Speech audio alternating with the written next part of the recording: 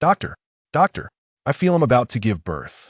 The dimly lit clinic echoed with heart-wrenching screams as a blood-soaked woman writhed in agony, bound to a rusted delivery chair. Hurry, doctor, please take a look, he's coming out. Her voice grew increasingly shrill, her frantic movements escalating in desperation. Yet the physician standing nearby remained indifferent, merely nodding as he apathetically remarked, Allericht, im coming. Do not fret, I am preparing the delivery instruments. My dear lady, I presume you wouldn't want your child to fall to the ground the moment they are born, would you? This statement seemed to have a profound impact on the increasingly frantic woman, momentarily halting her frenzy. Her bloodshot eyes gradually regained clarity as they mechanically scanned her abdomen, and she muttered in a daze, the baby. Yes, the baby. The baby cannot fall to the ground. I must give birth. The baby cannot fall to the ground. She incessantly repeated this phrase, her emotions stabilizing as the small clinic fell silent once more, save for the rhythmic clanging of metal. The doctor was crafting the delivery tools. Tiny sparks erupted from his work, illuminating the gloomy space for an instant. The pregnant woman, drawn to the flickering sparks, cradled her belly and turned to gaze at the doctor's back, her eyes gradually reddening again, her expression morphing into one of renewed rage. Doctor, what are you doing? What are you doing? What am I doing? Did I not mention? I am preparing the delivery instruments. The clinic has been inundated with patients lately. The nurses have gone to assist. So I must handle these menial tasks myself, the doctor replied, turning to reveal the rough steel saw he had just fashioned, a bright smile illuminating his face as he proudly declared, Look, it's ready. The moment the pregnant woman beheld the saw, her body convulsed violently, the leather straps binding her straining against the rusted chair with an agonizing screech. Her legs flailed wildly, splattering blood everywhere. What are you doing? This is not a delivery tool. What are you doing? Madam, please observe closely. This is indeed a delivery uterine saw. The doctor approached her with the saw, his gaze lingering on the jagged teeth as if admiring a work of art, while he clicked his tongue in appreciation. This is the cutting-edge delivery technique published in Science. With this uterine saw, I shall make an incision in your abdomen, allowing your child to be born safely in the delivery chair, thereby eliminating the high likelihood of the baby falling to the ground during a natural birth and significantly reducing the risk of infection. The sharp serrations can enlarge the wound, ensuring that during the procedure, the child's head will not become lodged due to insufficient space. The doctor, holding the instruments, measured the pregnant woman's abdomen, squinting with a smile. Most importantly, this plan currently has 0 negative reviews. My child, safe. My child will be safe. Yes, madam, rest assured. I am the most experienced obstetrician in this clinic, and I will guarantee your child's safety. Upon receiving this assurance, the pregnant woman became suddenly agitated, vigorously patting her protruding belly, her head leaning forward in impatience as she exclaimed, Hurry, hurry, assist me. My child is about to come. Quick, doctor, hurry.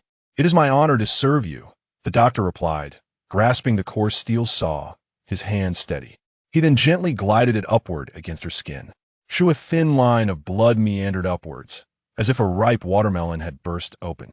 Immediately following, bang, the body, unable to bear the strain, exploded like a ruptured balloon, blood splattering everywhere. Yet she was not dead. In excruciating pain, she shrieked, struggling with her hands and feet, casting a venomous and terrified glare at the doctor, screaming, What are you doing? What are you doing? You want to kill me. You want to kill my child. The doctor was splattered with blood, yet his face remained remarkably clean. He gently shifted the steel saw away from his face and smiled reassuringly at the patient, saying, Madam, it saddens me to hear you say that. I am here to save you and your child. Look, your child has been safely delivered. The pregnant woman's frantic movements came to a halt as she gazed in extreme joy at her belly, only to see a pair of large, pure black eyes blinking back at her from the mangled cavity within. These eyes were remarkably clear and captivating. Had its form not been that of a writhing tentacle, it might have evoked more sympathy. Observing the terrifying newborn resembling an octopus tentacle, the doctor chuckled knowingly, praising, Look how healthy your child is, with such bright eyes. It's evident that. It certainly has large eyes. The surprise on the pregnant woman's face momentarily froze at this nonsensical compliment, yet did not hinder her from expressing the overwhelming love she felt for her child. Joyful black blood welled up from her sunken eye sockets. My child! My child! Yes, it is your child. Bring my child to me. I want to see him. Is it a boy or a girl? Upon hearing this, the doctor's smile faltered, revealing a hint of conflict on his face. Logically speaking, if one were to assign a gender to an octopus tentacle, congratulations, madam, it is a boy. Indeed, it bore the unmistakable signs of masculinity, and it was in essence a male. A boy. A boy? The pregnant woman's voice rose once more, her movements and struggles unrelenting despite her severe injuries, a wild look returning to her bloodied, gaunt face. Why is it a boy? It should have been a girl. It is your fault. Surely, your birthing skills are to blame. You wretched physician, perhaps sensing her mother's fury, the newborn, lying amidst the pool of blood, blinked innocently. Stripped of its physical form, the child's eyes still held a certain charm. The doctor, observing this absurd scene, shook his head and sighed. Madam, you ought to understand that the child's gender is determined by the parents, not the physician. Perhaps you should inquire with the child's father. The father of the child. The pregnant woman's gaze momentarily clouded with confusion before malicious laughter erupted from her lips. He is gone. I consumed him. Ha ha ha, he is dead. That man, who dared to think he could be the child's mother. He is unworthy, only I can be the mother. He is gone. Lost to me. Ha ha ha, he has vanished. I alone am the child's mother. The doctor experienced a brief overload of his professional composure. Yet his unwavering expertise quickly seized upon an opportunity, his brow arching with a hint of excitement as he proposed, if it were merely a matter of death, our clinic offers a special service to communicate with the deceased. You still have a chance to ask him why your child is a boy. However, this service may come at a steep price. Yet, I believe, for the sake of the child, every penny is worth it. He ardently pitched the idea, as if this transaction could yield significant financial gain. Perhaps swayed by the doctor's earnestness, the pregnant woman's expression flickered between malice and confusion several times before she finally nodded like a soulless automaton. My child must have an explanation. What must I do? Quickly, doctor, I must ask him. Excellent, madam. First, please close your eyes. As the pregnant woman hesitantly shut her eyes, a strange smile crept across the doctor's lips. He brandished a steel saw and positioned its rough teeth against her neck once more. Now, take a deep breath. Yes, very good. Tilt your head back. Elevate your neck slightly. Splendid. Do not rush. We shall commence shortly. Shoo. The doctor's hand trembled. A thud. The doctor let out a soft click of his tongue, nonchalantly wiping his blood-stained hands on his lab coat before casting a glance at the severed head on the floor. How eerie, he muttered, hastily kicking it aside. He then lifted the steel saw and turned his gaze towards the tentacle protruding from the corpse of the patient. Its large, blinking eyes seemed to be struggling to comprehend the current predicament, or perhaps it lacked the capacity for recognition altogether. As I mentioned earlier, this service comes at a rather steep price. Your mother hasn't settled the payment, and she may not return anytime soon. Why not? Cover the cost for her? Despite its lack of cognitive awareness, the imminent approach of death triggered an instinctual and vigorous struggle from the newborn. Yet, to the doctor, this struggle appeared more akin to an invitation. The more the fish flounders on the cutting board, the more fervently the fisherman chops. With a swift motion, the doctor unhesitatingly pierced its body, the new tentacle convulsing in agony. In mere moments, those once vibrant eyes lost their luster and became still. It embraced the day of its birth, while simultaneously welcoming death. Transaction complete. Thank you for your patronage. The doctor executed a graceful bow, discarding the steel saw, and left the dimly lit room without a backward glance.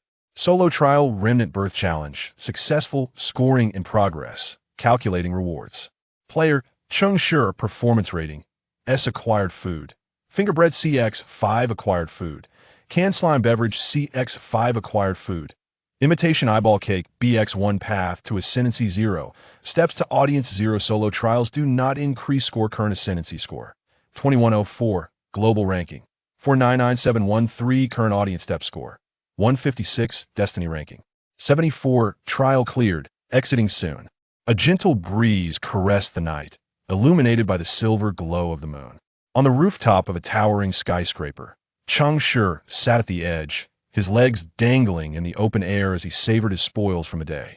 In his mouth was the most common reward from the food trial, the blood finger bread, which bore an uncanny resemblance to a human finger, even down to the texture. Only upon tasting the burst of cranberry jam inside could one confirm that it was merely food and not a severed digit. Alas, the bread was waxy, and the jam rather tart indeed. Craved food left much to be desired. Yet these shortcomings did not detract from its ability to provide sustenance, and sustenance meant the gift of life. In this world, survival was of utmost importance. Ever since the arrival of the gods 6 months prior, reality had been transformed into an absurd game of faith. Each individual was compelled to embark upon a specific destiny, dedicating themselves to a particular deity, existing under the blessings of their chosen god in this fractured and surreal reality. The term shattered aptly describes the world, as it has been divided into countless fragments by the gods. All individuals, now referred to as believers or players, have been randomly allocated to survive within these fragments. Cheng Shi, for instance, finds himself atop the roof of an unfamiliar edifice. The rooftop spans approximately 200 square meters expansive, yet entirely exposed, leaving him vulnerable to the elements without even a scrap of fabric to shield himself. The most arduous aspect lies in the fact that the perimeter of the rooftop is encircled by air walls despite the stairway being within arm's reach. He is unable to traverse these barriers to descend. To breach the air walls and gain access to a larger space for survival, one must undertake a trial related to extending one's surroundings, and only upon successful completion can one overcome these obstructions. This situation also touches upon what has been previously mentioned as unreal. With the world physically fragmented and society brought to a standstill, players have managed to survive for 6 months devoid of any resource support, solely due to the game's ability to provide them with everything they desire. Within this game, all resources must be obtained through participation in wishing trials, covering everything from basic necessities to divine powers. If one dares to make a wish, the gods will manifest a trial arena and match them with suitable companions. By collaborating with teammates to conquer the trials, all that one has wished for will be granted by the divinities, materializing before their very eyes. The more outrageous the wish, the greater the difficulty of the trial. Furthermore, each trial introduces various scoring opportunities, enabling players to progress further along the path of trials. Of course, for those who experience social anxiety, solitary trials are an option. However, these do not yield any additional scoring, and the rewards are merely sufficient for survival. The players who have persevered to this point have grown accustomed to the game's intricacies, with many having become adept within its confines. Sitting atop the rooftop, Cheng Shi struggled to swallow his meager sustenance as he glanced at the game information displayed before him. Current global believer count: 8,478,114,678. In just 6 months, the global population of 12 billion has dwindled to 2/3. The faith game is not an entirely secure endeavor. Death within the game equates to death in reality. Yet, without accepting the gods' trials, one cannot procure the essential materials and resources for survival. Thus, the game's objective is clear. Only through continuous self-improvement can one hope to endure until the end. Only one day remains. Cheng Shi sighed, gazing at the glaring crimson text in the center of his vision. The faith game does not permit players to languish in mere survival every 7 days. It automatically matches players with a special divine trial. This trial presents an exceptionally high level of difficulty, and should players fail to succeed, even if they somehow manage to survive, they will be stripped of the ability to participate in the next cycle's wishing trials. In essence, failure signifies a week devoid of progress, forcing them to deplete their limited provisions. To speak candidly, Cheng Shi had amassed a considerable stockpile on the rooftop. After 6 months of endeavor, he had constructed 2 storage units. Although the supplies within were of inferior quality, they afforded him a sufficient means of survival. I hope this time my teammates are somewhat reliable. After being duped last week, I squandered a great deal of food, and my reserves have dwindled to a critical level. He pondered how to face the challenges of tomorrow when a distant voice suddenly called out to him. "Hey buddy, how was the harvest today?" Cheng Shi looked up to see the source of the voice's neighbor from the adjacent rooftop, a young man with long hair and a trendy appearance. The colorful, eccentric attire he wore was the latest fashion acquired from participating in trials. although the barriers of the real world separated them. These invisible walls did not obstruct light or sound, nor did they prevent them from tossing items to one another. Consequently, most neighborly relations were rather unfriendly, for one could never tell when a neighbor might brandish a submachine gun and unleash chaos. The game did not prohibit players from killing one another. Cheng Shi indeed had a few neighbors, and the young man across was one of them. They were separated by a distance of about 20 to 30 meters, communicating solely through shouts. He claimed to be from Jiang province, a senior civil engineering student named Xie. Though somewhat eccentric, he was not malicious. Before the gods descended, he had been troubled about job hunting, but after the arrival of the divine, he found himself employed. After all, there were no jobs left in the world, and in a sense, being a professional player could be considered a form of employment. Thus, he was among the few who identified as proponents of the descent, believing that the gods had salvaged the world, or at the very least, restored its employment rate. Cheng Shi shook the can of tentacle slime beverage in his hand, smiling as he indicated it was his spoils. Goodness, is that? It's not. Man, I've never bowed to anyone in my life, but I must say I'm in awe of you. How on earth can you drink that? Xie exclaimed, his face paling at the sight of the drink. Snot was the nickname for this beverage, as its green, viscous consistency resembled mucus during a cold. Nonetheless, it was quenching and, due to its thickness, even somewhat filling. Cheng Shi chuckled and replied, "How do I drink it? The moment it touches my lips, it just flows down without a hitch." Xie's face whitened further. He gagged a few times and replied incredulously, "No way. I see you come out looking relatively stable every time. Your ladder score must be quite decent. So why do you put yourself through this every day in solo dungeons?" Naturally, it was because the difficulty of solo trials was lower and the pressure less intense. Everyone was aware of this, so Cheng Shi merely smiled and remained silent. "By the way, we've been neighbors for quite some time, yet I still don't know which deity you follow. Care to share? Who knows, we might team up in the next match and could coordinate in advance," the young man called out. "And you?" Cheng Shi retorted at me. "Did I not mention that I adhere to the doctrine of order? Does it not seem so? As civilization ignites, order endures," the young man, named Xie, proclaimed, standing at attention and performing the characteristic gesture of lightly tapping his left shoulder with his right fist, a hallmark action of the devotees of order. The individual opposite him executed the gesture with notable precision and familiarity, yet Cheng Shi was aware he was being deceived. This conclusion was not drawn from scrutinizing the other's microexpressions or movements. After all, from a distance of several meters, one cannot discern the subtleties of another's visage. Rather, it was Cheng Shi's innate ability, or one might say, the divine gift of faith endowed upon him. Since embracing the worship of the divine, he had become acutely attuned to falsehoods. Whenever someone uttered a lie, he could sense it, though he could not pinpoint which particular statement bore the deception. However, by piecing together the context of their conversation, he could infer the truth. Yet, even with this knowledge, he refrained from exposing the lie.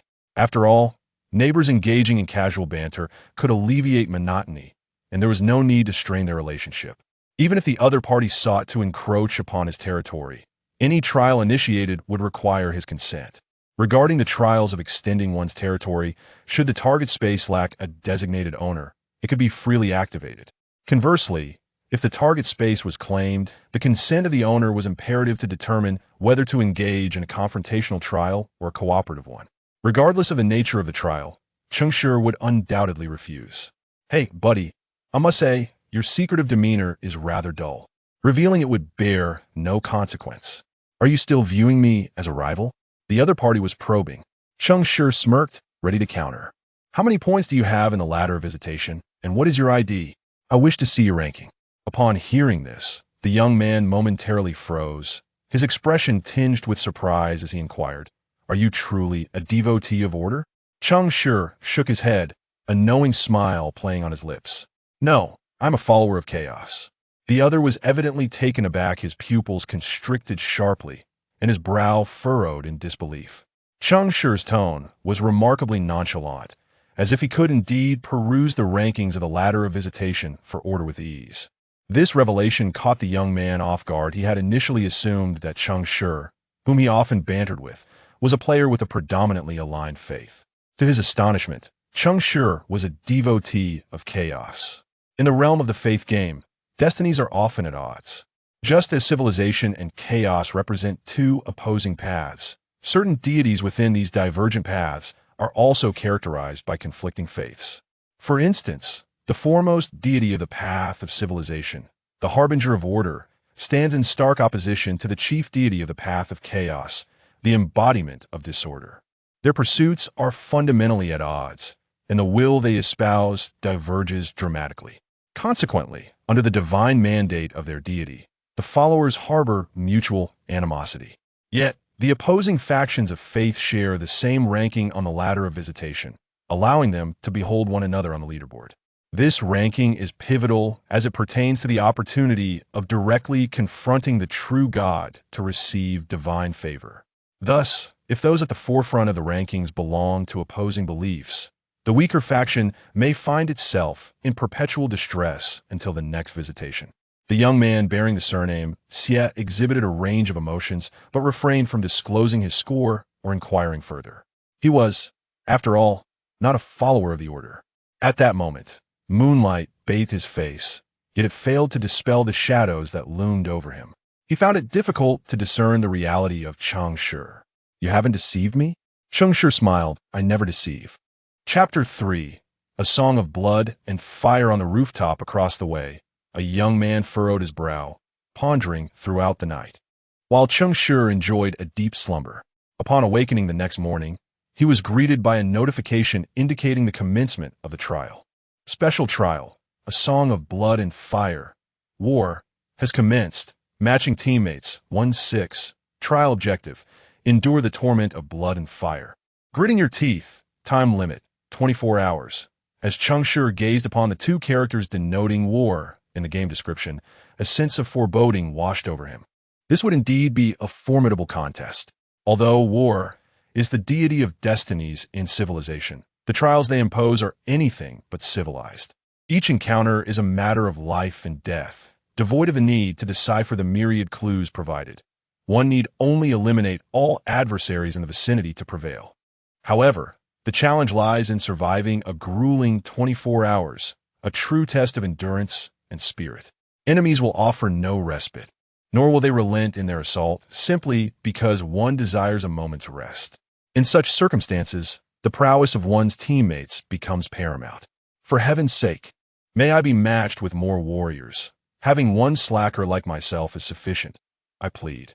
Match successful, 6-6. Entering the trial, a crimson notification flickered before him, and the scenery around Cheng Shi began to twist and warp before he vanished from his position in an instant. The sky was overcast, shrouded in smoke. Upon opening his eyes, Cheng Shi found himself standing amidst ruins, surveying his surroundings. Save for the crumbling walls, there was nothing else. This place had evidently once been a small town, now erased from the map by the ravages of cruel warfare. Moments later, beams of light descended around him, accompanied by exclamations. His teammates for this trial had arrived. Cheng Shi immediately turned his attention to them, noting that among the 3 men and 2 women, only one wielded a great sword, while the others, like himself, bore no visible weapons.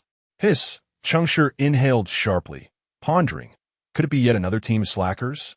In the faith game, there are 6 classes: warrior, mage, priest, assassin, hunter, and bard. In theory, class distinctions do not imply superiority. Only the inept player possesses an inept class. Yet, in practice, due to the nature of the trials, class advantages do emerge. As in today's war trial, warriors, mages, and priests undoubtedly hold an advantage over assassins, hunters, and bards. The 6 individuals matched together scrutinized one another. When the burly man wielding the great sword noted the absence of weapons among the others, a hint of annoyance crossed his face as he spoke, as per tradition. Let's not waste time. First, declare your class, then your rank. I will go first. Chen Chong, Civilization, Warrior, Ladder rank 1647. Chen Chong, Civilization, Warrior, Ladder rank 1647. Each deity within a given destiny has 2 to 3 avatars. Hence, only the destiny is disclosed, omitting the divine name, to avoid aligning with adversarial beliefs. Although it is said that all participants in the trial are part of a shared destiny and should assist one another when faced with players of opposing faiths. Certain deities of fate may bestow additional divine mandates, potentially inciting their followers to engage in unspeakable acts before the task reaches completion. This serves as a poignant lesson born from blood and tears. Since the game's inception 6 months ago, countless players have perished due to such circumstances. Thus, the current player's caution is thoroughly justified. Nevertheless, at the beginning of the trial, cooperation remains paramount.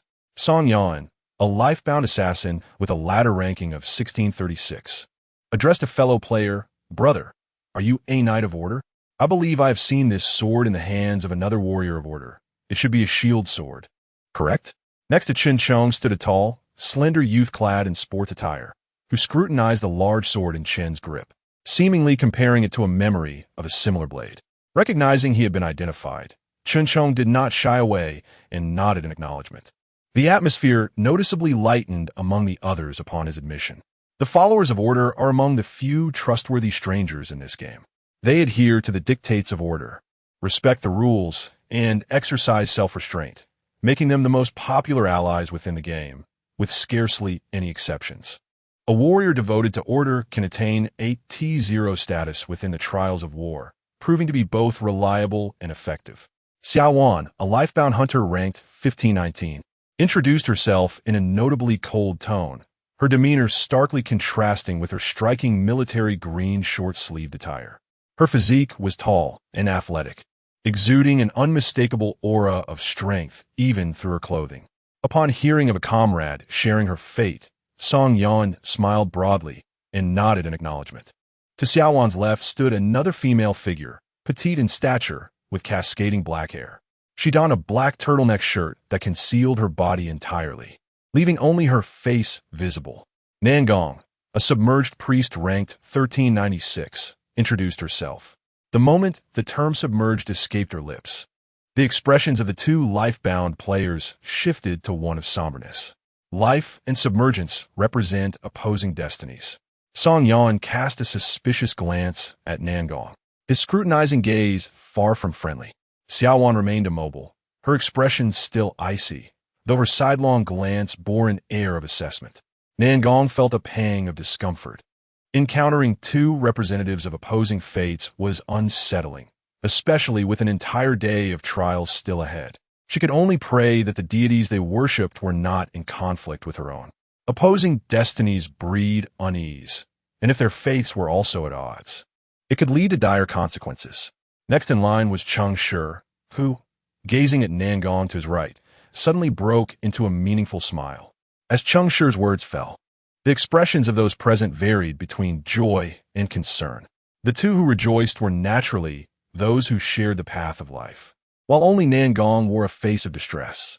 The deity of life, being a righteous god, usually inspires a moral compass among its followers, appearing virtuous despite any personal flaws.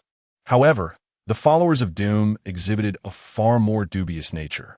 Chen Chong, the Order warrior, noticing the discordant atmosphere, furrowed his brow and interjected. "Differences in destiny should be set aside for now. We have 24 hours ahead of us to survive before addressing other matters."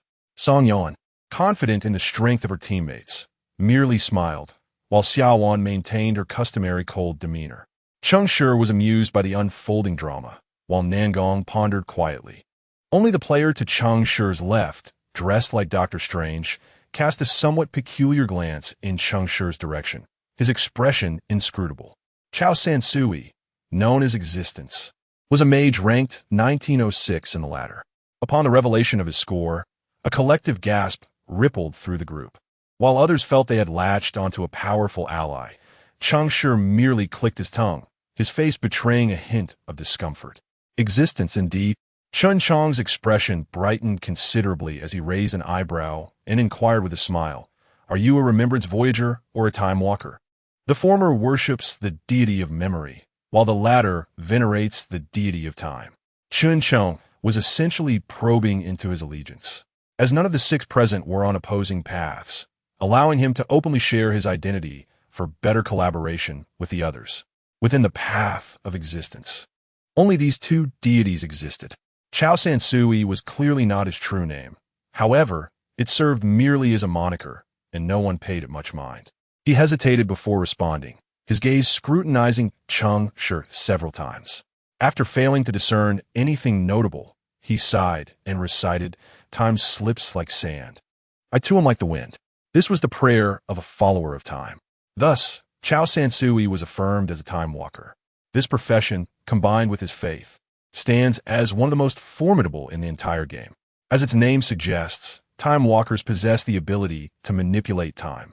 Upon learning of his role, Chen Chang's smile widened, and Cheng Shi couldn't help but beam sincerely. Brother Chao is impressive. Song Yan's reaction was anything but typical of a modest assassin. He continuously gave thumbs up, almost wishing to embrace Chao Sansui had they been more familiar. With Brother Chun leading the way and Brother Chao at the helm, they were indeed fortified comrades. His gaze swept across everyone, deliberately skipping over Nangong, whose smile was tinged with awkwardness, yet she could do little about her dire situation. Cheng Shi, witnessing the imminent isolation of one from their group, silently shook his head. It is the most irrational choice to lose a combat strength simply due to divergent fates, particularly at the onset of a trial. In an effort to ease the tensions among his comrades, he pondered for a moment and then spoke up. The dual priest system is exceptionally suited for the war trial. My intuition suggests that Nangong is not our adversary. The others turned to him in astonishment. Even Nangong himself gazed incredulously at this rival of the same profession with a conflicting destiny. He is actually speaking in defense of himself? You. Cheng Shi tilted his head, revealing a radiant smile as he introduced himself. Allow me to reintroduce. Cheng Shi, the priest of conception. What the? You, a man, are actually the bodhisattva of childbearing? Chapter 4. The child-seeking Guanyin. Everyone was taken aback. It is widely acknowledged that there are only erroneous names, not mistaken nicknames. In the realm of faith games, the number of male players choosing to become priests is quite limited, as is the number of those who opt to follow fecundity. When these two rare choices coincide and manifest before one, the probability is akin to winning the lottery. The term child-seeking Guanyin is a playful moniker for the priest of offspring, attributed to the fact that priests of fecundity, when bestowing blessings or healing allies, often carry a chance of inducing pregnancy in their companions. This divine side effect, emanating from the deity's divine mandate, does not lead to actual pregnancy. The gestational organs are not confined to the womb, and the entities conceived are not necessarily legitimate life forms, exhibiting an array of peculiar appearances. It is merely because the will of fecundity venerates procreation that employing divine power might yield various absurd and comical scenarios of involuntary conception. However, one must not underestimate this unexpected pregnancy. For each new life nurtured within the body of the healed, the efficacy of a healing is augmented by a third. Thus, the offspring priest is an exceptionally capable healer. Song Yan stood, dumbfounded, waving his hands, shaking his head with the fervor of a fan. Brother, I beseech you, do not heal me. I would rather endure a priest of an opposing faith than tolerate you swell in my belly. To accept the nurturing of a male offspring priest was tantamount to inviting death. How could he face the world after being healed, with the tale of having borne a child from a male teammate? Utterly repugnant. Nangong, equally astonished, realized, as a priest herself, the rarity of male offspring priests within the priestly community. The lottery-like probability of encountering one made her both amused and grateful towards Cheng Shi. She understood his attempt to persuade their teammates to accept her, and she appreciated it.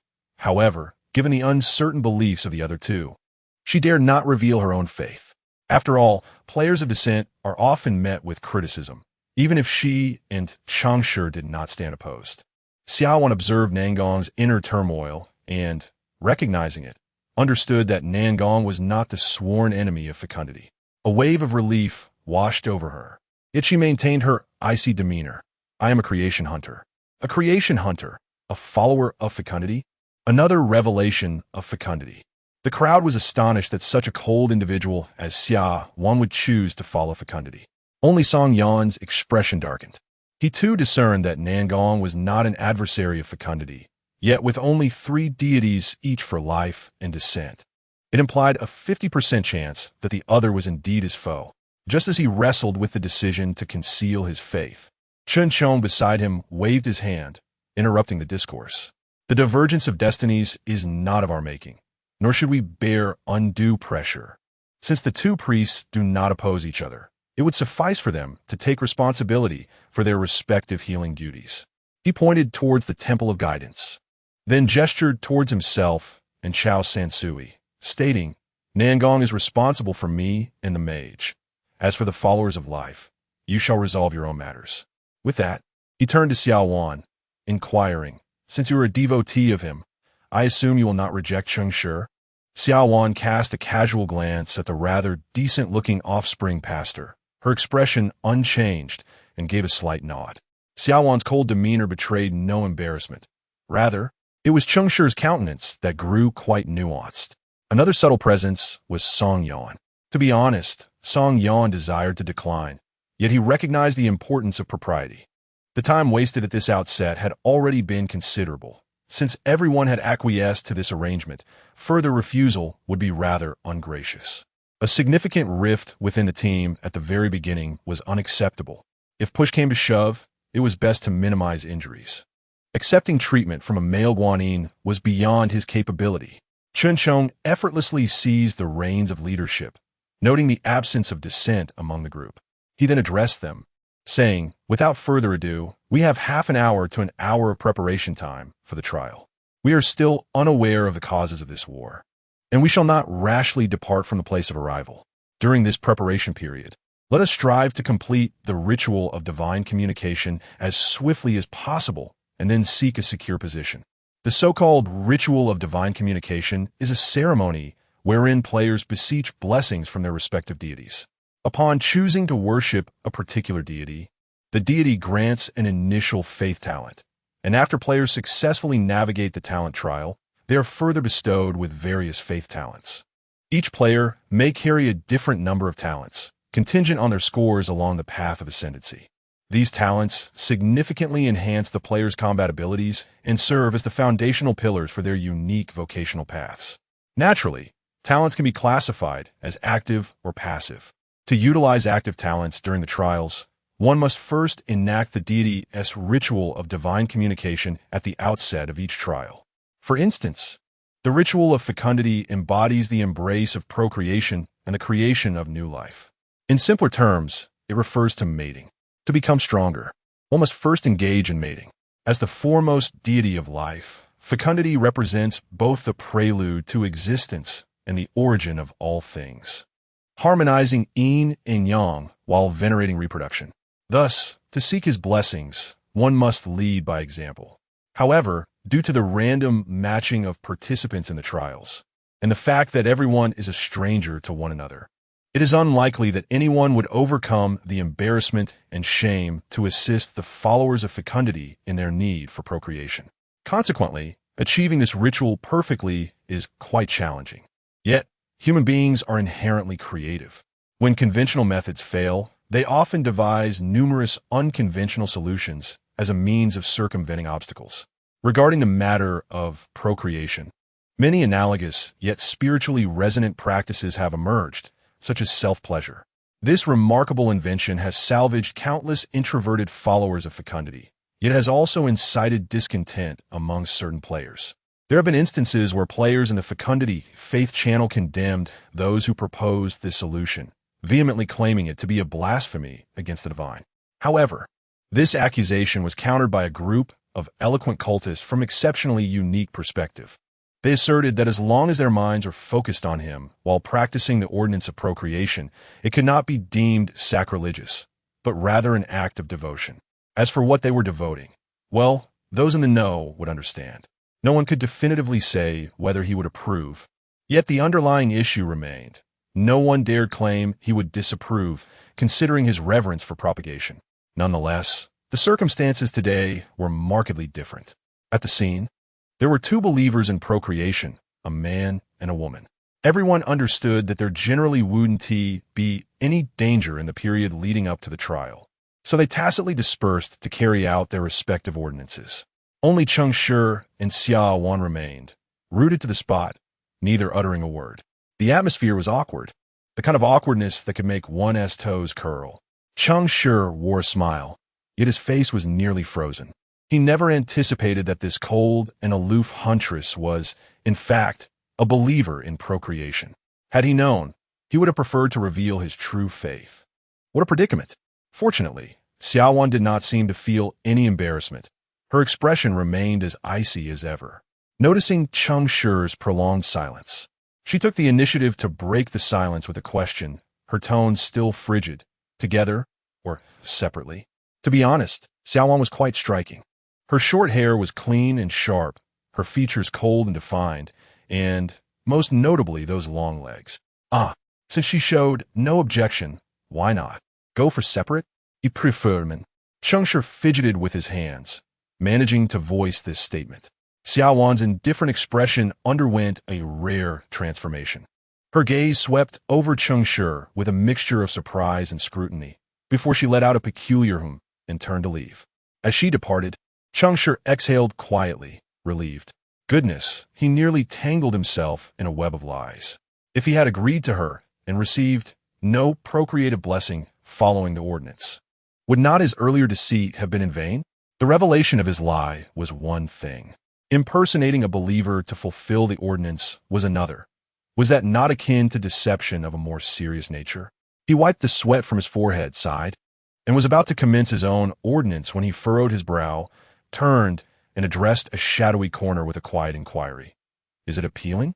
Unbeknownst to him, Song Yan, who was concealed in the shadows, was taken aback by Cheng Shi's ability to detect his presence. He recoiled as if he had seen a ghost, shaking his head while retreating. Apologies, it's a professional habit. Not appealing.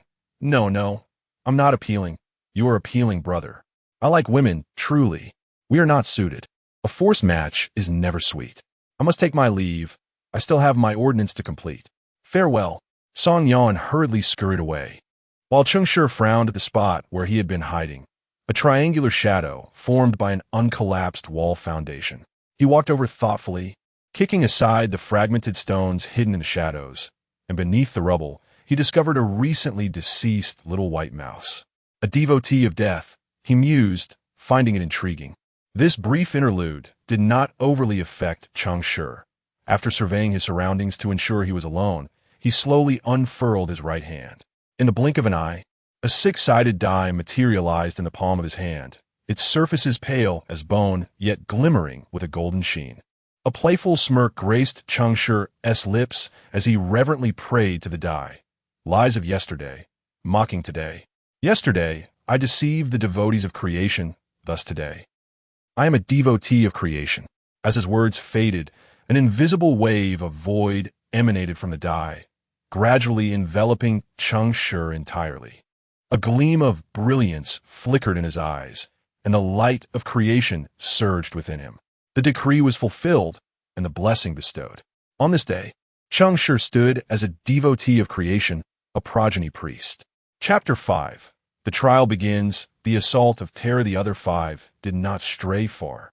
Soon enough, they all returned to the place where they had initially arrived. Cheng Shi glanced at Qin Chong, only to find that he had transformed his great sword into a shield. The warriors of order are among the few professions renowned for their defensive capabilities, making them exceptionally suited for survival trials.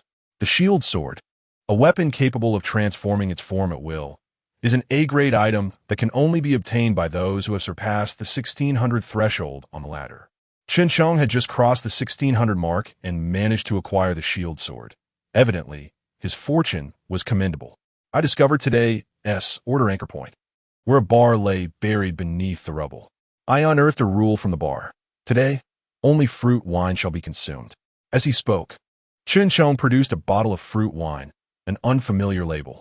It was clear that this was not sourced from the ruins, but rather retrieved from a storage space. Each player possesses a personal space, akin to a safe deposit box, designated for their most treasured items. Cheng Shi also had one, filled with an array of peculiar objects. But he had not anticipated that someone else would share his penchant for storing beverages within. The others appeared more puzzled than Cheng Shi, observing their curious gazes. Chun Chong smiled and explained, "The pressure is immense. I find it difficult to sleep at night without indulging in a couple of drinks. So I always keep a few bottles on hand. A sip for each of you, and the radiance of order shall protect you. Fear not. The alcohol content is low and will not impair your performance in the forthcoming battle. The Edict of Order seeks to discover harmony. Only those who adhere to certain rules may receive its blessings. Furthermore, those wishing to be sheltered by order must abide by the established order that has been uncovered." This simple rule anchor evidently elevated everyone's sense of security, and all were pleased. One by one, they accepted the bottles and took a delicate sip. Only Cheng Shi, however, took the bottle and gulped down nearly half of it. Chun Chong's brow furrowed slightly, suddenly questioning the reliability of this priest. Meanwhile, Chao Sansui appeared to have a successful edict of time, as he produced several golden pocket watches and began distributing them. "I have anchored the time and calibrated all the watches. These timepieces will chime 5 minutes, 3 minutes, and 1 minute before the appointed time. Please maintain your composure. The time walker can only determine when the time battlefield commences and concludes, but cannot dictate your state within the battlefield itself." Cheng Shi received a pocket watch from Chao Sansui and began to examine it closely. Clearly, it was a pure gold watch, with even the hands glimmering resplendently, exuding an air of immense value. Unfortunately, in the current world, gold holds little worth. Trials demanding gold are even less challenging than those requiring sustenance. Yet, this does not deter some players from cherishing gold as a means to fulfill their past regrets.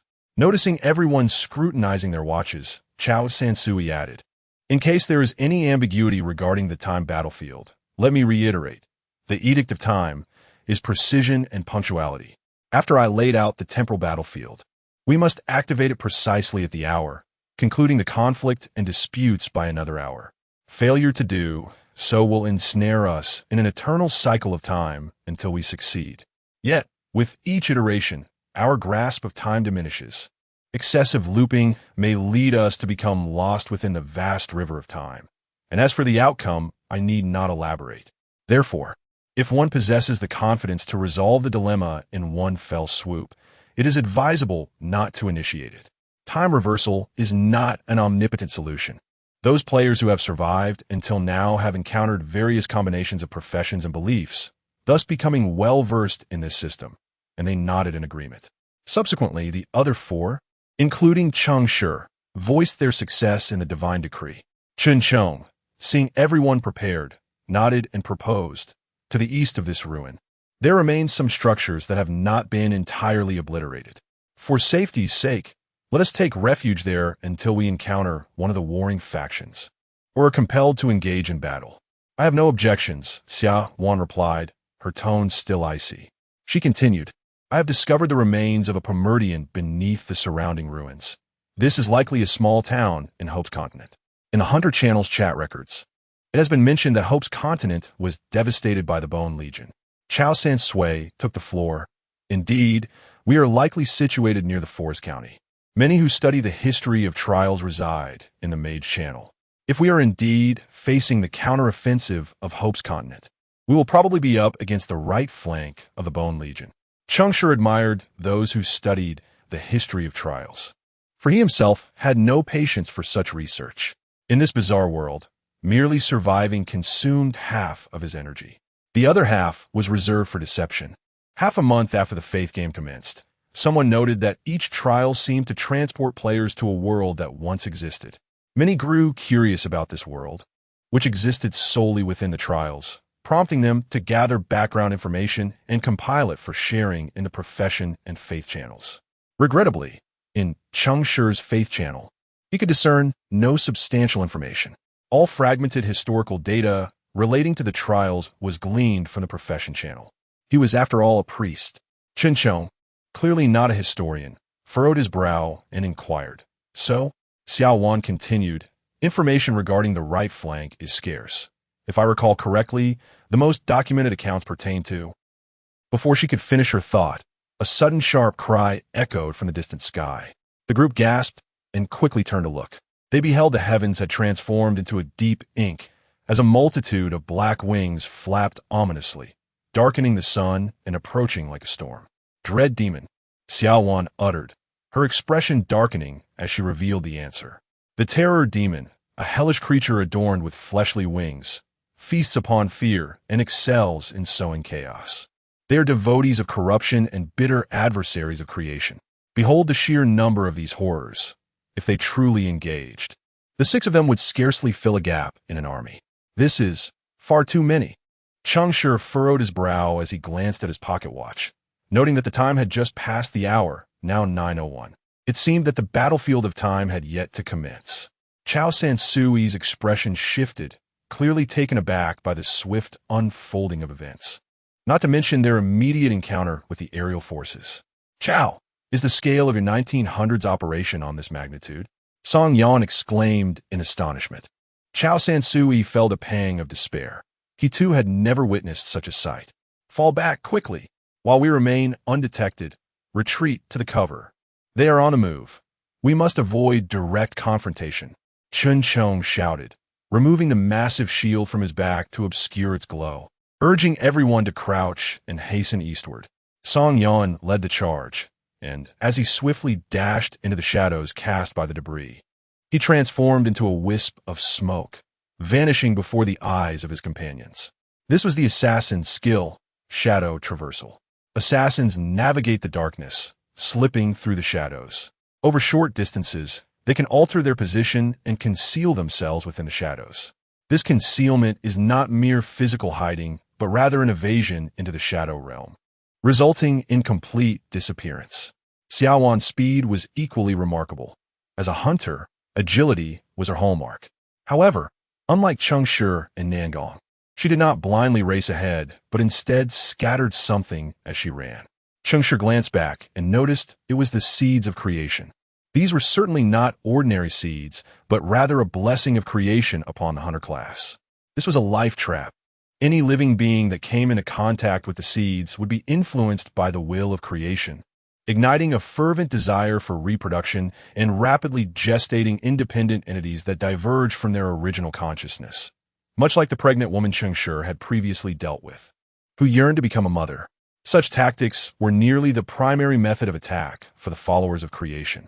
They never sought to obliterate their enemies directly, but rather to distort them, leading them towards self-destruction. Although the deity of life leans toward order, their orderly will does not impede the distortion of matter. In certain manifestations, the orderly deities are not much different from the chaotic evil ones, and in some instances, they might even surpass them. I require at least 57 minutes and 42 seconds to reset the battlefield of time. During this interval, I can only influence your temporal domains. Pray, my friends, that they remain oblivious to our presence. Enough with the trivialities. Now, hasten us. Chen Chong growled, increasing his speed once more by a third. The Time Walker can manipulate time, which proves exceedingly beneficial during this racing phase. Chao Sansui did not wish to expend his mental energy prematurely, yet he found himself devoid of better options. Gripping the pocket watch tightly, he called out to his companions beside him, "Advance into the zone, swiftly." No sooner had the words left his lips than the 5 figures surged forward, as if propelled by a hidden force, covering nearly 100 meters in the blink of an eye. In stark contrast, the air in the adjacent zone appeared to stagnate, as though the entire area had been suspended in time. Even the dust that had been stirred up hung motionless in midair. The potential energy of time always finds equilibrium within a certain range. When one side accelerates, the other inevitably decelerates. Cheng Shi felt the exhilarating rush beneath his feet, relishing the speed that had him reaching a destination that would typically take minutes in a mere span of seconds. Regrettably, this acceleration was confined to a specific area. Once they ventured beyond its bounds, their pace plummeted back to its original state. Although Chao Sansui possessed a formidable rank and was noticeably in better condition than the others, the extensive area of acceleration had left him somewhat fatigued. Observing his weariness, Chen Chong swiftly seized him and hoisted him onto his back, continuing their forward momentum. Assassins, lead the way and clear the ruins, seeking out a stronghold. South Palace commanded. Mages, restore mental energy. Zisi, Refrain from unnecessary movements. Your moment to act has not yet arrived. Set additional traps for the creation hunters. The scouts of the terror demons will not maintain aerial reconnaissance indefinitely. Once they touch down, every moment we could delay them counts. Chen Chong demonstrated keen judgment and calm command, evidently having ascended to a rank of 1600 through sheer prowess. However, the current circumstances were dire, leaving him with no alternatives. As he ran, he carefully selected remnants of walls that could accommodate 6 individuals, hoping they might evade disaster. Yet the unfolding conflict progressed far more swiftly than anticipated. Before they could reach the looming structure ahead, a swarm of terror demon forces had already descended upon the ruins. The scouts among them had long since detected the presence of the players. A chilling howl echoed throughout the ruins, unmistakably reflecting the demons' exhilaration, as if they had stumbled upon an unexpected delight during their march. There was no time to spare. The grass seeds had been triggered. Prepare for engagement. Chapter 6. Desperation. Xiao Wan was the first to sense the imminent approach of the enemy behind her. Her eyes narrowed suddenly, radiating a vibrant green light of life. With a swift motion of her left hand, she produced a magnificent emerald longbow, while her right hand conjured an arrow from thin air. Turning around, she released the arrow, which soared into the sky, shimmering with a verdant glow. Boom! The arrow exploded mid-air, unleashing a torrent of spores. The horde of monsters charged recklessly into the cloud of spores. The moment the spores made contact with flesh, they transformed into countless fine threads resembling dodder vines, ensnaring all the monsters that dared to enter this territory, binding them into cocoons. Stripped of their wings, the monsters plummeted to the ground with a heavy thud. The ground was littered with seed of creation, and upon contact with the seeds, the monsters' bellies swelled rapidly, as if something within them was desperately struggling to break free. The hunters' traps were executed with remarkable fluidity, and the dual control effects were evident. The vanguard of the monsters did not immediately breach the ranks of the group. However, even though Xiao Wan's arrows rained down like a tempest, she could only fend off a limited number of monsters. The sheer volume of the enemy was overwhelming, akin to a plague of locusts, soon exhausting the spores in the air, and they surged once more towards the group. There's no time. Assassins, protect yourselves.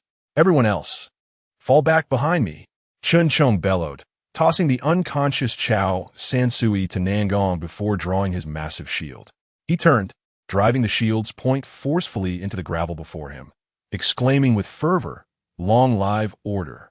The shield, already glowing faintly, pulsed with brilliant radiance, as blinding holy light cascaded upwards like a waterfall in reverse. After tracing a perfect arc in the sky, it poured down, rapidly extending to either side of the group. The trajectory of the light resembled a colossal city wall, firmly encasing Cheng Shi and the others within. Boom! Bang! Bang! Bang!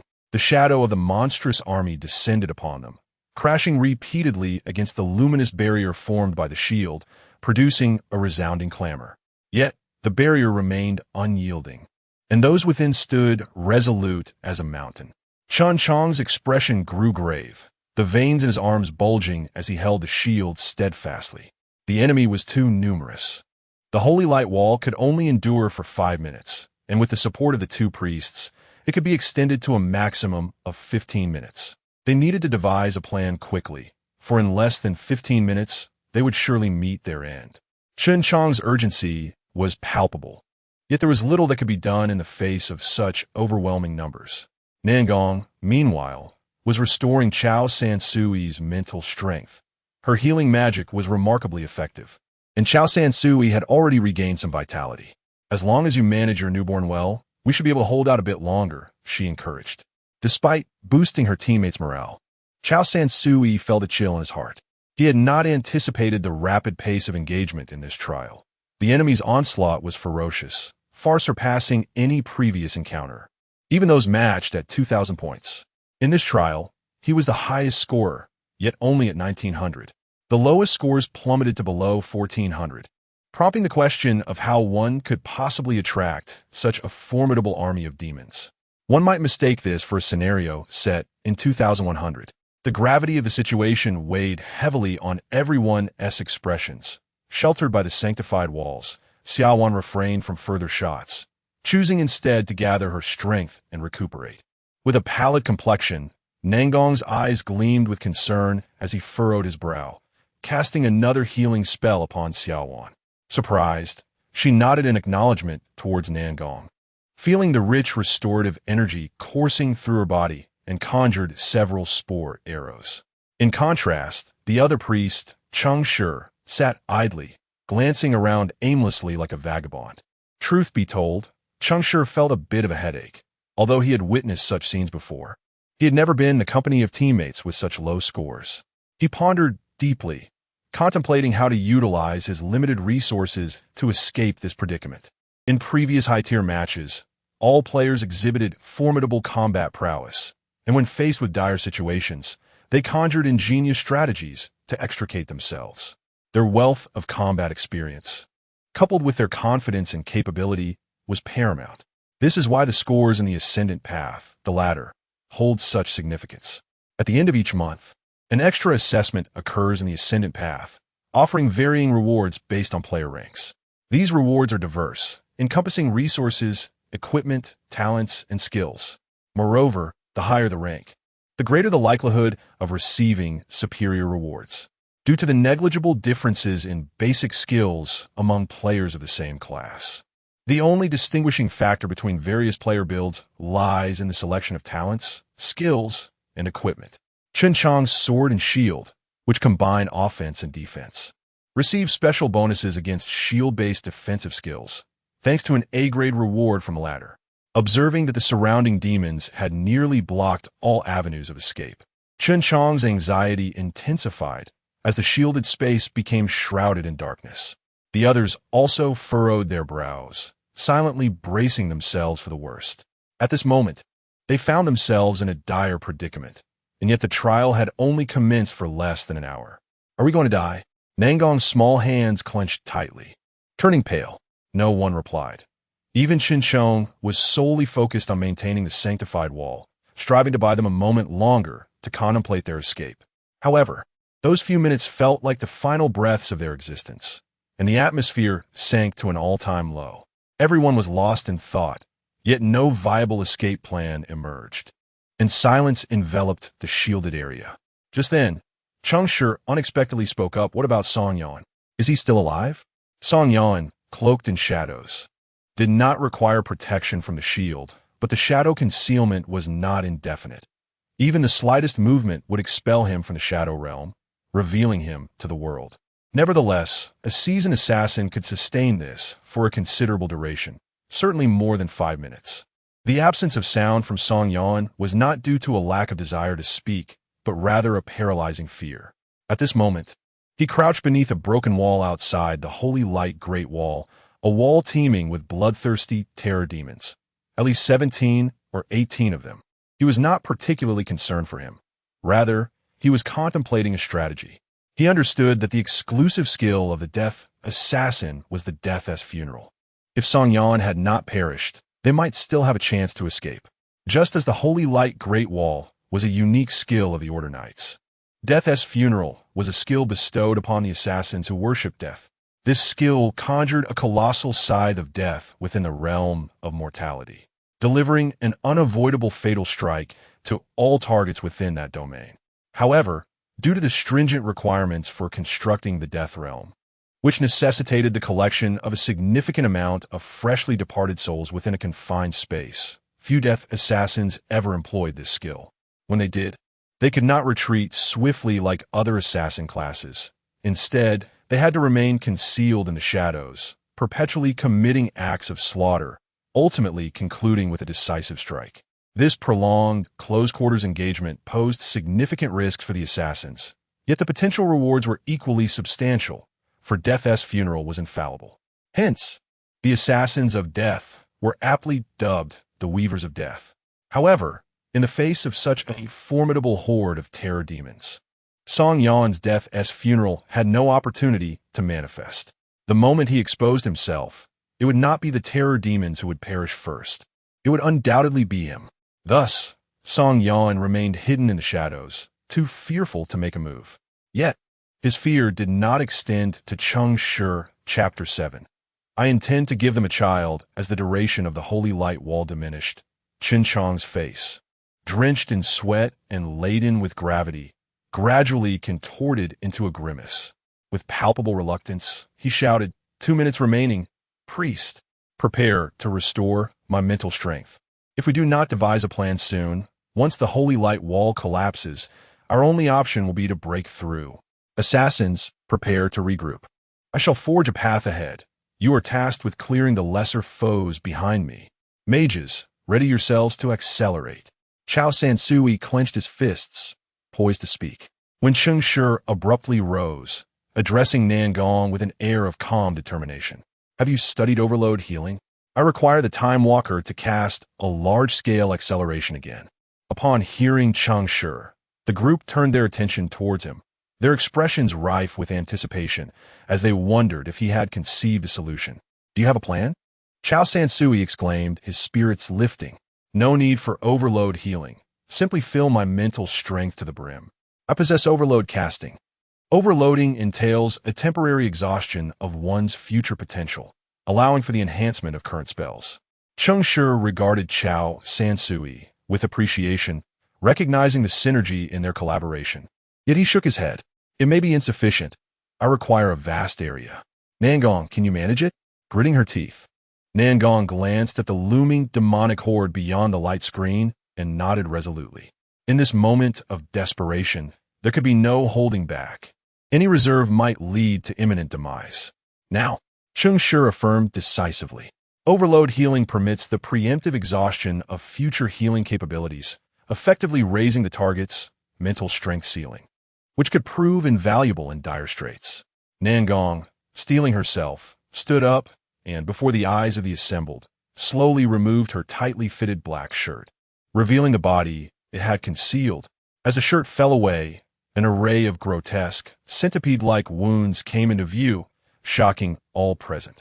The multitude of scars, from her neck to her chest and arms, marred her otherwise fair skin, each mark a testament to her suffering. Xiao Wan's brow furrowed in concern, and Chao Sansui's pupils dilated in shock. Cheng Shi raised an eyebrow in surprise, recognizing her identity. She was, indeed, a follower of Decadence. The Blood Exchange Priest? Chen Chong gasped in astonishment. Decadence is the second deity of descent, embodying the zenith of decline, the final resting place of the universe. Its edict accelerates decay. Thus, adherents often resort to self-harm to fulfill their divine mandate. The divine power of decadence is derived from this principle. The quicker a follower decays, the greater the divine energy they receive in return. This is why decadence priests are referred to as blood exchange priests. They can exchange their own life force for that of their allies. The more grievously they injure themselves, the more rapidly their comrades recover. Of course, severe injuries can lead to death, for such is the will of decadence. Thus, the delicate balance between self-sacrifice and salvation remains a ceaseless topic of discourse among blood exchange priests. Nangong did not squander her time.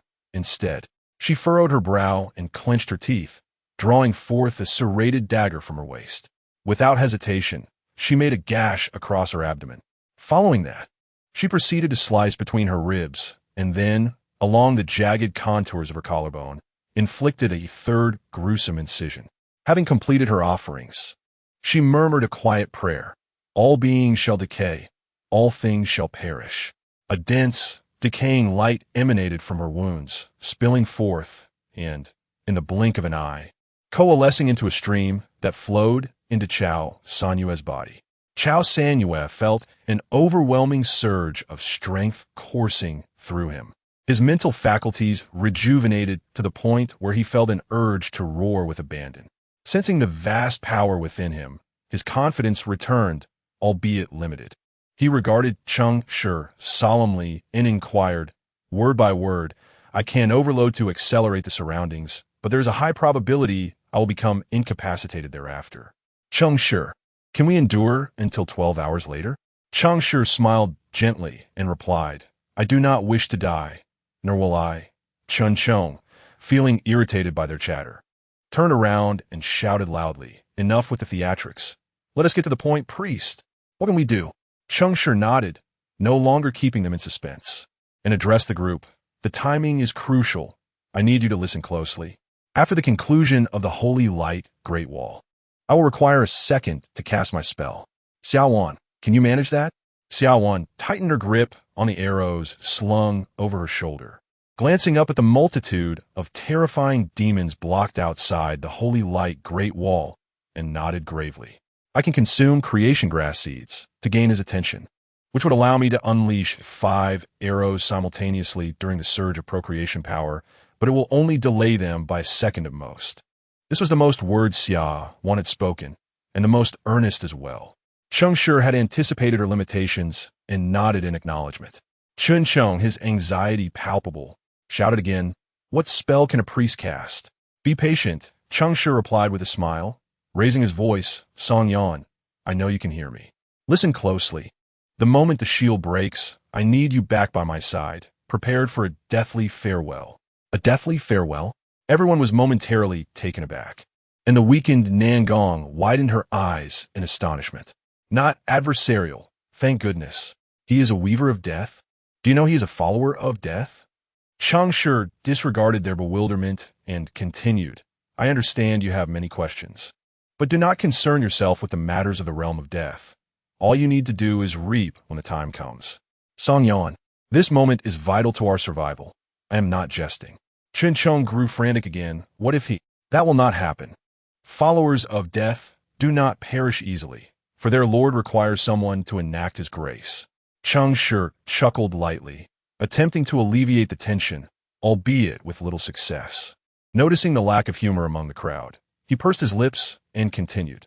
"Chao Sansui, the most crucial step is that immediately after I cast my spell, you must unleash the area acceleration with the objective of covering as extensive a wasteland as possible, excluding the shielded protection zone."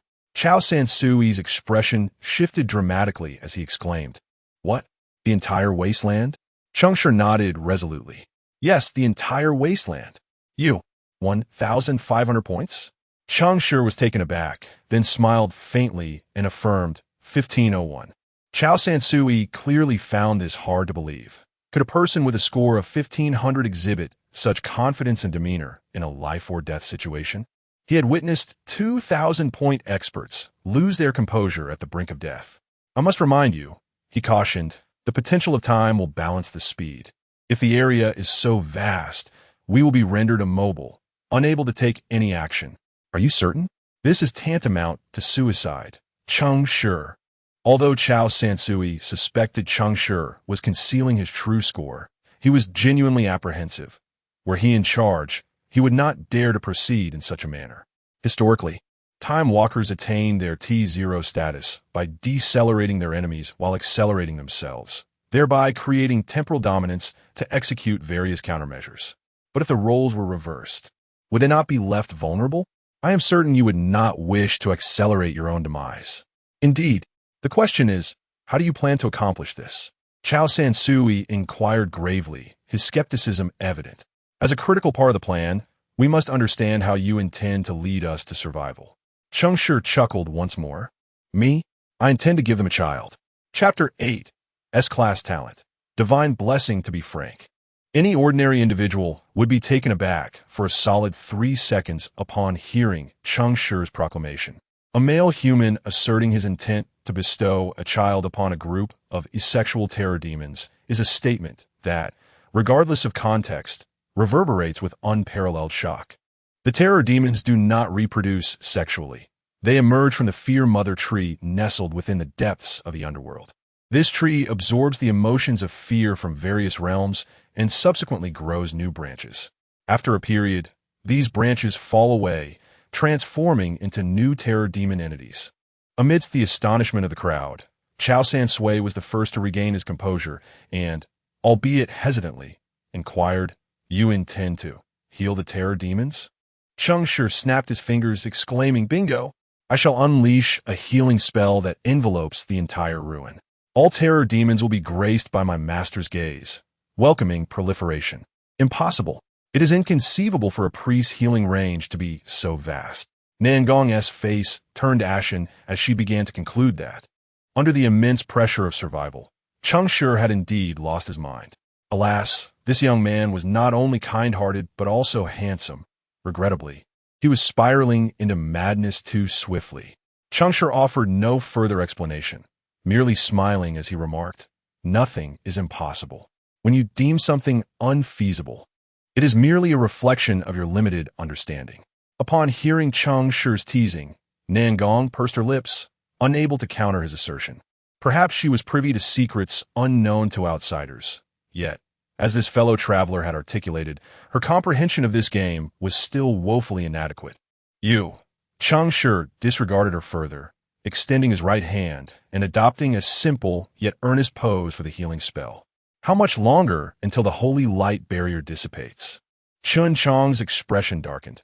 It seemed this individual had finally remembered the dwindling duration of the shield. He was uncertain whether to trust Cheng Shi, but witnessing his unwavering confidence, he resignedly replied, "You have enough time to put on a show for 10 seconds. 9 seconds. 8. 3. 2. Now," Cheng Shi bellowed, as the healing light surged in his grasp. In that moment, Xiaowan unhesitatingly consumed a handful of creation grass seeds, conjuring 6 spore arrows with her right hand, drawing her bowstring taut and aiming at the sky above. With a whoosh, the 6 arrows, imbued with potent reproductive energy, detonated above the heads of the onlookers. 1. The holy light barrier shattered like glass, instantly losing its brilliance, and the terror demons, previously supported by the luminous shield, plummeted downwards. The surrounding terror demons, witnessing the shield's collapse, roared and surged forward. The spore filaments proliferated wildly within the confined space, with the terror demons jostling against one another, leaving scarcely any gaps. Thus, a single filament could interconnect countless terror demon bodies. It remained unclear whether it was the frenzied onslaught of the terror demons or the additional spore arrow that played a decisive role. But the time before the enemies crashed upon them far exceeded 1 second. Just as the crowd's expressions turned to dread and they braced themselves for a counterattack, Cheng Shi's grand spell reached its culmination. "Allow me to demonstrate what true healing power looks like. In the vast expanse of the universe, we bask in divine grace." As the final word departed from his lips, a tremendous beam of holy light struck the nearest demon before Cheng Shi, and then the radiant light swiftly refracted outward, reaching all its kindred. This was not merely a healing spell. It resembled a healing chain capable of mending multiple souls. However, therein lies the dilemma. A healing chain diminishes in efficacy with each additional recipient, and given the sheer number of foes before them, this healing would likely only restore the slightest semblance of vitality. In previous trials, several had attempted to heal their adversaries, although Faith Game was a mere game. It bore the weight of an alternate reality. There existed no mechanisms for friendly fire immunity or healing foes ineffectively. When one healed an enemy, they indeed regained strength, only to retaliate fiercely. Thus, when Xiao Sansui observed Cheng Shi casting but a single healing chain, a profound dread surged within him. What purpose could this serve? Yet, even if he doubted Cheng Shi, it was too late. Clinging to the belief of fighting to the death, he executed the plan. At the instant Cheng Shi unleashed his spell, he activated an overload-level area acceleration across the entire ruins, excluding only their immediate vicinity. The area accelerated. Time outside raced forward, and the demons surged forth with uncanny speed. Meanwhile, time within their vicinity became stagnant, freezing everyone in place. In that limited awareness, they witnessed the healing chain transmit faster and multiply, transforming in the blink of an eye into countless torrents of holy light, violently engulfing the entire ruin. Like a colossal wave, it devoured all in its path. Everyone was awestruck. Chao Sansui watched as the encroaching demons fell into the time-stagnant zone, forming a wall of flesh and blood that shielded them within, pondering whether this was an intended part of the strategy. Gradually, his peripheral vision faded, and in his last glance, he remained astonished that Cheng Shi's healing chain was not diminishing but rather amplifying. This chain grew increasingly potent, ultimately enveloping the entire ruins. How could this be possible? There is nothing impossible. As Cheng Shi's nearly suspended thoughts observed the surrounding demons ensnared in temporal stasis, erecting a new great wall, he realized his plan had succeeded. The reason he could blanket the entire ruins with his healing chain was due to his unique S-rank occupational talent, divine grace. This talent enabled him to create a transference effect when healing similar life forms. For each additional kindred, the healing effect and range expanded. Previously, with a maximum of 16 members, this effect was merely a delightful enhancement. Yet now, if he considered all the demons as targets, even a divine being's descent could scarcely quantify their numbers. Even a mere one enhancement per individual, calculated over 1,000 times, would yield a staggering increase of over 20,000. And here, there were far more than 1,000 demons. Today, in this very moment, every demon was bathed in Cheng Shi's healing chain, and it all transpired in an instant. While it is generally undesirable to heal one's enemies, circumstances must be taken into account. For instance, the healing bestowed by the divine power of gestation is not a privilege available to all. In the instant when the terrifying rays of healing illuminated them, bolstered by the acceleration of time in the area, countless nightmarish demons found themselves unable to react as their abdomens began to swell exponentially. At that moment, gestation beheld them. Madness unfolded instantaneously. The demons, inherently asexual, suddenly began to gestate new life throughout their forms, and the absence of fear within them transformed into sheer terror. They extended their claws in an attempt to sever their swollen abdomens, gnashing their teeth in a frenzied effort to destroy the nascent beings. Yet, the formidable light of healing instantaneously mended their wounds. A profound sense of helplessness surged within them. They glimpsed their future. Each would become a mother, some with more than one offspring. Moreover, the will of gestation began to spread uncontrollably, gradually overwhelming the already low threshold of rationality in the demons, transforming them into grotesque adherents of procreation. In a swift turn of events, the scene spiraled out of control under the influence of regional acceleration. In mere seconds, chaos ensued. All demons succumbed to the bondage of reproduction, mechanically and unconsciously mimicking the most primal actions of nature, mating and multiplying. A whole battalion of skeletal warriors lost themselves entirely amidst the desolate ruins, devoid of human presence. The imagery became increasingly uncontrollable, words failing to encapsulate the unfolding horror. Time continued to accelerate, rendering the indescribable even more unfathomable. Countless demons remained ensnared in the atrocities of reproduction, their swelling bellies growing ever larger. By the time the healing chain finally reached the last demon, completing its mission of restoration, the scene had devolved into a paradise of gestation. The first affected demons felt their abdomens burst, as newborns eagerly emerged into the embrace of gestation, immediately beginning to feast upon their mother's flesh in a desperate bid to grow into new mothers themselves. These newborns bore identical visages characterized by large, innocent eyes and a singular tentacle for a body. Cheng Shi did not desire this outcome. Yet his divine power of gestation was derived from a pregnant woman encountered in yesterday's food dungeon, beyond his control. This was why he had instructed the death assassin to prepare for the funerary rites. When the acceleration of the region concluded and the tentacled newborns had consumed all the demons, they would emerge as a new army, perhaps even more terrifying than the original demon horde. The remnants of the recently deceased demons formed an ideal field of death. Song Yan's final strike would obliterate these abominations, rescuing the 6 of them. This constituted Cheng Shi's entire plan. However, those teammates encircled within the walls of the demon fortress would likely be unable to witness such a frenzied spectacle. Chapter 9. The Nausea. When time halts, what thoughts occupy your mind? If one could extract the myriad musings of every reader, it would likely compose a tome. In fact, such a volume exists in the real world, entitled Criminal Law. Yet, in truth, when time stands still, one finds oneself devoid of thought.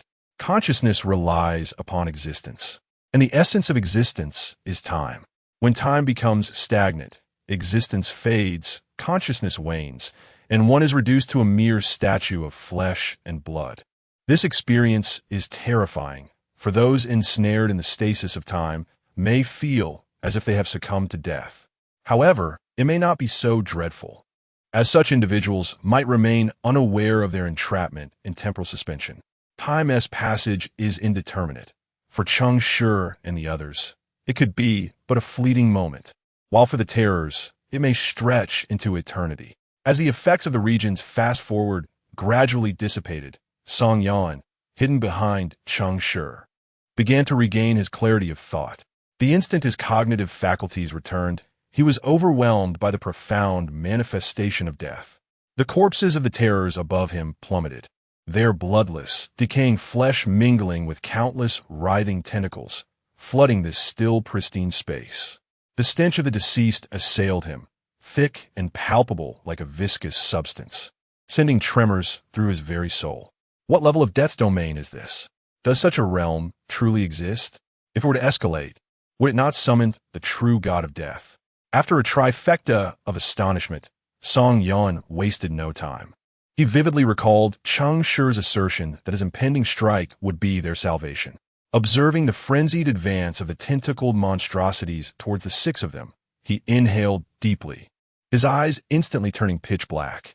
The harvesting state activated. He extended his hands and tightly grasped his own neck. With a decisive crack, he mercilessly twisted it. Immediately, his standing corpse began to dissipate, the surrounding miasma of death erupting into a tumultuous frenzy, winds howling and green radiance surging. In the blink of an eye, a colossal scythe, imbued with apocalyptic momentum, manifested above them. Cheng Shi and the others, just regaining their senses, beheld the looming scythe of death. Their breaths caught in their throats. It was immense, overwhelmingly so. They had never encountered such a terrifying instrument of demise. Even the small decorative skull at the end of the handle resembled a monumental statue hewn from a mountain. Not to mention the blade, glowing with an eerie green light, appeared capable of cleaving planets asunder. Even within the confines of the year 2100, Cheng Shi had never witnessed a scythe of such magnitude. His mind was consumed by a singular thought, to pray that Song Yan did not lose his sanity and take them all along with him. With the whispered prayers resonating through the cosmos, the massive scythe, entwined with the murmurs of the departed, swept downward.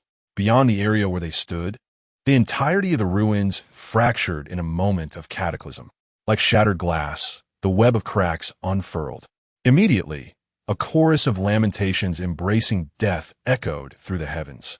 As countless colossal tentacled monstrosities, feasting upon flesh and blood, closed their eyes in eternal slumber. Death, indeed, is never an earth-shattering event. In a fleeting moment when the scythe descends, the flame of their existence quietly extinguishes. Life ceases, and the scythe withdraws. Mere seconds pass. Yet, the lingering essence of the departed has not dissipated. These spectral remnants twist and ascend, coalescing to manifest the seemingly deceased Song Yan. He fell from the air, breathless and drenched in sweat, and upon landing, collapsed into the bloodied ground, convulsing uncontrollably. The nearest Nangong, driven by maternal instinct, reached out to grasp his wrist, only to discover his body radiated an extraordinary vitality, as if in his prime. His convulsions were not the result of exhaustion from a desperate struggle, but rather the ecstatic culmination of exhilaration. Incredible, truly incredible. I seem to have glimpsed the visage of my lord, seated upon a throne of bones, bestowing upon me a magnificent scythe. Remarkable. Cheng Shi, you are truly magnificent. He gasped, struggling to rise, limbs flailing as he exclaimed, with this one moment, my life has found its worth. Cheng Shi smiled faintly, while Nangong disdainfully released his grasp. Chun Chong and Chao Sansui remained entranced by the cataclysmic blow they had just witnessed, unable to extricate themselves from the aftermath until the blood and remnants of the slain tentacles threatened to engulf them. With great effort, Chun Chong hoisted the barely conscious Chao Sansui from mire. Is it resolved? He could scarcely believe that such a multitude of terror and an entire army had simply vanished. What had transpired? Noticing Chun Chong's inquisitive gaze, Cheng Shi replied with a grin, "Do not ponder. You would not wish to know what occurred. Furthermore, the situation remains unresolved. The skeletal army, having lost its right flank, may very well dispatch others to investigate. We must depart swiftly." He then yanked the struggling Xiao Wan from the ground, indicating her swollen abdomen, calves, and back, stating solemnly, "Our combat capabilities have been severely diminished. Chao San Sui, Nangong, and Xiaowan have all lost their strength. While the latter two are manageable, Xiaowan's condition necessitates immediate treatment. We must retreat and find a safe haven to regroup." Still enraptured by the thrill of his world-altering strike, Song Yan, upon hearing Cheng Shi's urgency, blurted out, "But what about you?" Cheng Shi, carrying Xiaowan, darkened his expression. "What can a healer with a score of 1,500 possibly do?" Song Yan, taken aback, pointed at the hellish scene outside, stammering, You, was this not all you're doing?"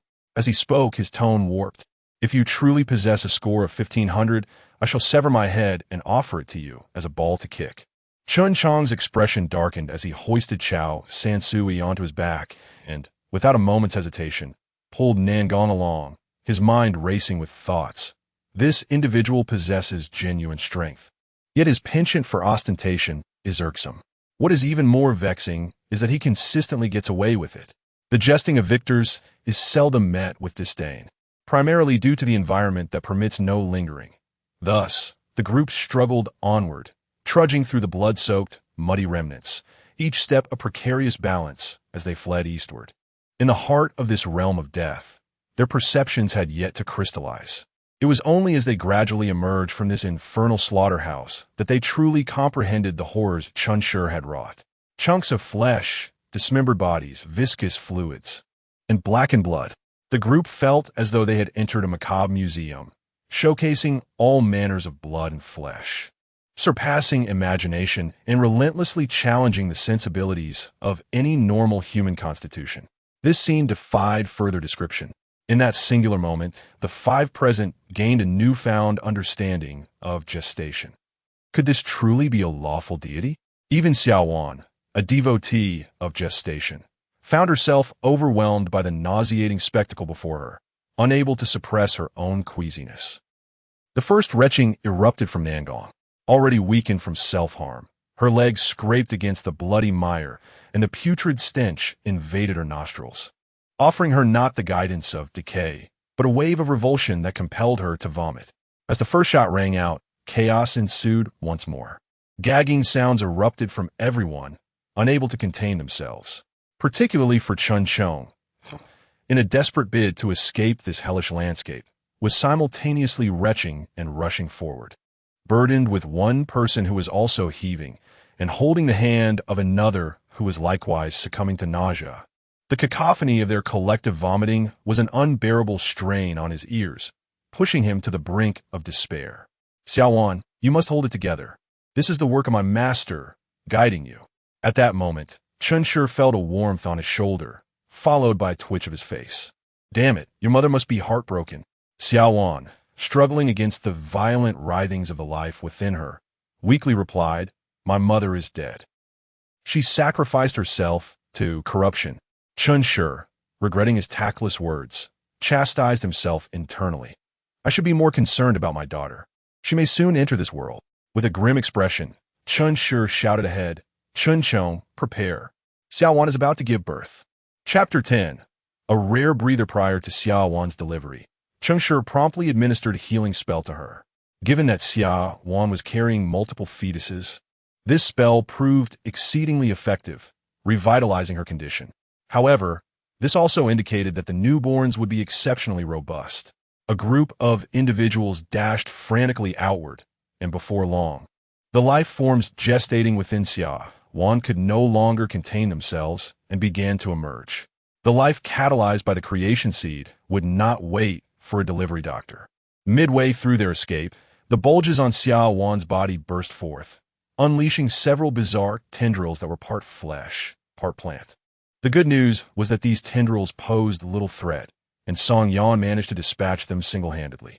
The bad news was that while Xiaowan had stabilized, Nangong was on the brink of collapse. With her eyes half closed and her body ablaze with fever, she was clearly teetering on the edge of life and death.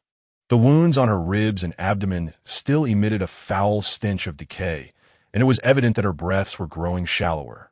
If this continued, Nangong would perish. Having recently shared a harrowing experience, the team was reluctant to suffer a loss, especially with still over half a day of trials remaining. They had already withstood the onslaught of the demon army. Dying here would be a grievous waste.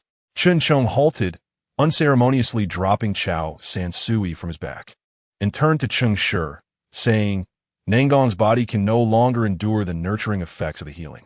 You must employ a time spell to sustain her life. Chao Sansui concurred, but as a mage rather than a priest or bard, he lacked the necessary supportive spells. Observing the grim expressions on his comrades' faces, Cheng Shi sighed and retrieved a small red vial from his personal cache. What is this? Song Yan inquired, drawn closer, sensing an aura of death emanating from the vial. It contained an A-grade potion, Contempt of the Dead, derived from the devout followers of death. Its emissaries believed that certain individuals were unworthy of experiencing death. Thus, they extracted this contempt, concocting it into a potion meant to punish those who had forsaken their oaths. It rendered them unable to approach death or heed its teachings. As Cheng Shi explained, he poured the potion over Nangong. As long as it mingled with her blood, even grave injuries would not lead to death. Though it would lack any healing properties, merely a means of prolonging life. Is there such a thing? Song Yan, quick on the uptake, attempted to catch a drop for examination. But Cheng Shi was quicker, swatting his hand away with a chuckle and a reprimand. A single drop less would render it ineffective. Do you wish for her to die? Song Yan's face flushed with embarrassment, and he stammered, I've never seen this before. Nangong, I'm sorry, I didn't mean to. Pale and weak. Nangong had neither the strength nor the inclination to acknowledge him. She merely watched as the liquid swiftly integrated into her bloodstream, and then she felt nothing at all. Is this effective? Cheng Shi shot her a sidelong glance and replied, It is effective and quite costly. Once you recover, remember to compensate me. Nangong gritted his teeth and nodded emphatically. All right. Xiaowan had just given birth and was bleeding from various parts of her body. However, as a devotee of fertility, her resistance to reproduction was considerably stronger. Thus, Cheng Shi administered a healing spell without medication. Fortunately, she did not conceive. Chun Chong, witnessing Cheng Shi's straightforward yet life-saving actions, solemnly inquired, Cheng Shi, what is your score exactly? Aside from 1501. Cheng Shi glanced around and noticed the perplexity in everyone's eyes. Seeing their disbelief, he awkwardly added, It truly is 1501. Chun Chong, unconvinced, retorted, Do you take me for a fool? The effectiveness of that treatment chain in such a situation could only be achieved with at least an S-level talent. Moreover, with those 2 vials of Contempt of the Dead, you could not possibly have a score below 2000. In the realm of Path to Ascendancy, the initial score is 1000. Falling below 1000 results in immediate death, while exceeding 1200 can yield B-level talents or items. Surpassing 1600 grants A-level, and only scores above 2000 can procure S-level talents. Right? Do you wish to continue guessing scores here, or follow me? Cheng Shi exclaimed as he lifted Nangong and led the way forward. The others exchanged glances, a flash of resignation in their eyes, and promptly quickened their pace to follow. When the leader was reluctant to divulge the truth, what choice did they have but to comply? Song Yan, unable to contain his curiosity, incessantly posed questions throughout the journey. Brother Cheng, what talent do you possess? Please tell me. Brother Cheng, what is your score, really? Brother Cheng, do you have any of that little red liquid left? Can I trade something else for a bit? Cheng Shi could no longer hold back and retorted, Aren't assassins supposed to be taciturn? With a cheerful grin, Song Yan replied, That is called contrast. It's quite popular nowadays. Fortunately, during the next hour, no other forces of the skeletal army pursued them. Cheng Shi and his group traversed the open plains for half a day until they finally glimpsed a dense thicket. The ever-chatty Song Yan volunteered to scout ahead, discovering that they had stumbled upon a forsaken home of the Wood Elves. Aside from a few abandoned tree houses, no other life forms resided within. Cheng Shi and Chen Shi, feeling a wave of relief, quickly ushered the injured into the woods. Chao Sanyue was the first to stabilize, having overexerted his mental strength, leaving him weak and unable to control his muscles accurately. He could only mumble to the others about what he knew regarding the Wood Elves. The Wood Elves were followers of prosperity, a perpetually neutral race that revered nature and never mingled with other races.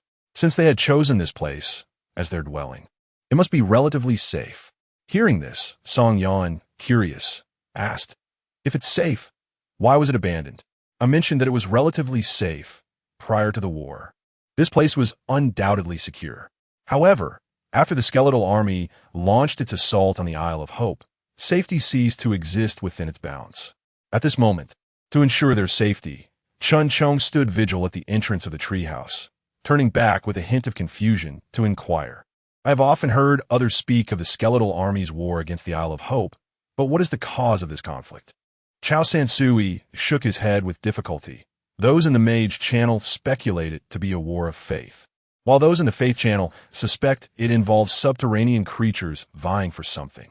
Time focuses on the present, and the information at our disposal is scant.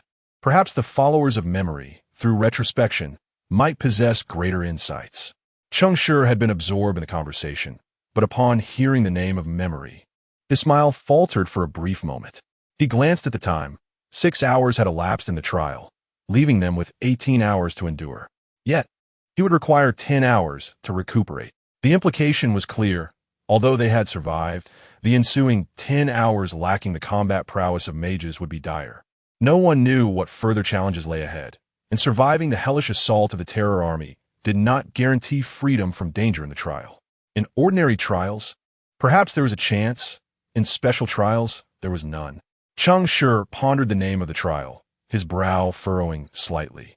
The Song of Blood and Fire. They had witnessed blood. What of fire? Ah, their party resided amidst the woods. Should a fire sweep through? Would it truly be so fortuitous as to incinerate 800 miles of encampments? Never mind. No need to overthink. They would confront whatever came their way. Cheng Shi scratched his head and retrieved a bottle of cola from the safe, guzzling it down. Upon witnessing this, Song Yan was momentarily dumbfounded. "Sheng Yi, your spatial storage is precious. You brought this?" Cheng Shi pointed at Chen Chong and chuckled. Chen Chong even brought wine. What is wrong with a few bottles of cola? If one loses their cola, what joy is left? Chen Chong did not turn around, but his fervent nod indicated his strong agreement. Song Yan had water in his own safe, but it was meant for dire situations and could not compare to the delightful taste of cola. Seeing Cheng Shi drink with such satisfaction, he unconsciously swallowed hard. "Cheng Gu, do you have more cola?" Observing his eagerness, Cheng Shi promptly produced 5 more bottles. "Cheng Gu, your spatial storage isn't entirely filled with cola, is it?" Cheng Shi merely raised an eyebrow, remaining silent. Song Yan's spirits lifted. At least it wasn't a waste of his own space. He quickly selected a bottle and made sure to share the rest with others. It proved that enjoying a bit of cola amidst the battles was indeed a pleasure. Everyone indulged in a few refreshing sips. Even Nangong, who could barely move, managed to drink a few gulps with Cheng Shi's assistance. The expanse of the forest loomed large. They would rest for another 2 to 3 hours before relocating further afield. After finishing his drink, Chen Chong stepped outside with his sword in hand. It was his solemn duty to stand guard, for he was a devoted adherent of order. Xiao Wan and Song Yan sat quietly within the confines of the room, tending to the ailing and, in the process, indulging in a moment of respite. However, the instant Song Yan closed his eyes, a wave of drowsiness washed over him. This fatigue enveloped him with such gentle comfort that he found himself devoid of any desire to resist. With a clatter, Song Yan, who had been seated on the floor, toppled over, and several injured individuals in the room likewise succumbed to slumber, their eyes gently closing. Just as the others drifted into a deep sleep, Cheng Shi suddenly opened his eyes, a glint of mischief flickering within them. Ah, how audacious to consume such beverages. They must not have faced much punishment before. Chuckling softly, his gaze drifted toward Nangong. Chapter 11. Sleep Therapy and the Fall of the Meteor. Chao Sansui had a peculiar dream. In it, his summit ladder score reached 200. placing him first, and he was summoned by the deity of time. Just as he humbly prostrated himself, ready to receive the divine blessing, a demon suddenly swooped in and kicked him aside, claiming the blessing for itself. Enraged, he woke with a start. "Damn it," he bellowed, springing up to find his teammates staring at him in bewilderment, looking slightly dazed. How am I back to normal?" Feeling the vigor coursing through him. Reminiscent of his initial entry into the trial, Chao San Sui was utterly astonished. It was not just him. Nangong beside him also appeared considerably recuperated, showing no signs of the recent injuries. "Wait, just now?" Chao San Sui thought, his heart tightening as he pulled out his pocket watch to check the time. 8 hours had passed since the anchor time, meaning he had only slept for 2 hours? This was impossible. How could he have recovered so fully in just 2 hours? Furrowing his brow, he extended his hand and waved it through the air, quickly sensing the flow of time around him. As a follower of time, he was acutely aware of the passage of time, albeit only in a vague sense. The time here had indeed not advanced much, perhaps only 2 or 3 hours. But the question remained, how had he regained his strength? With a puzzled expression, he looked up and asked what was going on. Nangong, sensing his gaze, remained silent, merely tilting her head towards the door before continuing to bandage Xiaowan. Although they had both regained their states, their wounds were not fully healed. Conversely, Xiaowan responded coldly, "We just woke up too." Chao San Sui, who naturally scored 1900, was not foolish and immediately blurted out, "Is there something wrong with the cola?" Xiaowan nodded. "And Cheng Shi? He's on guard outside." Upon hearing this, Chao San Sui's brows knitted together. His ability to recover in 2 hours was undoubtedly related to Cheng Shi. He was unaware whether it was a special technique of the high-scoring priest or if Cheng Shi had performed additional healing. But he knew that if Cheng Shi had malicious intentions while they slept, they would now be dead. Fortunately, he had not taken action, or rather, he was not an opposing believer. Even luckier was the fact that no enemies had approached during those 2 hours. A sense of foreboding crept over Chao San Sui as he rose, his expression grave as he exited the treehouse. Beneath the treehouse, Cheng Shi was engaged in conversation with Chun Chong and Song Yan. Judging by their expressions, they too seemed to have recovered to some extent. The thought that the 5 of them had fallen asleep together while only Cheng Shi kept watch, a priest at that, left Chao San Sui incredulous. "Have you lost your mind? Letting 5 people fall asleep at once? Even if you have potions to restore everyone, it should be done one at a time." The 3 individuals turned in unison. Song Yan flashed a grin, but remained silent. Chun Chong's expression showed little change. Yet the twitching at the corner of his eye clearly hinted at his disapproval of Cheng Shi's audacious move. Only Cheng Shi, scratching his head, remarked, "Don't speak nonsense. I just woke up. We all slept together, 6 of us." Chao San Sui felt a shiver deep within his soul, hardly daring to fathom Cheng Shi's audacity. "Cheng Shi, are you jesting with everyone's lives? Any unforeseen event could have led to our complete annihilation." Cheng Shi concurred earnestly. Indeed, the risk was excessive and unacceptable. Chao San Sui's reproachful tone faltered as he observed Cheng Shi's demeanor and remarks, mistakenly believing he was not the instigator, but rather partaking in reprimanding the true culprit. "Do you realize you still dare to gamble?" Chao San Sui asked, exasperation mingling with incredulity. Cheng Shi shrugged, "But I won the bet. We've regained our peak combat readiness. Have we not? After all, we were only to stay for 2 hours. You could say it was worth the gamble." Chao San Sui, seated beside the 2 with a look of utter frustration, sighed heavily. "Next time such a situation arises, please inform me beforehand. I would rather not meet my demise before I have even encountered time." Cheng Shi, this time serious, responded with genuine remorse. "You may not agree. Or perhaps everyone may be unwilling to gamble, but the truth remains, we might not have enough time for everyone to recuperate in turns. The danger is approaching. Every second counts." "But what if?" Chao San Sui began, only for Cheng Shi to interrupt from the outcome. "That what if you mentioned did not come pass." Cheng Shi grinned once more. Chao San Sui fell silent, while Chun Chong cursed, "There won't be a next time, Cheng Shi. I detest uncertainty. Damn it, you don't resemble a follower of birth at all. You appear more like a believer in fate." Cheng Shi chuckled, extending his hand to summon a flicker of healing light, gesturing it toward Chun Chong. Don't believe me? I can let you experience the sensation of being a mother right now. Before Chun Chong could respond, Song Yan leaped 10 meters away. Chao San Sui gazed at the green glow emanating from Cheng Shi's hand and inquired, "What is that?" Understanding the question pertained to the potion, Cheng Shi retracted his healing spell, clicking his tongue. "I call it somnolent healing. I infused it with a potent sedative and grade A potion, the glory of the past. It is a top-tier healing remedy that combines the divine powers of memory and prosperity. I had 6 vials in total, and now they're all gone," he concluded, feigning a pained expression. "Another grade A? I don't believe I've heard of this potion. Is it a reward from the latter?" Cheng Shi shrugged. "I don't know. I acquired it through trade. Is there truly someone willing to exchange such a life-saving item?" Song Yan returned, puzzled. "Sometimes objectives outweigh lives," Cheng Shi reflected, a silent sigh escaping him as he recalled someone. "Indeed, if life is lost, what purpose remains in hoarding such treasures? But what is the purpose of existence if one loses their goals?" Although I vehemently disagree with Cheng Shi's actions, Chao San Sui graciously replied, "Once the trial concludes, I shall compensate you with an equivalent potion." Cheng Shi's eyes brightened at this, though his expression betrayed a sense of gluttony. As his gaze began to wander over Chao San Sui, eager to discern what treasures he might be concealing, everyone spoke of the eccentric nature of the 2,000-point prodigy, and upon witnessing Cheng Shi today, their assumptions were confirmed. They had unanimously accepted Cheng Shi's 2,000 points without any doubt. Now that everyone is awake and in good spirits, "What shall we do?" Chao San Sui inquired.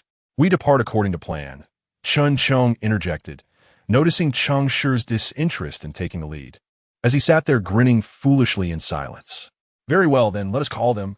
Before Chao San Sui could rise, a wave of intense heat surged from the ground, violently assaulting them, causing him to gasp in astonishment. The others were similarly taken aback, standing up to look beneath them. Only Cheng Shi, with a grave expression, gazed skyward, gritting his teeth as he uttered, "Damn, it's a meteor shower. S-class forbidden technique. Meteor shower?" Song Yan's voice warped in fear as he too looked up, and sure enough, in the vast expanse of the sky, a horrifyingly immense, sun-like apparition slowly ascended. The edges of this sun erupted with searing flames, and every spark that burst forth transformed into colossal meteors streaking across the heavens, plummeting rapidly toward the plains where they stood. In the blink of an eye, they were falling like rain. "Run!" Cheng Shi dashed outward without hesitation, exerting every ounce of energy. He had no need to look after anyone. Every teammate present could outrun him. Chao San Sui's expression tightened, and in the next moment, an area acceleration spell was cast before the group. Song Yan vanished in an instant, while Chun Chong activated his warrior's charge, swiftly pulling Cheng Shi and Chao San Sui along as they tore out like a tempest. The two figures atop the treehouse moved even faster. Xiao Wan cradled the petite Nangong and leapt effortlessly from one treetop to another. Chin Chong's speed was so intense that the gusts of wind stung Cheng Shi's face. Chao San Sui was equally distressed, exclaiming in incredulity, "This is not a spell that can be mastered in the underworld. It is a forbidden technique wielded by the elemental judges of Hope Island. What roles are we playing that we are enemies to both sides?" Enemies? No, that cannot be right. Even if these 6 individuals were indeed foes of Hope Island, the elemental judges could not possibly employ such cataclysmic magic against them. Where are 6 individuals in the midst of war? Nothing of consequence. What merit do they possess to warrant a meteor shower? Cheng Shi's expression darkened as he pondered a chilling possibility. This meteor shower is not intended to strike us. This is, in fact, aimed at intercepting the right-wing terror army. Chapter 12. The battlefield of time what?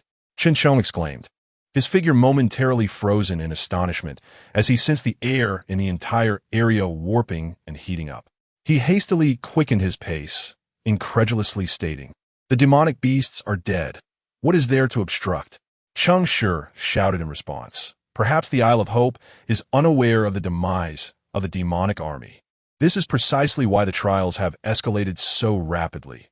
We are about to witness a true song of blood and fire. We survived for 24 hours amidst the ravaging of the demonic army and the meteor shower. We encountered the demonic beasts prematurely, leading us to a flawed understanding of the trials. Chao Sansui, visibly shocked, could hardly believe his ears. How was that possible? He then seemed to grasp something, his astonishment deepening. Are you suggesting that the skeleton army learned of the Isle of Hope's obstruction plan and thus advanced their troops to evade the assault? Exactly. Cheng Shi gritted his teeth in frustration, and they fortuitously crossed paths with us. The downfall of the Isle of Hope may not be a defeat in battle. There are issues within their ranks. Damn it, enough talk. Heal me, I lack spiritual energy. Cheng Shi promptly halted the conversation, casting a powerful healing spell upon Chun Chang's abdomen. As for why he chose the abdomen, do not inquire. Let us just say it was conveniently nearby and certainly not due to any morbid sense of humor. In life and death situations, frivolity must be cast aside. This time, luck was not on their side. The spell struck home, slightly swelling Chun Chang's belly, but fortunately his speed increased by threefold. Time was of the essence. The impact area of the meteor shower was vast. Chun Chong, how many hits can the holy light wall withstand? Chun Chong blurted out, 3. I lack the A-level defensive talent. The fourth strike will surely break through. Cheng Shi furrowed his brow, calculating. Beside him, Chao Sansui immediately interjected, that is sufficient. Given the initial speed of the meteors, we have enough time until I activate the battlefield of time. The battlefield of time? Cheng Shi exclaimed. I nearly forgot about that. A look of realization and exaggerated joy spread across his face. Clearly, they needed to find a genuine path to survival within the time loop henceforth. Everyone, gather around me. Chun Chong shouted, discarding the two individuals he had been holding. He drew forth his great shield, veins bulging as he forcefully plunged the shield's tip into the ground. Gazing skyward at the meteors cascading like rain, he bellowed, order shall prevail. The brilliance of order erupted once more, enveloping the 6 of them beneath its protective wall. Beyond the radiant golden barrier, the temperature of the air soared, the space warped from the heat, and the earth cracked under the scorching intensity. The group looked upwards, witnessing the sun blazing fiercely, meteors howling as they plummeted, leaving charred trails behind like the strokes of a chisel. Slicing through the sky as if it were mere parchment, an utterly breathtaking sight reminiscent of an apocalyptic scenario. Had they not been beneath the meteors but rather outside the impact range, this might have been an unforgettable moment of beauty. Steady, Chun Chong. 1 minute and 12 seconds left. Chun Chong gripped the shield tightly, gritting his teeth as he shouted, be alert, it's coming. No sooner had he spoken than, boom. The world around them plunged into darkness as a massive meteor fireball erupted against the luminous barrier. Suddenly, a searing light flooded the scene, as if flames exploded like molten lava, enveloping the holy light wall in an instant. Despite withstanding countless assaults from terrifying demons, the protective barrier now trembled violently under this tremendous force. Chun Chong shuddered, feeling his skin redden. It was scorching. Priest, heal me. Without a moment's hesitation, Nangong began to cast minor healing and cooling spells. Chao Sansui, clutching his pocket watch, wore an anxious expression. Hold steady. 48 seconds. Here they come. 2 of them. Beware of the high temperatures. Boom. Boom. The 2 meteors struck in quick succession. Fortunately, one did not directly hit the holy light wall, but landed beside the barrier.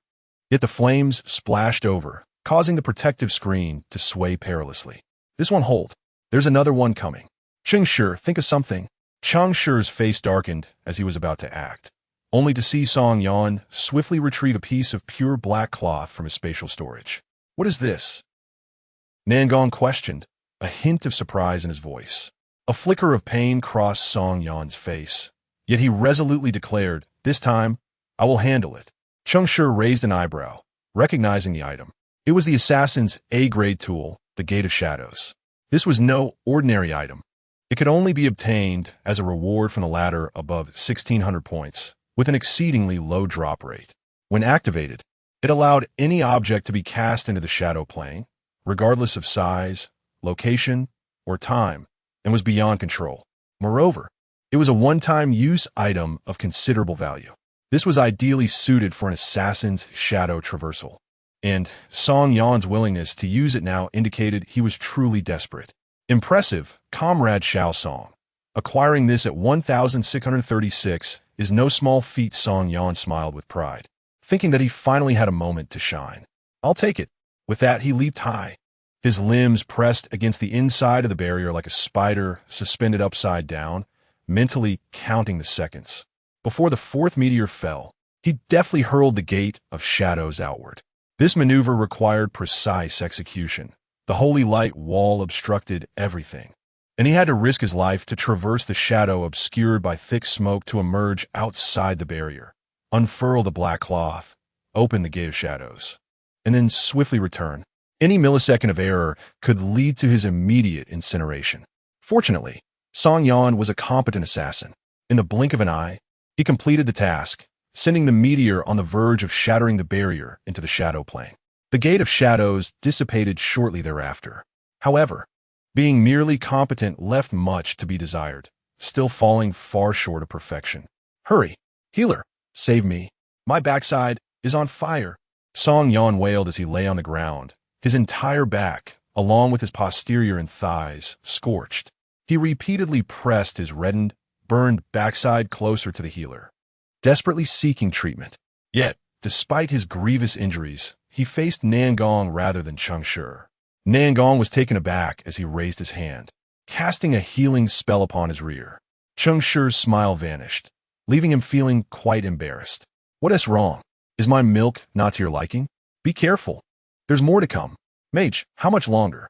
The holy light barrier would not hold for more than a minute, and the entire plane had transformed into a sea of flames, accompanied by the relentless roar of explosions, while the temperature continued to rise ominously.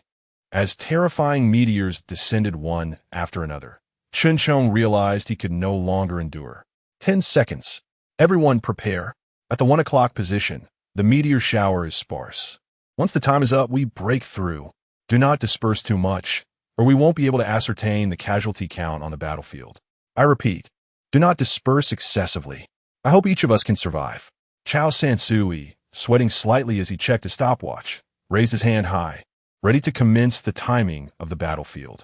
This would be their sole avenue for escape, provided they did not loop too many times. 3, 2, everyone, ready, 1, run.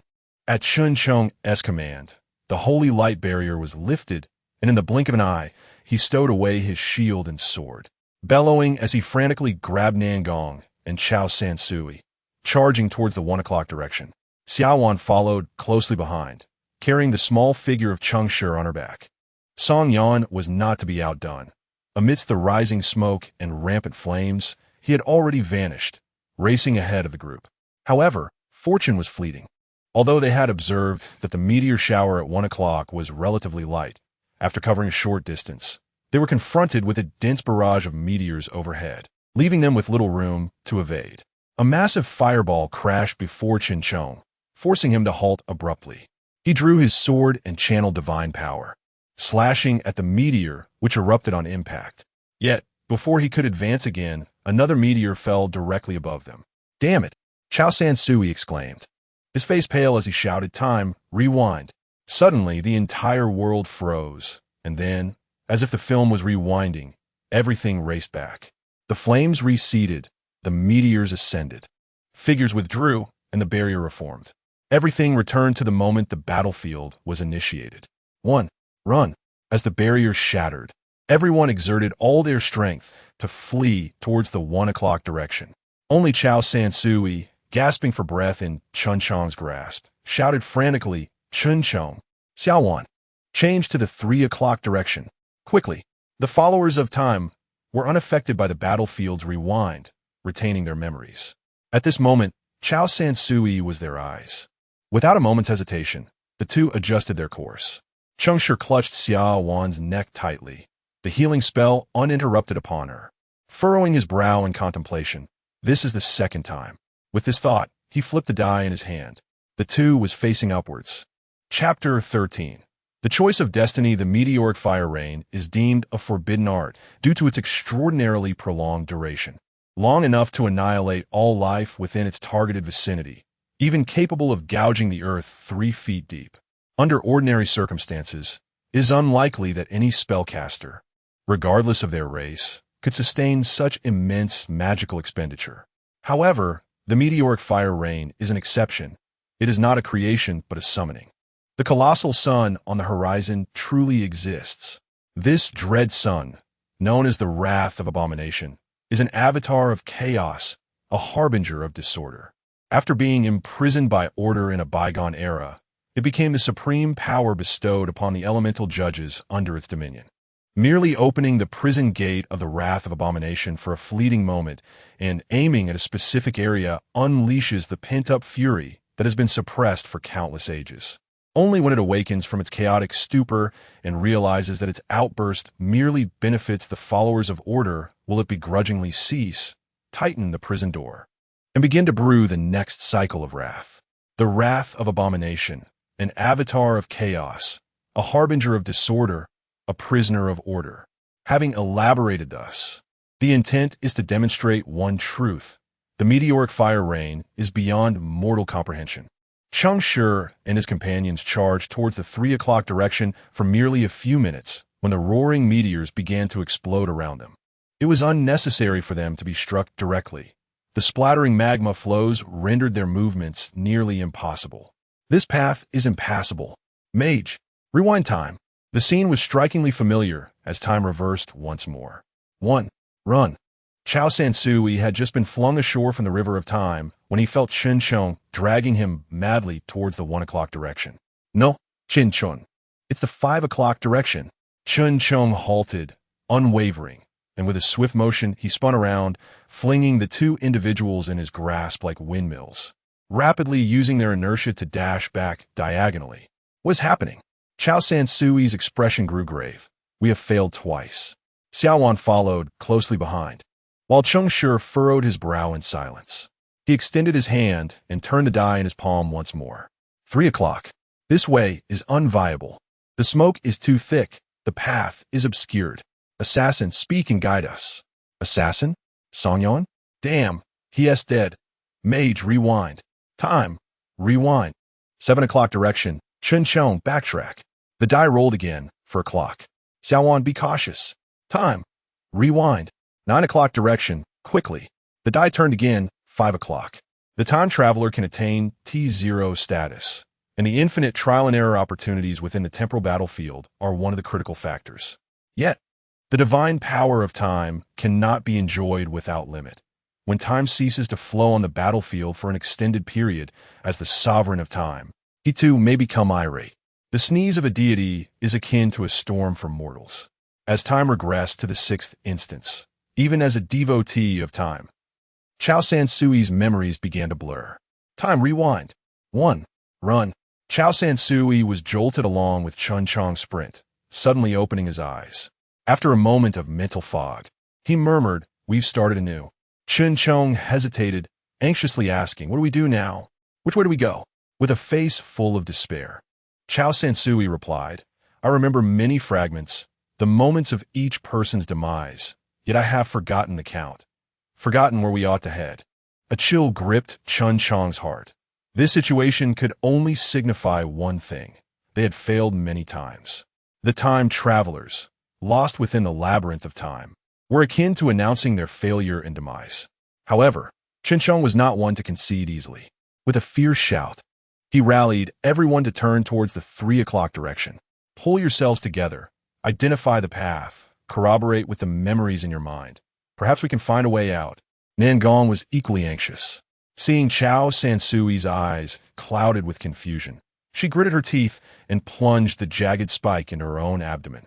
An intense healing light cascaded over Chao Sansui's head, instantly awakening his muddled mind. Gazing into Nangong's hopeful eyes, he nodded vigorously. "All right, I will recall." Just then, Cheng Shi suddenly exclaimed, "Wrong. This is the 6th time. Turn to 11 o'clock. Quickly." Chen Chong, change direction. Chen Chong, swift in his movements and already ahead of Xiaowan, turned in astonishment. Before he could utter a single word, he witnessed Xiaowan obediently pivoting towards the 11 o'clock direction. Chao Sansui was equally astonished. He could not fathom how Cheng Shi knew it was the sixth time.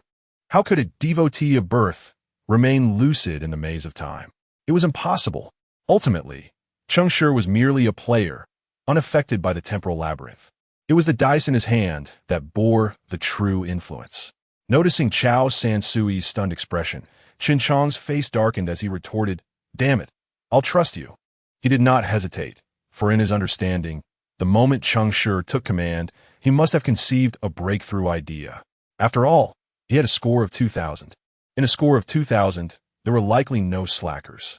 Cheng Shi, in truth, had no certainty that the 11 o'clock direction would lead to escape, but he knew the other paths had been tried and proven futile. He rubbed the surfaces of the dice in his pocket, silently flipping it to the 6. 6 times. This was indeed the 6th instance. Counting further would necessitate more than just a vertical roll. Xiao Wan was sprinting with Cheng Shi on her back, her long legs effortlessly traversing the fiery terrain, propelled by continuous healing and her hunter's instincts. Yet, the gravity of her expression conveyed to Cheng Shi that she was not optimistic about this path. "Cheng Shi, are you certain about this direction?" Cheng Shi honestly shook his head. "I'm not certain." Cheng Shi smiled brightly, declaring, "This is the choice of fate." Xiao Wan widened her eyes, her pupils contracting. Just as she was about to inquire further, a meteor, ablaze with flames, hurtled down upon them. With a resounding crash, Cheng Shi closed his eyes, clutching the dice tightly, and muttered a curse before exclaiming, "Time. Rewind." The group found themselves once more at the starting point in that familiar scene. Qin Chong dashed resolutely toward the 1 o'clock direction. Chao Sansui remained in a daze. Nangong was still anxious, and Song Yan continued to lead the charge. Only Cheng Shi, gazing at the 6 on the dice, remained silent. There was no escape.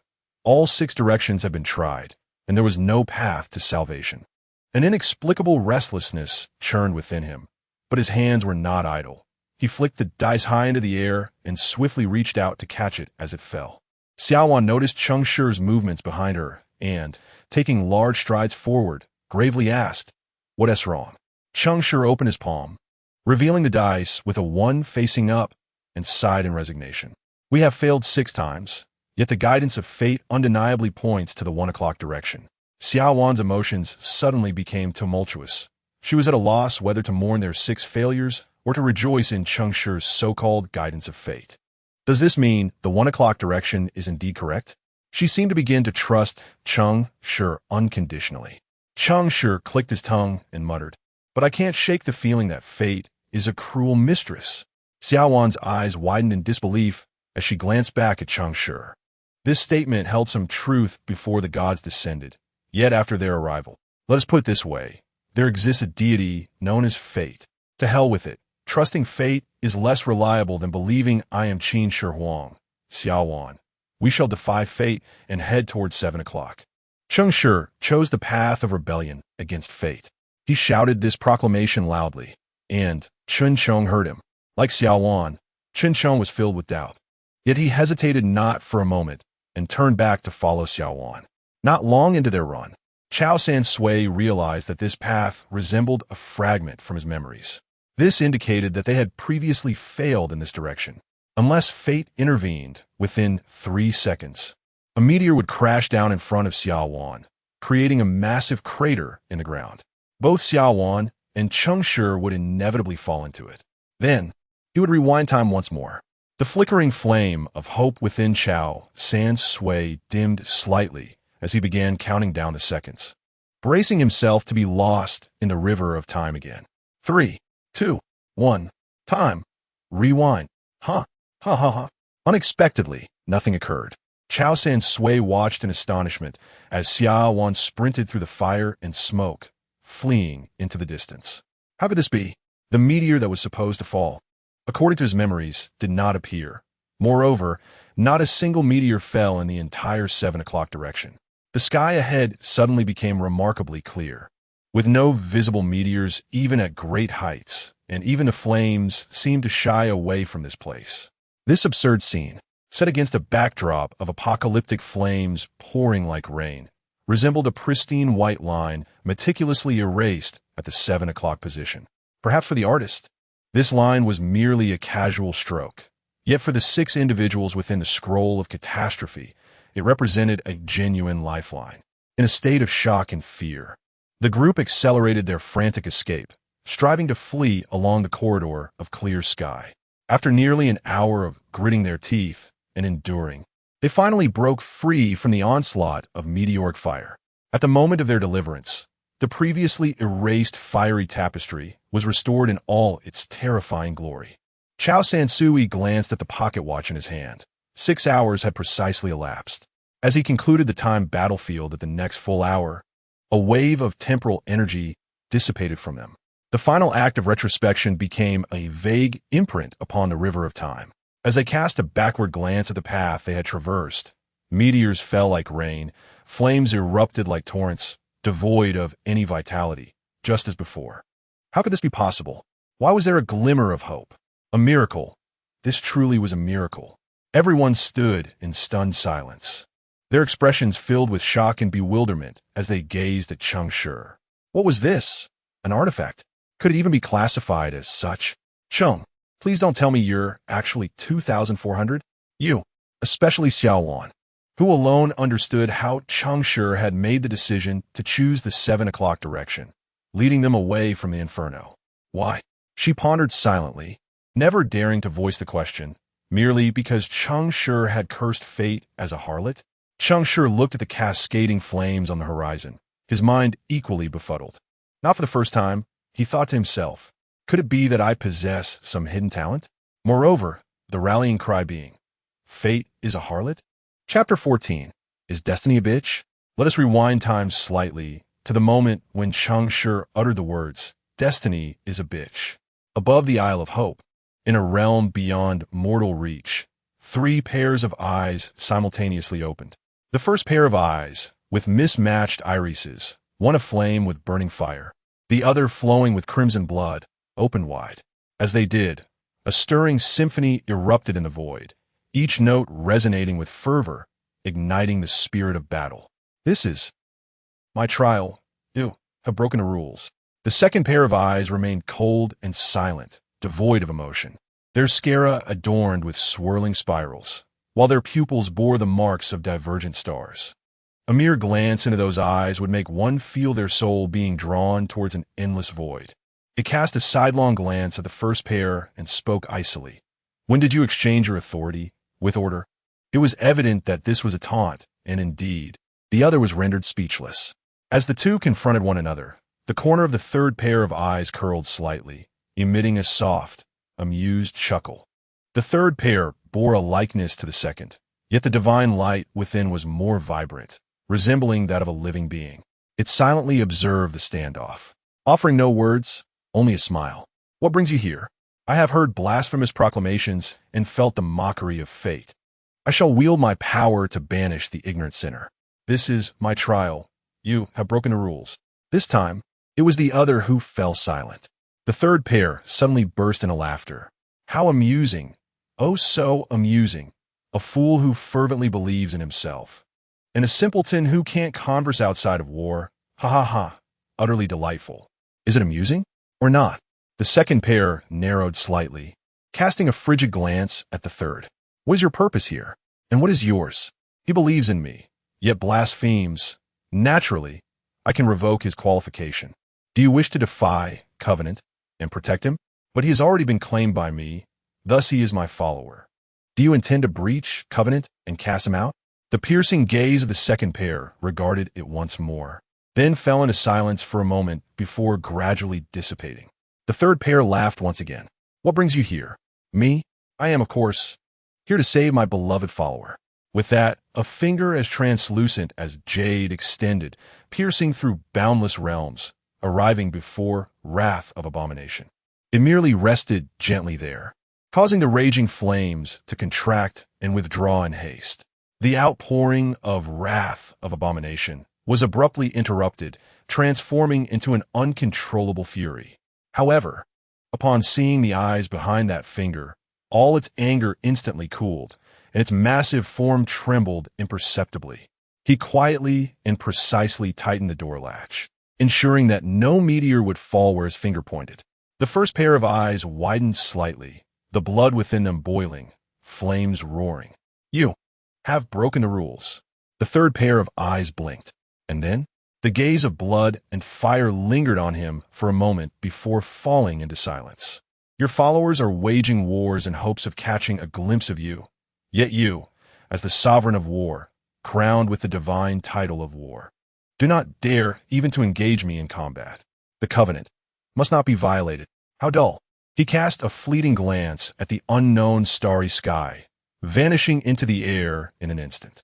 Everyone was exhausted, especially Chun Chong and Xiao Wan. Realizing they had truly escaped peril, they refused to move another step, merely collapsing onto the ground, gasping for breath.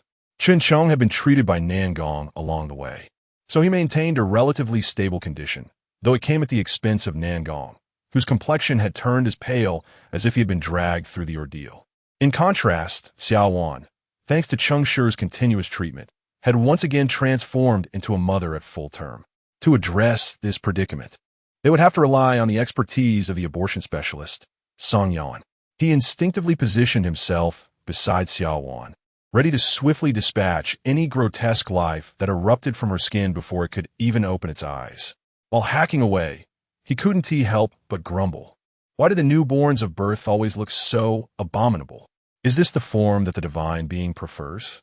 Xiao Wan pursed her lips, remaining silent as she glanced back at Cheng Shi. The meaning in her eyes was clear. Cheng Shi scored highly and understood far more than she did.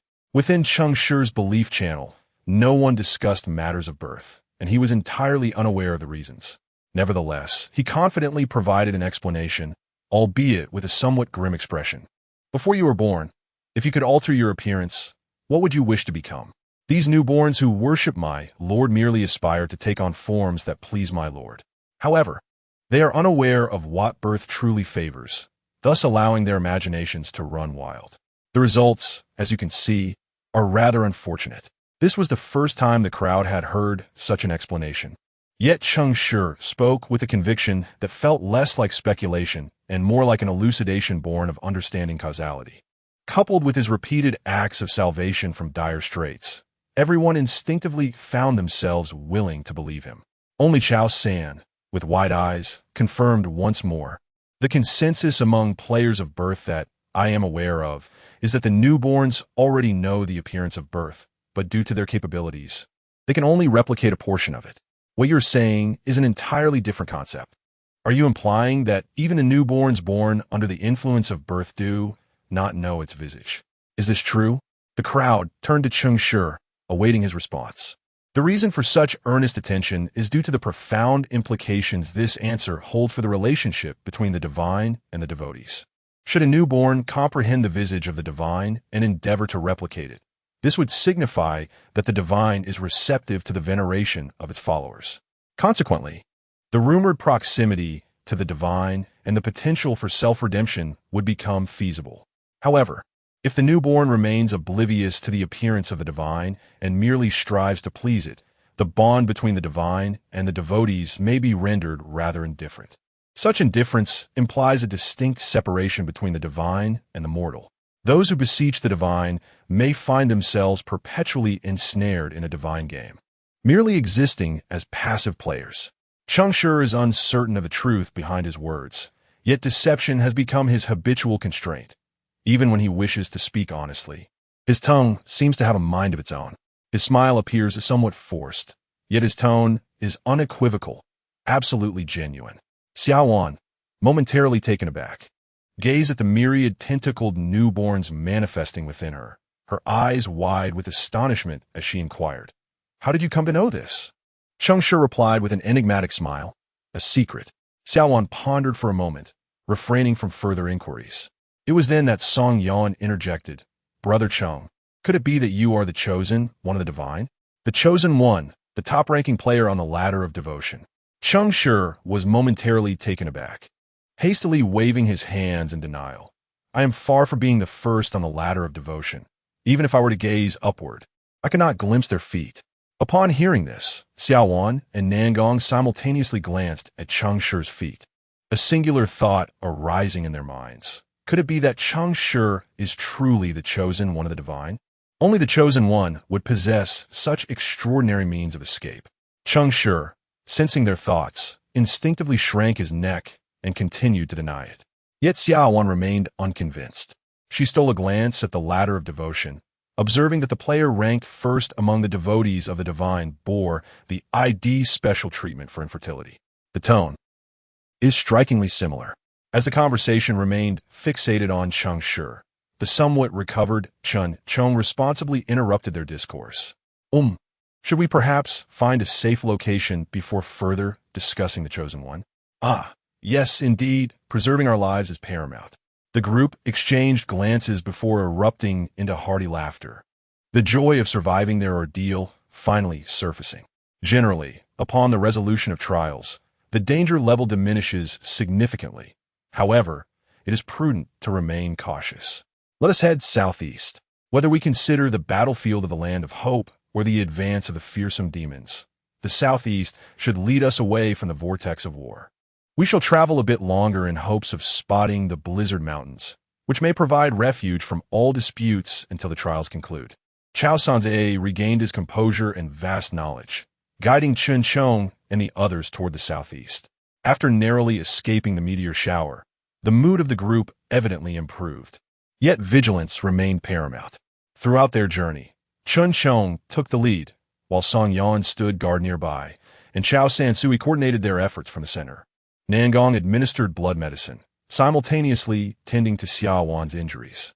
As for Cheng Shi, he resembled an elderly gentleman on his inaugural tour, eagerly inquiring about everything pertaining to the land of hope, bombarding the guide, Chao Sansui, with questions.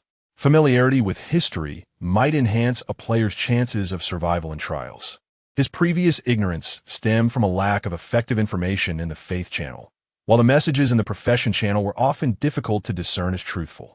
Thus, he had merely skimmed through the content without paying much attention. Now, with a living history textbook before him, he seized the opportunity to inquire without hesitation. Chapter 15. The trial concluded early according to the insights meticulously compiled by the prominent figures in the Mage Channel and my own observations during the trial. Certain truths can be firmly established. The Isle of Hope is undoubtedly the most expansive continent within the trial grounds. This land has witnessed the rise and fall of numerous nations and factions, among which the most renowned, and those that dominated the backdrop of the trial era, are several major theocratic powers that have reigned for millennia. These include the Nature Alliance, which venerates life, the Grand Tribunal, which upholds order, the Tower of Rationality, which seeks truth, and the Nation of War, which arose from the chaos of the latter stages of the civilization era. The assault of the skeletal army upon the Isle of Hope occurred during the continental warfare of the late civilization era. Faced with the encroachment of subterranean forces, the three warring factions united once more against a common foe. Our current location, the Forest County, lies within the jurisdiction of the Grand Tribunal, being the administrative district closest to the entrance to the underworld, the abyssal volcano. Throughout this journey, Chao Sansui has been methodically recounting the history of the Isle of Hope to Cheng Shi, who, after absorbing this information, has gained a clearer understanding of the continent. The distribution of forces from the underworld is rather intricate. However, as I am not a follower of the paths of descent and chaos, my knowledge in this regard is quite limited. Moreover, Chao Sansui glanced at Nangong, his gaze laden with meaning, remarking that players aligned with these paths typically refrain from sharing pertinent information. Nangong, taken aback, lowered his head and replied, "I apologize, my score is too low. I did not pay much attention to these matters." Chao Sansui shook his head, saying, "There is no need for apologies. With the onset of the faith-based game, everyone is fighting for their lives. Merely surviving is a challenge in itself. Not everyone. Never mind, let's not dwell on that. The direction is correct. Ahead lies the Blizzard Mountains, where few tribes reside, mostly non-threatening nomads. We can find a secluded spot to await the conclusion of the trial." Cheng Shi's assessment is accurate. After the baptism of blood and fire, the trial poses little danger, consistent with the nature of war. Chun Chong continued to lead the way at the forefront, remaining vigilant despite the fact that 7 hours had elapsed since they departed from the Fire Rain realm. leaving only 3 hours until the trial's end. Caution is paramount. Who knows if there might still be an unforeseen song that emerges at the final crescendo of the Ballad of Blood and Fire. The group momentarily paused at these words, before laughter gradually filled the air. Song Yan chuckled. This is not a trial of deception. It shouldn't be that severe. However, he turned earnestly to Cheng Shi and said, I am truly grateful to you, Brother Cheng. Without you, we might have perished. This sentiment was genuine. All eyes turned to Cheng Shi with gratitude, even though they were unaware of how he had managed to save them. Yet, such is the nature of the current world, where every seasoned player harbors their secrets, and none are inclined to pry too deeply into the hidden methods of those they rely upon. Cheng Shi felt a twinge of embarrassment. While he had indeed contributed against the terror, the subsequent downpour of flames had been another matter entirely. He discreetly grasped the die in his hand, offering a slight smile without uttering a word. Let us set up camp here, he suggested. The visibility is excellent for early warnings. We shall create a coffin camp. As the group ambled along, they halted upon reaching a small hillock, where Chen Chong paused to extract a shield and sword, initiating the task of digging into the earth. The others, not idle, retrieved tools from their spatial compartments to lend a hand. Typically, in survival trials, when a location is above ground and not under attack, players would excavate a deep hole, akin to ants establishing a nest to hollow out a space for their encampment. This practice, resembling a burial chamber, earned the moniker coffin camp, primarily to evade surface dangers. As for threats emerging from the underground, they were of little concern, as the actual underground world was not accessible merely by digging. It resembled a separate dimension altogether. Rather than fretting over subterranean perils, it would be wiser to contemplate how to prevent the coffin camp from collapsing. The group dug swiftly as twilight enveloped the sun. They had already transitioned into their subterranean refuge, producing various provisions to replenish their energy. Each item retrieved was lightweight yet satisfying. Song Yan and Chao Sansui even unveiled steaming bowls of noodle soup, a delightful feast for the senses. In stark contrast, Cheng Shi quietly presented a segment of finger bread and a bottle of tentacle slime beverage before the others. At the moment the viscous liquid slid down his throat, an eerie silence enveloped the group. Song Yan gagged a few times, covering his mouth. I now suspect that Cheng Ge might not be the chosen one after all. Nangong furrowed her brow, breaking her beef patty in half and offering it to him. Cheng Shi glanced at the half patty and, without hesitation, accepted it with gratitude. I truly appreciate this. Have you not received any food rations lately? Why not drink? Soda? Cheng Shi stammered as he munched. I did receive rations. This finger bread is fresh, produced just yesterday. Chao Sansui, with an expression of disbelief, interjected, You have 2,000 points and enjoy this? Who told you I have 2,000 points? I have 1,501. Chun Chong let out a resigned chuckle. Such a fluctuating score in the ladder. Cheng Shi, you wouldn't TB. Before he could finish his sentence, a violent spatial tremor erupted around them. Everyone's bodies jolted, exchanging incredulous glances, their eyes wide with shock. This sensation was all too familiar. It signified the conclusion of the trial. How is this possible? Only 23 hours have passed. Chao Sansui pulled out his pocket watch, confirming that the time he had anchored was indeed correct. A mere 23 hours had elapsed, leaving a full hour remaining. The crowd appeared utterly bewildered, a state never encountered during previous trials. However, their confusion did not translate into excitement over the premature conclusion of the trial. Instead, furrows of concern etched their brows. Change signifies risk, and none could ascertain whether this early termination was a boon or a bane. Such matters, however, were beyond the player's control. Just as everyone pondered uttering a few more words, 6 figures gradually dissipated, leaving only the provisions in their hands to thud upon the ground. Gazing at the fallen food, a pang of sorrow struck Cheng Shi's heart. Alas, my contempt of the dead and former prosperity, they remain unclaimed. Special trial, Song of Blood and Fire, War, Challenge successful, scoring in progress, calculating rewards. Player, Cheng Shi. Performance rating S, acquired item. Mockery mask B, X1, acquired item. Confusion mask A, X1, acquired item. Gratitude mask, A. X1 acquired item. Satisfaction mask, S. X1 acquired item. Desire mask, B. X1. Path to Ascendancy 12. Steps to Audience 2. Current score on Path to Ascendancy, 2116. Global ranking, 471998. Current score on Steps to Audience, 158. Fate ranking, 69. Trial cleared, exiting soon, as darkness engulfed his vision once more. Cheng Shi opened his eyes to find himself back on the rooftop.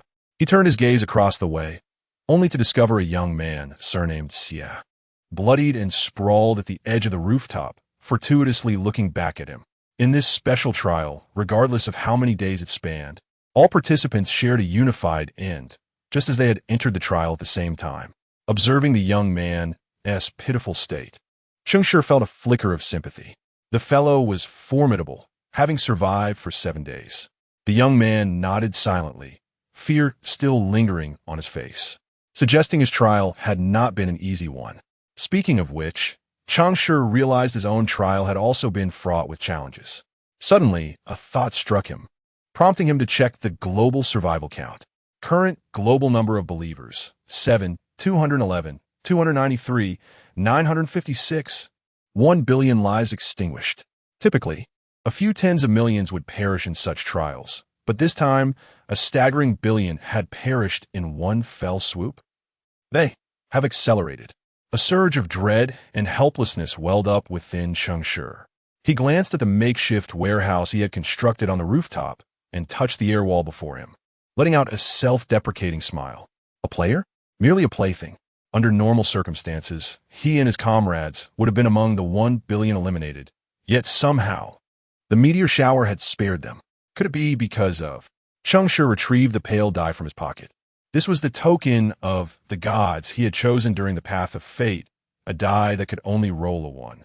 However, through various trials, he had learned that the bone-faced die was supposed to be a token of fate capable of rolling any face. What then did this signify for him? Amidst the allure of the masks of reward, he hastened into the warehouse, opening a peculiar door to behold a row of white masks within the acrylic display case.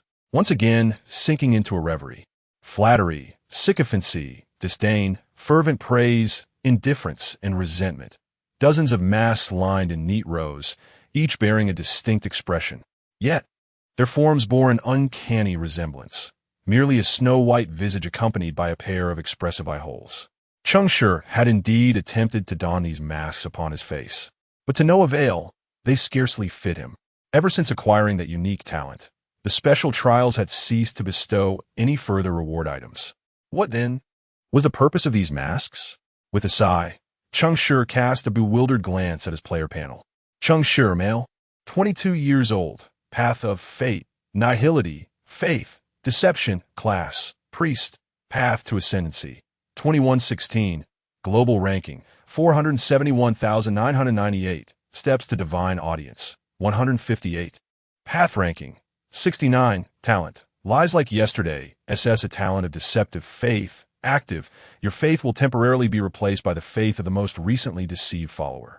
Master of deception, S a passive talent of deceptive faith, your lies are more readily believed, unless the deceived party encounters cognitive dissonance. They cannot discern your methods of deception, and you can perceive all acts of deception except your own. Offerings to nihility, S a talent of deceptive faith, active, when an item you concoct does not exist yet is widely acknowledged as real, it comes into existence. All beings mask, S a talent of deceptive faith, passive. Special trial rewards will be replaced by the special item, mask of all beings, and this talent cannot be supplanted by others. Divine favor, S a talent of the priest class, active. When healing the same species, a healing transmission effect occurs for each additional target. The healing effect and range expand by 1. Items, fate die, predestined, as you can never alter the fate of this die. Lips of foolery, fusion, as it revels in deceit, regardless of your preferences, it delights in trickery, including you. Mask of all beings, SABC, 1,000 faces for a single individual. Quantity, 47. Past prosperity, a healing potion, seeking through memory. tracing back to restore the past's most glorious state. Quantity, 93. Skills, basic healing, healing chain, light of healing, calm, hypnosis, curse removal, resistance shield, holy light prayer. Chapter 16. Surviving the aftermath in an empty parking lot of an undisclosed province. Chun Chong slowly opened his eyes, gazing at the familiar car roof above him with a mix of emotions. He was alive once more. Moreover, he had received a second A-grade talent as a reward from the trial. Acquired talent, Guardian of the City, A warrior-class talent that enhances all defensive effects by 25 when using shield-related skills. As a player with a score just above 1600, he possessed 2 initial talent slots and 2 additional ones for substitution. Chun Chong silently replaced his last C-grade talent with a newly acquired A-grade talent. With this change, his talent configuration transformed from a mediocre 1A2B 1C to a more respectable 2A2B in the current ranking distribution. Achieving such a talent configuration with a score just over 1600 was commendable, ensuring him greater confidence and a higher survival rate in the upcoming trials. Cheng Shi. It seems that even the experts enjoy putting on airs. He chuckled to himself, casually grabbing a bottle of beer from the stacked crates in the passenger seat and gulping it down. The frothy liquid streamed down, soaking his clothes, but he paid no mind. After consuming 4 bottles, he let out a burp, tilting his head back against the seat. This damned world is worse than a dream. Chun Chong let out a wry smile, casually tossing the empty bottle out of the car window. Instead of shattering upon hitting the ground, it produced a series of crisp clinks. Turning his gaze towards the source of the sound, he noticed that the vast parking lot was already piled high with mountains of empty bottles. Rather than a parking lot, a garbage dump might be a more fitting description, a recycling ground for liquor bottles. Chun Chong had never been one to need a couple of drinks to sleep. He consumed crates instead. What he sought was not slumber, but rather numbness. Please let this damned world come to an end. In reality, within an apartment of an undisclosed province, Chao Sansui stared blankly at the pocket watch in his hand, still unable to comprehend the situation. The trial concluding an hour early was unprecedented. He could not fathom what this change signified. Yet, one thing was clear to him. At the moment he exited the trial, he had glimpsed Cheng Shi's smile. What was he smiling about? Why was he not afraid? Did he already know the trial would end early? Chao Sansui's expression grew increasingly suspicious. He had always believed that time would not deceive, especially since he had once activated a time battlefield during the trials. But the question remained, even if time was truthful, could people not be? If there was someone capable of deceiving everyone and manipulating time, that person could only be the one who served everyone their drinks. Cheng Shi. Chao Sansui's eyes widened suddenly as he rushed to his desk, employing tools to pry open the watch's face, magnifying glass in hand, meticulously searching for answers. As expected, after a brief search, he discovered a faint, incomplete fingerprint on the back of the watch's hand. The traces of this fingerprint formed 3 distinct lines, which, when connected, revealed a subtle expression, smiley face. Time indeed does not deceive. Yet, some have deceived time. In an instant, Chao San realized the truth. Clutching the pocket watch, he suddenly broke into a relieved smile. The trial had not commenced prematurely. Rather, it was the time in his hand that had advanced. Cheng Shi, impressive. In an obscure, unknown basement, Nan Gong sat cross-legged on the ground, gazing at the half-eaten beef patty in her hand, and suddenly burst into laughter. Surviving once again, how delightful. Her score remained consistently low. Even with the points from this trial, she barely surpassed 1400 on the ladder. This score, amidst the increasing difficulty of trials as time progressed, was hardly commendable. Yet, she felt no dissatisfaction. Merely enduring under the gaze of decay was already a formidable achievement. You could have lived more easily. Hastening another's decay is, for him, a form of tribute. A raspy voice echoed in the dark, damp basement, yet no one else could be seen besides Nangong. This was indeed a voice emerging from the void. However, Nangong appeared accustomed to its presence. She drew her dagger and resolutely shook her head, declaring, "I cannot harm others." Foolishness. Embracing decay is the fate of all beings. I cannot harm others. Utterly foolish. Very well. Let us commence today as offering. Surprised, Nan Gong responded, did we not just make an offering? The sacrifices during the trial were all tributes to him. Now, it is my turn. Nan Gong's expression shifted slightly. She clenched her teeth, removed her pants, and with the dagger, made a deep incision on her thigh. This incision resembled a stroke of the character for Zheng, and such strokes were nearly inscribed all over her legs. Blood gushed forth from the deep crimson wound, swiftly converging toward the dagger, causing Nan Gong's complexion to grow increasingly pale.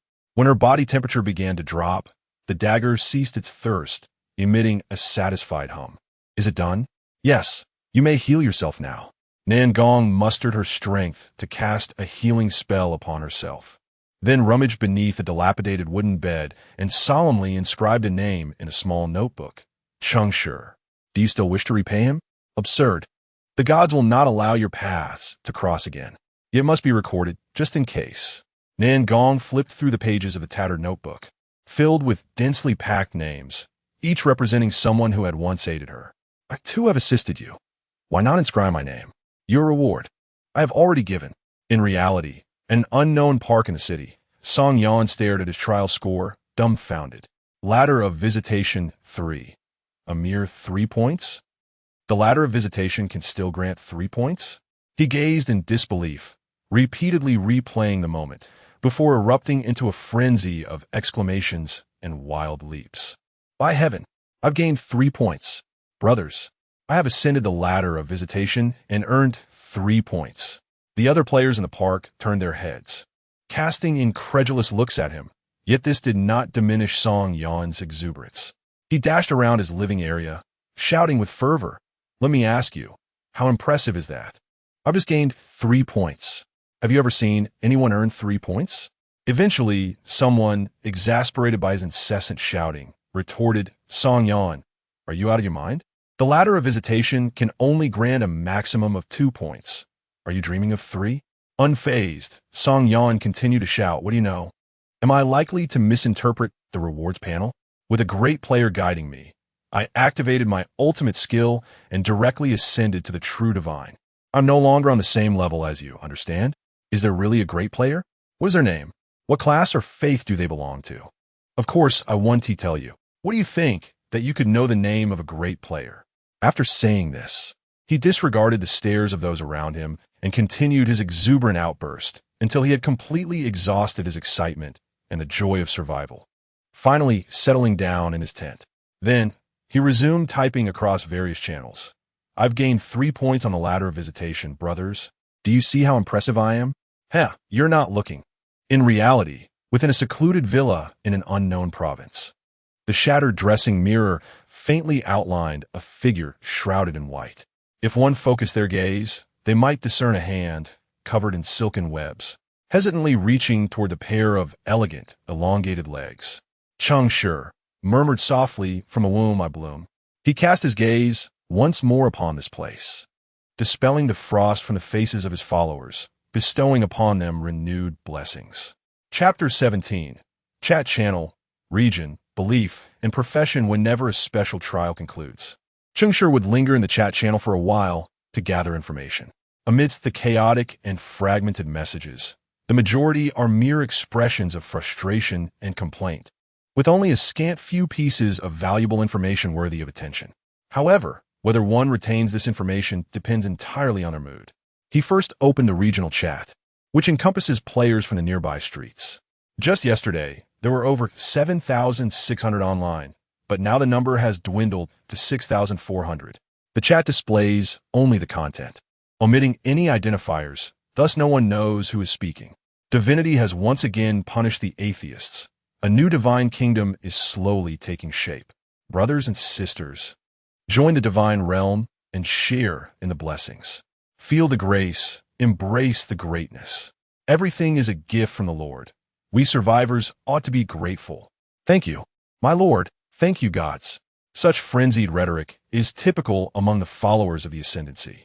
Cheng Shi generally overlooked it. However, judging by the tone and manner of speaking, the speaker was likely not a neighbor from the opposite side. Damn it, A billion dead, and the world is supposed to end? If the gods wish to save the world, why slay so many? Gratitude? Spare me your idiocy. An advertisement for a joyous night. Location: 142, Nanjing Road, Lemon Apartment. Entire second floor. 7 regions have been opened, with a vast area and 14 participants already. Friends seeking the thrill of survival after calamity, hurry and join us. P.S. Those who emphasize ideological opposition need not apply. We do not accept followers of the cult of birth. Does the cult of birth feed off your ice? You upstairs. You can spawn one yourself. No need to crowd. 1301, Nanjing Road. My sister is alone and scared. Everyone, don't believe it. 1301 is my upstairs. They bang the walls every day. A complete lunatic. Seeking medicine, A-grade or higher healing potions, willing to exchange for a profession's weapon trial. Urgently needed. Thank you. Though many had perished, the chat channel remained as chaotic as ever. Cheng Shi only took note of the plea for medicine. But since private messages were not an option in this faith-based game, he could only type on the public screen. For the medicine seeker, is it Nanjing Road or Mulberry Road? The torrent of chat messages swiftly drowned out Cheng Shi's inquiry, yet he keenly noticed the reply. Mulberry Road, high floor. Cheng Shi raised an eyebrow. He was indeed on Mulberry Road, and on the highest floor. Could it be that the person was truly a neighbor? Recalling the bloodied appearance of a neighbor across, he approached the edge of the rooftop and called out, "Hey, is it you seeking medicine?" A grimy head poked out from the large tent across, eyes filled with suspicion, hesitantly responding, "Dude, how did you know it was me?" Indeed, Cheng Shi smiled slightly. "Just a guess. I have an A-grade prosperity from the past. What do you think?" The young man, surnamed Xie, clearly understood the gravity of the situation. He stared at Cheng Shi for a moment, then solemnly inquired, "You have 2,000 points?" In his perception, players with scores below 2,000 would never be willing to trade such potions with others. Cheng Shi, indeed, was reluctant. Yet he found himself quite intrigued by the young man's proposal to undertake a dungeon quest together, as he currently lacked a suitable item. This particular item was crucial for his next trial. Moreover, his stock of past prosperity was still sufficient. No, it was a fortunate find during a previous trial. Gazing at the 93 vials of potions in his inventory, Cheng Shi reminisced about the joyful times spent with that esteemed companion during a trial focused on protecting the apothecary owner. They had collaborated to eliminate the owner prematurely and plunder the shop, circumventing the dire situation of allowing the owner to fall into enemy hands, thus unreasonably and unlawfully concluding the trial. As a consequence, each teammate was penalized 20 points in their rankings. However, they each received 120 vials of past prosperity. A small loss, indeed. What do you desire? Are you in need of a weapon? The young man named Xie appeared puzzled and somewhat embarrassed as he replied, "I haven't reached 2,000 points, so I probably can't obtain the weapon you seek. At most, I can acquire an A-grade." Cheng Shi was perplexed. Undertaking a dungeon quest specifically for an A-grade weapon was an exceptionally perilous endeavor. Since he had already sustained injuries, why would he further torment himself instead of recuperating properly? Even if he managed to heal himself with potions, wouldn't he just be injured again after the trial? Did he possess a means to avoid injury during the trial? I see you're not gravely wounded. Is it truly that urgent? Xie bit his lips slightly, his expression tinged with sadness as he replied, "It's Su Lu. She's not doing well." "Who?" Cheng Shi pondered for a moment before recalling that a girl named Su Lu resided in an apartment below, distant from his own, and he had never met her. Only overheard conversations from others below. It was said she was a singer with a unique vocal style. "You should just agree to be with me. I can't just leave her unattended goodness. Love truly blinds one, my friend." Cheng Shi discerned that the young man was not lying. He was genuinely sincere. However, the problem lay in the fact that the other party was certainly not sincere. If the injuries were severe enough to necessitate an A-grade potion for survival, the time wasted would have already cost her life. It was improbable that she would still be asking for potions in the channel. After a moment's hesitation, Cheng Shi decided to offer a word of caution. It was evident that the young man was grateful, yet he remained resolute in his need for the potion. "Thank you. I know how to discern a person's character. Just as I can see that you are not a devotee of an evil deity. Well, There is no need to hide it from you. She is a seer. She foresees the dangers of her next trial and wishes to prepare in advance. Cheng Shi was taken aback, blinking in disbelief. A seer, the singer of fate. No wonder she seemed so capricious. Observing that he could not dissuade the young man, Cheng Shi ultimately tossed the potion over. The young man caught it with astonishment. Aren't you afraid I might hoard your potion? Cheng Shi chuckled nonchalantly. In fact, I would prefer it if you did. The young man, surnamed Xie, trembled with excitement, clutching the vial tightly and earnestly declared, "Thank you. I will first deliver the medicine and then return to hear about the weapons you need. I promise I will bring them back for you. My name is Xie Yang." After bowing respectfully, he seemed rather dramatic. Just as Cheng Shi pondered how to respond, Xie Yang's subsequent actions left him utterly bewildered. The young man hurried to the other side of the rooftop, grasped a fishing rod, and began to lower the potion down. Wait a moment. She agreed to be with you, but hasn't initiated the merged space trial? Xie Yang turned around, solemnly explaining. Lulu is a sensitive person at heart. She isn't ready to fully open up to me yet. But it's all right. I can wait. Goodness. I thought you were merely an eccentric young man, but it appears you're rather unhinged. How can you believe that? Cheng Shi remarked, exasperated. Ah, fate is indeed a cruel mistress.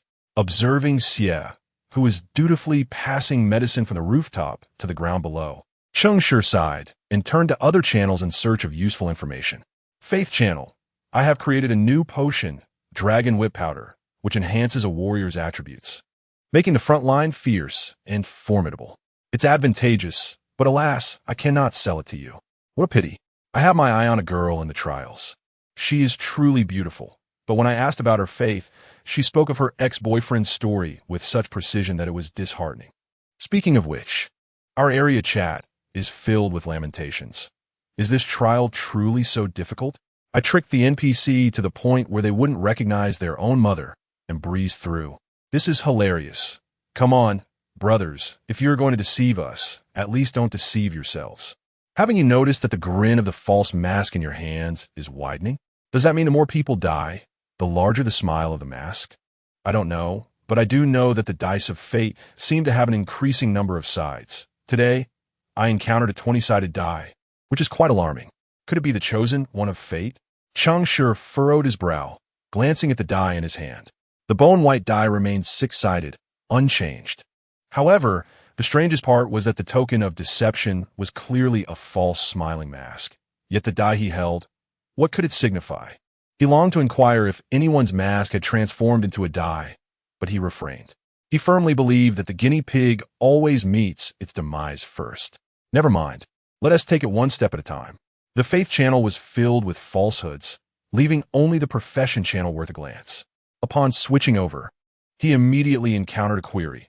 Esteemed experts, has anyone encountered the A-level potion, Contempt of the Dead? Cheng Shi paused momentarily before bursting into laughter.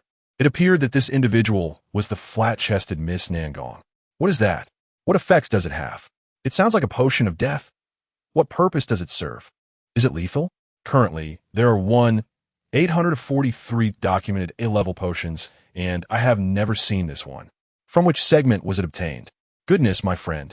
You seem to remember that vividly. Are you perhaps a master of memory? No. Having matched 2 trials involving generators and computers, acquiring items has become significantly more convenient. Additionally, one can connect to the chat room via the computer, although the interface appears rather antiquated and requires some time to become accustomed to. Is this truly possible? It is indeed a matter of life and death. I wonder if our esteemed leader is present, having been saved by them once. I owe a debt of gratitude and wish to inquire about the equivalent value of potions. The worth of Class A potions varies greatly, and it is evident that Nangong has noted the significance of Cheng Shi. Just as Cheng Shi intended to respond that encountering one another is fate, a message suddenly surged forth in the chat channel. I once encountered the disdain of the dead, but searched for a month without success. What did I see it? In the possession of someone surnamed Cheng? A cold sweat broke out on Cheng Shi's forehead as he silently cursed himself for getting too close. Fortunately, the influx of messages in the chat channel caused this particular information to quickly vanish like sand in the sea. After a prolonged moment without further developments, Cheng Shi let out a subtle sigh of relief. One who frequently walks by the riverbank is bound to get their shoes wet. Henceforth, this potion shall require a new name. While he diligently continued to observe the ongoing conversations, in a spacious flat in another city, a woman reclining in a bathtub discreetly tightened her grip on the wine glass in her hand. The disdain of the dead? The scorn of the deceased? Cheng, how many secrets do you still harbor? Could it be that you are a follower of him? I shall remember you. Chapter 18. A week fleeting by. Trials re-emerge in these 7 days. Xie Yang, with a beaming countenance, assisted Cheng Shi in procuring an A-grade weapon, seemingly having secured some promise from the Oracle Maiden. In truth, Cheng Shi had no intention of acquiring a weapon. Rather, he sought a few golden pocket watches. Yet, Xie Yang believed that the worth of these golden watches paled in comparison to the once thriving potion vials. Thus he insisted on obtaining a weapon instead. Witnessing Xie Yang's obstinacy, Cheng Shi yielded and casually mentioned a mage's weapon for him to acquire. Upon learning that Cheng Shi required a mage's weapon, Xie Yang was momentarily taken aback. So you are a mage? Does it not seem so? I always assumed you were an assassin, adept at concealing your presence. Fortunately, during the dungeon run, Xie Yang emerged alive, albeit gravely injured. Cheng Shi earnestly urged him to reclaim that vial of once thriving potion, but to his surprise, Xie Yang resolutely declined the suggestion and even borrowed another vial. Ultimately, the weapon was secured, but another potion was sacrificed in the process. May you find love soon, Cheng Shi remarked, his expression a tapestry of emotions. Thank you, Xie Yang responded, genuinely grateful. Cheng Shi, however, felt a pang of disdain. Were it not for your company and conversation, I wouldn't care a whit about your so-called love. Yet, this situation has its merits. At least it provides some amusement. In these trying times, relaxation is of utmost importance. As time slipped away, Cheng Shi opened his eyes once more to find new trial information before him. Having not engaged in a dungeon for a week, he found his competitive spirit well preserved. Special Trial, Eternal Night's Labyrinth Memories, has commenced. Matching teammates, 1-6. Trial objective. Within the intertwining memories, a path can always be discovered. Provided the night has not yet dispersed. Time limit, 12 hours. Damn. Cheng Shi exclaimed, momentarily stunned, cursing aloud. How could it be a trial against the opposing faction? Is this not tantamount to inviting death? Match successful, 6-6. Entering the trial. As Cheng Shi grappled with his astonishment, his vision faded into darkness once more. Sir? Sir? The air was thick with lively chatter, punctuated by the sounds of clinking glasses and raucous laughter. Where am I? A tavern? Cheng Shi opened his eyes to find himself seated at a round table, surrounded by 6 individuals, all slumped over the table in slumber, with him being the first to awaken. He glanced at his attire, noting that his collar and lapel were drenched. Thankfully, it was not due to vomit. It seemed he had knocked over a drink while asleep, and the scent of alcohol surrounded him. Sir, shall I continue to serve the drinks you ordered? A servant clad in black stood nearby, holding a tray and patiently awaiting Cheng Shi's command. Sir, more? Look at how inebriated everyone is. What purpose would that serve? For a bath? No, thank you, Cheng Shi replied, shaking his head as he watched the servant bow and retreat. One by one, his teammates began to awaken.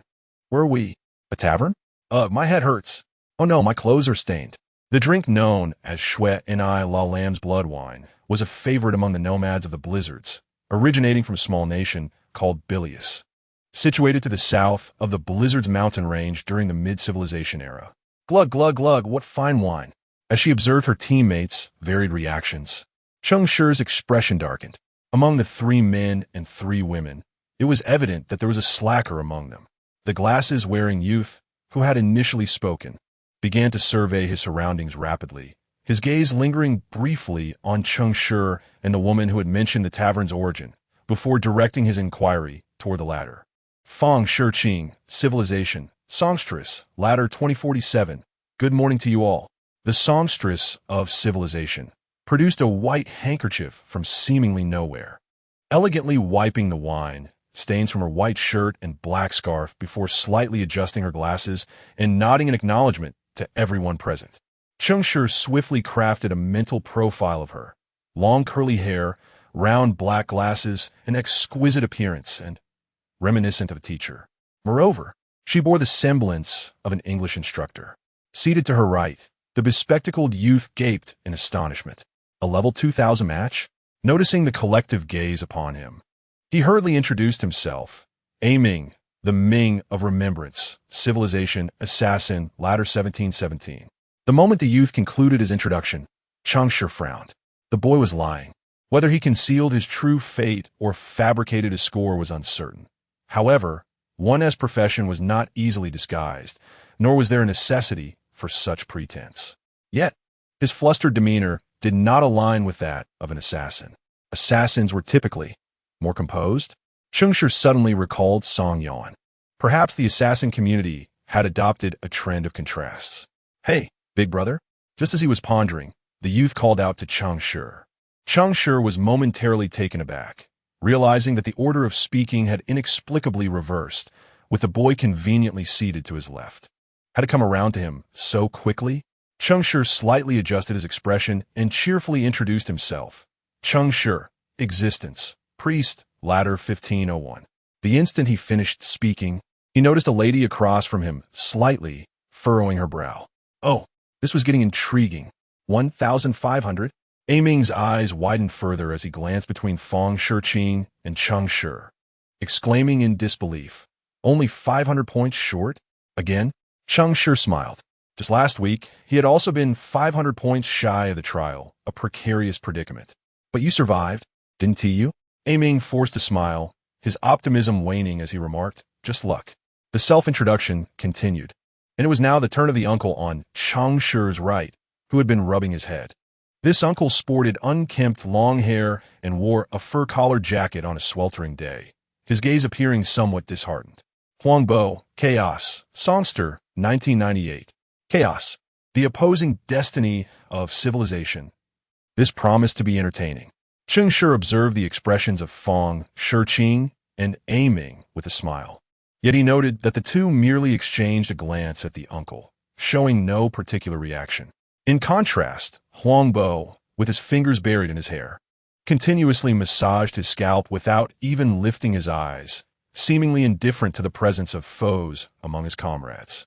Huangbo, Akayatik Bart, born in 1998, another contender with a score of 2,000, another bard?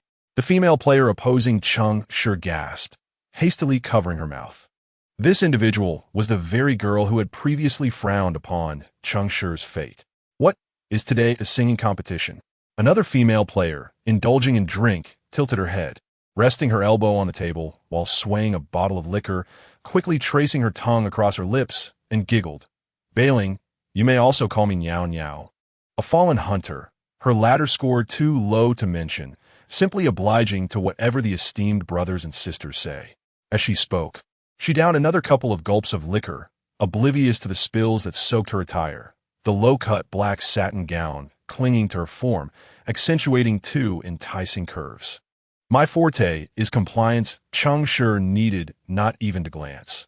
The scent alone revealed that this collar-clad lady was a decadent hunter, a sensory pursuer.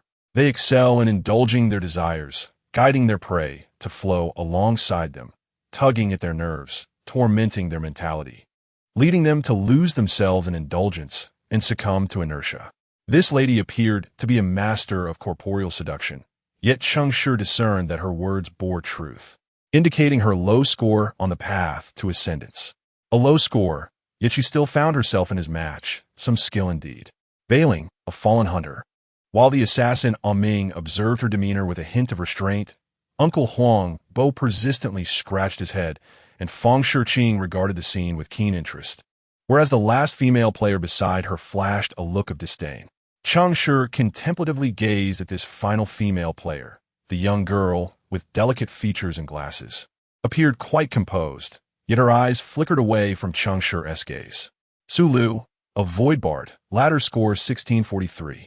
As her voice, tinged with a high pitch, rang out, Cheng Shi first shivered, then quickly turned to Bailing, attempting to mask the uncontrollable twitch at the corners of his mouth. Look at that, isn't it a coincidence? The only prophet on the field, and he knows her well. Most likely the very girl whom Xie, the love-stricken dog, yearned for in vain. TSK, a devotee of fate. My apologies, but my role in this match is that of a time devotee. In other words, I am a wolf. Su Lu, a void bard, ladder score 1643. Cheng Shi yearned to laugh, but dared not reveal too much. He understood Su Lu was undoubtedly sizing him up. Albeit she must still be pondering whether this Cheng Shi was indeed the neighbor she recognized. Su Lu was indeed evaluating Cheng Shi, feigning nonchalance while internally recalling the words Xie Yang had shared with her regarding Cheng Shi. On the rooftop of the adjacent building resides a mage named Cheng Shi, whose appearance is rather unremarkable and slightly portly, resembling a typical reclusive individual. He implored me for quite some time to lend him assistance, and feeling a twinge of pity for him, I casually provided him with an A-grade weapon blueprint, enabling him to forge a weapon. Despite his ordinary looks, he possesses a commendable sense of loyalty and gratitude, gifting me a bottle of A-grade healing potion in return. It was evident that he did not acquire it from a dungeon raid. Rather, it must have been scavenged during trials, undoubtedly of lesser worth than the weapon I bestowed upon him. Given my elevated status and diverse capabilities, I had little use for it, so I offered it to him for his survival. The potion, while mediocre, sufficed. No need for thanks.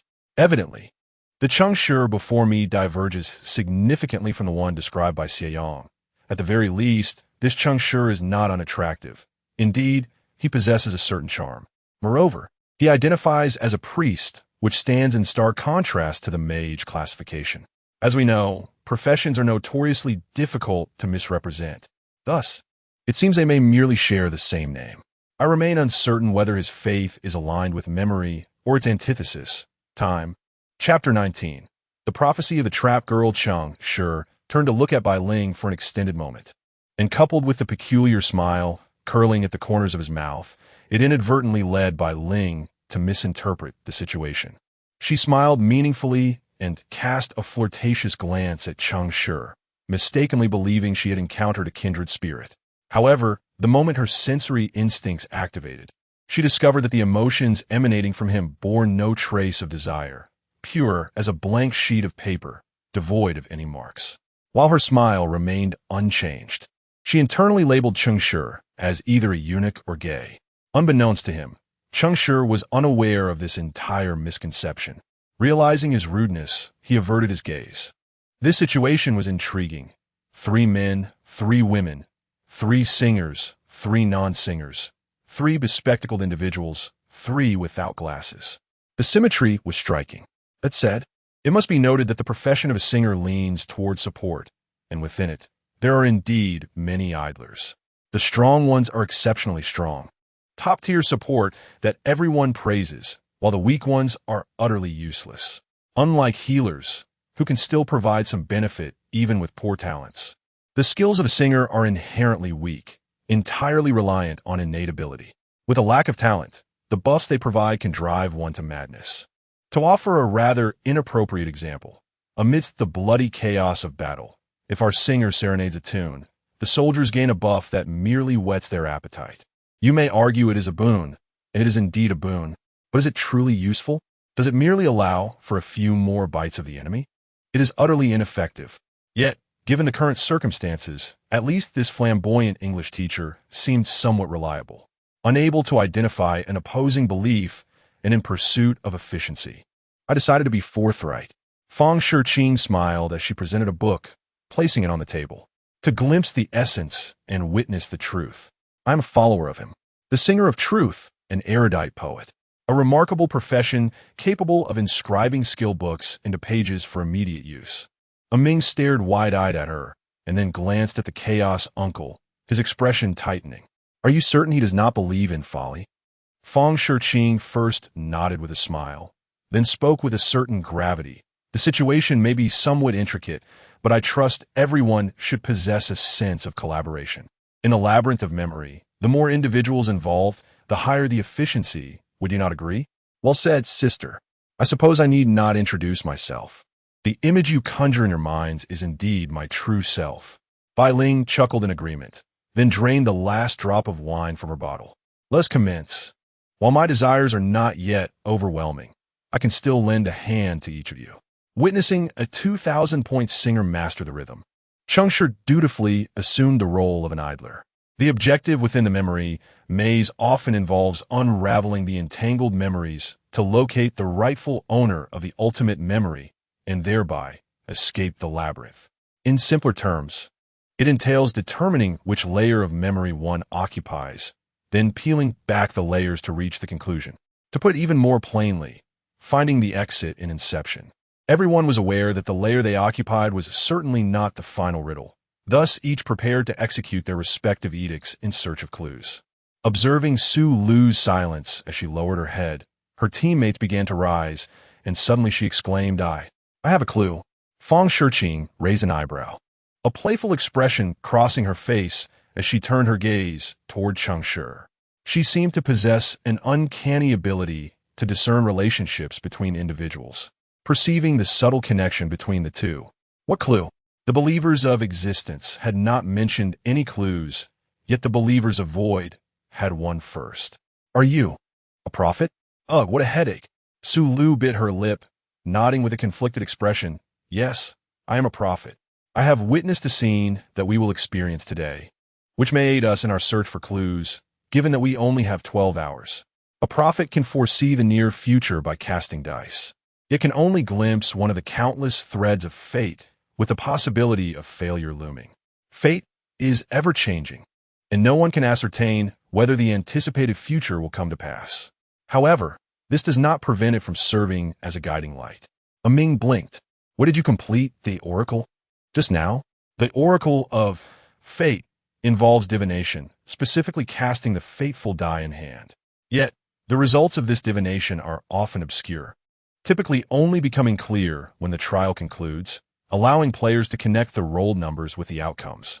Upon awakening, Su Lu had discreetly cast her fate die on her thigh, obtaining a result of 5, which filled her with trepidation, fearing that this number might indicate the final count of survivors, prompting her to devise ways to ensure her safety. Despite the fact that the existence player opposite her may not represent opposing beliefs. And even though the priest's damage potential is low and his score inferior to her own, she was unwilling to take risks. Yes, my score is low, and I am not clever. I need to team up to explore without being a burden. This was clearly a proposition, and Cheng Shi smiled without responding, while Bai Ling rolled her eyes and Huang Bo continued to scratch his head. Ming, however, kindly offered a way out, prompting, then you. Su Lu remained silent, glancing at Fang Shiqing. This was a sturdy support, evident to all. Fang Shiqing smiled, offering no rejection. Su Lu exhaled in relief, continuing, There are 2 prophecies. Yesterday, I saw someone die today, and the roll number was 9. Just now, I witnessed a woman wearing a ring lifting a teacup, and the roll number was 4. With your ladder score of 1,600, does the fate die have only 10 sides? Su Lu, note that. Was a deceased male or female? Su Lu shook her head, her complexion darkening as she replied, The omen of fate is not clear. I only saw someone lying in a pool of blood. The higher the number, the greater the likelihood of occurrence, indicating that it is highly probable someone will die today. The expressions of the group visibly darkened at this prophecy, particularly Ming, who glanced at Huang Bo with a hint of panic. As for the women, Cheng Shi scanned the surroundings and noted that, apart from their table, there appeared to be a scarcity of women in the bar. Even if there were some present, it seemed that no teacups graced the tables. Perhaps this scene corresponded to a particular memory yet to unfold. Time was of the essence. Speculation was futile. They needed to prioritize their investigation and proceed with their respective tasks. Regardless of whether they found any clues, they would reconvene in 1 hour. Let us calibrate the time now. I trust everyone has a watch. Fang Shiqing rolled up her sleeves, revealing a delicate lady's watch on her wrist, and continued. I notice the sunset outside has just dipped below the horizon. According to the previous memory enigma, there should be a preparation time of 10 to 15 minutes. After excluding this duration, we shall anchor this moment at 12 o'clock. Let the countdown commence, shall we?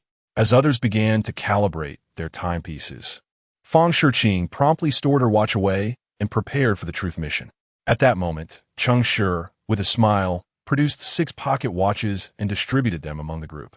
Observing Su Lu's eyes widening in surprise, he meaningfully remarked, "If you all don't mind, it would be preferable to utilize my pocket watches. I have already anchored the time. 12 o'clock coincides with our entry into the trial. I have calibrated all the watches, and they will chime at 5 minutes, 3 minutes, and 1 minute before the hour. Please maintain your focus." This entire spiel was a verbatim replication of Chao San's previous discourse. It was not that Cheng Shi lacked his own words. Rather, he too had pilfered the notion of time from his faith, having stolen the essence of belief. Appropriating another's words seemed hardly excessive. Recalling the last trial, when everyone lay incapacitated in the wooden elf's treehouse, Cheng Shi had mischievously rummaged through their pockets, retrieving their pocket watches and adjusting the time by a full hour backward. To ensure caution, he had stood guard outside, his nerves taut, until everyone gradually awoke. He then feigned simultaneous awakening, sharing insights on their slumber. In this manner, he deceived them all, as well as the battlefield of time. For indeed, the battlefield of time commenced at the hour and concluded at the hour. Only, this hour was an hour earlier than the time travelers had presumed. Thus, today's Cheng Shi was a devotee of time, a physician of forgetfulness. Chapter 20. The followers of chaos did the forgetting doctor? Fang Shiqing glanced at Cheng Shi with great interest, smiling as she picked up the pocket watch from the table. One by one, the others also reached for the watch, yet their expressions were a tapestry of intrigue. Their gazes flitted back and forth between Cheng Shi and Su Lu, pondering the reasons behind the girl's apprehensions. With such a defensive posture, it was clear that this Cheng Shi was audaciously flaunting his defiance against the girl, seemingly eager for the world to witness their opposition. Su Lu, visibly hesitant, refrained from accepting Cheng Shi's offering. Instead, she calibrated the time on the pocket watch before gently returning it to him. The forgetting doctor is certainly not a favorable answer in the trial of memory, Cheng Shi. I hope you refrain from meddling with the NPCs. Excessive acceleration of their memories could lead to a collapse, trapping us eternally within their recollections. Cheng Shi shrugged nonchalantly, seizing the pocket watch and turning to depart. He sought solitude to engage in the act of prophecy. The tavern was vast, spanning 2 floors. Its design echoed the medieval Nordic style, adorned with wooden fixtures and embellished with the pelts of beasts, exuding a rugged charm. Numerous tables filled the space, bustling with patrons. The clinking of glasses and raucous laughter filled the air, and before long, Cheng Shi could no longer discern the voices of his companions. At the center of the bar, a grand open design allowed for a sweeping view of the first floor from the second, where patrons could lean over the railing to survey the lively scene below. Cheng Shi quickened his pace, turned down a hallway, and in a secluded corner, he produced his fateful die. The act of prophecy concluded successfully, and he felt time's favor upon his fingertips as he emerged with a smile. It was time to commence his investigation. The trial of memory was infinitely more civilized than the trial of war, rarely punctuated by combat. When it occurred, it was generally confined to small skirmishes, resolved swiftly.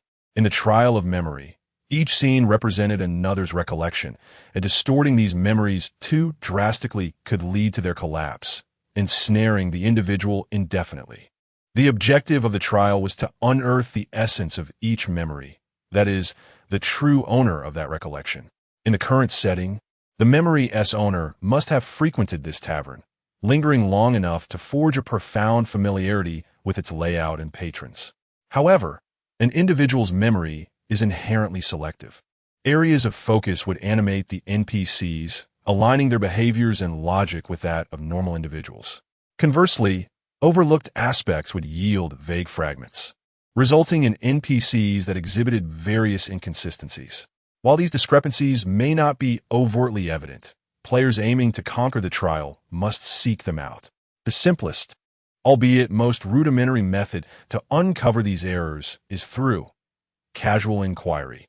Yet, this approach requires finesse. A failed attempt at engagement could spiral into chaos, distorting the memory and leading to a direct failure of the trial. Cheng Shi was not particularly skilled in casual conversation, but he excelled in deception.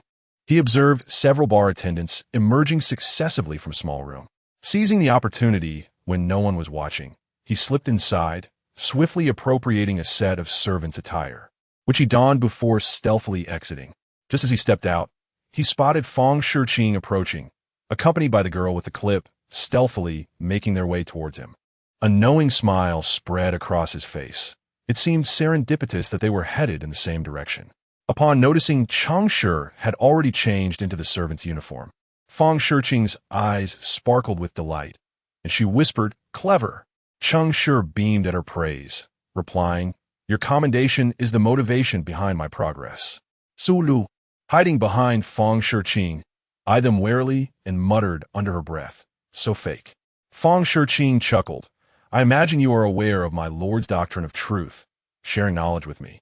The radiance of truth shall illuminate your path.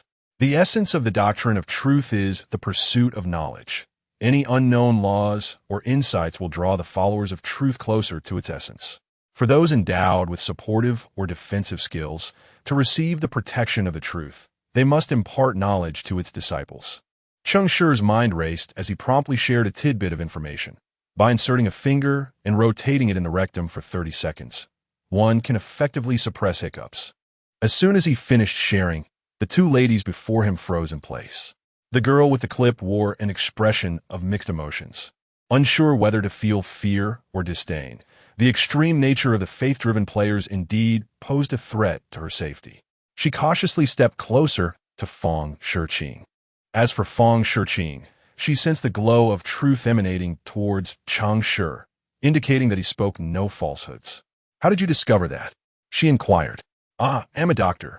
Practice reveals true knowledge." "A doctor in reality?" Cheng Shi maintained his composure. "Does it not seem so?"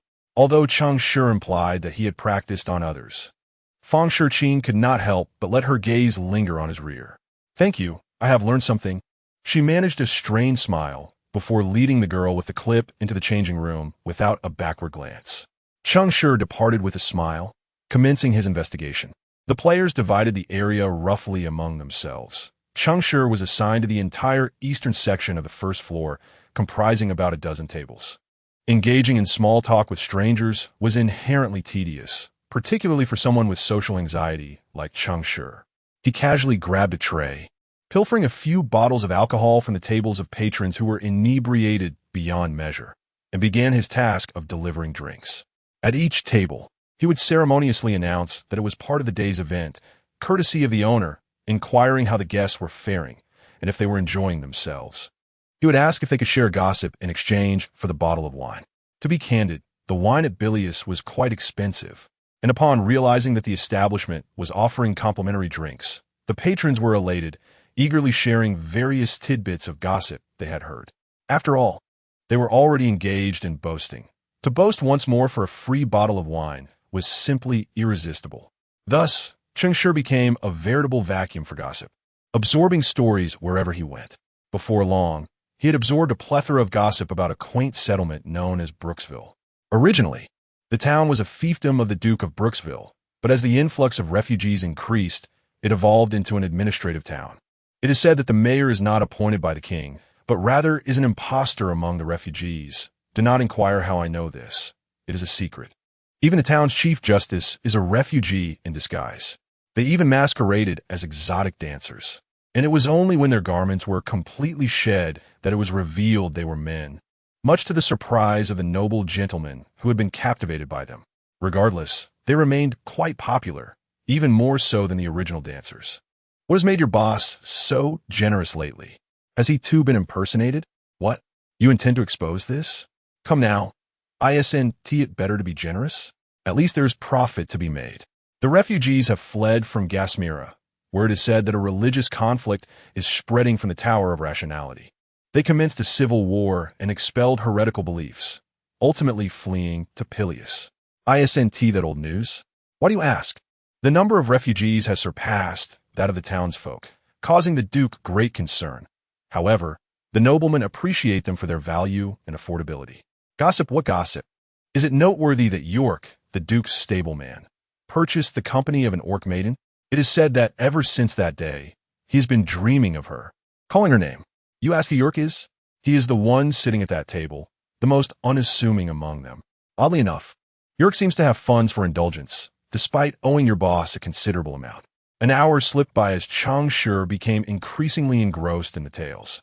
Had it not been for the ticking of his pocket watch, he might have continued listening indefinitely. This was far more entertaining than the trials. What? You inquire how someone with social anxiety enjoys conversing? I suppose social terrorists could also be considered socially anxious? Yet, trials remain trials. Without uncovering any abnormalities, Cheng Shi reluctantly returned to rejoin his teammates. When the 6 players reconvened at the table, each face bore a grave expression, with the exception of Cheng Shi, who was in high spirits. Why the long faces? Has anyone discovered something amiss? Ming shook his head, lips pursed, while Fang Shiqing furrowed her brow in contemplation. Even Huang Bo, who usually fidgeted with his scalp, sat in silence, head bowed, lost in thought. Based on past experiences within a memory scene, there should be subtle yet detectable errors. However, this time, Su Lu and I had eavesdropped on nearly every table, including those on the second floor, and found no NPC exhibiting excessively rigid logical inconsistencies. They all appeared remarkably normal, far too normal to be mere recollections. I too sensed their minds. They were tranquil and orderly, unlike the figures from memory. You can read minds? Cheng Shi was taken aback, intrigued. Ming quickly shook his head, saying, No, it is merely a vague sensation. I cannot elaborate on the specifics. Cheng Shi nodded, casting another glance at Fang Shiqing. He sensed that this teacher with the voluminous waves possessed a similar skill, perhaps even more potent. Upon noticing Cheng Shi's gaze, Fang Shiqing countered with a question. What about you? Me? I haven't made any discoveries, but I've certainly heard a plethora of gossip. Would you care to listen? As she recalled the obscure trivia Cheng Shi had mentioned, she slightly twitched her lips and turned her attention to others. Brother Huang? I have a headache. No, there shouldn't be any.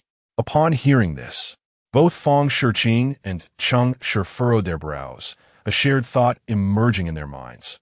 Oh no, this uncle is a devotee of chaos. Chapter 21. I know you're playing dumb. Chaos is the primordial deity of disorder, heralding the onset of tumult, embodying the essence of unrestrained madness, and standing as the arch-nemesis of order. It will espouses the notion that the world is devoid of any inherent laws, and the ultimate reality of the universe should be one of chaos and disarray. Consequently, players who revere this entity often find their minds influenced by its whims, resulting in a certain degree of eccentricity. If one were to select the most favored players, the devotees of order would undoubtedly prevail. However, in the contest for the least favored players, the followers of the malevolent deities such as corruption, obliteration, and foolishness would lag behind, with the supporters of chaos securing an unequivocal lead in the voting. This is primarily because, during trials, they not only fail to assist, but often hinder progress. Of course, the term hindrance is a euphemism. Driven by a disdain for rules and a philosophy that tramples on order, they frequently engage in malicious disruptions.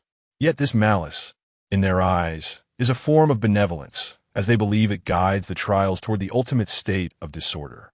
As for the followers of chaos, it is best not to provoke them. Let them be. Fang Shiqing swiftly bypassed Huang Bo and turned her gaze towards Bai Ling. Bai Ling also waved her hand, feebly declaring, I haven't noticed anything amiss. If I had to say, perhaps the men here are just a tad too robust. As she spoke, she couldn't help but lick her lips, remarking on their excessive strength. This doesn't feel right. Fang Shiqing instinctively filtered out the fevered banter of the others, her mind descending into contemplation. If every corner of the memory scene was exceptionally vivid, there could only be one explanation. The owner of the memory must know all the individuals involved, allowing for a comprehensive reconstruction of each unique entity. Yet, based on prior investigations, it appeared that the patrons were strangers to one another. How could strangers possess such clear memories? Was someone plotting something within the tavern? As the group pondered deeply, Cheng Shi, in a fit of boredom, raised his glass and complained, Where's the bartender? How can we run out of drinks without them coming to refill? Aren't they supposed to be attentive to every table?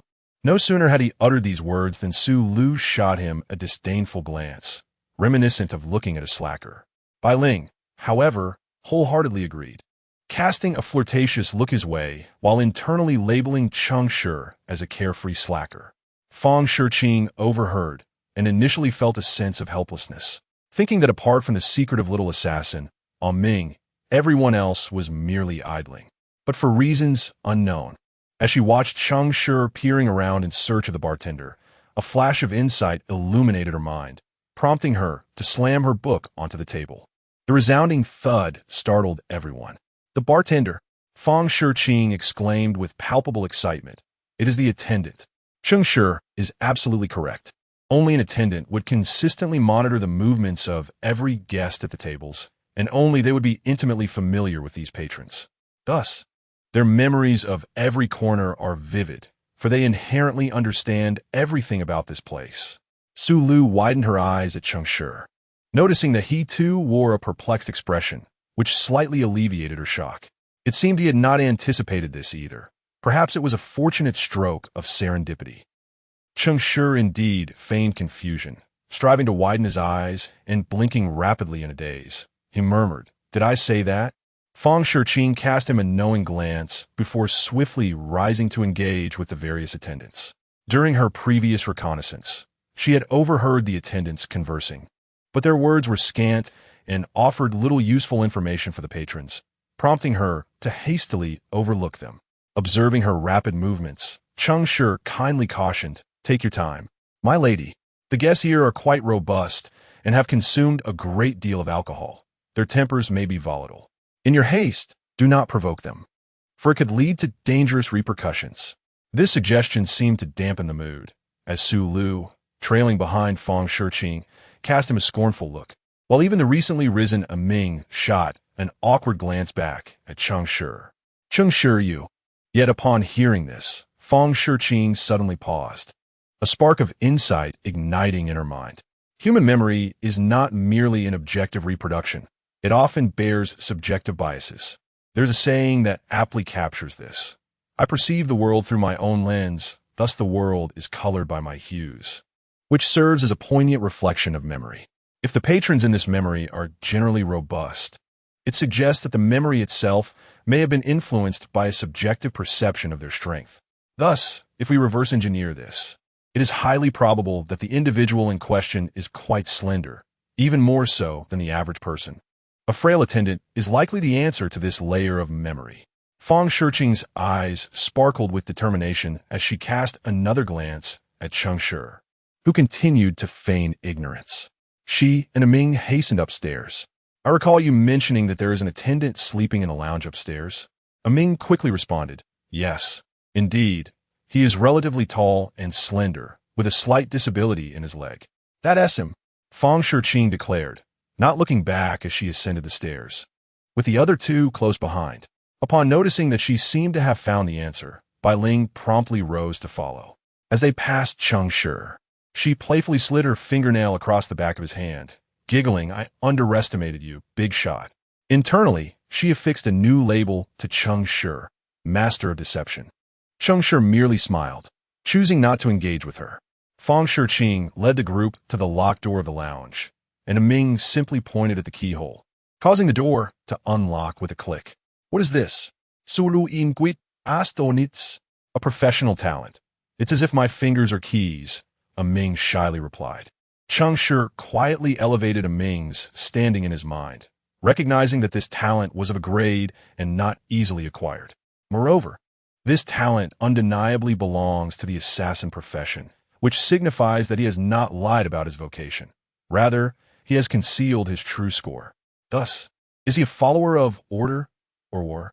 Fang Shiqing stepped into the dark room, extending her hand to tear a page from a book.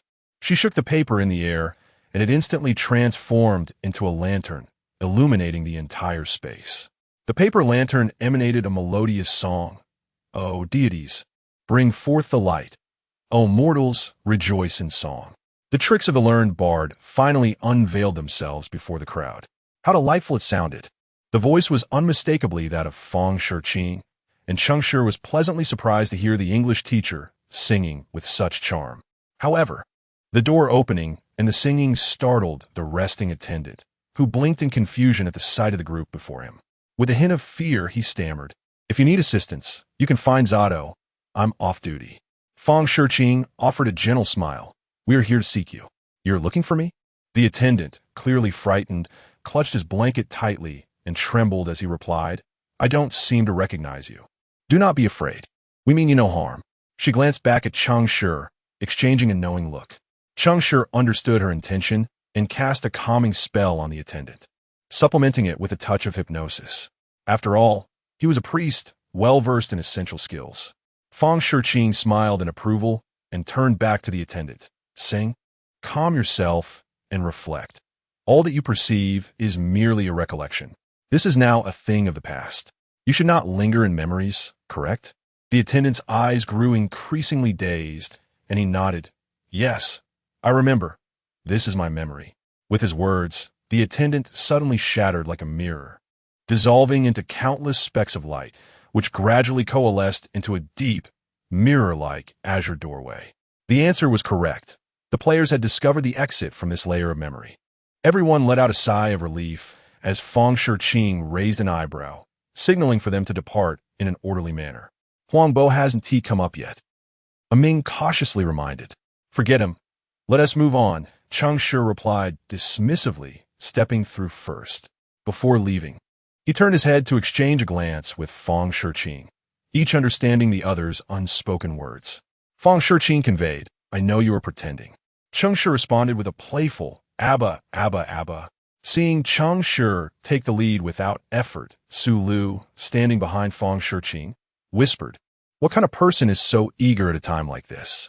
Fang Shiqing chuckled at the remark, but inwardly mused, what kind of man would find such eagerness appealing? Foolish, rather pitiable.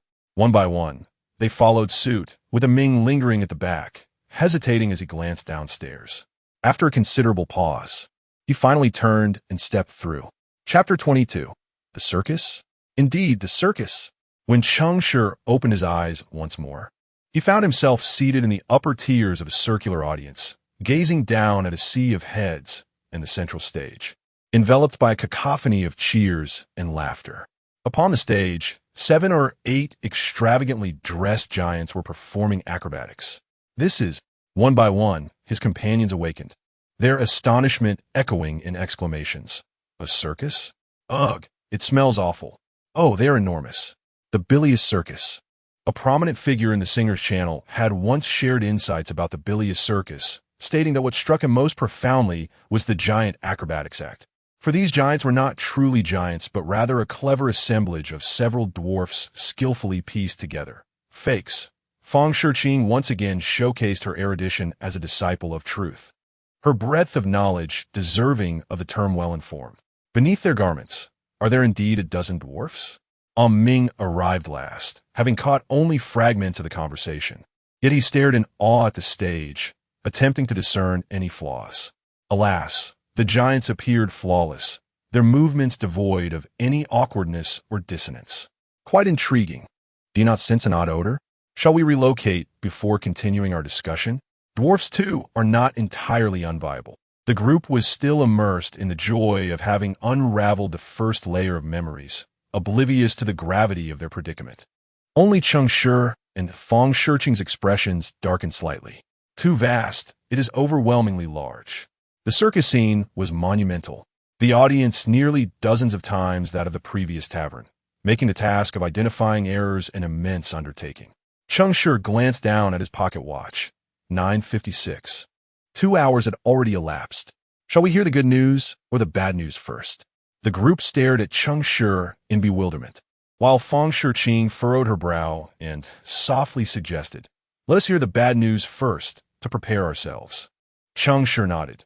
"The bad news is that the hour has passed and the doctor neglected to record your statuses. Thereafter, he fell ill and can only employ accelerated metabolism as a remedy. The time skill bestowed upon the priest class has 2 forms. One is reversal of status, which reverts the physical condition to the last recorded hour.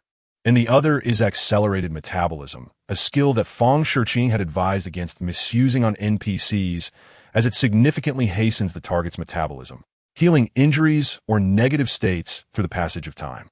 It aptly reflects the adage that time heals all wounds.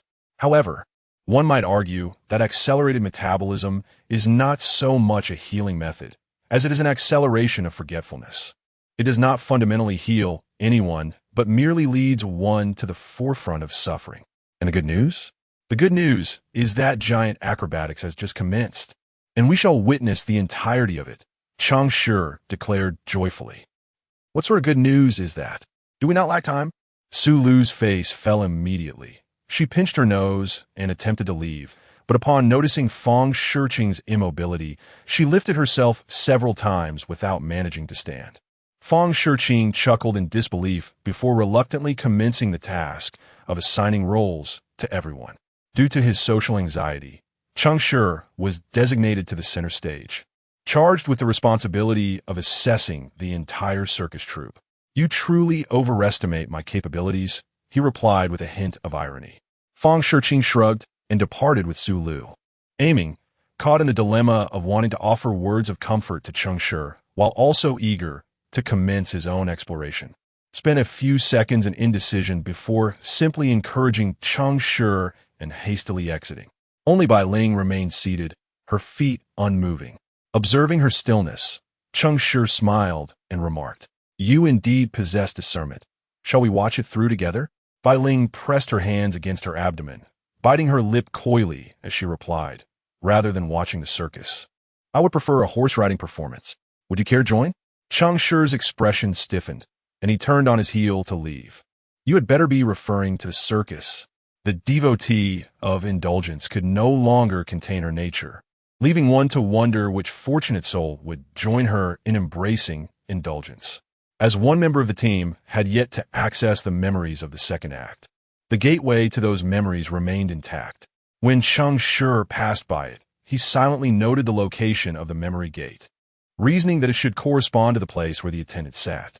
Something familiar should exist within his line of sight to guide the attendant in recalling experiences from the tavern. Yet, what could possibly connect a circus to a tavern? As he pondered, Cheng Shi soon arrived behind the stage. The circus's backstage was located directly beneath the VIP seating on the western side, bustling with activity comparable to that of the audience outside. A myriad of individuals, beasts, and elemental beings mingled in the waiting area, their cacophony rivaling that of a bustling marketplace. Cheng Shi merely glanced inside and swiftly realized that his target was not the circus performers, but rather an audience member seated in the stands, likely one of modest means. This conclusion was drawn from the peculiar discrepancy between the floor of the VIP section and the ceiling of the backstage preparation room. They had intermingled. The entire backstage ceiling was transparent and interwoven, allowing one to see the soles of the VIP guest feet and their backsides. This represented a conspicuous memory error, typically arising only when the memory's essence is unfamiliar with a particular corner or has never encountered it before. Of course, one could not dismiss the possibility of magic being at play, given the myriad of skills present in this world. However, as Cheng Shi wandered around, he noted that not a single individual paid attention to the exposed VIP backsides, indicating that the essence of the memory was indeed unfamiliar with the circus's backstage and the VIP section. Intrigued, he thought, "Let me examine these guest backsides. Let us see what clues may be uncovered here." Cheng Shi subsequently engaged a few amiable-looking performers in casual conversation. Before long, he discerned which backside corresponded to which esteemed guest. The most distinguished audience member was undoubtedly Lady Dylil, the wife of Duke Brooks, one of the town's notable proprietors. It was said that she had a particular fondness for dwarf circuses and had recently frequented the troupe with remarkable regularity. Beside her sat the ladies of various noble families, clearly indicating that this was a gathering of sisters. Behind them were the nobles, attendants, and guards, followed by the bourgeoisie of the town, the owners of various factories. Cheng Shi observed for a while and noted an intriguing phenomenon. The guards scornfully dismissed the owners seated behind them, while the owners regarded the sycophants in front with disdain. Both sides held mutual contempt, yet harbored envy for each other's status. Even in the land of hope, relationships among people were as intricate as in reality. However, when Cheng Shi witnessed the next scene, he was taken aback, exclaiming, "No, it was even more convoluted." for he saw the guard behind the Duchess, surreptitiously reaching towards her posterior. With time pressing, Cheng Shi left after only 3 minutes, feeling both intrigued and unsatisfied. Having already pinpointed the range of his memory, it was imperative to communicate with his companions and adjust their investigative direction. He glanced at the time. Half an hour had passed. Turning his gaze towards the audience, he noticed that the gate of memory still stood resolutely, not dissipating. How strange. What was Uncle Huang still doing at the first act? The chaotic thoughts of the followers could not be gauged by common sense, and Cheng Shi did not ponder much. Instead, he followed his intuition and moved towards the audience, away from the VIP seats. As he passed by the side of the stage, he spotted several dwarves changing costumes behind a massive curtain. To say they were changing costumes would be somewhat inaccurate. They were actually donning skins. 5 individuals stacked upon one another, with the one on top bearing a colossal skull. 2 formed the arms and chest, while the other 2 constituted the abdomen and legs, finally draping an orc's skin over the ensemble. Cheng Shi paused to watch for a moment, only to discover that this orc's skin was, in fact, that of a female orc. The skin was remarkably intact, the texture exquisitely clear, undoubtedly harvested by a skilled executioner. Once the dwarves donned the skin and wrapped themselves in a somewhat modest fur skirt, they emerged from behind the curtain. Upon seeing Cheng Shi standing outside, the female orc suddenly adopted a coy demeanor. The fur tightly enveloping the skull exhibited no signs of flaw, and the array of expressions performed was remarkably lifelike, leaving no indication of the deception. Had Cheng Shi not witnessed their costume change, he would have likely believed this to be a genuine orc maiden. Even the voice had transformed to fit the character. "Ah, new guest. Why the rush? This isn't where you should be. Hurry back to your seat. I assure you I will come to you before the performance concludes," she said, casting a flirtatious glance at Cheng Shi. Cheng Shi found the scene increasingly peculiar, akin to watching a lion dance performance. He forced a smile and feigned impatience, asking, "What other services do you offer?" The orc maiden regarded him with suspicion before lifting her fur skirt, revealing an exaggeratedly curved posterior. Cheng Shi focused intently. That area, it appeared to belong to the 2 dwarves at the very bottom. Their heads? He hesitated, sensing the lack of professionalism in the service. With a furrowed brow, he turned away abruptly, akin to someone suffering from constipation. What is this? A circus of beasts? Indeed, Lark's words rang true. There truly exists a spectacle of equestrian performances here. Chapter 23. The dwarfs of the lion dance. Not long after their departure, they encountered a flustered Bai Ling, who was descending from a row of seats. He scrutinized the depraved devotee, seemingly attempting to gauge the outcome of the earlier conflict. Alas, Bai Ling had composed herself impeccably, leaving no trace of the encounter. "Have you made any discoveries?" he inquired. "I've spotted a fellow of your profession," Bai Ling replied, appearing unfazed, though she feigned surprise, covering her mouth and exclaiming, "Am I as skilled as you?" Cheng Shi felt his own embarrassment and promptly shifted the topic. "Let us not dwell on that. What have you uncovered?" The moment he uttered the question, he regretted it, as Bai Ling had not been probing at all. To his astonishment, however, Bai Ling seemed to have indeed found something. She licked her lips, her cheeks still flushed, and with a mischievous smile pointed to her face. "Do you think I have made a discovery?" She was not being truthful. Cheng Shi beamed brightly and remarked, "To be candid, you are not particularly adept at deception, or rather, you cannot conceal your thoughts. Speak plainly. We are pressed for time." Bai Ling's expression faltered for a moment. Then she squinted playfully and replied, "The esteemed one is indeed astute. Your powers of observation are remarkable. I have something even more intriguing, yet I cannot divulge it." Cheng Shi winked at Bai Ling, urging her to be succinct to save time. Understanding his cue, she gestured towards a certain direction. "I have identified several men encountered in the tavern. Perhaps among them lies a clue." Cheng Shi glanced at the vast audience, furrowing his brow.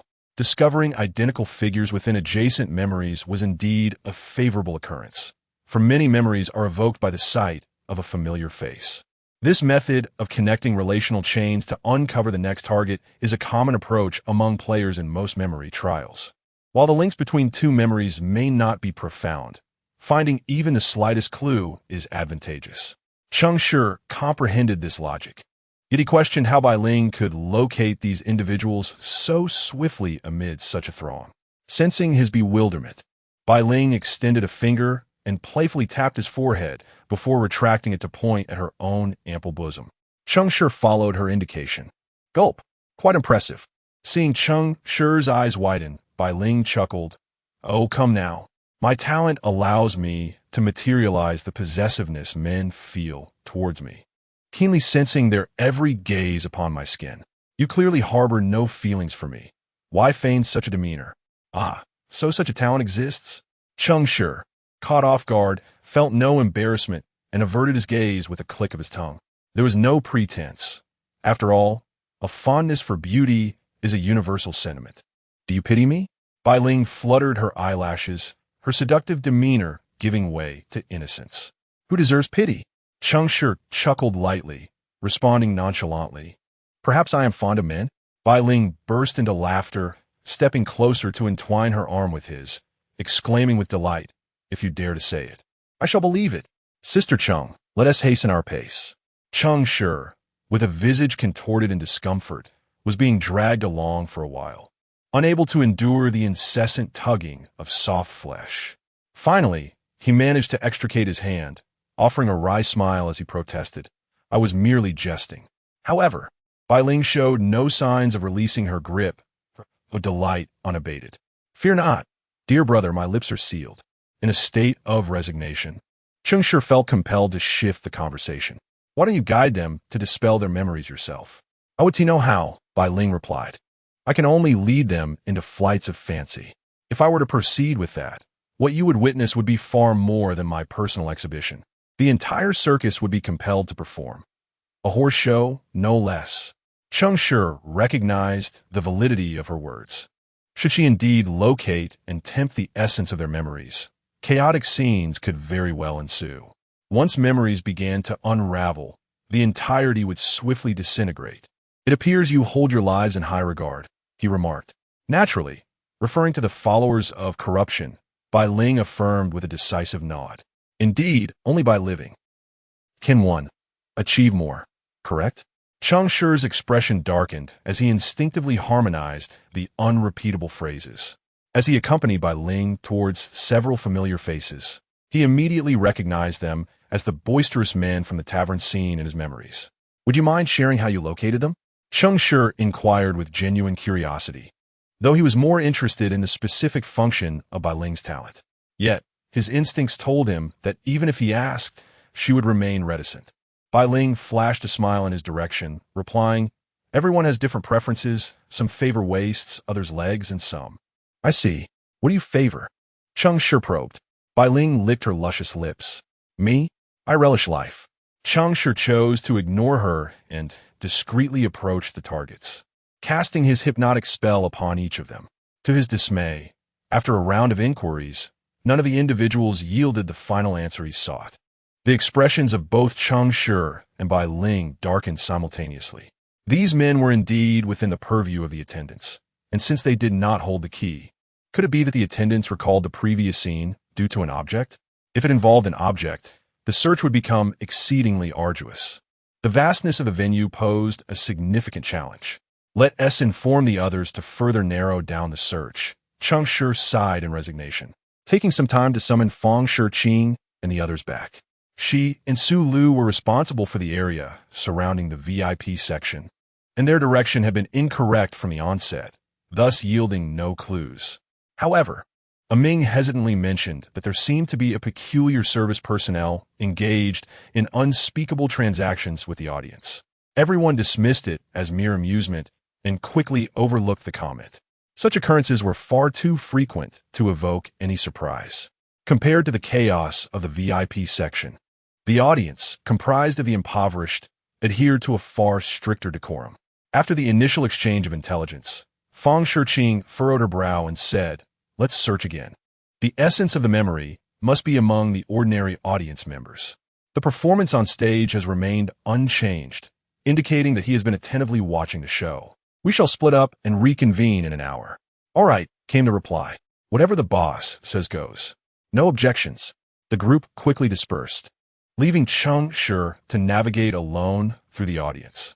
Frowning, he chose not to head towards his assigned area, but instead wandered with purpose, scanning the rows of seats. He was searching for the dwarf who assembled the Beast Girl. Fang Shiqing's summary had reminded him that if someone had never interacted with the dwarf Beast Girl, then Cheng Shi would not have been able to witness the process of the dwarfs dressing beneath their hides.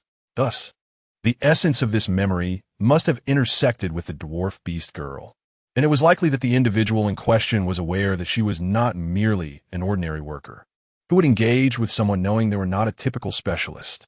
Cheng Shi vowed that, with his normal human intellect, he truly could not fathom it. However, a lack of understanding did not equate to an inability to find. Hence, he began his search for the Beast Girl. The circus was bustling, devoid of any semblance of order, particularly in the ordinary audience area, where various shouts and calls echoed, reminiscent of a tavern. Therefore, his movements went unnoticed.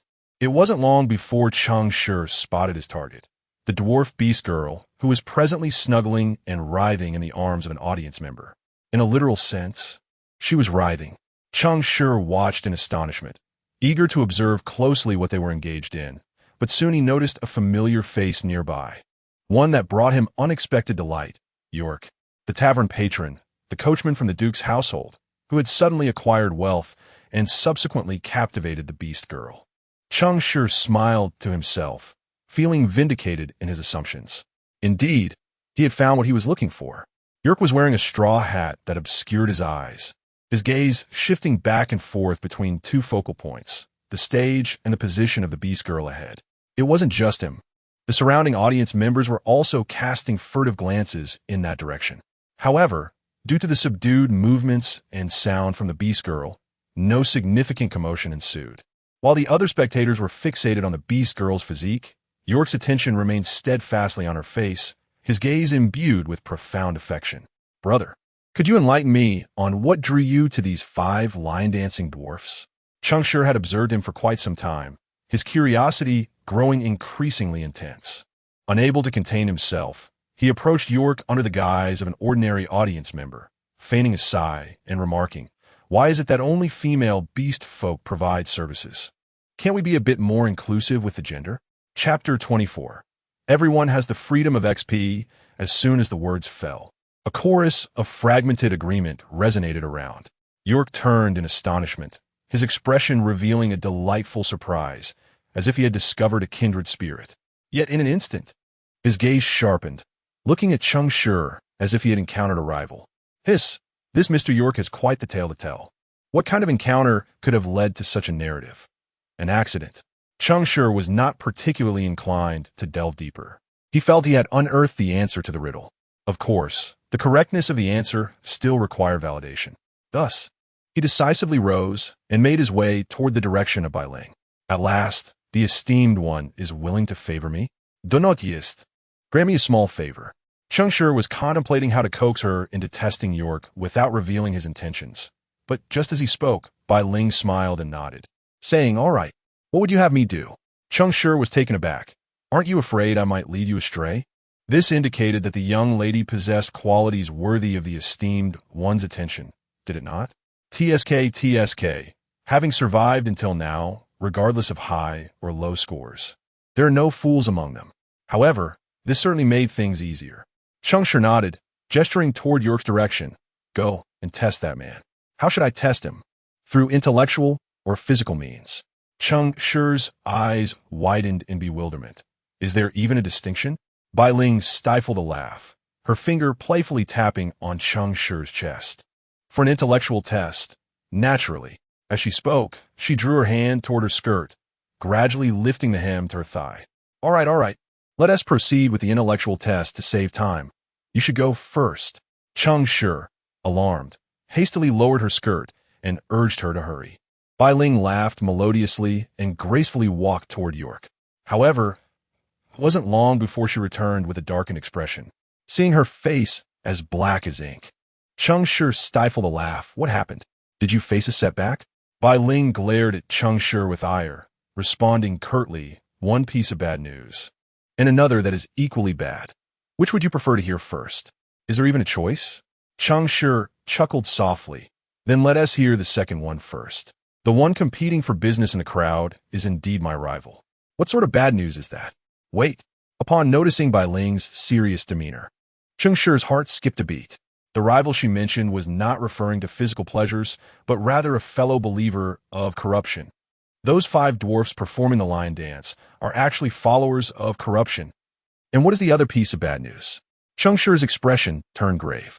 The man you wanted me to test has already been ensnared in a spell, transformed into a desire puppet. Cheng Shi frowned in confusion, prompting Bai Ling to elaborate. Desire puppet is one of the A-grade gifts bestowed upon the followers, capable of unleashing the innermost primal desires within an individual, rendering the target a mere shell, consumed solely by their desires. He would relentlessly drown in the memories of past desires, unable to extricate himself until his demise. This gift necessitates a continuous invocation, which implies that if he is indeed the embodiment of memory. The reason for his recollection of this scene is not due to emotional resonance, but rather external manipulation. He is very likely being controlled. Do you comprehend, esteemed one? Should he truly be the answer, the moment we step outside, we shall confront the depraved followers who govern him, and a confrontation with them is highly probable. Cheng Shi, having listened, wore a solemn expression. First, summon the others. I have an inkling that York is the answer. Bai Ling naturally believed him, yet she still inquired, how so? Are you not hiding anything, esteemed one? Cheng Shi feigned ignorance. Hide? What is there to hide? You've enticed your way to the answer. What concern is that of mine? Bai Ling, exasperated, widened her eyes, repeatedly pointing to herself. Me? Enticing? Please, esteemed one. Can he even be considered alluring? Cheng Shi waved his hand dismissively. Who knows? Everyone has their own freedom of XP. All right, I enticed. Bai Ling, in a fit of exasperation, laughed while using this excuse to summon everyone back. Upon reconvening, Fang Shiqing immediately directed her gaze towards Cheng Shi. However, Cheng Shi was unresponsive, clearly eager to hear Bai Ling's tale of seduction. Bai Ling, though irritated, was an honest person. Her cheeks flushed. She bashfully recounted the recent enticement process to the group, mentioning that she had inadvertently stumbled upon the answer, albeit a complicated one. After hearing the story, the expressions of the crowd varied. Su Lu showed clear disdain, while Ming was left dumbfounded. Cheng Shi internally commended her acting skills. Only Fang Shiqing, furrowing her brow in contemplation, directly addressed the crux of the matter. How can we be certain it is him? Bai Ling remained silent, and Cheng Shi chuckled. Perhaps it's a woman's sixth sense? Bai Ling rolled her eyes once more, but chose not to respond. Observing Cheng Shi had spoken, Fang Shiqing nodded, tacitly accepting that York was indeed the answer. She placed her faith not in Bai Ling, but in Cheng Shi. Within my pages lies a mist illusion from the war followers, capable of instantly enveloping the area in fog, obscuring the caster's line of sight for the next scene. However, due to my lack of adequate defensive spells, the priest must enter second, promptly providing healing support. The assassin will follow third, but must remember to refrain from lethal force until it is clear whether the opponent is the embodiment of memory. The priority is to subdue. In scenarios where life is threatened, retreat takes precedence over killing. Caution must be exercised with any skills that could create significant noise. Do not allow the memory to become chaotic from the outset. Upon concluding, Fang Shiqing cast a meaningful glance at Cheng Shi, asking, is it feasible? Cheng Shi innocently blinked, as if to convey, how could a man not succeed? Fang Shiqing understood his gaze, sharing a knowing smile before looking toward the Ming. Ming nodded solemnly, indicating his comprehension. She sought the opinions of the other two. Aside from Su Lu's grumbling about feeling inadequate, Bai Ling naturally had no objections. Thus, the plan was finalized, and everyone made their way towards York. Just as the beastly figure was about to make her rounds near York, the players stealthily approached his side. At that moment, York remained oblivious to the players' encroachment, his gaze fixated solely on the dwarven assembled beast maiden before him. Clutching a wad of cash in his hand, he yearned to press it against the maiden's ample bosom at any moment. Cheng Shi, still somewhat puzzled, leaned towards Bai Ling and whispered, Could a deity's followers influence a person's inclinations? Bai Ling pondered carefully before uncertainly replying. What they advocate is the liberation of one's innermost desires, rather than the distortion of another's will. Thus, your notion of being tainted by my lord merely allows you to see this person's true nature. However, when combined with various talents to induce a certain effect, it might achieve such an outcome. After all, you're capable of hypnosis, are you not? Cheng Shi found this notion agreeable. Otherwise, he could not fathom how York's XP could be so freely manipulated. As the group drew closer to York, Fang Shiqing had already retrieved a gray-black page from her book.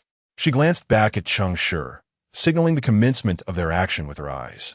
Without hesitation, Cheng Shi cast both a calming spell and a hypnosis spell upon York, subsequently casting an accelerated recovery spell on a nearby spectator engaged in a transaction, hoping to buy them a few extra seconds. Seizing the opportunity, Fang Shiqing directly inquired, "Do not be afraid. Listen to me. You are merely reminiscing. All of this is your memory, but you are too weary to continue recalling.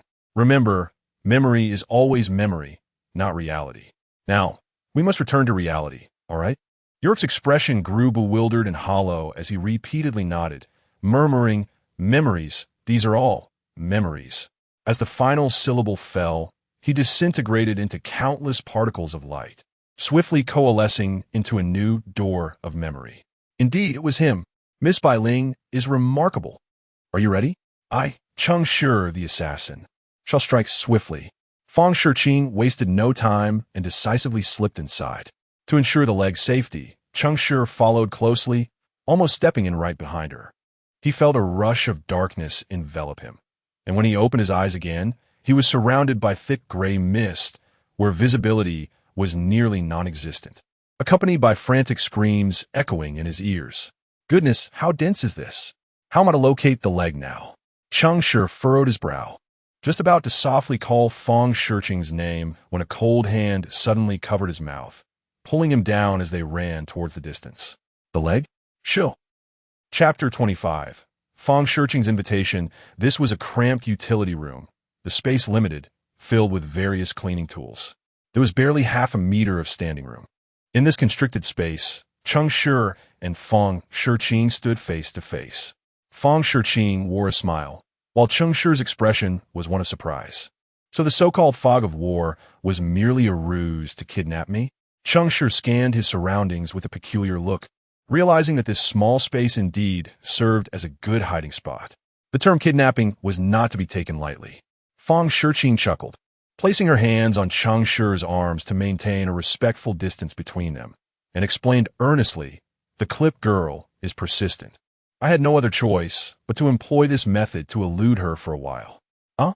You call her the clip girl too?" Cheng Shi's eyes lit up, feeling as if he had found a comrade. "Let us not linger on trivial matters. Time is of the essence. Cheng Shi, I have something to convey to you. I am fond of men, thank you." Cheng Shi's tongue was quicker than light. Fang Shiqing was momentarily taken aback, then burst into laughter, saying, "It's not what you think. There is no need to rush to refuse." Hearing this, Cheng Shi sighed in relief. "Thank goodness, then I still prefer women. Do I not possess even a modicum of allure?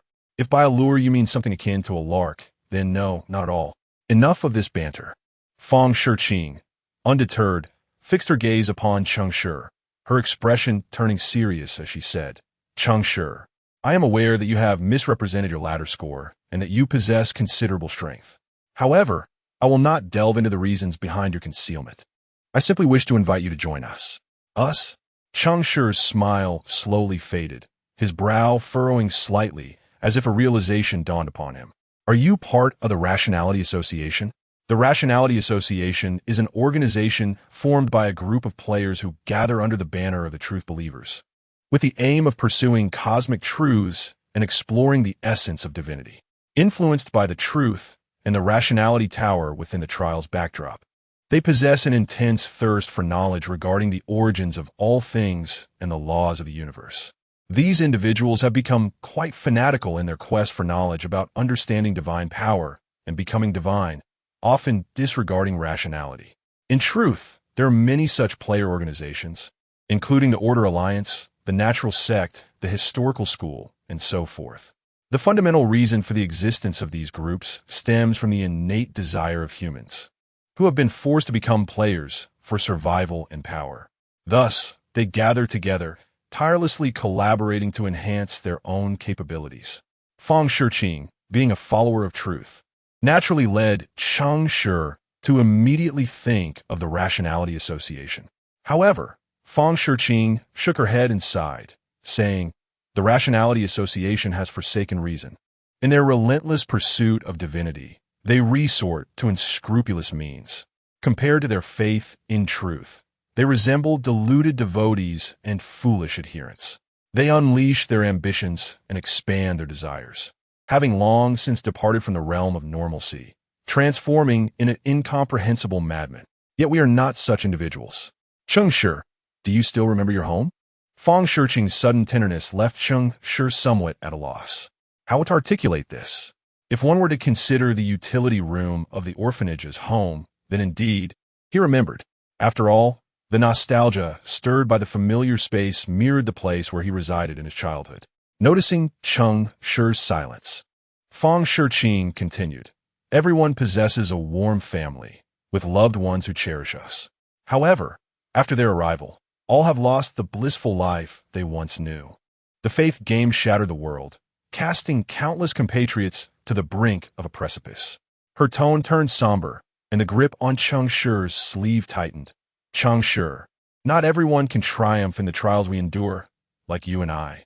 Some may score 2,000 points, earn S-class talents, and strive to survive.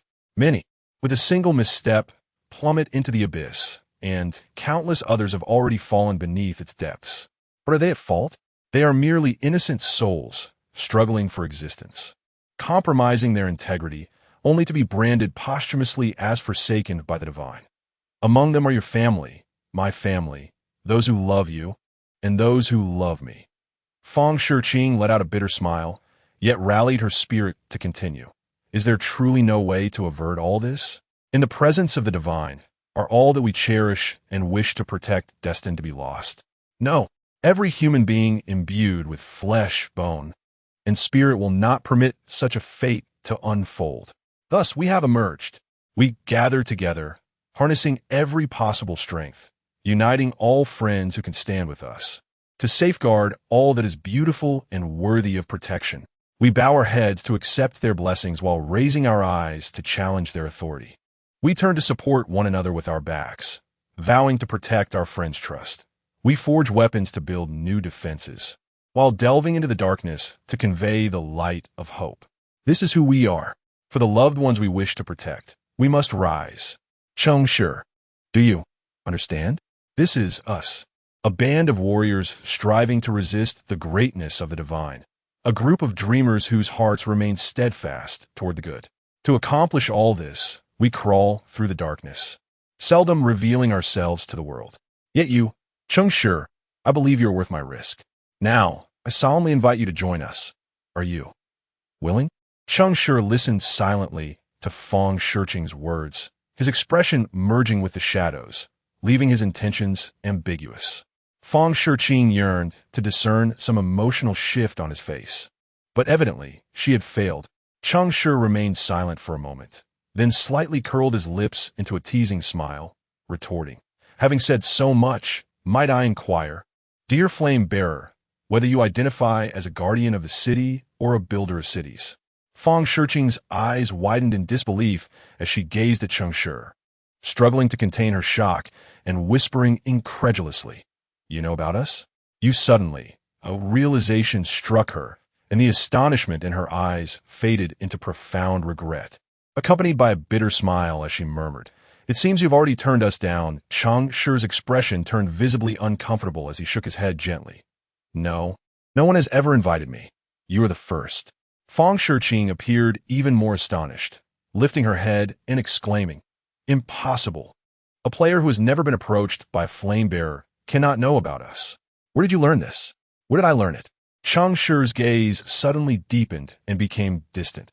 His eyes drifted past Feng Shiqing's hair, peering into the darkness behind her, as if recalling a scene from his memories. And he spoke with a mournful tone, "Indeed, Where did I learn it? Perhaps from the lips of a fool. Tell me, how can anyone risk their life for a stranger? Why not? Fang Shiqing's eyes suddenly filled with determination as she replied solemnly. A flame bearer will go to any lengths to protect what they cherish, including themselves. Is a stranger also part of what you refer to as beauty?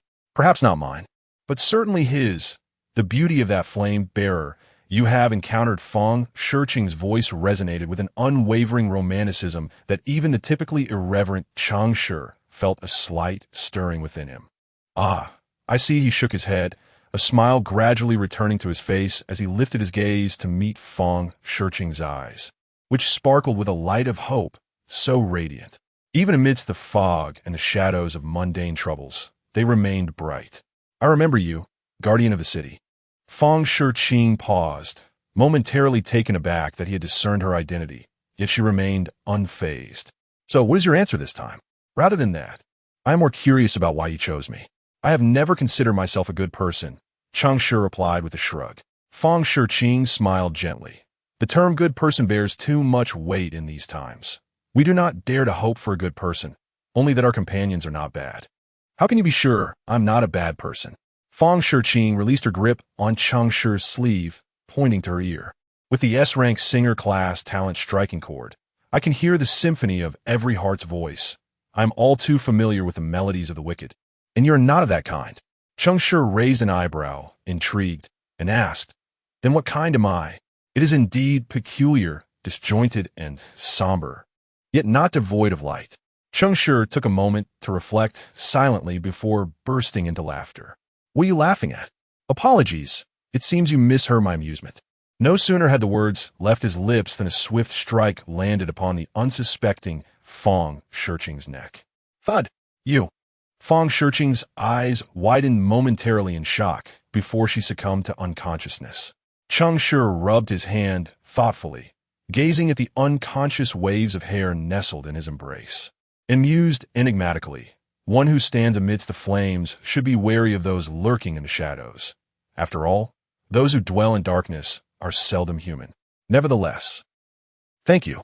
He offered a self-deprecating smile, lifted Fang Shiqing effortlessly into his arms, and pushed open the door to the utility room, stepping out into the world beyond.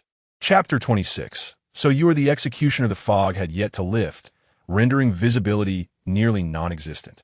As Cheng Shi cradled the unconscious figure, he had scarcely taken 2 steps when he heard the anxious call of a Ming ahead. Sister Fang, Brother Cheng, where are you? Cheng Shi perked up his ears and listened intently, soon realizing that the cacophony of voices around them seemed to have faded away.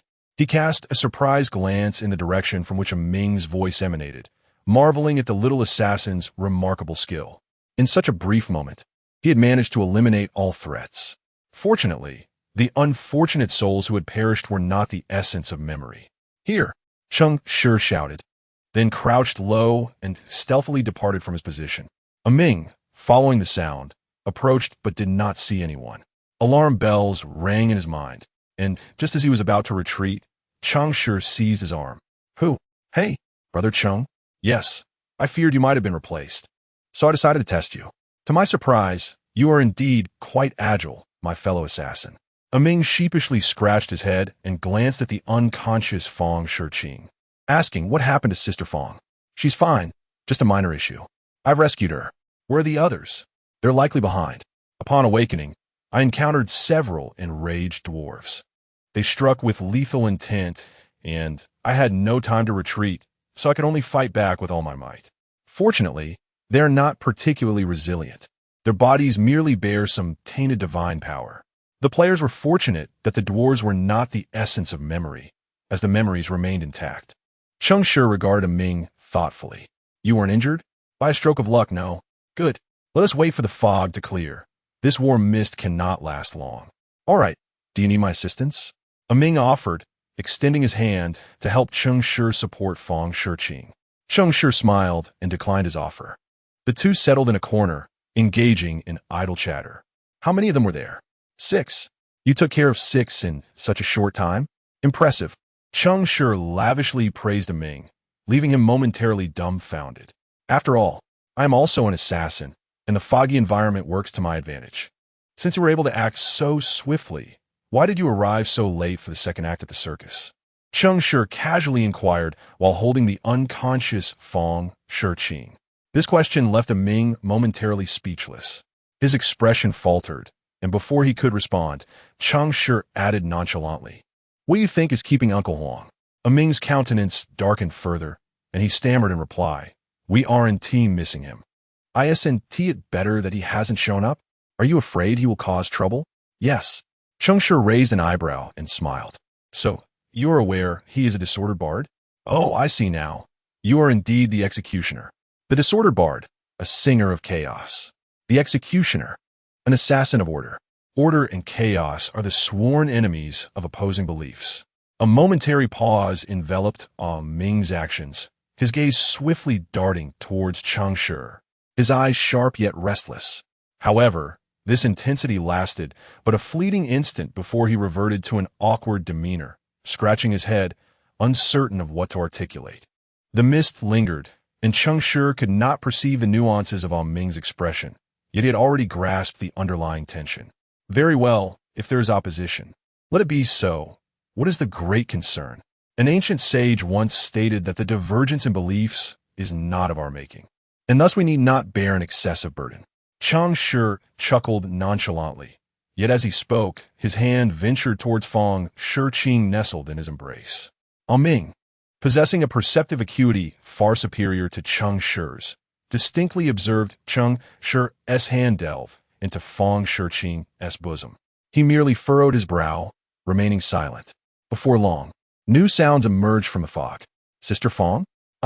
Great one, help." One voice trembled, while another exuded seduction, clearly indicating that all was well. The moment these two feminine voices pierced the air, the awkward atmosphere between Cheng Shi and Ming was instantly shattered. Rising to his feet, Cheng Shi dusted off his trousers and remarked, "Everyone's here, let us converge." Just then, the mist began to dissipate gradually. Ming also stood, turning to glance, only to find that Fong Shi had, unbeknownst to him, already opened her eyes. "Sister Fong, you are awake?" A flicker of ire flashed in Fong Shi's eyes, yet she quickly nodded with a smile, saying, "It's nothing. Thanks to Cheng Shi, he saved me in time." Although her words were gracious, they bore an undertone of barely restrained resentment. The affairs of the fire-bearers could not be discussed in the presence of others. Thus, even though Fong Shi held discontent regarding Cheng Shi's method of refusal, she could not erupt in anger at that moment. The warriors, crawling through the darkness, treaded cautiously. Any unexpected flicker of light could illuminate their tracks and render all their efforts futile. Cheng Shi was clearly aware of this, and he immediately turned with a smile, saying, "Shuti, you owe me a word of thanks?" "You."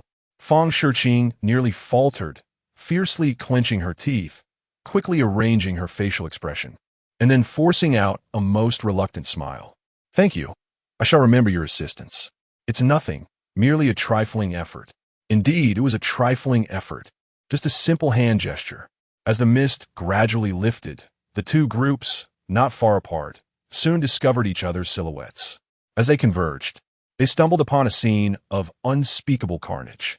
6 dwarfs lay sprawled, each head severed from their bodies, blood pooling profusely, coalescing on the ground to vaguely form a guillotine's silhouette.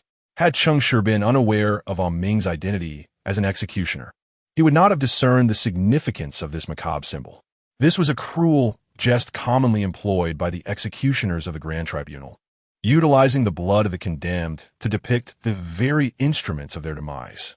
However, the blood-stained guillotine drawn upon the ground was haphazardly rendered, indicating a lack of proficiency.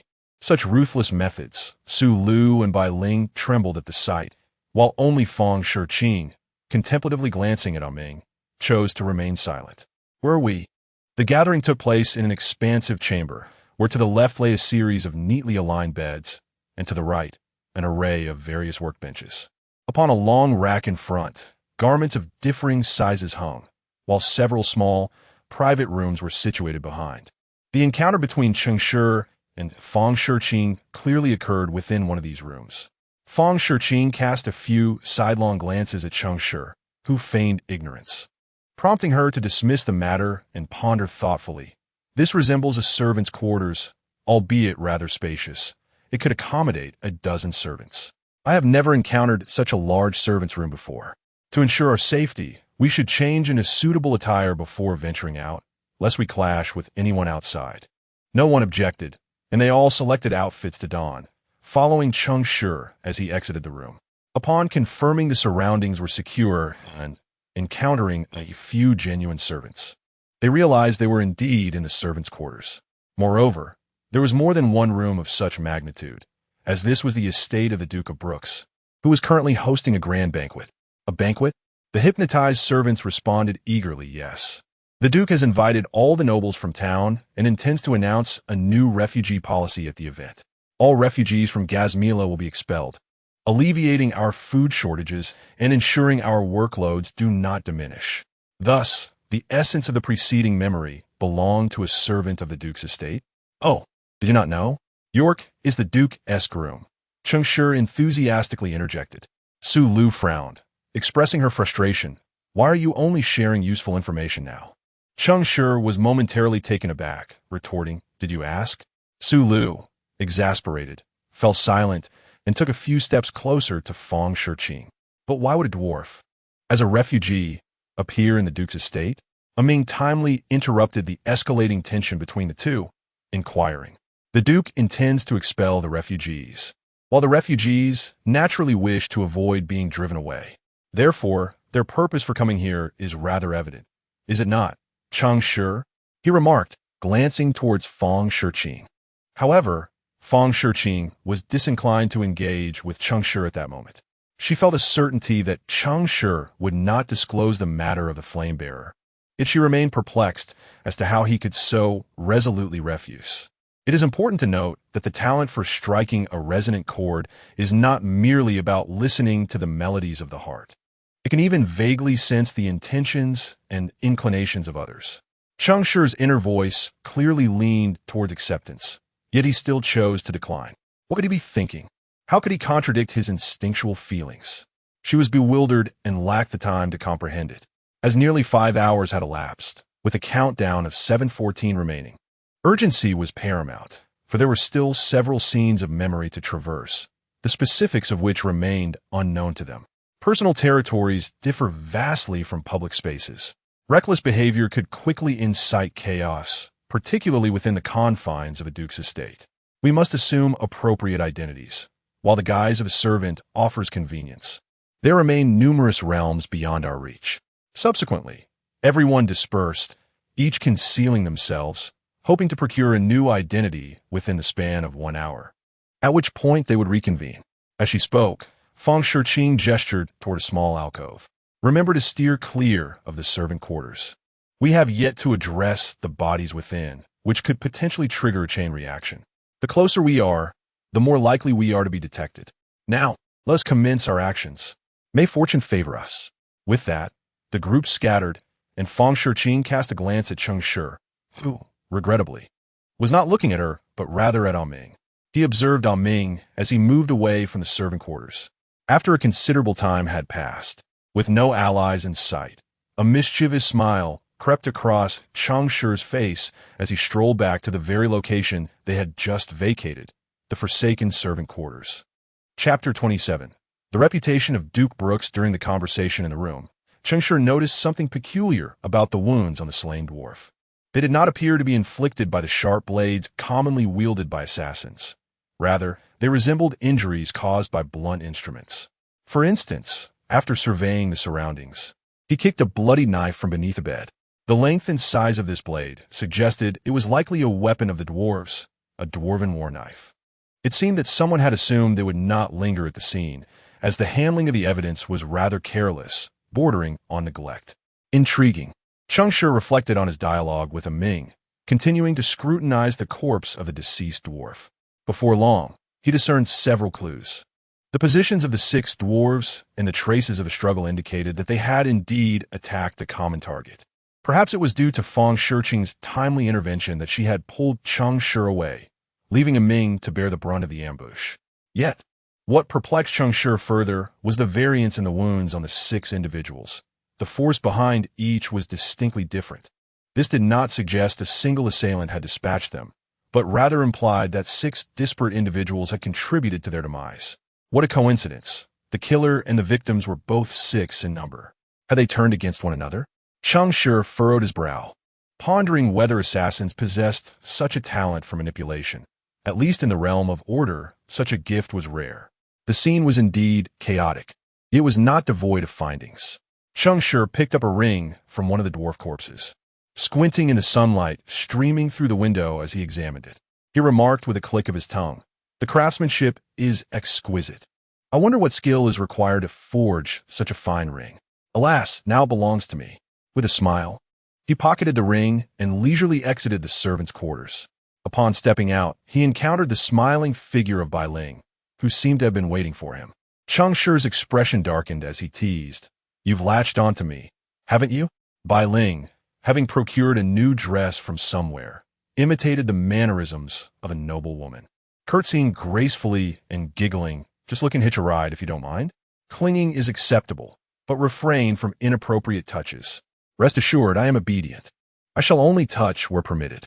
Cheng Shi, weary of idle chatter, sidestepped her and continued forward. "By the way, this attire of mine could serve well for you as a retainer. Have you discovered anything? How can a retainer run ahead of their master?"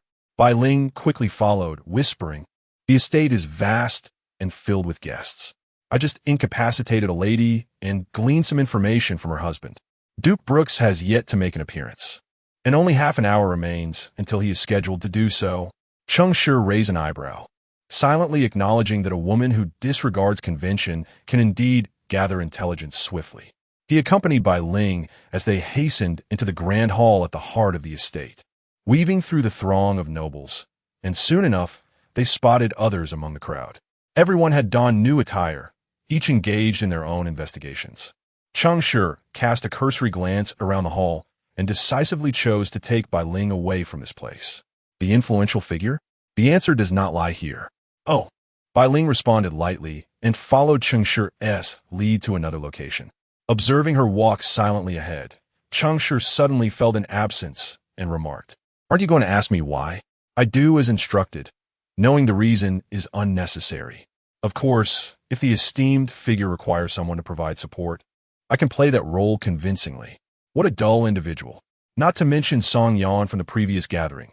Even Shin Chong pales in comparison. At least he could instill a sense of accomplishment. Yet, some thoughts, when bottled up inside, become unbearable. The dwarf's ring is exquisitely crafted. And then, noble gentlemen hardly concern themselves with a dwarf's ring. Oh so? Thus, the target is not here. I see. The esteemed figure is quite remarkable. You ought to be quiet now. Oh. Bai Ling's laughter, as melodious as a lark, drew the attention of the surrounding guests. So, esteemed figure, where shall we go now? That is indeed a pertinent question. In truth, Cheng Shi's initial aim was to engage with the lower class who frequently interacted with these dwarf refugees. But he suddenly considered that since the dwarf's presence here is tied to the Duke, perhaps meeting this Duke would prove to be an advantageous choice. Therefore, he gestured towards the staircase, indicating to Bai Ling to ascend. Bai Ling's expression shifted, and she whispered in alarm, "There are guards. If we walk up boldly, we will be stopped." Cheng Shi, with a mischievous glint in his eyes, suggested, "Utilize your advantages." Bai Ling paused momentarily before comprehending his intent. She lifted her skirts and hastened toward the stairs. Indeed, upon reaching the staircase, she was intercepted by armored guards. Noticing this, Bai Ling quickly lowered her head and leaned closer, whispering, "The Duke requires my presence." The guards, their faces obscured by helmets, revealed no emotions. Yet their tight grip on their long spears betrayed their astonishment. Perhaps they were contemplating the significance of the word require. Seeing that the two men remained unresponsive, Bai Ling extended her hand, performing a gesture with her fingers interlocking, a lewd sign popular in the pleasure houses of the continent of Hope, signifying obsequiousness. Any lady of stature would never make such a gesture. In other words, only individuals of certain professions would use this sign to indicate their worth. The two guards were evidently taken aback. They scrutinized Bai Ling's exquisite features, slender figure, and graceful demeanor, struggling to reconcile her with such a gesture. I have stated, the Duke requires my presence. But the Duke has not issued any notification. Are you implying that the Duke must inform you whenever there is a need? In that moment, the guards were rendered speechless. Indeed, why should the Duke notify me? Moreover, what is the harm in allowing a woman entry? After all, the Duchess often brings men back, does she not? Two guards exchanged glances, each convinced by their own reasoning, and took a step back. A sense of joy surged within Bai Ling, who then signaled to Cheng Shi. Cheng Shi, secretly amused, yet maintaining an air of restraint, followed suit. The guards contemplated stopping them once more, but Bai Ling's expression turned cold as she rebuked, "Fools, do you not understand the concept of discretion? What would become of the Duke's reputation if I were to ascend alone? If you let me pass, what remains of the Duke's honor?" After a brief moment of mental overload, the guards resigned themselves and allowed the young attendant to proceed. Their acquiescence was not out of concern for the Duke's name, but rather because they realized that the servant behind them was exceedingly handsome, appearing less like a mere attendant and more akin to a pet nurtured by noble women. It begged the question, was it the Duke who required her, or was it the Duchess who needed him? Perhaps, in truth, both were in need. Ultimately, they were merely guards and pondered why they should delve deeper into such matters. With the guards permitting passage, Bai Ling cheerfully led Cheng Shi up the staircase. Just as they disappeared onto the second floor, Feng Shiqing and Su Lu quietly approached. "Hello, we wish to request an audience with the Duke." Feng Shiqing spoke with a gentle politeness that seemed uncharacteristic of the nobility of Brust Town. "An audience with the Duke? He is likely preoccupied," the guard replied without hesitation, his frosty demeanor making their request difficult to accept. Feng Shiqing's expression shifted, her brow furrowing as she contemplated how Cheng Shi and Bai Ling had managed to ascend. Su Lu, feeling humiliated, exclaimed, "Why are we not allowed upstairs? How did those two get up?" The guard raised his spear, declaring, "Silence. No one is permitted to disturb the Duke. No one has gone upstairs. Please leave." At that moment, they finally recalled the importance of preserving the Duke's reputation, if he still possessed one. Very well, we shall depart. Their presence upstairs is sufficient. But that Cheng is a scoundrel. Feng Shiqing felt a sense of relief at these words, but silently scoffed at the audacity of such a statement. Did he truly believe he could compare himself to Cheng? She refrained from voicing her thoughts to spare Su Lu's feelings and simply turned away. Seeing her retreat, Su Lu hurriedly followed. While Su Lu faced her humiliation, Cheng Shi had already arrived at the Duke's chamber on the second floor. However, upon opening the door, his countenance darkened at the sight before him. In the spacious room lay a middle-aged gentleman clad in opulent attire, sprawled upon the bed, his chest stained with blood and devoid of life. Bai Ling gasped, her eyes wide with horror. "He is... Shoo! Someone is coming." Cheng Shi swiftly pulled Bai Ling into the room, gently closing the door behind them, and concealed them both in a wardrobe opposite the bed. The wardrobe was crammed with an array of garments. With little choice, Cheng Shi squeezed inside, taking up most of the available space, forcing Bai Ling to crouch at his feet, desperately draping the hem of her clothing over herself for modesty. To close the wardrobe door, she had to clutch certain supports tightly with both hands. "Sister, be gentle. Rest assured, I won't be indiscreet." At this moment, she was truly clinging to a leg for support. A click echoed as the door lock turned, followed closely by the sound of footsteps. Before Cheng Shi could clearly identify the newcomers, an angry female voice rang out. "I only asked you to incapacitate him, not to kill him. Do you understand the consequences of your actions?" In response, a deep male voice interjected. "Dila, you must believe me, I did not kill him." Cheng Shi raised an eyebrow, recalling the identity associated with that name. Dila, the Duchess of Brooks, the town's foremost lady who had been inappropriately touched by a guard. So, who was this man? Chapter 28. The banquet murder. Feel it. The blood is still warm. He has just perished, and I have been with you the entire time. How could I possibly have had the opportunity to kill him? But he died in the room you arranged. You were the architect of this calamity. With a heavy sigh, the man elaborated. All right, suppose I did kill him. Would that not be advantageous? His demise removes all obstacles between us. He may die, but not now. You have ruined everything. Ruin what? Dilo exclaimed. Are you hiding something from me? You have changed. Become a stranger to me. Have you set your sights on someone else? Absolutely not. The woman's voice was laced with venom, yet she refrained from further explanation, instead urgently declaring, the banquet is about to commence. Once everyone learns of his death, we are doomed. Doomed? You are the Duchess, the victim. I am merely a duke's nephew without inheritance rights, just an ordinary guard. At worst, I would be accused of negligence. How could we possibly be doomed? I am too anxious. He cannot die like this. The matter of the legislation is unresolved, and the citizens of the territory will protest. Dyla, that is the duke's concern. You are simply the Duchess. But he is dead. Dead. The Duchess struggled to suppress her shout, yet her tone betrayed a hint of hysteria, indicating that the Duke's death was a profound blow to her. What of it? You possess the rights to inherit all his wealth. Is that not sufficient? Brooks' estate could sustain us for generations. No, you do not understand. I may inherit the wealth, but I cannot inherit his title. Consequently, Brooks' authority will revert to the crown. What? You still aspire to be a duchess? Not at all. I am merely concerned for the townsfolk. Dyla, you have truly changed. Why do you care for those commoners? You do not comprehend. Listen, you must guard this room and allow no one to enter. I will find a way. We must ensure that his death remains a secret. With that, the Duchess hurriedly exited, her footsteps echoing in the corridor. Upon hearing this exchange, Cheng Shi and Bai Ling exchanged a glance in the confined space, both releasing a sigh of relief. If this ordinary guard was to remain here, his next step should be to guard outside, thereby granting them the opportunity to escape.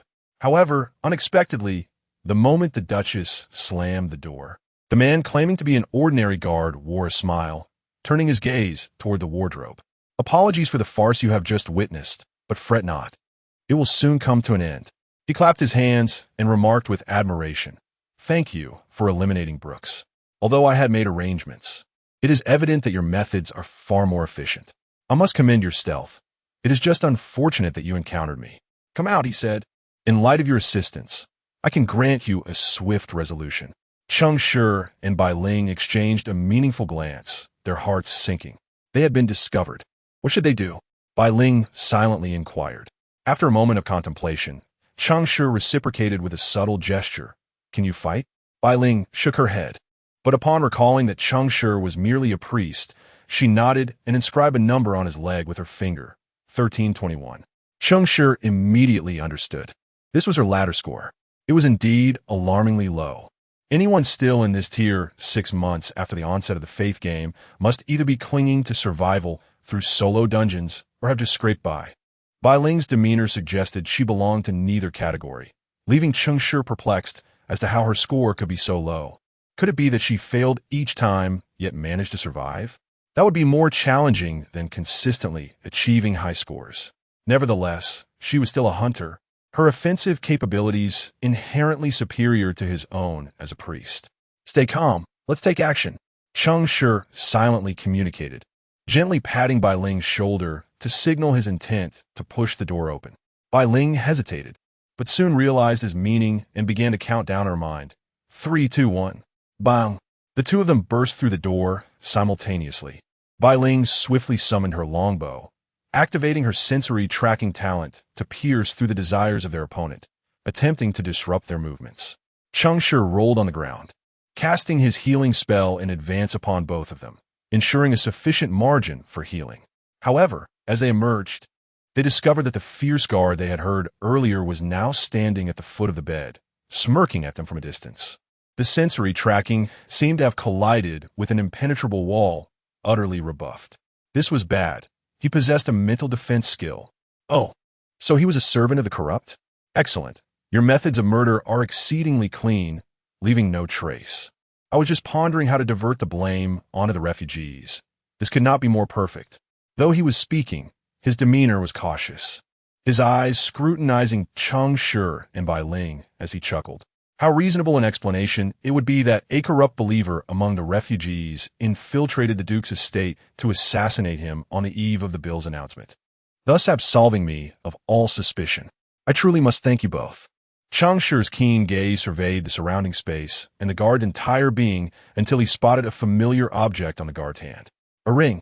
He wore a ring identical to the one in the dwarf's possession. Cheng Shi couldn't believe the coincidence. He decisively produced the ring from his pocket, holding it aloft. At this moment, silence would serve him better than words, allowing the guard to speculate. The guard's eyes widened in disbelief upon seeing the ring in Cheng Shi's hand, followed by an incredulous laugh. What? I merely paid the broker 300 gold coins. He said he had gathered a group of dwarves for this task. How is it that the dwarves have outsourced this job? Ha ha ha, how endearing you all are. Who are you? How much did those little ones pay you? Cheng Shi suddenly grasped the crux of the matter. It turned out that the diminutive figures were the very ones sent to assassinate the Duke. However, they had slain the little ones, only to stumble upon the Duke's demise. Damn it, this was truly a quandary that words could not clarify. The other party clearly had no intention of sparing them merely because they were contracted assassins. Cheng Shi observed the uproarious guard, maintaining a composed countenance as he replied, 30 gold coins. What? Ha ha ha, did you say how much? The guard's laughter grew even more unrestrained. 20 would suffice. His smile faltered, brows furrowing as if he had not comprehended. A split decision. Just as the words fell, Cheng Shi accelerated his metabolism, targeting the guard's leg deficiencies. In this manner, the guard's leg vitality would surge during the rapid metabolism, yet he would experience an unfamiliar sense of lethargy due to his altered state. Seizing this fleeting moment of delay might just present an opportunity. Bai Ling evidently understood Cheng Shi's countdown. The instant his words dissipated, an arrow imbued with the essence of corruption was loosed towards the guard. Their synergy was remarkable. At the moment the guard's footing faltered, the arrow struck his arm. The power of descending desire began to ensnare his reason, tearing at his emotions. Yet, the guard remained unfazed, a cold smirk curling at his lips as he declared, "This place forbids resistance." Buzz. A wave of holy light radiated from the guard, swiftly enveloping the entire room in a golden hue. The longbow in Bai Ling's grasp slipped uncontrollably from her fingers, and even the arrows embedded in the guard fell to the ground, silent and inert. Upon witnessing this, Cheng Shi's pupils constricted, realizing the gravity of the situation. This was the power of order. The individual before them was a lawkeeper, a songster of order. How could a songster serve as a guard in these times? Before Cheng Shi could fully process this revelation, the high-ranking lawkeeper had already unleashed his voice, beginning to chant. The judge is above. The time for execution has come. The shackles stifle the prisoner's cries, while the chains shatter the sinner's arrogance. They shall receive judgment here, welcoming the baptism of holy fire, basking in the glory of the Lord. And then, under the gaze of order, they shall turn to ash. With each line sung, Cheng Shi felt his physical state plummet precipitously. Silence, confinement, searing heat, and repentance for negative states surged and compounded upon him. A weighty oppression felt as palpable as the air itself. Before long, both were pressed to the ground, struggling to breathe. Bai Ling's condition was evidently worse than Cheng Shi's. It was as if an invisible giant foot bore down upon her, mercilessly pinning her to the floor, distorting her body and face. Vivid crimson flowed from her orifices, and soon her vision began to blur. She gazed at Cheng Shi, who appeared equally wretched, devoid of the terror that often accompanies the approach of death. Instead, she offered a sorrowful smile, uttering an apology. "I am truly sorry, esteemed one. I am far too weak." Yet, silence enveloped everyone, and her voice struggled to escape her throat. Cheng Shi only witnessed Bai Ling parting her lips before she smiled and gently closed her eyes. Weakness, is it not the original sin? The guard let out a derisive chuckle, unsheathing his long sword as he slowly approached Cheng Shi. Chapter 29. The death of Cheng Shi. It was peculiar. There was no sorrow in Cheng Shi's eyes. Perhaps he was entirely indifferent to the demise of Bai Ling. He relentlessly accelerated his metabolism, attempting to employ the sorcery of time to erase the debilitating effects of his despair. Yet, regrettably, the tangible world does not operate like a turn-based game. While Cheng Shi struggled, the Guardian was unyielding in his pursuit. As a bard, inflicting negative states upon foes was his forte. He continuously unleashed his spells, constricting Cheng Shi's already limited space for survival. Soon enough, Cheng Shi found himself bereft of strength, succumbing to the relentless pull of death, ultimately defeated and awaiting his end. The guardian approached Cheng Shi, who lay motionless with vacant eyes, shaking his head with a sigh. Worms of the earth ought to remain underground, yet there are times when they serve a purpose. I am both fond of you and loathe you. Oh, what a contradiction. Before he could finish his words, the guardian suddenly thrust his sword downward with a swiftness akin to lightning, piercing Cheng Shi's chest without affording him a chance for redemption. With a sickening sound, the blade punctured his heart. Cheng Shi's eyes widened in shock, his pupils constricting. Within mere seconds, the light in his gaze dissipated entirely. In a fleeting moment before his vision succumbed to darkness, he beheld the door before him crash open with a thunderous bang, revealing a familiar face. Cheng Ge. It was Ming, but he was too late. Cheng Shi managed a reluctant smile before closing his eyes for the final time. As Ming stepped through the threshold, he was enveloped by an overwhelming force of order. Observing his fallen comrades, he became frenzied, charging at the astonished guardian. I will kill you. I will kill you. How is this possible? This is the realm of order. How could you possibly remain unbound? Order? I am order. His words were blasphemous. Yet Ming did not face divine retribution. He muttered frantically under his breath, his expression twisted with ferocity, and in a flash, he appeared behind the guardian. The guardian, caught off guard, wore an expression of sheer terror. He seemed to wish to shout, but before he could utter a sound, a bloody dagger pierced through his back, emerging straight through his chest. A murky yellow light flickered upon the dagger, and the guardian gazed at the blade protruding from his chest, spewing forth a mouthful of tainted blood, his eyes remaining wide open in death. Cheng Ge, I avenged you. Ming's voice was a distorted wail as he kicked aside the corpse before collapsing to the ground, his gaze vacant. At that moment, Fang Shiqing burst into the room, accompanied by Su Lu. Ming looked up at them, his eyes glistening with unshed tears. Su Lu, witnessing the horrific scene, paled significantly and clutched the hem of Fang Shiqing's garment tightly. Despite her disdain for Cheng Shi, the shared identity of players rendered her unable to escape a sense of sorrow at the loss.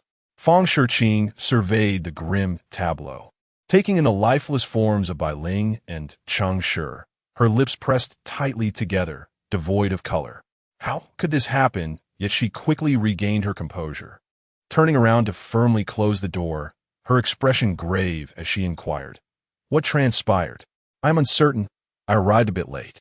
I was exploring the second floor when I heard a commotion from this room and rushed over. By the time I entered, Cheng Ge and Niao Niao where Ming appeared to be engulfed in guilt, running his fingers through his hair, his head bowed in despair. Who lies upon the bed? As the question escaped her lips, Su Lu's countenance shifted dramatically, pointing at the figure on the bed with a gasp. It's him, the one foretold to perish. Fang Shiqing shivered, unable to believe her ears, glancing back at Su Lu. Suddenly, she comprehended that the deceased on the bed was likely the elusive Duke. Su Lu, witnessing the scene that mirrored the vague images of the prophecy, murmured in a daze, It turns out it is not us who are to die, but the Duke has met his end, and that Cheng, although the prophecy did not indicate the demise of any players, it was evident that 2 players had indeed perished. Observing the scene, only 2 possibilities existed. Either Cheng Shi had witnessed the guard committing murder and the guard silenced him, or the guard had seen Cheng Shi kill, and Cheng Shi failed to retaliate. As Fang Shiqing articulated her hypothesis, Su Lu lowered her head and remarked, I suspect it must be that the guard witnessed Cheng Shi committing murder. Fang Shiqing's expression hardened, a flicker of disdain crossing her eyes as she coldly inquired, Why? Perhaps he intended to usurp the Duke's identity. He seems to be that sort of person. Su Lu was aware that uttering such words was ill-advised.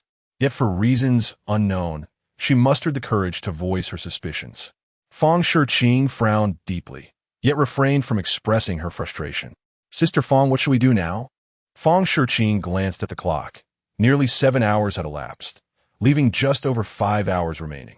You all should leave first, find a way to secure the entrance. As companions, we must see them off. Ming cast a bewildered glance at Fang Shiqing, seemingly recalling that this figure was also a bard. varias crónicas tales. And the protagonists of these narratives often encompass a myriad of individuals, including a diverse array of the deceased. Thus, they excel in composing dirges and reciting elegies. Su Lu considered this ritual somewhat time-consuming, yet upon seeing Fang Shiqing's resolute expression, she bit her lip and stepped forward. Ming followed closely, his head downcast, concealing his expression. As Fang Shiqing brushed past him, she patted his shoulder in a gesture of comfort. Once the two exited the room and closed the door, the sorrow etched on her face vanished in an instant, replaced by a surge of fury. She opened a book, tore out a page, and with a gentle flick, the entire room fell into a stasis. Even the drapes stirred by the breeze froze in midair. Silence enveloped the room. Even the sound of breathing ceased. Then she strolled over to Cheng Shi's side, gazing at the lifeless form pierced through the heart, her anger intermingling with a wry smile. Fang Shiqing recalled the moment she had awakened in the thick fog, nestled in Cheng Shi's embrace, feeling a note tucked against her chest. Seizing the opportunity when no one was watching, she had furtively glanced at the note, which read, "Esteemed bearer of the flame, though we are separated by time, I write this as if we are face to face. Please do not look at me, nor smile. This is a plea for help, for my future self. Should I perish and you happen upon my body, I implore you to save my life. Any form of healing can retrieve me from the depths of despair. I kindly ask you to extend your hand, considering that I was once a candidate for the bearer of the flame. My gratitude would be boundless. Furthermore, tread cautiously in the company of three." Now, looking down at Cheng Shi, who lay lifeless, she thought, how could this fool have foreseen his own demise? How could he place such unwavering trust in me? What assurance did he have that I would come to his rescue? He had rejected me, and yet he feared not that I might also refuse him? Impertinent fool! Fang Shiqing furrowed her brows, chastising Cheng Shi in silence, as if she were presiding over a solemn trial, unheard by any. Ultimately, resigned to her fate, she tore another page from the book, crumpled it into a ball, and pressed it against Cheng Shi's wound. The moment the page made contact, it transformed into a vibrant green light imbued with the essence of life, penetrating Cheng Shi's body. The once lifeless Cheng Shi, nourished by this luminescent vitality, suddenly opened his eyes. Gasping for breath, he struggled audibly, yet no one was there to hear. Observing his comical state, Fang Shiqing could not suppress a smile. Fresh air filled his lungs, a long-lost sensation flooding through his limbs, prompting him to greedily inhale more. Alive! He had returned to life.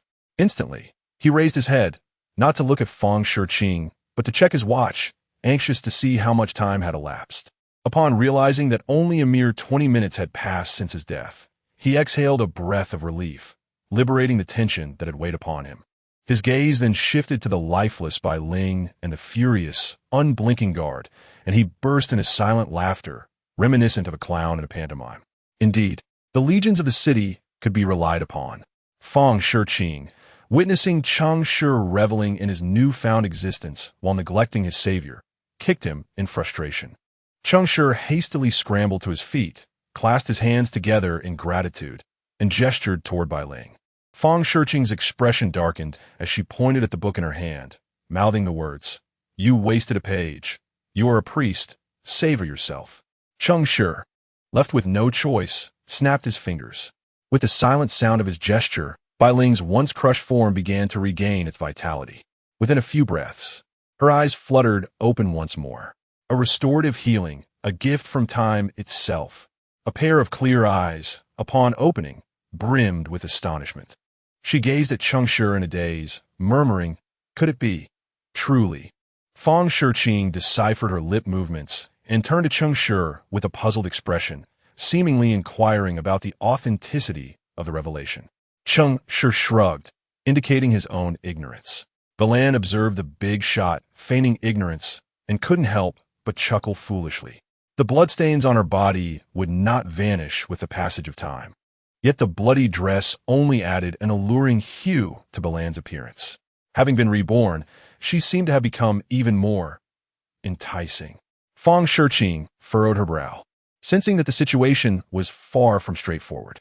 The scent of corruption grew more potent. Her gaze flitted between Cheng Shi and Balan. attempting to discern the nature of their interaction. However, Cheng Shi concealed his thoughts adeptly, leaving no trace of his intentions. Balan, though not skilled in deception, was unable to detach her gaze from Cheng Shi, her longing gaze evoking a sense of discomfort. It was unclear what thoughts occupied her mind. Naturally, Feng Shi was oblivious to Balan's musings, as her own thoughts were consumed by the earlier encounter shared with Cheng Shi in the cabinet. Chapter 30. The detective Cheng Shi time rewound back to the wardrobe. At that moment, Cheng Shi quietly urged, "Don't panic, just do it," and then gently patted Bailing's shoulder. Just as Bailing believed this to be a form of reassurance, a small vial slipped from Cheng Shi's fingertips, landing squarely on her chest, perfectly wedged in place. Bailing was momentarily taken aback and glanced down, only to see a line of small text clearly inscribed on the vial. Medicine name: Contempt of the deceased. Upon consumption of this potion, one would not truly die for the duration of its effects.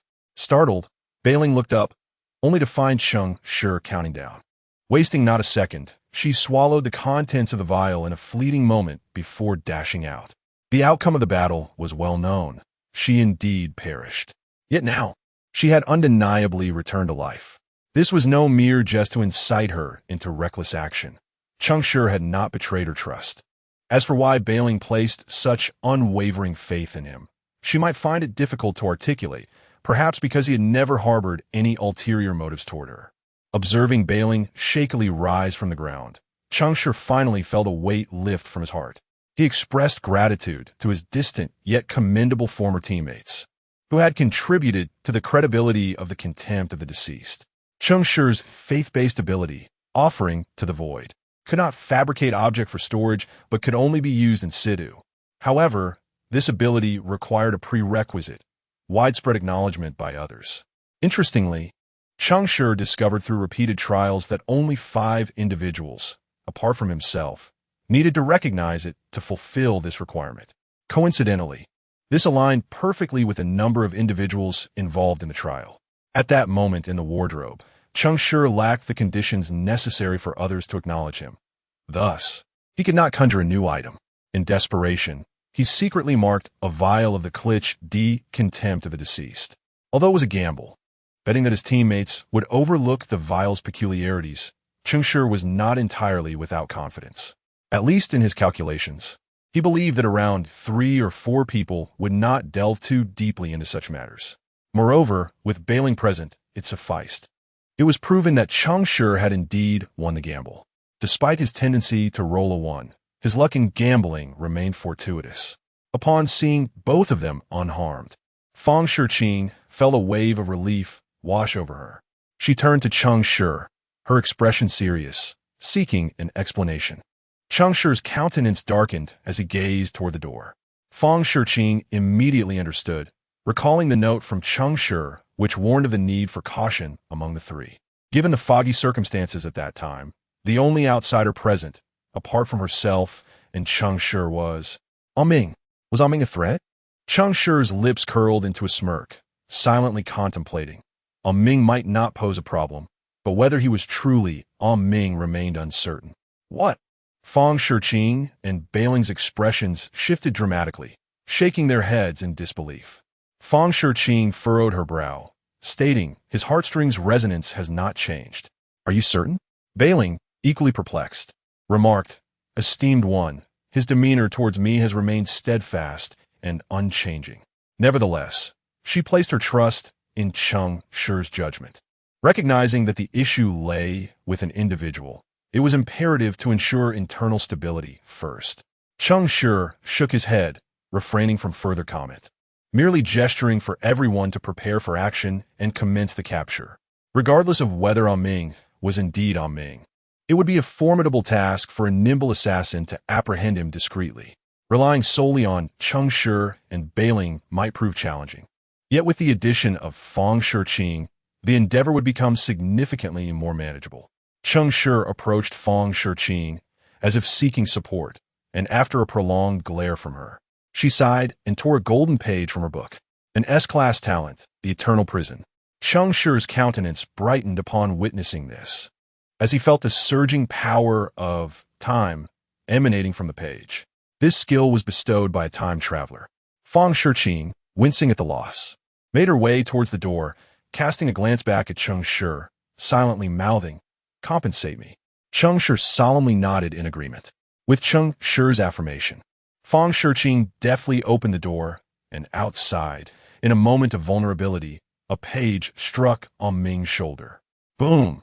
An explosive surge of temporal energy erupted, and before Ming could react, he found himself shackled in place by the chains of time.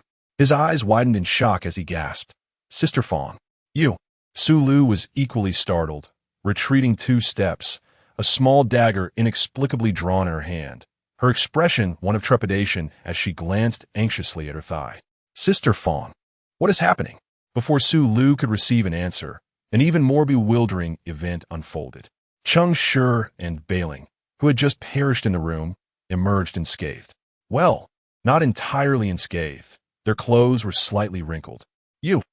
Su Lu was utterly flabbergasted, her mind racing with a whirlwind of conspiracy theories. Most absurdly, she began to suspect that Fang Shiqing might have acquiesced to some request from Cheng Shi, conspiring with that insufferable devotee to eliminate her. Observing Su Lu's fright, Fang Shiqing shook her head apologetically, then gestured for her to listen as Cheng Shi explained the situation. Upon stepping out of the room, Cheng Shi promptly drove an arrow of desire, acquired from Bailing, into Ming's shoulder. Chungu, you're alive? What is the meaning of this? Niao Niao, you're alive too? What on earth transpired?" Ming stared at them, his astonishment palpable, his eyes darting back and forth. Cheng Shi, witnessing his reaction, smiled knowingly. "I apologize for not being dead. I suppose that may disappoint you." Ming paused, then darkened his expression, saying, "Chungu, we mean, I naturally do not wish for my comrades to come to harm, but it seems you imply that I killed you. I avenged you by eliminating that guard." "Oh, you avenged me." Clap, clap, clap. Cheng Shi nodded and applauded, smiling as he remarked, "Indeed, you arrived a moment too late. Otherwise, you could have salvaged both of us." "Certainly. It must be some misunderstanding. Sister Fang, please release me. Our time is limited." Fang Shiqing appeared oblivious, merely remaining vigilant for any nearby intruders. Cheng Shi shook his head, unwilling to squander any further time. "You're not Ming, are you?" Ming paused momentarily, then burst into laughter, exclaiming, "Brother Cheng, what are you saying? If I am not Ming, then who could I possibly be? Have you forgotten? I accompanied you from the mist room, and upon hearing Sister Fang's instructions, we parted ways to investigate, only to regroup in this very room for revenge. Have you lost your memory?" "I have not lost my memory, nor do you need to feign ignorance, Uncle Huang." "Who? Huangbo?" Fang Shiqing exclaimed in astonishment, immediately activating some innate ability to probe Ming's identity. But the outcome was unsurprising. He was indeed Ming. "Cheng Shi, are you certain he is Huangbo?" Ming, with a wry smile, replied, "Brother Cheng, what are you talking about? Huangbo is still en route. The gate of memory remains open." "How could I possibly be Huangbo?" Cheng Shi chuckled and continued, "How do you know he hasn't arrived yet?" Ming's expression faltered, and he hastily clarified, "What I meant was, when we arrived at the Duke's manor, he had not yet come." "Yes, indeed. If I am not mistaken, as of now, the gate of memory is still ajar, and someone has lagged behind, failing to make their way here. However, the one left behind is not Huangbo, but rather Ming. The true Huangbo stands before me." Ming seemed incensed by the relentless suspicion, his countenance darkening as he bellowed, "Cheng Shi, if you have any intentions, you might as well state them plainly. I have saved you on multiple occasions. Why do you doubt me? Call me Huangbo. Present your evidence. On what grounds do you assert I am Huangbo?" Observing the hysterical Ming, Fang Shiqing's expression wavered as she turned to Cheng Shi, only to witness him publicly produce a small vial of potion, twisting off the cap while declaring, "In truth, there is ample evidence. For instance, an assassin claiming to be unable to withdraw from the mist, or the goblin that perished in the servants' quarters, who did not die by a single hand, but rather through mutual slaughter, which resembles not the judgment of order but rather the handiwork of chaos, or the individual who murdered the Duke, who was neither the unfaithful guard nor myself and Bai Ling.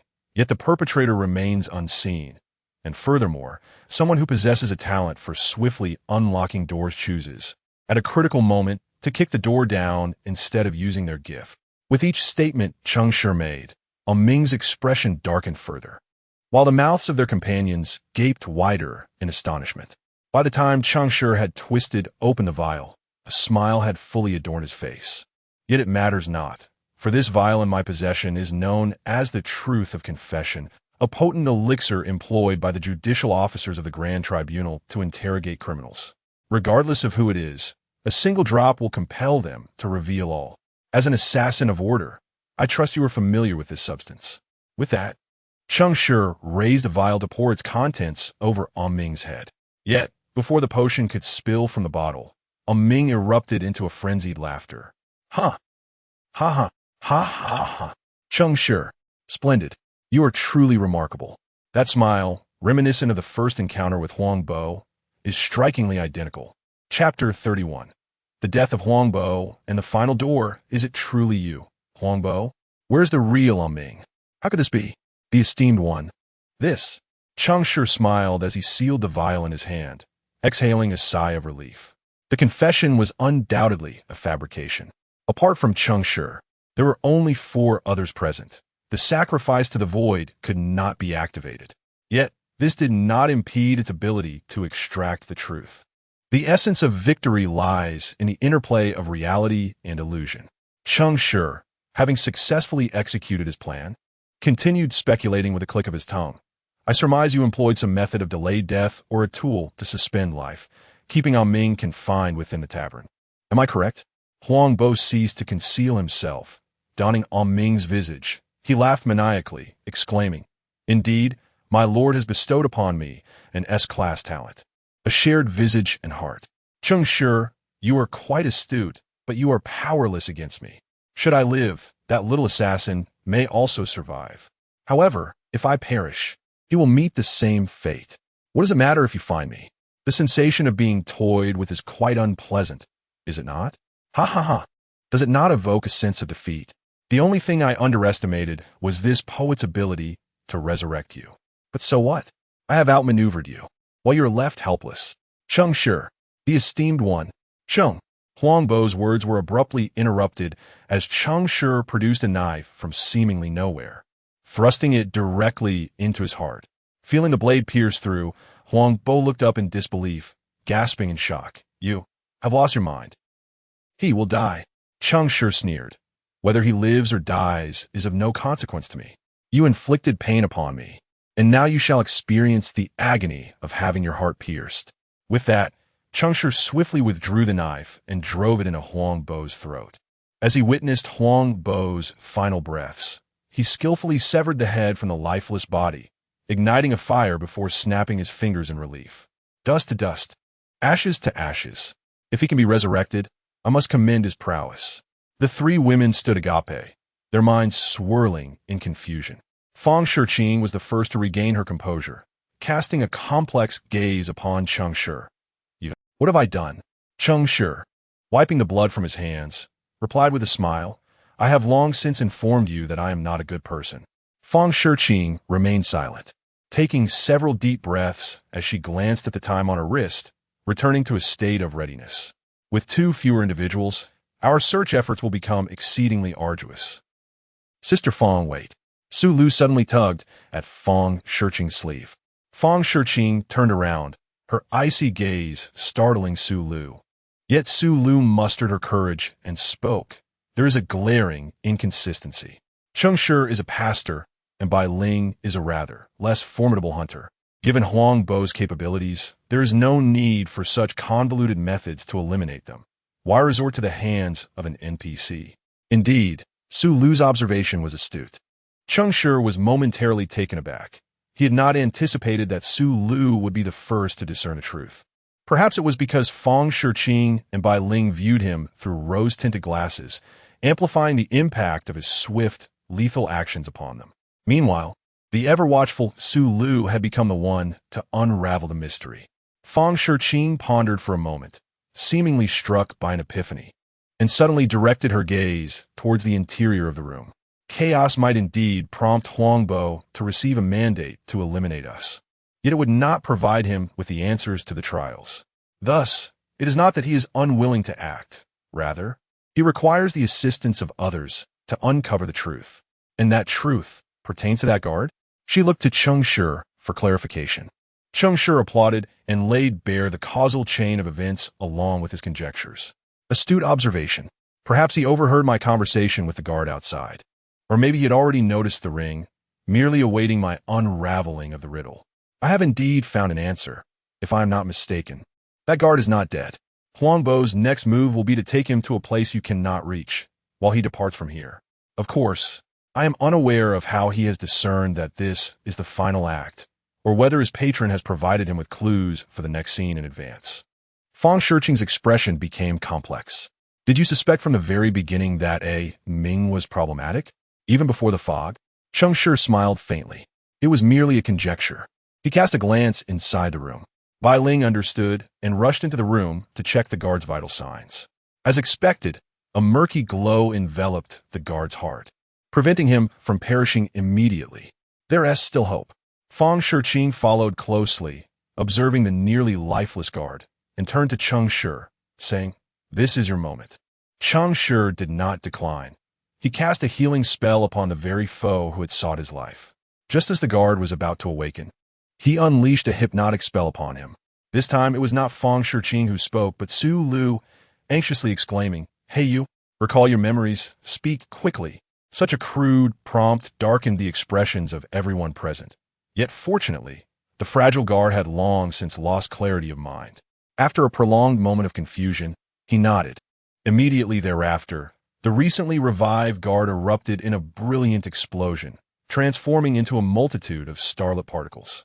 These particles coalesced once more, forming a gateway to memories.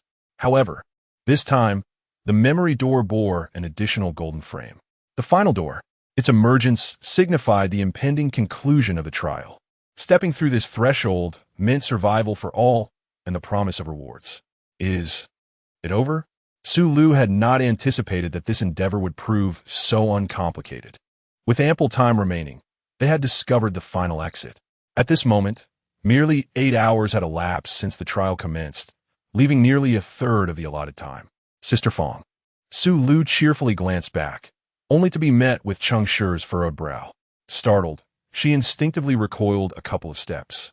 A person capable of indiscriminately taking lives, one who held opposing beliefs, standing before the exit.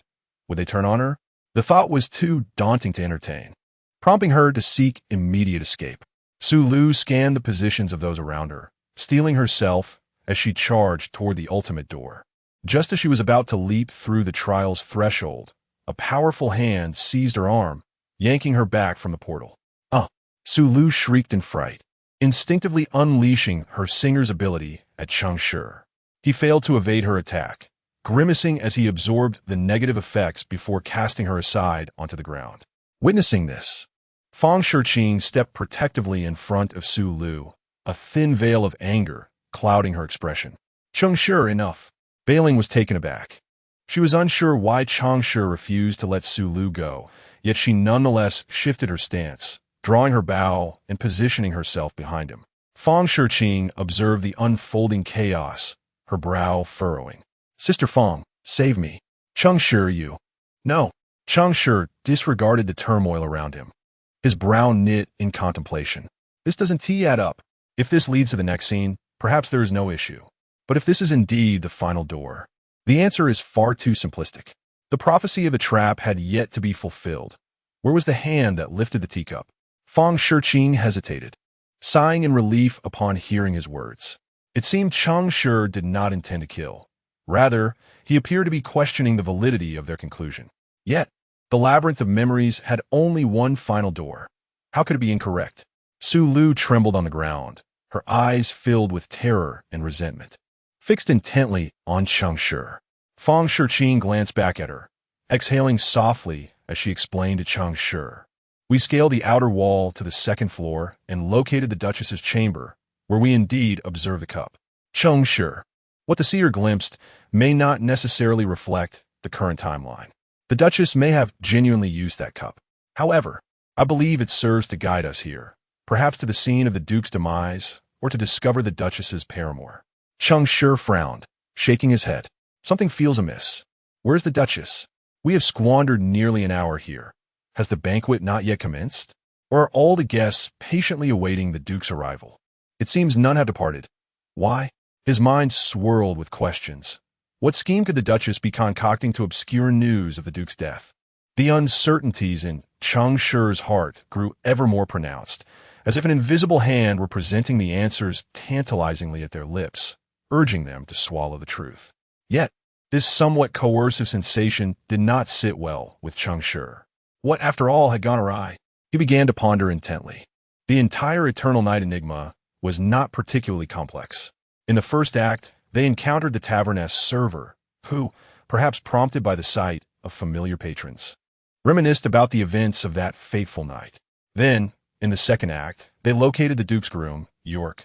Their search led them to him because they had glimpsed the true visage of the service worker, an orc maiden, revealing the dwarves concealed beneath the beastly hide. York was ensnared by the dwarves, drawn into the realm of recollection, and indeed, in the third act, they encountered the corpses of these dwarves.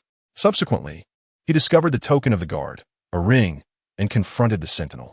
The guard acknowledged the existence of the ring, which was guided to serve as the gateway to memory. At first glance, there seemed to be no issues. However, it appeared that during his acknowledgement, the guard mentioned a broker. A sudden epiphany struck Cheng Shi. He realized he had wandered into a cognitive blind spot. That broker. Chapter 32. A tale. And the second final gate, what? The lark behind him was startled. Cheng Shi, somewhat excited, exclaimed, "Lark, he mentioned the broker. Is it possible that the guards do not know who those dwarves are, but merely recognize this ring?" Lark, not one to be easily fooled, instantly grasped Cheng Shi's implication. If the guards were hired through a broker, they would not necessarily be aware of the dwarves' appearances or identities, at least not all the particulars. Moreover, the dwarves in the servants' quarters presented no logical inconsistencies. They even seemed aware of the intent to eliminate the invading players. Lark's eyes widened in disbelief as she stammered. But the answer has clearly revealed itself. Fang Shiqing concurred, stating, "Cheng Shi, the labyrinth of memories never offers a second answer." Cheng Shi retorted with a hint of sarcasm, "Yet forbidden arts have never emerged in the trials of war. Did we not encounter them last time? I recall that the die cast in the trap resulted in a 5. Su Lu, incensed at being called a trap, remained silent, seething with anger. Fang Shiqing pondered indeed. Thus, is it conceivable that this prophecy is indicating we have another 50% choice? Cheng Shi fixed his gaze upon Su Lu, articulating each word. She scored 1,600 points. The die has 10 sides, and 5 points represents precisely half. Everyone was left astounded, yet no one dared to contradict him. For Cheng Shi's explanation was indeed coherent. Moreover, the prophecies of destiny remain enigmatic until the final moment, leaving the true meaning unknown. However, we lack further evidence and clues to uncover a second answer. Cheng Shi, the number of people in the estate is overwhelming, and the casualties are numerous. Our situation is rather precarious. Yet, we still possess time, do we not? Cheng Shi smiled. Taking a step forward, "I have thought of someone. Perhaps she is one of the answers." "Who?" Lark inquired, quick to follow, while Fang Shiqing hesitated before also urging Su Lu to accompany them. Su Lu was reluctant to follow, but Fang Shiqing's grip was too firm to escape. Clearly, Fang Shiqing still believed in Cheng Shi. She did not want Su Lu to face demise. Yet, Su Lu harbored a different sentiment.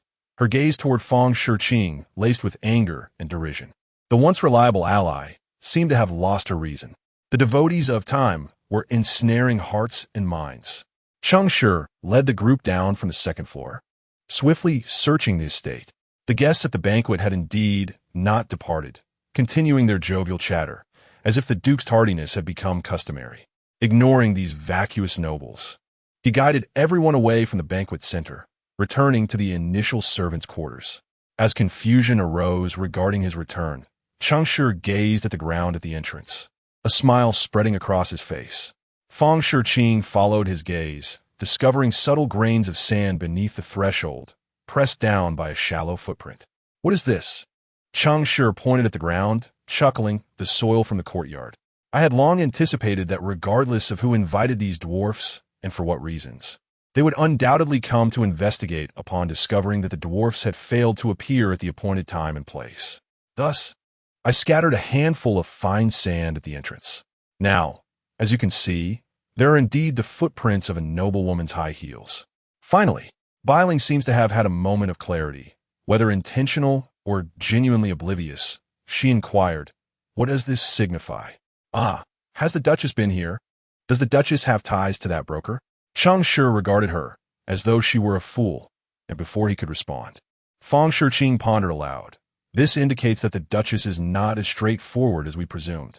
Cheng Shi remarked that her reaction to the Duke's death was quite pronounced.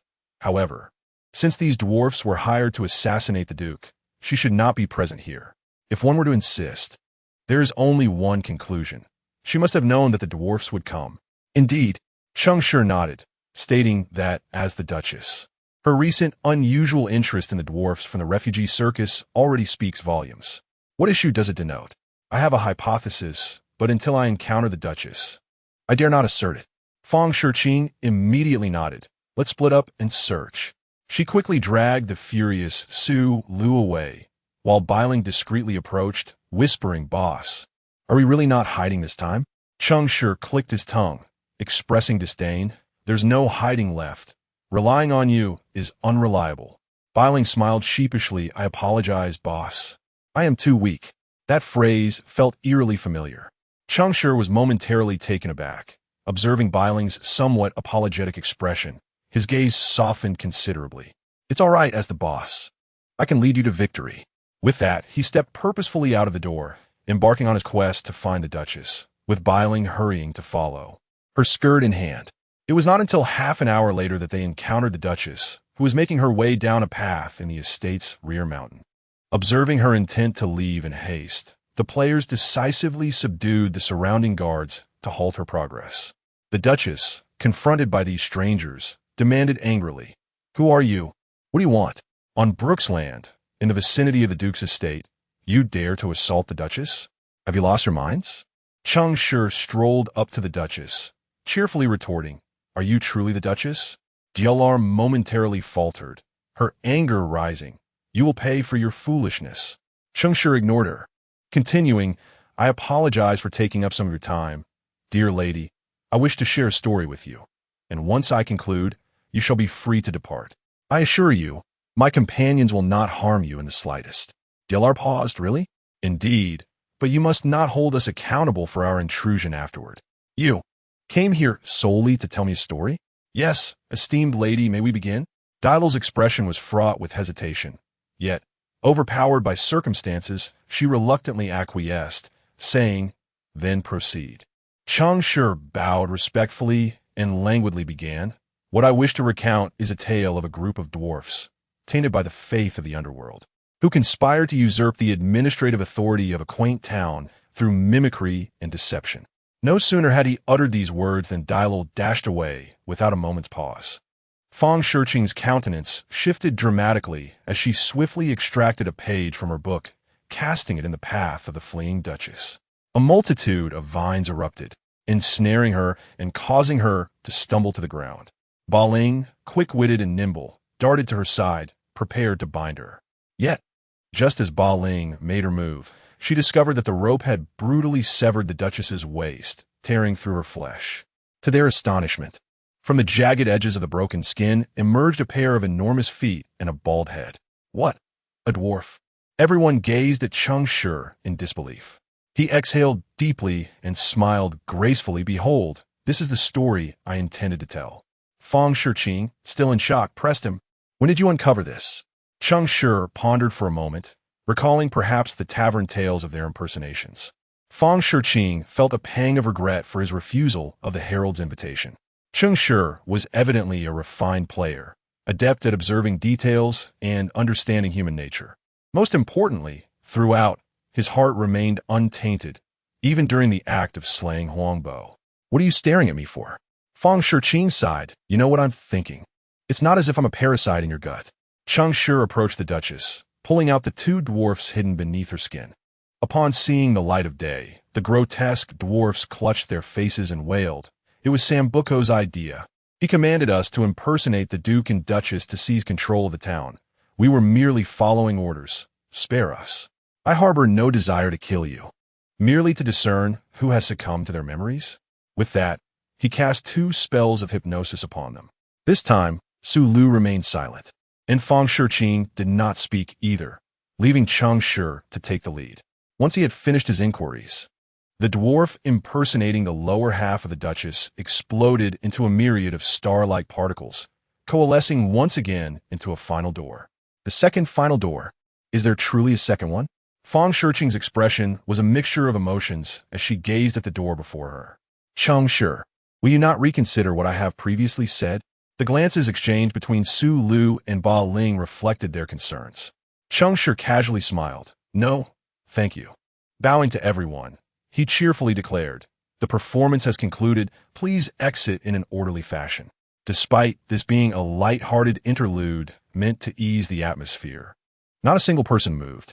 Cheng Shi observed the awkward scene, a wry smile tugging at his lips as he prepared to depart. However, at that moment, Ba Ling made her move. She giggled as she embraced Cheng Shi's arm, swiftly planting a kiss on his cheek before darting towards the final door like a fledgling returning to its nest. Just as she was about to step through, Cheng Shi suddenly called out, "Why choose him?" Ba Ling halted, turning back with a radiant smile, casting a flirtatious glance at Cheng Shi. "Isn't it simply because I like him?" she replied, not looking back as she rushed through the door. Her response was both a rhetorical question and an affirmation. Cheng Shi was momentarily taken aback, then he laughed. His amusement was not directed at Ba Ling's straightforwardness, but rather at her deception. As companions who had met by chance yet shared life and death experiences, he never felt the need to pry too deeply into matters. Nonetheless, knowing that Ba Ling was lying brought him joy. In a world where existence was already a challenge, there was little reason to judge others. Moreover, she had never harmed anyone. Watching Ba Ling vanish behind the door, Cheng Shi's smile was radiant. However, Fang Shiqing's expression was less than favorable. She longed to extend another invitation, but understood that Cheng Shi would likely decline. Reluctantly, she approached the final door. Just before entering, she nudged Su Lu forward, clearly wishing to prevent her from being left alone with Cheng Shi. Yet, to their astonishment, as Su Lu was about to be pushed through the door, she suddenly struggled fiercely and ran away. She sprinted several meters, her eyes wide with panic as she faced the bewildered Fang Shiqing and the puzzled Cheng Shi, shouting frantically, "It's all fake. Everything is a lie. He is deceiving you. Sister Fang, he is lying. This is all a ruse. Don't trust him. This door is a trap. We will die if we go in." Chapter 33. Everything is a choice of fate. What is wrong with you? Cheng Shi rolled his eyes, his disdain unmistakable. Fang Shiqing was taken aback by Su Lu's intense reaction and inquired with curiosity, "How can you be so certain this is false, Su Lu? You witnessed the entire reasoning process of Cheng Shi. If you have any doubts, you may express them without resorting to such dramatics." Fang Shiqing noticed Su Lu's hesitation, recognizing that she was concealing something significant. Hence, she gently encouraged her, "Just speak your mind. We still have time." Su Lu glanced at the clock, then, with a firm resolve, declared, "My lord bestowed upon me a new command earlier. He said, 'Do not let the followers of time deceive you.'"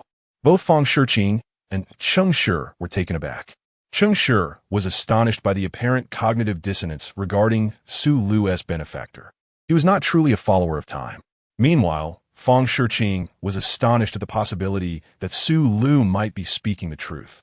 "Dear Sister Fang, I am aware that you look down upon me, deeming me foolish, weak, and a burden. Yet, I can see that you wish to protect me. Therefore, I share this with you. Cheng Shi is a great deceiver. He intends to kill us all. He has already slain a Ming and Huang Bo, and now he seeks to eliminate you. Sister Fang, please come with me. Do not trust him. Everything he says is a lie." Fang Shiqing turned to Cheng Shi, only to see him suddenly appear unburdened. "Ah, so here lies the prophecy of fate. Now, my dear, it is your moment of choice. Ha ha, will you believe her or me? Choose one." With that, Cheng Shi walked to the edge of the final door, silently awaiting the outcome. Even Yufeng Shiqing gripped the book tightly, her gaze wavering. Cheng Shi, what is the command given to you? Cheng Shi paused, then smiled. You've guessed it. I indeed have a command. As we entered the third act, time issued a directive to me. It was, eliminate that follower of fate. It's you. Just as I suspected. Sister Fong, I spoke no falsehood.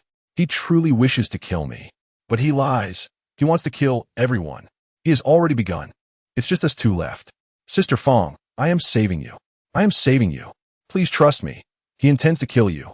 Why not come over here? Fong Shiqing, do you think you are exceptional? Do you believe your choices are always correct? You fool. How can you still not see that he is harming you? Only I am here to save you. You. Fong Shiqing, what are you doing? Come back. He wants to kill you. Come back. Seeing Fong Shiqing choose Cheng Shi, Su Lu completely broke down. Gritting her teeth, she glared at the approaching pair, then turned to flee. May you all perish. May you all perish. You fools, go to your demise. Cheng Shi gazed with great interest at the approaching Fong Shiqing and jested, why not choose a little sidekick? Fong Shiqing sighed helplessly, to borrow a phrase from Su Lu, if you wish to eliminate her, it need not be so complicated. Cheng Shi chuckled with delight. Not going to rescue her? Fong Shiqing turned her head for a moment, shook it gently, and replied, the bearers of the flame pass on the enduring fire. Individuals like this. Well, let us relinquish the urge to assist and respect the destinies of others. Cheng Shi scoffed, indeed, respect for others' destinies. He emphasized the word destiny with a hint of sarcasm. Fong Shiqing understood his implication, choosing not to mention the invitation again. Instead, she extended her hand towards Cheng Shi. He was momentarily taken aback and, in a daze, placed his hand in hers. Their warm hands clasped firmly together, though not in an intertwining manner, but rather in a handshake. Fong Shiqing's flat palm was insistently shaped into a handshake by him. For a fleeting moment, Fong Shiqing's expression turned awkward, but she swiftly regained her composure and smiled, reminding him, what about my compensation?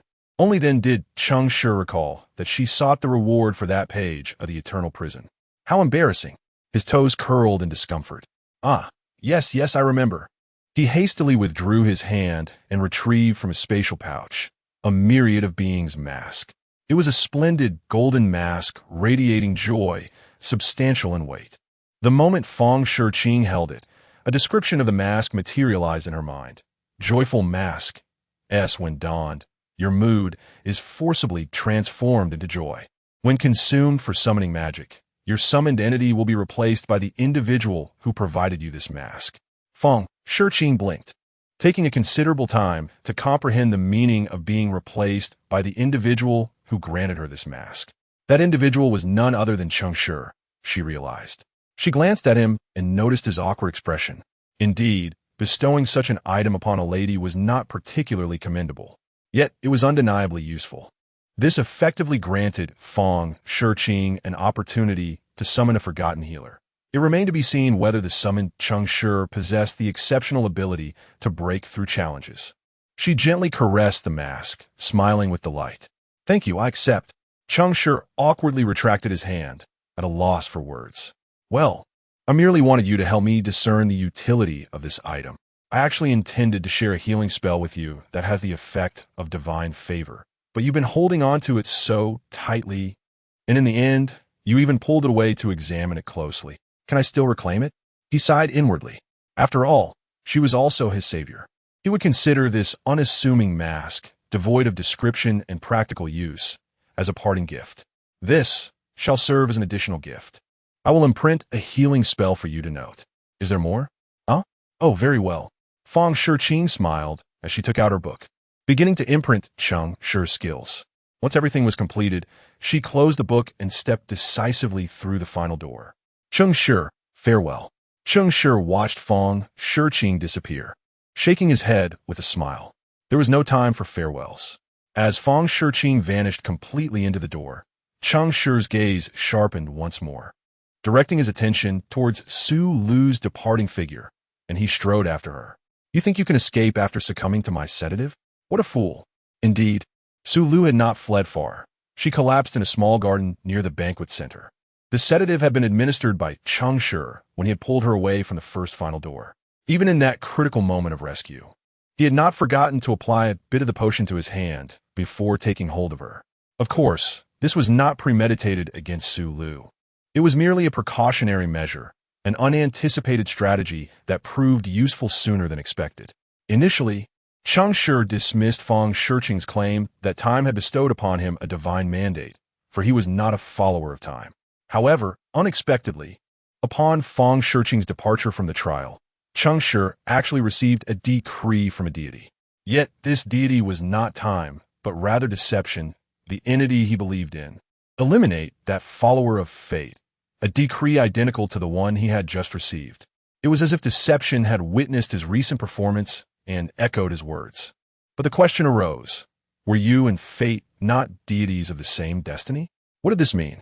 Cheng Shi found himself at a loss for words. When he finally reached her, Su Lu lay unconscious on the ground. He seized her collar and dragged her toward the final door. Along the way, numerous attendants glanced curiously. Yet under his piercing gaze, none dared intervene. Cheng Shi continued his course, with Su Lu bumping along in tow. Arriving at the final door, Su Lu awoke, groaning from the pain radiating in her back. Upon seeing Cheng Shi's face, she recoiled in terror. Don't come any closer. Please don't kill me. I beg you, I was wrong. Don't kill me. Cheng Shi regarded her with an icy indifference and scoffed. You? Worthy of such concern? He grasped Su Lu by the neck, lifting her effortlessly, and added with a smirk, Indeed, I have taken many lives and witnessed countless deaths. Yet, I still believe that sometimes death is too direct, lacking in aesthetic beauty. Miss Prophet, do you not agree? Without waiting for Su Lu's response, he forcefully pressed her head and hurled her into the door of memories. Upon completing this act, he retrieved the dice from his hand, grinning as he remarked, Rather than killing a follower of fate, perhaps it would be far more enjoyable to disrupt her destiny. Cheng Shi gazed hopefully at the dice. Unfortunately, they remained still, unresponsive. How dull, he muttered, stowing away the dice as he strode out of the trial. Special trial, Eternal Night's Labyrinth Memory. Challenge successful, currently scoring and calculating rewards. Player, Cheng Shi. Performance rating S, obtained item. Mask of Hope S, X1, obtained item. Mask of Regret A, X1, obtained item. Mask of Disdain B, X1, obtained item. Mask of Relief A, X1. Path to Ascendance 9. Ladder of Visitation 3. Current score on Path to Ascendance 2125. Global ranking 464024. Current score on Ladder of Visitation 161. Destiny ranking 64. Trial cleared, exiting soon. Chapter 34. The dawn that pierces the night in an unknown city within a certain apartment. The lark awoke in her bed, feeling the gentle warmth of sunlight streaming through the window and caressing her cheek. She raised her hand to touch her face and pinch herself hard. It hurt. She was alive. The final door was indeed real. She had returned to life. Initially, joy sparkled in her eyes, causing her to chuckle, but that smile quickly froze on her face, gradually dissipating. Her gaze became vacant as she stared at the pristine white ceiling. Why had she chosen him? Cheng Shi's question incessantly echoed in her mind, and she recalled her answer. Was it not because of affection? Yes. Was it not due to affection? Yet, what exactly did she truly like? Slowly, she sat up, shedding her garments as she had done after the trial, standing before the mirror, turning to examine the marks left upon her by debauchery. The feeling of embracing desire was not repugnant, but did she genuinely cherish it? Perhaps. With a self-deprecating smile, she made her way to the bathroom. The apartment was old and in disrepair, yet, through the combined prayers of the surrounding players, hot water was still generously supplied. She turned the shower to its maximum flow and hottest temperature, allowing the scalding water to cascade over her, reddening her skin. Her hands vigorously scrubbed her body.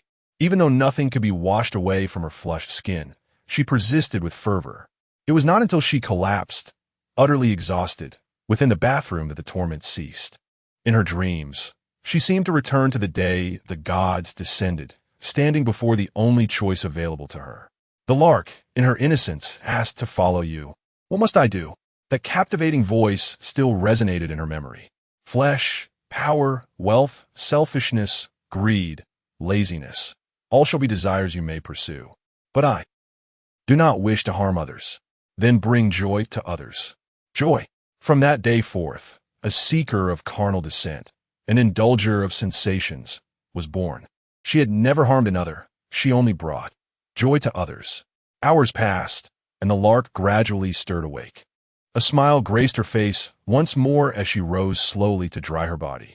In the fitting room, she selected a brand new ensemble, donning it leisurely. For players, the fate of old garments was singular, the trash bin. Yet, the lark would never discard her clothes. Each dress was akin to a videotape of memories, allowing her to recall the intricate details of each trial. She carefully hung the dress, meticulously organizing it while reflecting on every moment that had just transpired. But as she smoothed the hem, she suddenly discovered a letter nestled within the seam of the skirt. A letter, crafted from pages of writing. The lark gasped, covering her mouth in disbelief as she gingerly extracted the letter, trembling as she unfolded it. The beautifully penned characters leapt into her view, one by one. The invitation of the flame bearer. In a classroom of an unknown province, Feng Shiqing skillfully drew a symbol on the blackboard with chalk. The moment the chalk touched the surface, the blackboard abruptly distorted into a pitch-black door. Without hesitation, she stepped through with unwavering determination. Beyond the door lay an endless void. As she crossed the threshold, invisible steps rose beneath her feet, guiding her to her designated destination. After only a few dozen steps, she encountered a figure seated opposite her, a presence outlined by flickering candlelight, gazing down upon her from an elevated position. Sensing the intensity of the gaze, Feng Shiqing shook her head with a wry smile. Must you always be so ostentatious? Ah, Shiqing, this is the treatment I deserve. I have forged this path for you, one even the gods cannot perceive. Should you not laud my efforts every time we meet? Enough, enough. Praise you, O great flame of hope, but please refrain from calling me Shiqing, it grates on my nerves. Very well, Shiqing. Feng Shiqing helplessly rubbed her forehead. Has he arrived? He has, just ahead. Feng Shiqing nodded and took a few steps forward before stopping, turning back with a puzzled expression. By the way, why don't you call him Xin? The figure of flickering candlelight faltered momentarily, responding awkwardly. I fear he might strike me. Unable to contain her amusement, Feng Shiqing burst into laughter, her steps growing lighter thereafter. Before long, she found herself in a radiant hall, where she beheld a towering man. You seem quite joyful. Is there good news? Have you been injured? Feng Shiqing furrowed her brow slightly. A minor injury. Nothing to worry about. I crossed paths with the chosen one of the corruption and exchanged blows twice. The man spoke lightly, yet the danger associated with such an encounter was undeniably grave. The challenges within that segmented trial were nearly beyond the imagination of an ordinary player. Feng Shiqing chose not to probe further, merely nodding in acknowledgement. Speak, time is of the essence. Indeed, I have sent out 2 new invitations. One is the Forgotten Doctor, the other, the Sensory Hunter. The man raised an eyebrow, somewhat surprised. A follower of the corruption? Yes, a follower of the corruption. And what of it? The doctor declined. But the hunter? Likely will not. Oh, the man's interest piqued. He smiled. Why is that? Because the melody of her heart resonates with the same notes of compassion as ours, infused with a rhythm of hope. Are you certain she is a follower of the corruption? I am certain. You are the flame seeker. Your word is law. May I then prepare a welcoming ceremony for our new companion? Feng Shiqing seemed to ponder a particular individual, yet she shook off the distractions, nodding with a smile. She will come. In reality, within an unknown province, in a certain dwelling. Su Lu awoke with a start, screaming, and abruptly rose from her seat, sending the crystal ball and cards scattering across the floor. For a moment, she struggled as if someone had seized her by the throat, until her back pressed against the wall, and she regained her senses, realizing she was no longer in the trial. This was the resting area? As the deities allocated fragmented zones for all players, the notion of home had gradually faded from people's minds. Most players referred to their dwelling as the resting area, while others called it a refuge or a mere survival point. Su Lu gazed at her hands in disbelief, quickly searching her body. However, When she confirmed she was indeed alive and unharmed, the fear on her face became even more pronounced. Why? Why had she been dragged into the wrong final gate by one surnamed Cheng, yet still survived? Why did he, having had the chance, not choose to end her life? Why did fate impart to her the warning not to trust the followers of time? Yet, judging by the outcome, it was evidently the followers of time who were correct. Why is this so? Is it fate so that I should die? How dare it? Since I have embraced fate, not a single day has passed without my reverence, my praise, or my defiance against you. In the end, you, astonishingly, guide me towards death? How can this be? Is this my destiny? I refuse to accept it. In Su Lu's eyes, fear and anger intertwined, while resentment and hatred burgeoned. She clenched the die of fate tightly in her hand, her expression dark and shifting. On the rooftop, Xie Yang seemed to hear the commotion below and leaned over the edge, anxiously calling out, Lulu, Lulu, are you all right? What happened? Xie Yang's voice pulled Su Lu back to her senses. She withdrew her hand, which was about to cast aside the die, and suppressed her frustration. Quickly, she regained her previous tone and replied, Brother Xie, I'm fine. I just accidentally bumped into the table. Yet, throughout the exchange, she did not take a single step towards the balcony where Xie Yang could see her. As long as you're fine, you weren't injured in the trial, right? Thanks to my brother's potions, I'm unscathed, but it seems I have run out of potions. Oh, no worries. I'll just ask Cheng Shi for another bottle. He might still have some. Cheng Shi. Again, it was Cheng Shi. Su Lu's thoughts were clouded with unspoken sentiments, and a fleeting look of disdain crossed her eyes before she finally spoke softly. Well, I hope it won't trouble you, brother. Not at all. In an unknown suburban area of the city, a Ming lay on the ground, gazing up at the blazing sun, his thoughts in turmoil. After receiving the edict from Order to eradicate the followers of chaos, only to be countered by Huang Bo, he had realized his fate was sealed. Trapped against the wall, subjected to inhumane torture, he felt his life ebbing away, and despair nearly drove him to surrender. To his astonishment, just as he believed his life was on the verge of dissipating, a sound, akin to a snap of fingers from the depths of the void, abruptly drew his consciousness back into reality. He awakened, unscathed, from the wall, much like when he first entered the trial. A Ming gazed at his fully restored state. Overwhelmed by an inexplicable shock, he severed the blood nails and struggled to leap down from the wall. Casting a glance at the time, there remained 2 hours. Time? A Ming suddenly realized. It was the method of the forgetfulness doctor, a trick of time, a restoration of his state. The doctor named Cheng Shi had saved him. He praised time, granting him another chance at life. Thereafter, he embarked on a quest to find the door of memories and the whereabouts of his teammates, only to discover that they had long since departed from the trial. Moreover, outside each door of memories, clues leading to answers had been left for him. It was as if he had experienced a dream, one in which he endured torment and was on the brink of death. Yet upon awakening, the trial had automatically concluded. Cheng Shi, how fortunate to have you. Chapter 35, Deception. Cheng Shi opened his eyes, only to discover that he was not atop the building. A sudden jolt coursed through his heart, and his initial reaction was one of doubt. Had he misjudged the situation? Was Su Lu's assertion the truth? However, as he took in the vast expanse of the starry sky surrounding him, he swiftly dismissed that notion. He was not mistaken. His body had merely been transported by an enigmatic force. He had previously heard whispers among other players during trials about such a power. It was said that when a deity favored one of its followers, it would descend in a form comprehensible to humanity at the conclusion of the trial to summon them. Could this be real? Cheng Shi's mind spun, buzzing with disbelief. Never had he imagined that the jesting remarks of those players could hold truth. Just as he steadied himself, searching for his benefactor amidst the dazzling cosmos, a pair of terrifyingly immense eyes abruptly opened before him. An indescribable pressure bore down upon him, striking at his very soul, leaving him momentarily paralyzed.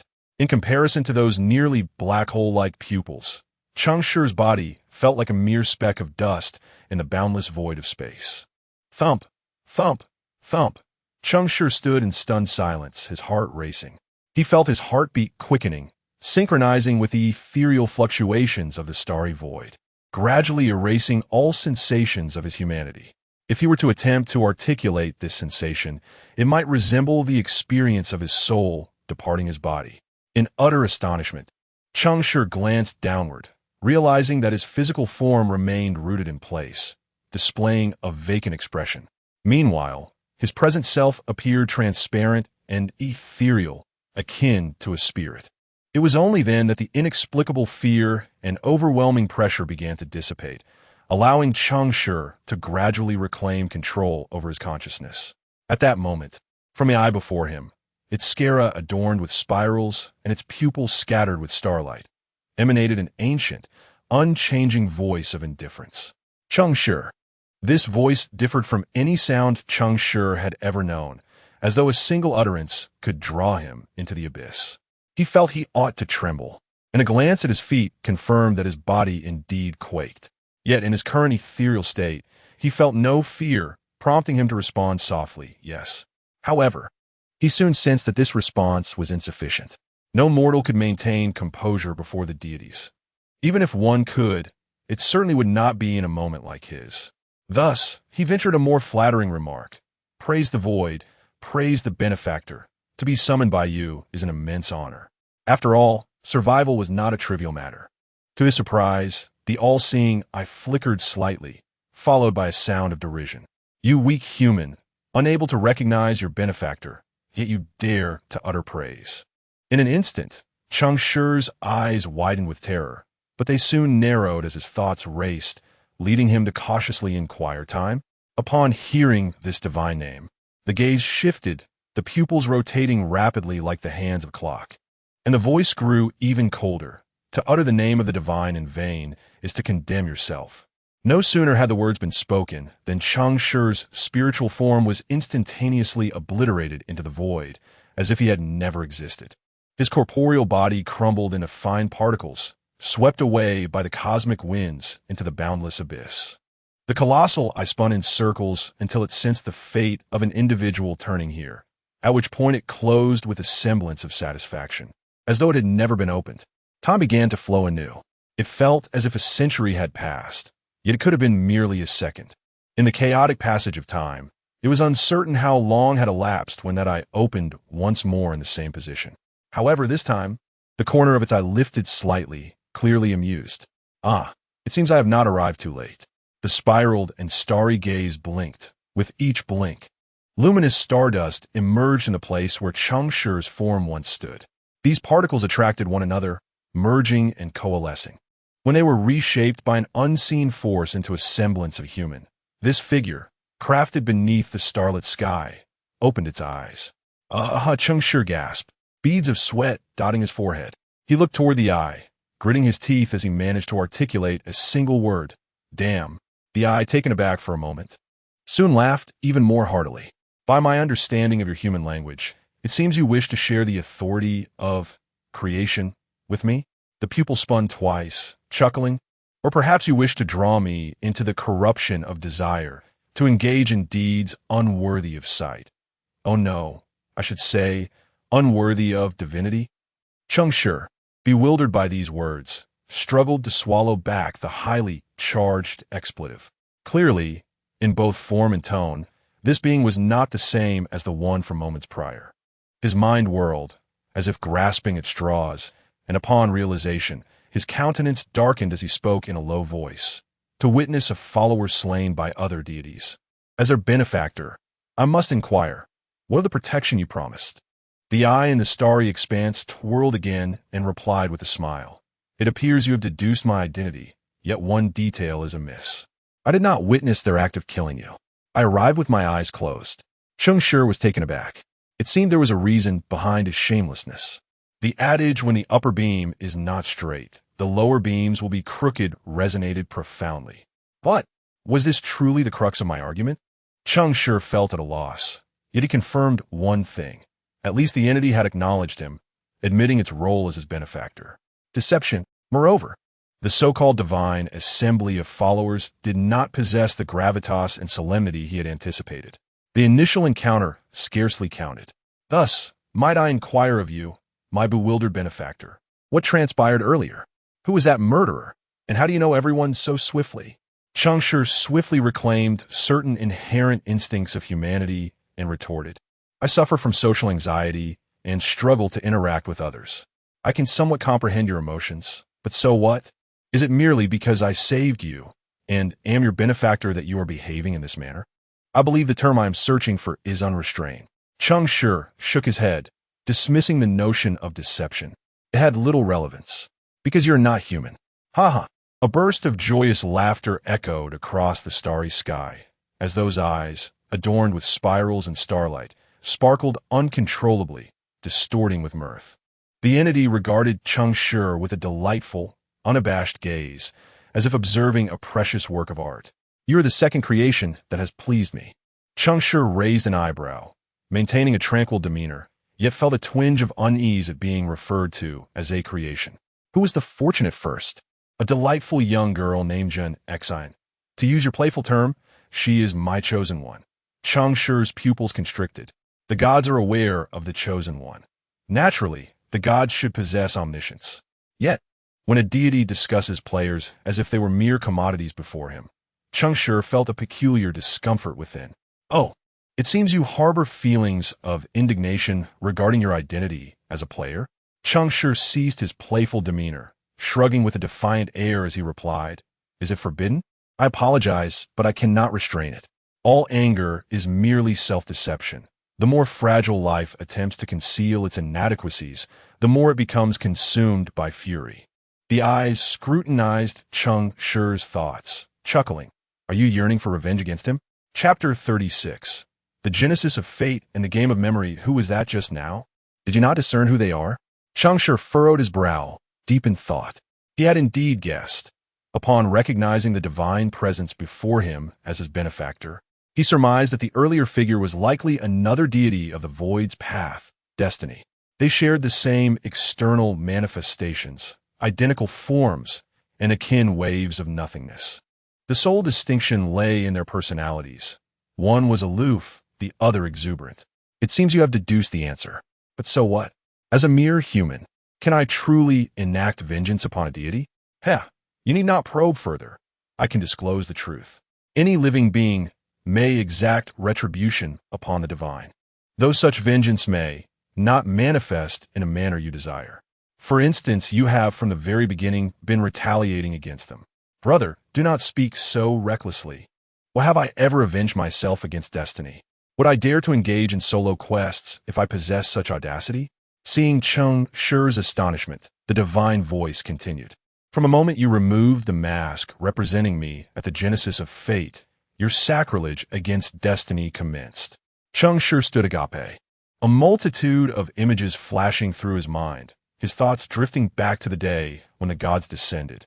On that fair and sunny afternoon, the faith game forcibly invaded the consciousness of every individual in a manner incomprehensible to humanity, Cheng Shi included. Thrust into the genesis of fate, he beheld a white mask and a pale, bone-like die, his heart brimming with questions. How should I choose? He pondered aloud. To his astonishment, the mask responded. Choose the die of destiny. Though Cheng Shi was unaware of what the die of destiny represented, he understood that the mask was undoubtedly referring to that very die. He was one to heed advice. Thus, he grasped the die, for in his simple worldview, listening to counsel led to sustenance. Without hesitation, he opted for the die. Just as the mask's lips curled into a satisfied smile, Cheng Shi unexpectedly seized the mask. The smile of the mask instantly froze. Cheng Shi was not only receptive to guidance, but also astute. Since this mask could persuade one to take an object, it must in essence be a valuable entity. Greedily, Cheng Shi abandoned the notion of choosing one, opting instead for both. Thus, an anomaly unfolded. The die began to grow heavy, while the mask ignited in flames. Cheng Shi's left hand was scorched black by the searing fire, and his right hand was crushed into the floor by the weighty die. Yet even in such torment, he refused to relinquish his grip, resolutely clinging to his desires, until the mask consumed half of his body in flames and the die pierced through his palm. The aberration gradually subsided. Lying on the ground, on the brink of death, Cheng Shi gazed at the remnants of the mask and the ash-stained die. reverting once more to the state of choosing between two options. Cheng Shi, with a bitter smile, placed the remaining mask-like lips upon his face, only for the visage to vanish in an instant. In desperation, he extended his pierced right hand to retrieve the die from the depths below. Subsequently, he inexplicably became a devotee of deception. A subtle lip of foolery appeared upon his countenance, while he clutched a die of fate that would perpetually yield the number one. Thus, from the very beginning until now, others would pray to the mask, while he could only beseech the die. Do you recall?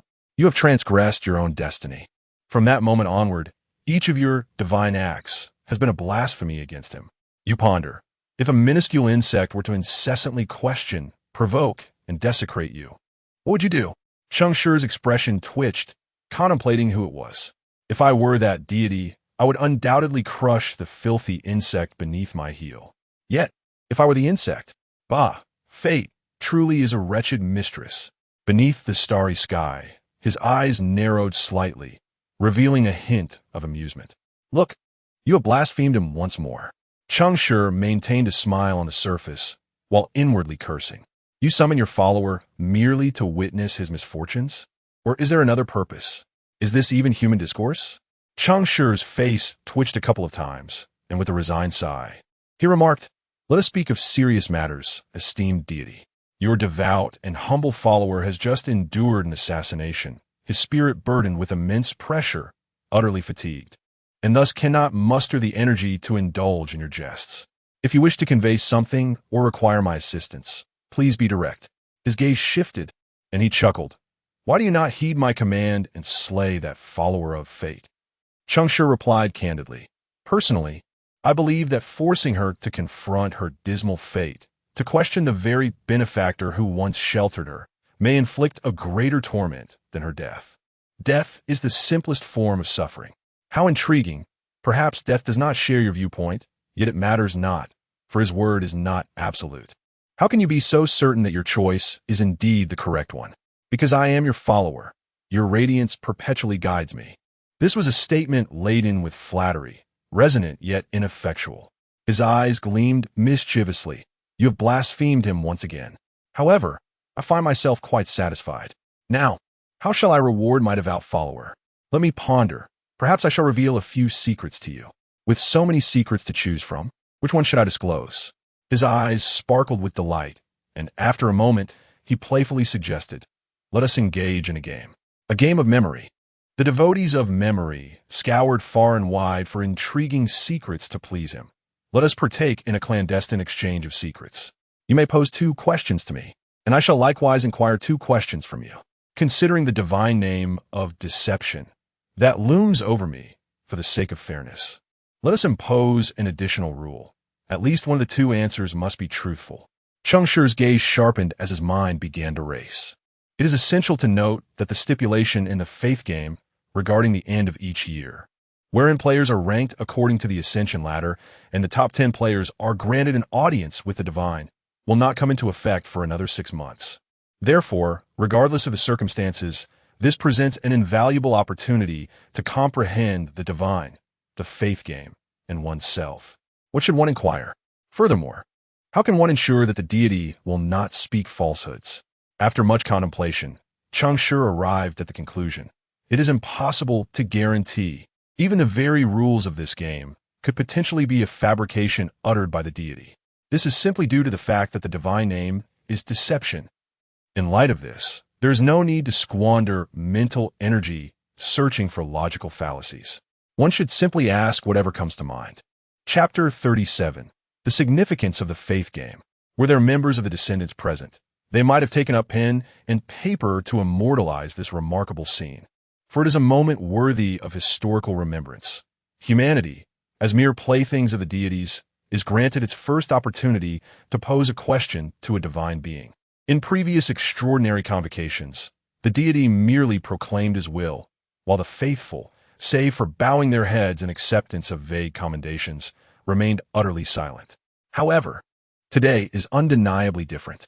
Both parties in this dialogue exhibit evident enthusiasm, and each is quite loquacious. After some contemplation, Cheng Shi, aware of the gravity of the moment, solemnly posed the inaugural inquiry. Why have the deities descended? Or what is the essence of the faith game? The deity known as Deception seemed entirely unfazed by this question, responding in a measured tone, to become divine. To become divine? Who seeks divinity? The deities? The players? From the perspective of Deception, this answer appears to point toward the gods themselves. Have they not already attained divinity? Yet, this could very well be a fabrication, a considerable possibility.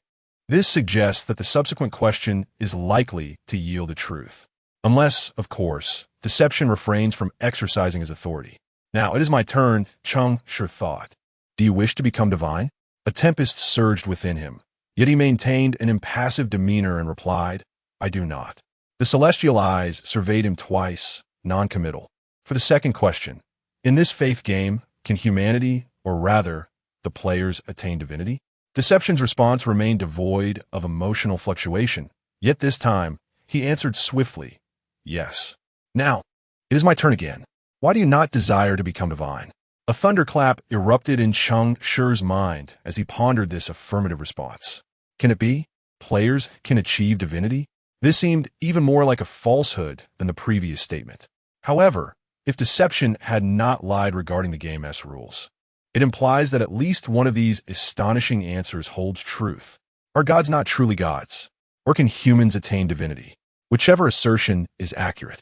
The revelation is profoundly shocking, to the point where Cheng Shi nearly faltered in his expression management. After a prolonged moment, he earnestly responded to Deception's query, because it lacks meaning. Deception paused momentarily before erupting into a thunderous laugh. You speak no falsehood. You are indeed a child of nihility. Yet, I must say, were it not for my understanding of you, I might have thought you had clandestinely joined that organization based solely on your inquiries. What organization? The Flame Bearers? A chill coursed through Cheng Shi as he felt a weight in his heart. Although he was already aware that Deception knew of the Flame Bearers, being confronted directly by a deity regarding a rebellion against divine authority made him exceedingly uneasy. Truth be told, Cheng Shi is not a virtuous individual. He embodies the universal flaws of humanity, a touch of selfishness, a hint of indifference, a tendency to cling to life, harboring vague hopes without excessively pursuing a brighter future, and adopting a mindset that merely seeks to survive day by day. Yet, these traits do not preclude him from understanding and appreciating those who harbor dreams and bring light to others. The torchbearers are precisely such individuals. While I may not join their ranks, I shall never disdain them. Should an opportunity arise to lend a hand, I will not turn a blind eye or stand idly by. It seems that moment has arrived. Within Cheng Shi's heart, a tumultuous struggle ensued as he dared to pose a question on behalf of those unfortunate souls bearing the weight of humanity's burdens. In the eyes of the deities, are they merely a jest? He articulated his inquiry with subtlety, aiming to gauge whether the deities were aware of their existence. For the torchbearers, such a question could carry profound implications. However, the response from Deception was unexpected. You care for them? How intriguing. But rest assured, the deities are unaware of their existence. Except for me. A tempest surged within Cheng Shi, and he blurted out, Why? Why? Is this yet another secret? Immediately, he bowed his head in contemplation, pondering how to extract further words from Deception. After a moment of reflection, he continued, The deities are oblivious to them. It seems even the divine are not omnipotent. Deception chuckled lightly, unperturbed by his irreverence. No existence is omnipotent, nor is any void. The gods exist within existence, while the void resides within the void. Is it not entirely reasonable that they are not all-powerful? A spark of insight flashed in Cheng Shi's eyes as he lifted his gaze to meet Deception's, articulating each word with precision. So, the deities bestow the game of faith in pursuit of becoming omnipotent, correct? Deception's eyes revealed no tremor, retaining their amused glimmer. The creases of mirth at the corners unchanged, as if suspended in time. His tone remained laced with deceitful charm. You may guess. No need for speculation. You have not lied. Oh, Deception regarded Cheng Shi with curious eyes, clearly intrigued, and queried, How do you know I speak the truth? Cheng Shi pointed to his own heart and declared, "The S-class talent of Master of Deception, a gift you have bestowed upon me, allows me to see through all lies." Deception appeared momentarily taken aback by Cheng Shi's optimism, unable to suppress a laugh, exclaiming with delight, "You intend to use the power I granted you to discern the voice of a deity? Do you believe that will succeed?" With unwavering confidence, Cheng Shi replied, "Since deities are not omnipotent, they can indeed be deceived and their true thoughts unveiled. Why should I, favored by the divine, not succeed?"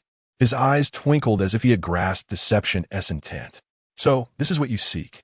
Quite clever of you. I can indeed grant you the ability to deceive them. The dilemma lies in the fact that one who does not aspire to divinity still seeks the power reserved for the divine."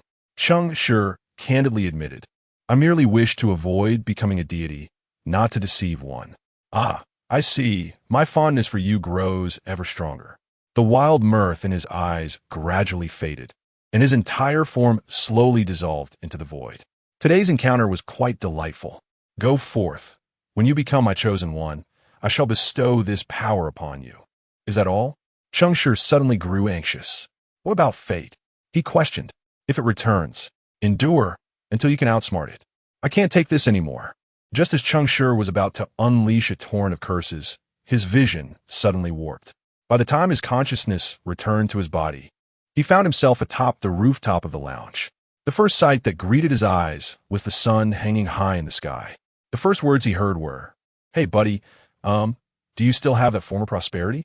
I'd like to exchange a couple more bottles for Lulu." Cheng Shi's face instantly darkened. Damn it, the wretches are everywhere. Chapter 38. Observations from the chat channel and new trials. Cheng Shi received not a single bottle this time. Due to this incident, he faintly heard what seemed to be a quarrel from the neighboring building at night. Naturally, it was the Destiny Believers' one-sided tirade, while Xieyong maintained a facade of forced smiles. Amidst the nauseating laughter of the sycophant, Cheng Shi drifted into a beautiful slumber. It was not until noon the next day that he leisurely awoke, beginning to browse the chat records across various channels. The Faith channel was, as always, a tapestry of lies. A mere glance was a waste of time. The regional channel was either a rendezvous for relaxation or a competition of scores, resembling a matchmaking group for elderly folks before the descent of the gods, inundating its viewers with an overwhelming barrage of messages. Only the professional channel consistently presented fresh happenings worthy of a closer look. Professional channel, brothers, breaking news. The prosperity chosen has changed once again after 2 months. Baldy using softener has been ousted. Huh, brother, do elaborate. The frequency of changes in your prosperity audience's visitation ladder is astonishing. It hasn't been long at all. Why the sudden shift? Did he suffocate under his own abundant hair? The jest of being suffocated by one's own hair has become a running gag among players mocking the followers of prosperity. Prosperity is the second deity of life's fate, embodying the pinnacle of existence and the exuberance of spirit. He venerates rapid succession and unchecked growth. Consequently, his followers are generally characterized by vigorous mental acuity and an accelerated physical development rate, with the most prominent manifestation being an uncontrollable growth of hair. Under this burden, more than one unfortunate soul has faced setbacks during trials due to excessively long hair, resulting in errors in their actions. Over time, this phrase has evolved into a playful jest among the community. Professional channel, who knows? In any case, I've shaved my head. I shall never be a clown in this lifetime. Who is the new chosen one? Reveal it for all to worship. The ID is only carved decayed wood. Elemental perception. Decayed wood. That is a tough nut to crack. Wouldn't that be a reason to punish him? Haha, as long as they are happy. Our decayed chosen remains at the top rank, while they in prosperity can only trail behind, eating dust. To clarify, what lies behind is not dust but rather filth. Does anyone dare to reveal their coordinates? 167-1, Guo Lane, Xinyao Street, Jiang Province City. Come if you dare, I shall await your arrival. What the hell? Is that my residence? Who the hell are you, brother? Damn, what a coincidence. That was my former home. Oh, so these toys all belong to you? By the way, the deceit chosen has also changed. For the first time since the server opened, I've truly learned something, It turns out that sincerity has plummeted out of the top 10. Perhaps after failing several trials, the elite remains formidable. I would likely be finished after just one failure. Fear not, dear one. I shall support you. Fool. Can't I support myself? How could one's own milk possibly compare to that of brother? Cheng Shi had been enjoying the amusement until he stumbled upon the deception selection of candidates, prompting him to open the rankings of the Ascension ladder with a look of bewilderment. Ascension ladder, existence memory, void deception, 1. Li Jingming, memory, 204-2. Advertising space for rent, deception, 203-3. This emotion awaits, memory, 204. Still like a dream, memory, 197-5. Abba, deception, 197. 19. If your score is lower than mine, hurry and end it, you novice, deception, 189-20. Last year on this day, memory, 189-21. Sincere and true, deception, 188. 64. I never lied, deception, 161. Had it not been for hearing Jean Xian's name in the deception category, Cheng Shi would not have paid much attention to this ID. He recalled that sincere and true had previously dominated the Ascension ladder with a score of 210, only to plummet to 188 in just a few days. What is this person up to? How did they suddenly vanish from the top 10? Unable to fathom it, he decided to inquire. Bored, Cheng Shi sent a message in the Faith channel. Big brother, what happened to your score? Can't deceive anymore?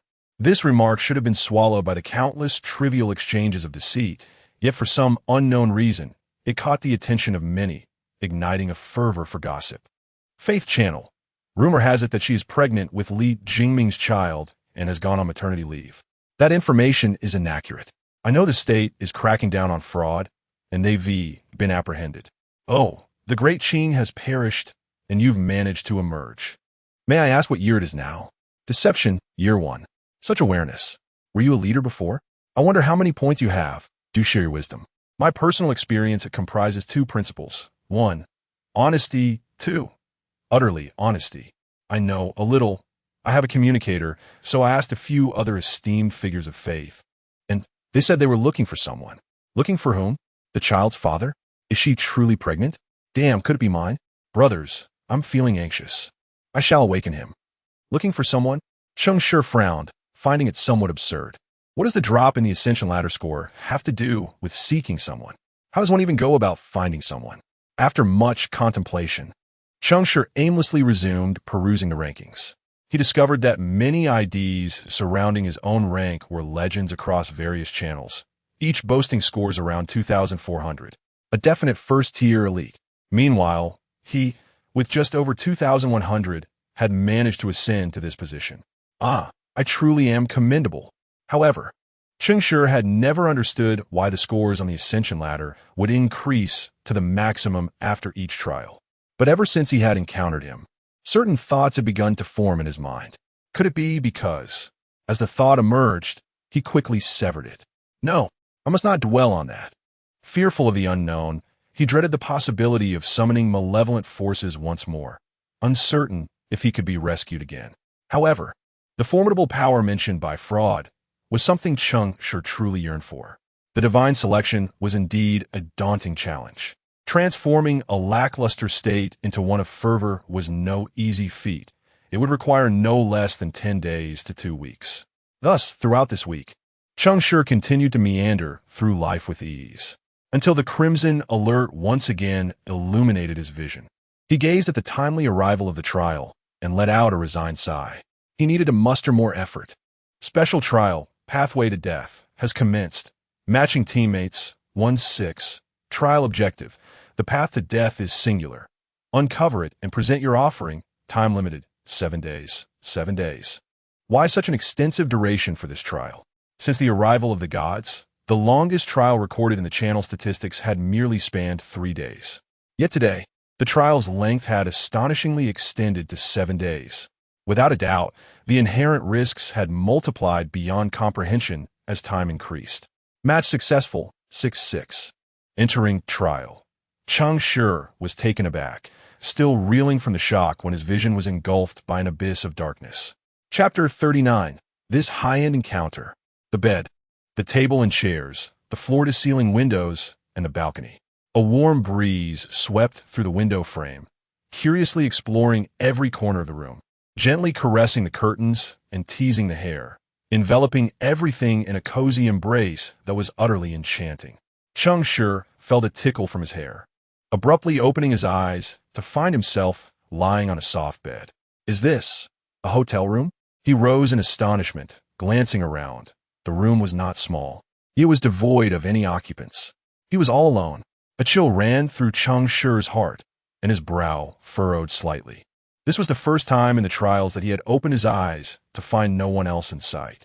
As the saying goes, any change signifies new risks. Cheng Shi dared not be careless. He quickly descended from the bed, cautiously inspecting every inch of the room. It was only when he confirmed there were no magical arrays or traps present that he exhaled a sigh of relief. During his inspection, he thought he heard some faint sound from the adjacent room. Could it be that each person had their own room this time? With this thought, Cheng Shi stealthily returned to the bed, leaning against the wall beside it. Just as he pressed his ear against it, preparing to listen to the situation next door, he detected a barely perceptible sound of breathing. At this very moment, just a wall away, another person was eavesdropping on the sounds in his room. Cheng Shi's pupils constricted. Yet, despite the shock, he felt no fear. He understood that if he were the one listening, he would hold his breath and remain utterly silent. The fact that there was a slight noise from next door indicated that this was not mere eavesdropping, but rather a test. The person next door was most likely another player. Moreover, they seemed to possess a mind full of twists and turns. The best approach to deal with such a person is to be straightforward. Cheng Shi mentally rehearsed a confrontation with the unseen adversary, then whispered softly against the wall. Imperial jade liquor? The breathing from next door indeed faltered. However, instead of the response he anticipated, a sharp dagger suddenly pierced through the wooden wall with a thud, coming alarmingly close to Cheng Shi's throat, a mere 1 centimeter away. The precision of the force was impeccable, the distance perfectly measured, and the explosive power astonishing. Cheng Shi dared not swallow, fearing that any movement of his throat might result in a grievous cut. Yet he did not flinch, for he sensed no murderous intent from the other side. The neighbor harbored no malice. This was merely a peculiar form of greeting. The dagger turned slightly, tapping against Cheng Shi's neck before slowly withdrawing. The next moment, from the small hole created by the dagger, a delicate, boneless, pale hand emerged, stretching out 5 slender fingers towards Cheng Shi. The fingers were as white as scallions, sharp as bamboo shoots, with beautifully manicured nails painted a vibrant red. Cheng Shi chuckled, grasping the icy little hand firmly. "What a pleasure to meet you," he greeted, maintaining his cordial demeanor while his gaze remained fixated on the small opening made by the dagger. Though referred to as a small hole, it was more accurately described as a narrow slit. The dagger was slender, and the gap it created measured less than 2 centimeters in height, with a width that was hardly worth mentioning. Yet, through this almost imperceptible crevice, an adult arm emerged, as if rendered two-dimensional, and then expanded into a delicate, fair hand. A remarkable feat. This was Cheng Shi's first impression of his neighbor. After such an unexpected occurrence, a response finally came from the other side. How fortunate! Indeed, it was a woman. However, her voice differed significantly from what Cheng Shi had envisioned. It was not the crisp tone of a neighboring girl, but rather a deep, raspy timbre reminiscent of a standard bass voice. "This, dear sister, your vocal quality is somewhat out of sync." Cheng Shi was no lecher. He promptly released his grip and smiled, inquiring, "It seems you can accurately sense my position?" After a moment of silence, the other party responded with a soft hum. "Well then, everyone harbors secrets, do they not? Just how shall we proceed?" No sooner had he spoken than a knock echoed from outside his door. Not only from his side, but the neighboring room also resounded with a knock. 2 doors echoed simultaneously. Cheng Shi frowned slightly, but remained silent, while the girl next door boldly shouted, "Get lost." The knocking ceased for a moment, followed by a chuckle. "Come out, you 2 are the last ones missing." Players? It seemed not to be a fabrication. Yet, in a bid to maintain a strategic advantage, Cheng Shi tapped on the wooden wall and whispered to the neighbor, "I'll open the door first. You stay put." The previous response had been hers, but this time, Cheng Shi took the initiative. This was the most fundamental cooperation and quality in a trial. When it came to seeking collaboration, Cheng Shi had never been petty. However, the dagger-wielding young woman next door disregarded his instruction, quickly leaping from her bed to open the door. Cheng Shi shook his head helplessly and followed suit. As he pushed open the door, 3 exceptionally charismatic men stood in the corridor of the inn. Their demeanor was difficult to articulate, yet at a glance, they resembled formidable warriors who had emerged from the crucible of war. Unlike ordinary soldiers, whose resolve was evident, these men bore an air of superiority that suggested they looked down upon others. With just a cursory glance at these individuals, Cheng Shi knew his position as a rogue was assured. They were all formidable players. 2 of them had clearly donned the attire provided by the inn. Cheng Shi had noticed the clothes on the table during his earlier inspection, yet out of caution, he had refrained from changing. In retrospect, these 2 players were quite immersive in their roles. The man closest to Cheng Shi wrinkled his nose slightly upon seeing him open the door, expressing mild disdain, unnecessary caution. Was he being looked down upon? Cheng Shi merely shook his head and smiled, choosing not to retort. The girl next door also emerged from her room, but Cheng Shi took no particular note of her features, save for the striking, flamboyant floral tattoo that adorned her arm. Clad in a snug tank top, tactical leather pants, and with a dagger sheathed at her waist, she undoubtedly resembled an assassin. The man standing in the middle of the corridor, upon seeing both individuals emerge, glanced back over the railing towards the floor below and with a smile remarked, "A fresh challenge, yet still bound by rigid beliefs, is it not? Allow me to introduce myself. Fangju, the Arbiter, 2437. The Arbiter, the Bard of Order." Cheng was taken aback. He had just witnessed the demise of an Arbiter NPC in the previous trial, and now he found himself face to face with a true Arbiter. More importantly, this gentleman boasted a score of 2,437. What a formidable presence. In this game, the dynamics of high-tier matches differ drastically from those of the lower tiers. It is said that those who exceed a score of 2,400 often introduce themselves without hesitation, disregarding the ideological conflicts of belief, in stark contrast to the gameplay of those with scores around 1,000. This might exemplify the adage that all fear stems from a lack of confidence in one's own capabilities. At this level, it is unlikely that anyone would feel vulnerable to being easily vanquished by an opponent. They possess ample self-assurance, which may spring from experience, caution, or, more importantly, the blessings bestowed by their respective patrons. They have accumulated sufficient and potent talents to support their thoughts and strategies.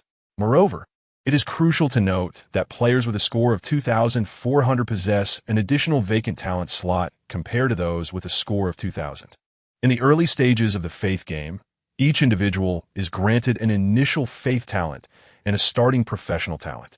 As one ascends the divine path, scores of 1,200, 1,600, 2,000, and 2,400 yield additional vacant talent slots. These slots may be filled with either professional or Faith talents, and talents, undoubtedly, serve as the player's greatest reliance in this frenzied game. This Arbiter, having donned the attire of a commoner in the style of the Land of Hope, still exuded an undeniable air of nobility. At this moment, he resembled more of a wandering bard than an Arbiter. Fangju, Arbiter, Bard of Order, 2437. Aside from Cheng, the other seemed unfazed by the Arbiter's score. The man beside the Arbiter, who had been knocking on the adjacent door, adjusted his glasses and remarked with a smile, "I appreciate all forms of support, particularly that of an Arbiter. Du Shiguang, the Traveler of Memories, 2502. Wait, a few of you? Chapter 40. Do you like my Adam's apple? Here, take 2502. Upon hearing this score, Cheng Shi's fervor was instantly doused. Another player with a score exceeding 2,400, even reaching 2,500. The good news is that there are many formidable players. The bad news is that there are simply too many of them. The scores of the players in this match seemed excessively high. And what was his own score again? The traveler recalls that he is a mage of memory, and memory faithfully records all that transpires, standing as the nemesis of fraud. With such an adversary before him, it would be disingenuous to claim Cheng Shi felt no trepidation. Yet, the extent of his fear was uncertain. After all, he had encountered players with such scores before, albeit rarely. Du Shiguang was tall, at least 9 meters, and his glasses lent him an air of scholarly elegance, though the muscle beneath his trench coat was undeniably powerful. Du Shiguang, memory, mage, 2502. Cheng Shi's gaze briefly skimmed over him before discreetly shifting to the dagger-wielding lady. Yun Ni, apostle of annihilation, 2491. She is actually a devotee of annihilation. Annihilation is the third deity of the path of descent, representing the twilight of existence, the ruin of life itself. This deity firmly believes that life will ultimately fade. The universe cannot escape destruction, and everything will perish, returning to oblivion. Consequently, the followers of this deity often exhibit an extreme disregard for life. In their eyes, survival is merely a prelude to disappearance, and death is but the onset of universal extinction. The purpose of the world's operation is to await the final judgment, culminating in disintegration beneath the deity's gaze. To think that such a seemingly delicate and lively young woman would adhere to the faith of annihilation? But she is an assassin. Apostles of annihilation are assassins who worship annihilation. This makes much more sense. Assassins are often characterized by their stark contrasts. Yun Ni, annihilation assassin, 2491. Cheng Shi chuckled inwardly and turned his attention to the next individual, the one knocking on his door. This long-haired gentleman, now clad in the attire of an inn, bore an expression of utter indifference, his slender eyes openly displaying disdain for those around him. Apologies, but I equally despise you all. That was the sentiment he conveyed. Cheng Shi had already formed a suspicion regarding his identity. Wei Guan, hunter of fools, 2450. Indeed, a hunter of fools, a follower of folly. Folly is not truly foolish. Rather, it believes itself to be closer to the truth than truth itself. Due to its excessive proximity to the truth, it perceives a chasm-like divide from all worldly existence, thus deeming everything else in existence as foolish. This is its doctrine. It posits that all life is folly and all civilization is foolish. Its followers have adeptly inherited this perspective, leading all folly players to often regard others with an air of superiority. Since embracing their faith, their thoughts have become more agile, their minds quicker, and their accumulation of knowledge greater than that of other players. Compared to the devotees of truth, who, aside from their off-putting demeanor, possess an unparalleled wealth of knowledge and cognitive prowess that is formidable in nature, the presence of such individuals cannot be underestimated. Wei Guan, alongside Cheng Shi, quietly observed a group of eminent figures as they introduced themselves. However, when it came time for him to present himself, a frown creased his brow. There were 4 men and 1 woman, totaling 5 individuals, yet one person was conspicuously absent. It seemed that Wei Guan discerned Cheng Shi's thoughts, letting out a cold snort as his gaze shifted towards the end of the corridor. As Cheng Shi and Yun Ni followed his line of sight, they beheld a muscular man standing silently, bare-chested, with a stoic expression, lost in meditation.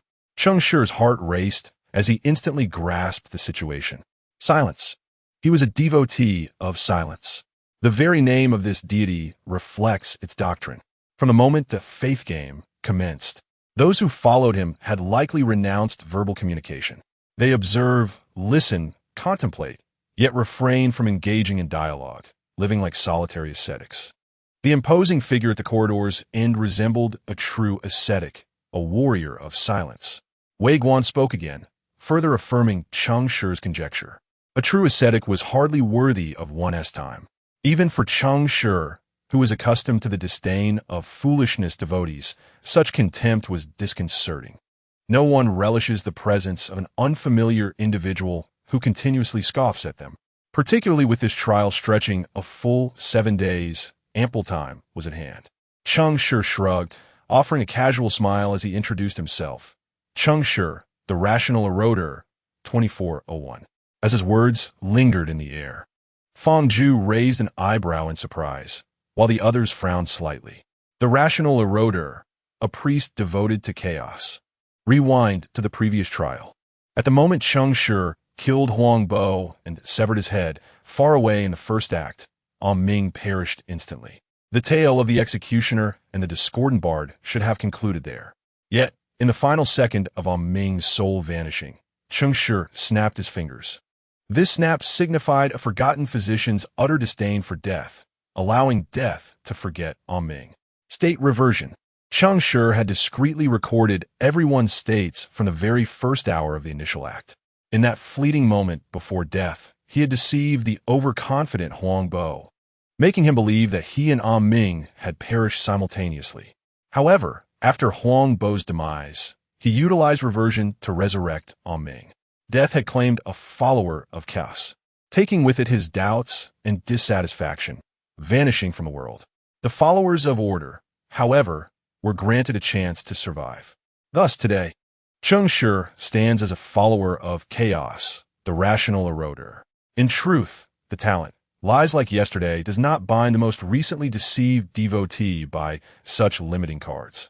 In other words, as long as Cheng Shi is willing, he can arbitrarily select the faith of the teammate who had deceived him in the previous match. Yet, he resolutely opted for chaos. It is essential to note that chaos stands as the arch-nemesis of order. Furthermore, the reputation of its adherents is rather poor, and few would take a liking to them. However, it is precisely this reason that compelled Cheng Shi to choose this deity. For more contentious topics would divert the public's attention. Consequently, all eyes would be on his faith, allowing the fabricated scores to be subconsciously overlooked. In a match filled with players boasting ratings of 2,400 to 2,500, Cheng Shi could not truthfully disclose his own score of 2,100. The only outcome of such honesty would be immediate elimination at the hands of the cunning hunter of fools before he could even speak his score. After all, a score deemed too low is perceived as ignorance in the eyes of the followers of foolishness, and the hunter of fools preys on ignorance. Reporting a lower score can conceal one's true strength, while inflating it can safeguard one's existence. This is the allure of deceit, a lesson Cheng Shi learned from a young age. Yet, despite considering all of this, an unexpected turn of events occurred. Before the arbiter Feng Zhu could utter anything regarding Cheng Shi's identity, a nearby assassin, with whom Cheng Shi had crossed paths, swiftly approached him, her gleaming dagger once again poised near his throat. Cheng Shi was momentarily taken aback, but with an air of nonchalance, he chuckled. "Do you have such a fondness for my throat? Would you like it as a gift?" Chapter 41. You do not seem like a devotee of chaos. Yunny cast a sidelong glance at Cheng Shi, her voice husky with a hint of amusement. You are quite methodical and unperturbed, unlike the devotees of chaos. You show restraint and do not harm others, which sets you apart from the followers of annihilation. Cheng Shi continued to tease her. This time, Yunny was momentarily taken aback, her brow furrowed as she swiftly shifted her stance, plunging a knife into the hollow of Cheng Shi's shoulder. Cheng Shi remained utterly composed, for he understood this was merely Yunny's test. This astute assassin was not suspicious of him due to his orderly demeanor. Rather, she must possess other means, sensing that his identity was not what it seemed.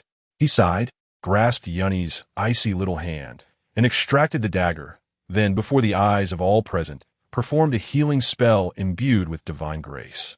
Upon witnessing this act of healing, the expressions of several onlookers visibly piqued with interest. One particularly diminutive priestess appeared delighted. Yet, regrettably, she was a rational eroder. True to her name, the rational eroder's healing, under the influence of chaos, would gradually erode the sanity of the wounded until they succumbed to madness and embraced disorder. However, this method seemed ineffective against Yunny. She once again pressed the dagger against Cheng Shi's heart, her irritation palpable. In this tier, I am familiar with nearly all of his followers, yet I have never heard of you. Who are you?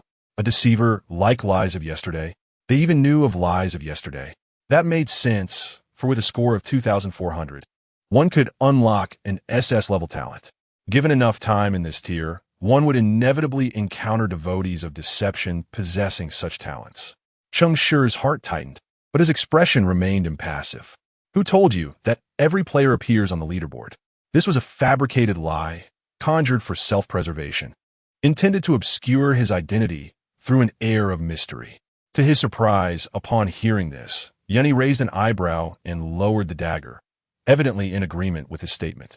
Cheng Shi was momentarily stunned, bewildered. Could it be true that there were high-scoring players who did not appear on the leaderboard? What was the reality beyond 2,400? Were there truly all manner of demons and creatures? This was certainly significant news. Nevertheless, he had managed to evade suspicion for the time being.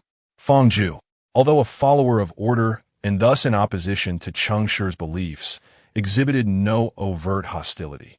He surveyed the surroundings and assumed the role of leader. His trial is simple. We merely need to identify the correct offering.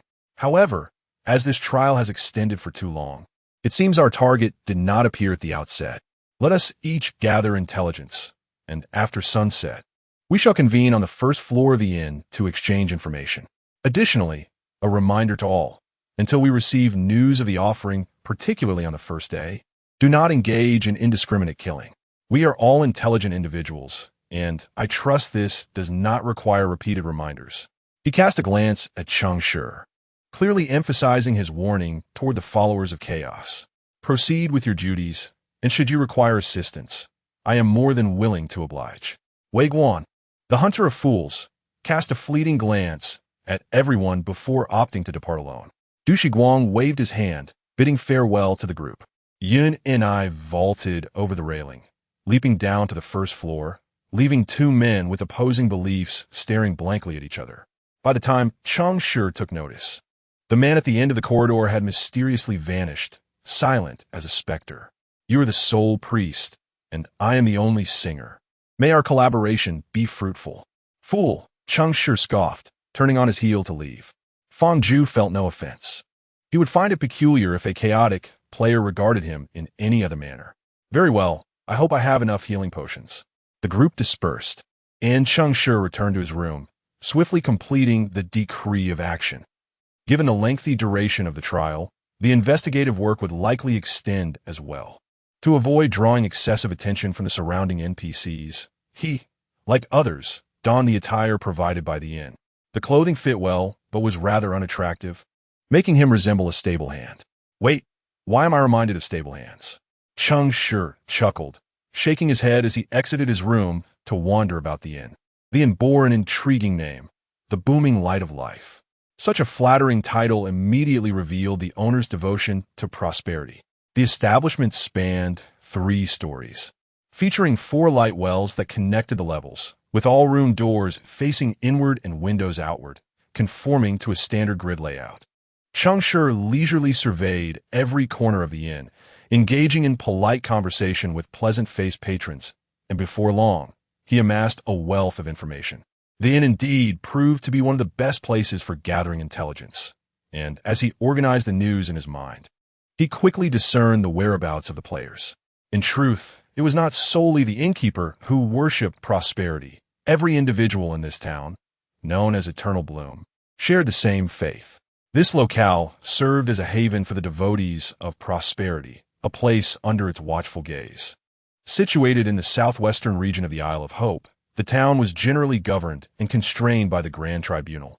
It functioned as an autonomous territory of the Natural Alliance. The Natural Alliance was not a confederation of nations, but rather a coalition of numerous small factions, each devoted to various deities along the path of life. Though the factions within the alliance enjoyed autonomy, their fragmented power and self-governance meant that both the scale of civilization and the pace of social development lagged far behind the well-structured Grand Tribunal and the Tower of Reason. Moreover, as the alliance was not geographically defined, its members were scattered across the Isle of Hope, leading many factions to establish cooperative agreements with these larger entities. In simpler terms, when alliance members encountered difficulties, they would hire larger powers for assistance, offering suitable compensation for handling various issues, including but not limited to technological advancement, urban development, and criminal judgment. At this moment, however, Eternal Bloom faced a predicament that required the intervention of the Grand Tribunal. What? Where's the fun at night? Are you out of your mind? Going out at night? Aren't you afraid? Never mind. I dare not even mention his name. Are you new here? You don't know? There are cultists challenging the will of prosperity, and the officials of the Autonomous Alliance are quite troubled by it. The gentlemen of the Enforcement Bureau have been exceedingly busy of late, too preoccupied to concern themselves with these trivial financial matters. You ask why they're so occupied? It is not unrelated to the deceased. Alas, let's not dwell on that. It is said that the Enforcement Bureau has sought assistance from the Grand Tribunal. One wonders if these judges are endowed with a multitude of eyes, for how else could they discern who the true sinners are? In the cycle of existence, all things flourish and thrive. It is evident that you are a wanderer who has just found a sense of belonging. The town of Everbloom welcomes you with open arms. Do visit the town center, for he awaits you there. Cheng Shi stared blankly at the spirited innkeeper, his confusion palpable as he blinked. The innkeeper, perceiving his bewilderment, chuckled softly, saying, "Do not be astonished. He has not descended, yet his will watches over us." Without a word, Cheng Shi turned and made his way toward the town center. Chapter 42. The town gazed upon by prosperity. There exists a plethora of lore surrounding the divine. Yet tangible artifacts or tools directly linked to them are exceedingly rare. Thus, he found himself profoundly intrigued by the so-called will of prosperity. To speak with irreverence. This was a rare opportunity to study the divine, and it was likely that no player would let it slip by. Yongzhan Town was far larger than he had anticipated. What he initially assumed was a modest gathering of a few souls revealed itself to be akin to a city. Apartment buildings stood in neat succession, and the estates of guild were arranged with thoughtful care, presenting a residence for devotees that was nothing short of flourishing. After wandering for over an hour, Cheng Shi finally reached the town center. With the intelligence he had gathered along the way and the sights and sounds he had absorbed, he began to comprehend the innkeeper's words. At that moment, he understood what was meant by the will of prosperity. He found himself in Yongzhan Square, where, at its heart, a flower of astonishing magnitude was blooming, radiating a soft and vibrant glow. Estimating roughly, it appeared to stand 3 or 4 stories high. At first glance, the flower resembled a stone sculpture, but upon closer inspection of its petals, one would observe that, at the moment of focused gaze, the petals seemed to awaken, transforming into distinct and delicate plant sepals. Each petal bore a unique texture, its intricate veins resembling not mere conduits for nourishment, but rather the etched runes of divine power. The statue was named Blooming Awaiting Withering. It was a sacred relic, referred to in the vernacular of faith games as an SSS-grade divine artifact, or a semi-divine object. Its rank was second only to the demigods of various destinies, albeit lacking an independent consciousness. Indeed, it embodied the will of prosperity, for wherever its influence spread, prosperity would endure until the end of its lifespan. The implication was clear. Theoretically, no one could perish in Yongzhan Town until their natural end. This meant that, within the confines of 7 days, they could not await the demise of a normal human being. Moreover, another realization struck him. If no one could die before their natural end, what would become of him? The priest? Lost in thought, he turned to find a young woman had appeared beside him, seemingly materializing out of thin air. Yin and I stood alongside him, her voice still as captivating as ever. "What, are you afraid?" "Afraid of what?" Cheng Shi chuckled. "Unemployment." She replied, "Wherever he gazes, death does not exist, and thus a priest is unnecessary." "Have you tried it?" he inquired. "No, but I'm about to." With that, Yun and I swiftly lunged forward, plunging a dagger into Cheng Shi's heart. Blood erupted forth, and a sharp pain pierced his heart. "Damn, poor heart, you have truly suffered alongside me."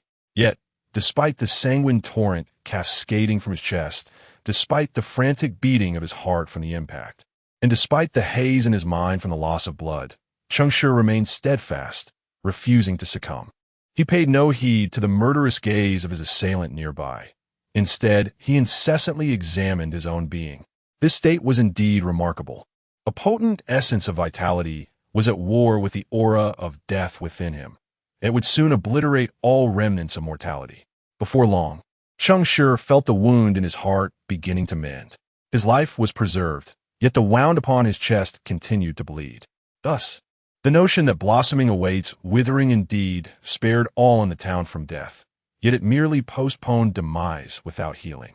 The trauma lingered within his body, creating a tenuous balance with his recuperative faculties. While it posed no threat to life, it would inevitably inflict considerable suffering upon the wounded. Cheng Shi chuckled softly, casting a healing spell upon his chest. It appeared that the assistance of a priest was indeed necessary. Yun and I nodded in agreement, then extended a dagger towards him. Cheng Shi was somewhat taken aback, perceiving that the mindset of this disciple of annihilation deviated from the norm. His expression vividly conveyed his bewilderment. Junni, irritative, waved her hand dismissively and stated, I want to stab you without reason. Now it's your turn. So her intention was a reciprocal exchange of wounds? Cheng Shi smiled, accepting the dagger from the young lady, admiring the glint of the blade as he jested. Really? Let us hasten. With a nod, he plunged the dagger into Yun Ni's chest. However, the angle was exceedingly tricky. Even as the blade penetrated her flesh by an inch, it failed to reach her heart. Cheng Shi raised an eyebrow in surprise. This cushioning seemed thicker than anticipated. Yun Ni's eyes widened in shock before darkening, her voice turning icy as she remarked, Do you find this amusing? Cheng Shi let out a light chuckle, releasing his grip and turning to depart. As he walked away, he remarked, You see, what I find enjoyable, you may not. Therefore, what you cherish may not appeal to me. No one relishes being stabbed without cause. We merely share a bond of acquaintance. Do not consider me your experimental subject. Nor should you presume your exchange is equitable. Fairness not sanctioned by the other party is hardly fair. Sheathe your dagger, Miss Assassin, lest you encounter further discontent. Yun and I, feeling the changes within her body, quietly withdrew the dagger. Blood gushed forth onto the ground, only to vanish in the blink of an eye. She gazed at the blood flowing from her chest, her expression inscrutable. Meanwhile, amidst the crowd, a bare-chested man scanned over the heads of many, his brow furrowed in contemplation. Cheng Shi departed from the Eternal Bloom Square, with his next destination being the Law Enforcement Bureau. He was deeply concerned about the murder incident that the inn's patrons dared not discuss. Indeed, the murder case was inextricably linked to death, leading Cheng Shi to ponder whether the clues of the trial would be as straightforward as they appeared. As a member of the Natural Alliance, Yongzhan Town's governance mirrors that of the Alliance system. However, it is not a coalition of political parties, but rather a consortium of functional departments. Several departments, each responsible for different areas, voluntarily collaborate to discuss the developmental affairs of the town, gradually forming a rudimentary parliamentary system led by the heads of these departments.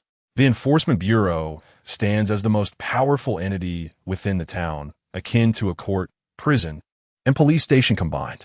Located in the southeast of the square, the Bureau occupies a considerable area, and the closer one approaches, the more one can observe the uniformed officers entering and exiting. Confronted with this unfamiliar law enforcement agency, Cheng Shi refrained from intruding recklessly, instead pretending to be a passerby, straining to listen to the conversations among the officers. It wasn't long before he pieced together the details of a homicide case through their fragmented chatter. Just 7 days prior, a jeweler had suddenly died in the town. If this incident had occurred elsewhere, it might not have attracted public attention, merely another case of murder and robbery. Yet, it transpired in Yongzhan Town, a place where life persists indefinitely. The townsfolk immediately grew anxious, prompting the Enforcement Bureau to swiftly intervene and commence an investigation. What was peculiar, however, was that the merchant, aside from exhibiting a look of terror, bore no visible injuries, as if he had been frightened to death. This was even more absurd. No one could perish under the protection of the bloom awaiting decay, unless his demise bore the will of other deities.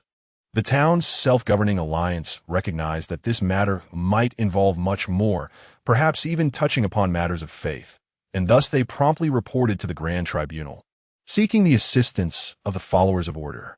However, while awaiting a response from the Grand Tribunal, 2 more individuals succumbed under identical circumstances. Moreover, all 3 had perished on the streets during the night. The sudden and successive deaths plunged everyone into a state of panic, a chilling cloud of terror looming over each resident. Consequently, the town's self-governing alliance had no choice but to declare a temporary curfew. Just yesterday marked the first day of this curfew, and yet another inebriated patron was found collapsed 5 meters from tavern. Chapter 43. I am not here to alleviate poverty. Cheng Shi furrowed his brow, meticulously sifting through the clues he had gathered. After a moment of contemplation, he dismissed the possibility that the perpetrator was a follower of decay. The beliefs of decay and prosperity stand in stark opposition. However, should a devotee of decay commit murder within the sanctuary of prosperity, the body would undoubtedly bear the marks of decay, serving as a provocation of faith, a means to glorify their deity. Yet, the body exhibited no signs of injury, indicating that the assailant was crafting an atmosphere of terror. The faith of the perpetrator was likely aligned with pollution or death itself. The reason for considering the assailant's belief was not for any other purpose but to unravel the mystery. It is essential to recognize that death and prosperity coexist within the journey of life. While their revered doctrines may diverge slightly, they do not stand in opposition. This is evident from the concept of blooming only to wither. It safeguards life within the natural span of existence. And when an individual reaches the end of their life, it allows their departure. Prosperity seeks the utmost flourishing of the individual, not immortality. After all, within the journey of life, death is but the final act. With this understanding, Cheng Shi began to ponder. The trial of death ultimately necessitates the offering of a sacrifice. Thus, this time, would the sacrifice be a follower of pollution, who deliberately orchestrated slaughter while distorting the natural death of the residents? Or would it involve employing the methods of the followers of death to eliminate a target that might pique his interest? One option leads to capturing the murderer, while the other assists the murderer in their heinous act. These two choices are, in essence, diametrically opposed. A misstep could potentially lead to an irreversible abyss. As Cheng Shi furrowed his brow in deep thought, not far from him, another player was also lost in contemplation. Wei Guan evidently understood that the key to the mystery lay within the Enforcement Bureau. Thus, he had arrived there ahead of Cheng Shi and had lingered for some time. Upon witnessing teammates arriving in succession, he snorted dismissively and departed. Cheng Shi chuckled silently at Wei Guan's departure. The follower of foolishness, with an air of self-importance, detested mingling with others. His exit might suggest he had discerned something or simply loathed collaborating on the same case. After acquiring pertinent information, Cheng Shi left the Enforcement Bureau and meandered casually through the town. It was not until sunset, when the streets grew increasingly desolate and the residents' expressions turned more frantic, that he strolled back to the inn. At that moment, the first floor of the inn was teeming with people. His 4 teammates had already settled at a wooden table, awaiting his return. Cheng Shi greeted them and took a seat among them. His gaze inadvertently swept past the corner of the staircase, where he noticed the ascetic standing in the shadows, his eyes fixed upon them, locking gazes with Cheng Shi for an instant. Cheng Shi paused, then smiled and nodded in acknowledgement. The other person's expression remained impassive, their gaze unyielding. What kind of person stand there all day without tiring? Once everyone was in place, Fang Zhu began to take charge. Let us discuss the intelligence gathered. I shall summarize my observations and thoughts from today. Please feel free to fill in any gaps. The role of the lawgiver undoubtedly exemplifies the most organized profession, as every minute detail concerning the foundational intelligence of everlasting Bloomtown has been meticulously shared under his careful curation. The thoroughness of the content is such that it hardly seems the result of a single individual's inquiries over an afternoon. Rather, it resembles the comprehensive report compiled by a large team after a month of diligent background checks. Cheng Shi felt a sense of astonishment, pondering whether Fang Zhu's capabilities were perhaps a tad too formidable. If only the managers of certain investment firms possessed such acumen, they would not have suffered such terrible losses prior to the descent of the deities. They are merely worthless creatures that take money without contributing any labor. Once Fang Zhu concluded his eloquent discourse, the others nodded in agreement, save for Wei Guan, who scoffed dismissively, expressing disdain, utterly redundant. Unfazed, Fang Zhu shrugged, signaling that it was their turn to speak. Du Shiguang, however, defended him, remarking, "Why not share your esteemed insights?" Wei Guan cast a sidelong glance at Du Shiguang, sneering, "So eager to reap without sowing? A mind that never contemplates will only grow increasingly dull. If you wish to glean answers from me, first prove your worth." Cheng Shi could not contain his laughter, and his mirth drew the attention of everyone present. Noticing the collective gaze upon him, especially the disdainful look from Wei Guan, he hastily waved his hand, apologizing. "My apologies, I couldn't help it. It's my first encounter with someone so brazenly justifying free riding. I must admit, it has broadened my horizons."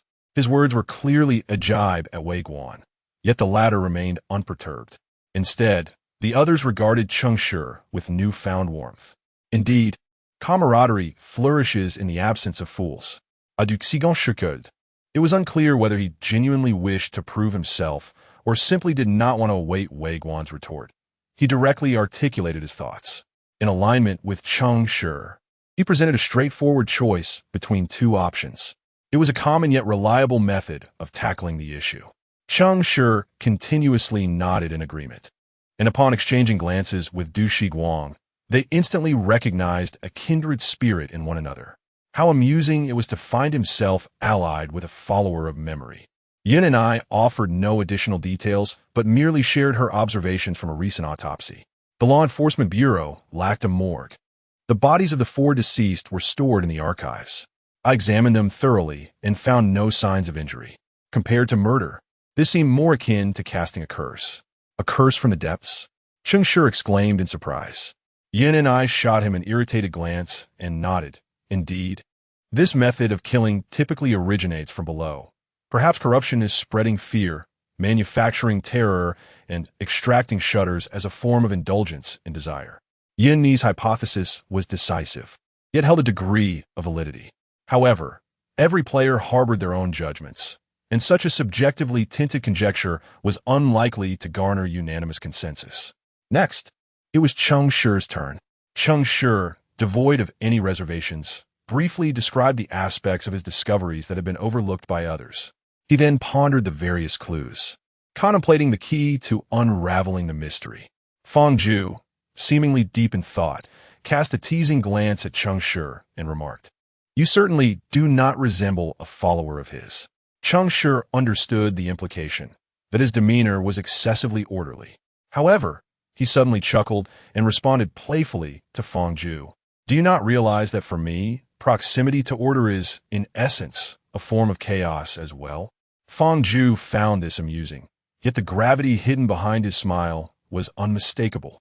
Indeed, transforming a chaotic believer into one devoid of chaos is, at its core, a profound kind of chaos.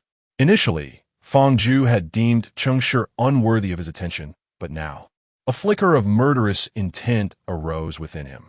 Discovering a divinely insightful adversary of a contrasting faith was certainly not a favorable development. Unaware of Fang Zhu's thoughts, Cheng Shi concluded his insights and shifted the conversation towards Wei Guan. This individual, who had spent the entire evening listening while displaying an expression that suggested he held disdain for everyone present as foolish believers, had yet to share a single profound thought. This was indeed frustrating. Well, the foolish players have contributed their ideas. Now it is time for the clever players to offer their critiques. Wei Guan sneered and turned to leave, mockingly stating, "Your thoughts are utterly worthless. You do not deserve to know the answer." This remark irked the usually composed Fang Zhu, who slammed his hand on the table and stood up, declaring sternly, "To leave here means you will forfeit your collaboration with us." Fang Zhu's voice inadvertently took on the resonant quality of a bard's skill, wielding a compelling authority. Many patrons in the inn overheard and turned their attention towards them. Nevertheless, Wei Guan showed no intention of slowing his pace. His destination was not the rooms on the second floor, but the inn's front door. "You cannot even speak of collaboration with me. My time is limited, and I am not here for charity." With that, he pushed open the inn's door. At that moment, the inn's doorman seized the hem of his garment, anxiously warning, "Esteemed guest, even if you have quarreled with your companions, I must remind you, tonight is not safe. The Enforcement Bureau has already announced a curfew recommendation. Staying within the inn is the wisest choice. Please consider carefully." Wei Guan scoffed, deriding, "Cowardice and foolishness have always been well matched. I already know the answer, and thus fear no so-called murderer. Moreover, his methods are equally inconceivable in my eyes." With that, he brushed aside the doorman's hand and strode out. At the moment the door slammed shut, An astonishingly unified chorus of curses erupted from the players of the table. Fool! Chapter 44. Death will eventually descend. Criticism aside, none present were fools. They had discerned the intentions of Wei Guan. He was extending an invitation to the murderer. The assailant prowled the streets under the veil of night, which meant that all primary evidence related to the truth lay concealed in the darkness. Thus, for the players, the night, though fraught with peril, represented a more favorable opportunity to approach the answers than the day. However, Yongzhan town was vast, so immense that it was utterly impossible to scour every corner in a single night, let alone encounter the killer. Therefore, Wei Guan, serving as bait, sought to lure the murderer into revealing themselves. Fang Zhu had already perceived Wei Guan's intentions. The two of them, without exchanging a single glance, orchestrated a performance through their acute instincts and agile minds. It was only when Wei Guan stepped outside that the others comprehended the brilliance of their silent collaboration. Yet the expletive muttered in frustration was sincere. No one appreciated a pretentious individual. This was a fact. Suddenly, understanding Chun Chong's situation became clearer. Fang Zhu shook his head with a soft chuckle, then addressed the group. We may not find rest tonight. Let us prepare and follow suit. With that, he glanced back. The shadowy corner where a man had once stood was now devoid of the ascetic figure, who had evidently recognized the unfolding scenario. Not one fool among them. Cheng Shi marveled inwardly, then adjusted his attire and quietly slipped out the back door. The full moon hung high, and a gentle breeze caressed the air. The night in Yongzhan town was far from cool. As Cheng Shi stepped outside, he noted that not all residents adhered to the curfew. Some revelers still meandered through the streets, stumbling and shouting the name of their deity, prosperity, as if invoking divine protection to escape death. He smiled at the sight of these drunken souls, then swiftly made his way in the direction where Wei Guan had vanished. Indeed, Wei Guan was a lone wolf. Despite Fang Zhu's cooperation in providing him with an excuse to provoke the murderer, it seemed that Wei Guan had shown no appreciation. After stepping out, he left behind no trace whatsoever. Minute footprints disappeared not far from the inn, and no clue remained to indicate his direction. Damn, truly remarkable. Cheng Shi stood atop the roof of a nearby house, frowning as he searched for any sign. Not far away, on the windmill tower, Yin and I was engaged in a similar pursuit. Everyone had lost their target, uncertain of where Wei Guan had gone. Did he truly believe he could confront the killer alone? On the other side, Du Shiguang could no longer contain himself. Adjusting his glasses, he expressed his indignation. If he discovers the true culprit first and makes a choice for us in advance, who will bear the consequences? Fools are always so thoroughly detestable. Indeed, Cheng Shi chuckled inwardly. Deceit and memory seemed to once again align in purpose. Wei Guan's methods were decisive. He was a hunter, adept at erasing traces, and the group, having split into 8 directions, searched for an hour without uncovering his whereabouts. After another half hour had passed, the group, their faces darkened with concern, reconvened, only to find the previously vanished ascetic reappearing before their eyes. Upon his arrival, his countenance was even more dismal than that of Cheng Shi and the others. Fang Zhu immediately noticed him and inquired in a low voice, "What have you discovered?" The ascetic remained silent, turning on his heel to depart. A sense of unease gripped the group, and they quickly followed in his wake. Under the ascetic's guidance, they navigated the rooftops with agility, swiftly traversing the night until they arrived at a location just south of the town. On a broad street, the players abruptly came across a corpse. The deceased was clad in the very white shirt and black vest provided by the inn. It was Wei Guan. Wei Guan was dead.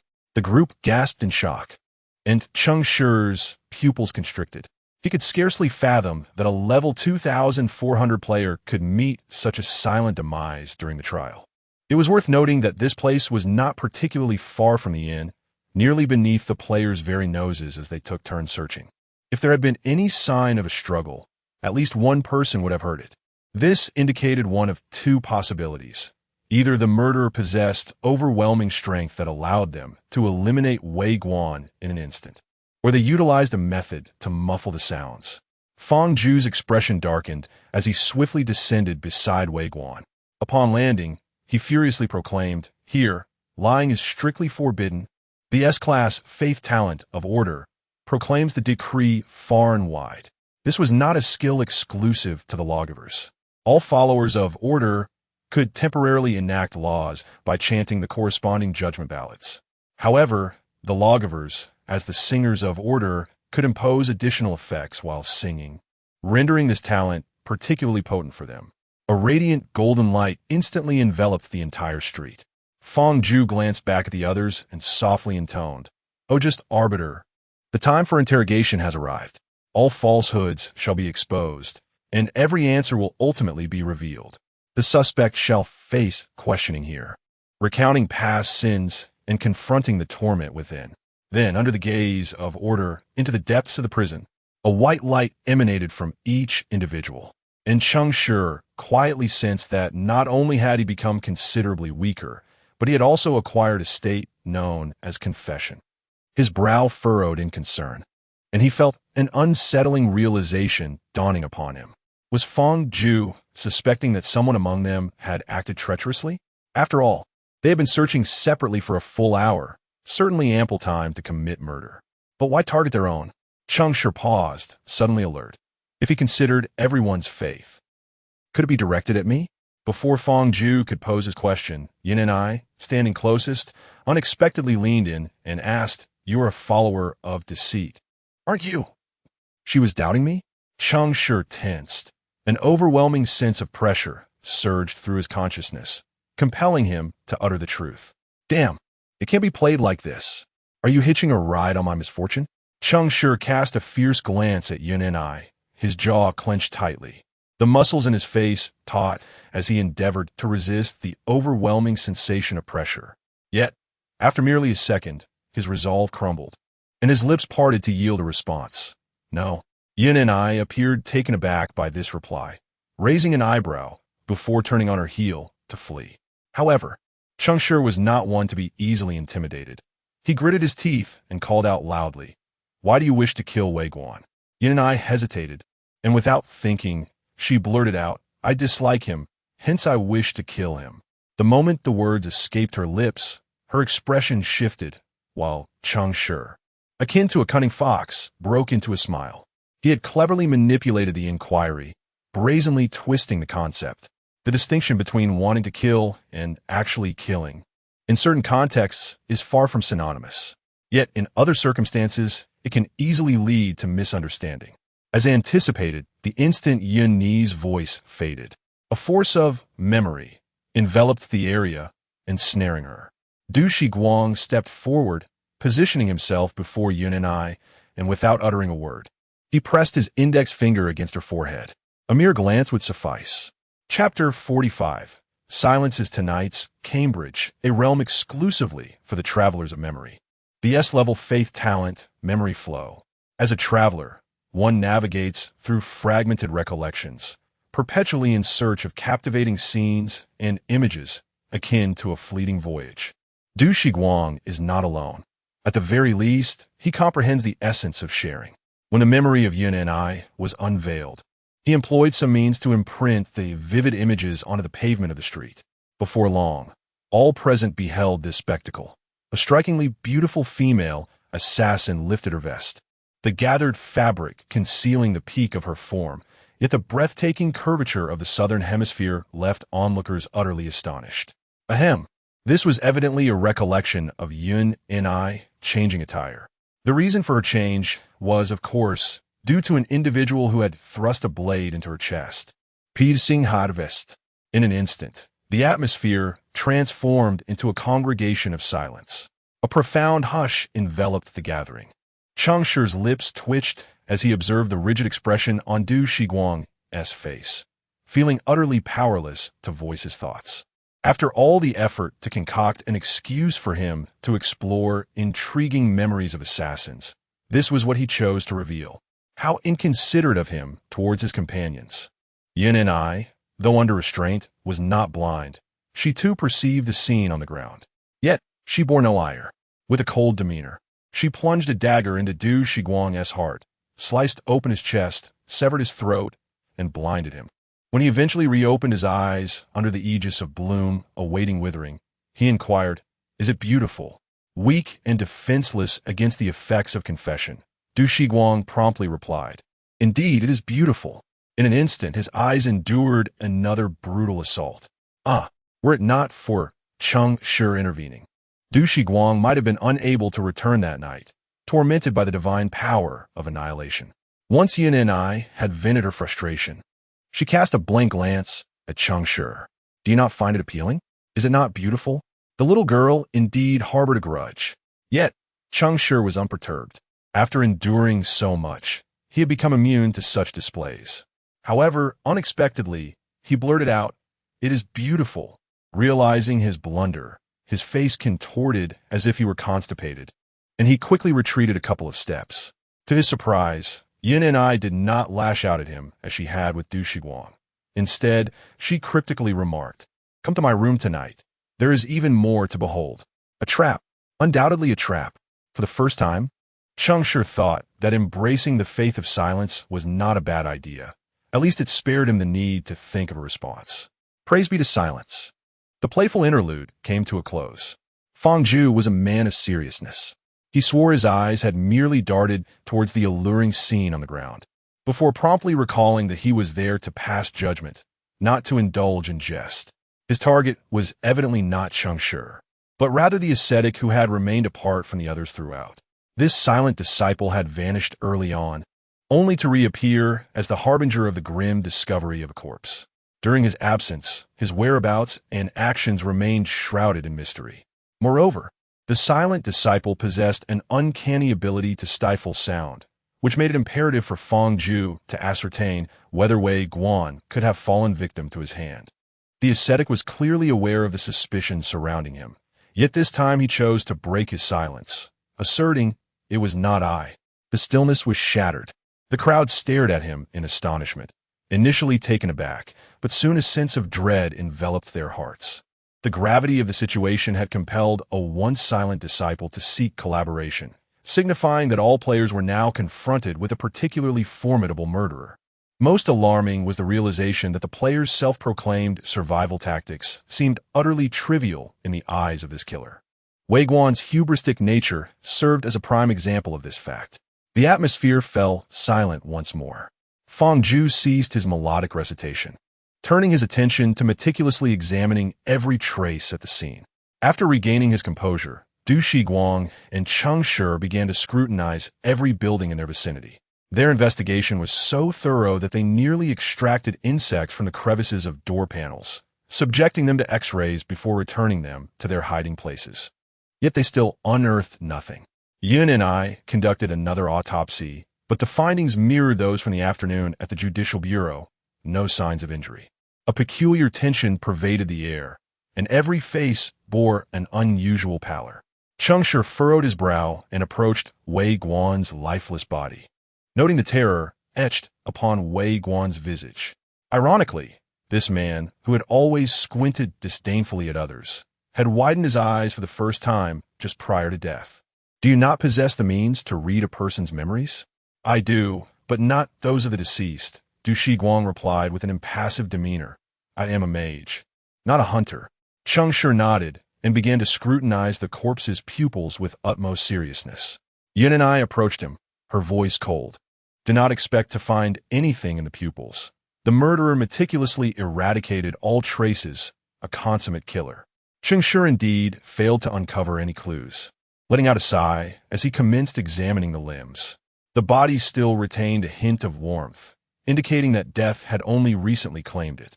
To this day, Cheng Shi grappled with the incomprehensible notion of how a life could be extinguished so silently.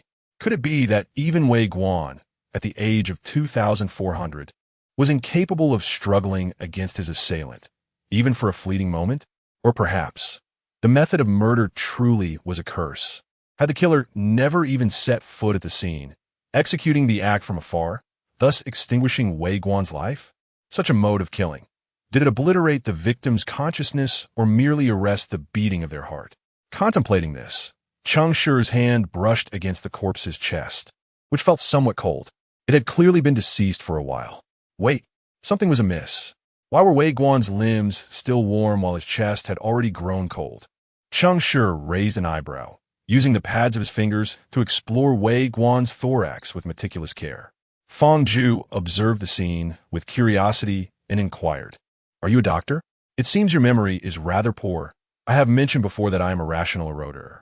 Doctors and priests are not the same." Fang Zhu was evidently alluding to Cheng Shi's previous profession, to which Cheng Shi did not conceal the truth and nodded in affirmation. Yin and I, intrigued, asked, "Did you choose to become a priest because of that?" Cheng Shi shook his head. "Then why?" The confession had concluded. "Do you believe you can still obtain answers for me?" Juni chuckled softly, falling silent thereafter.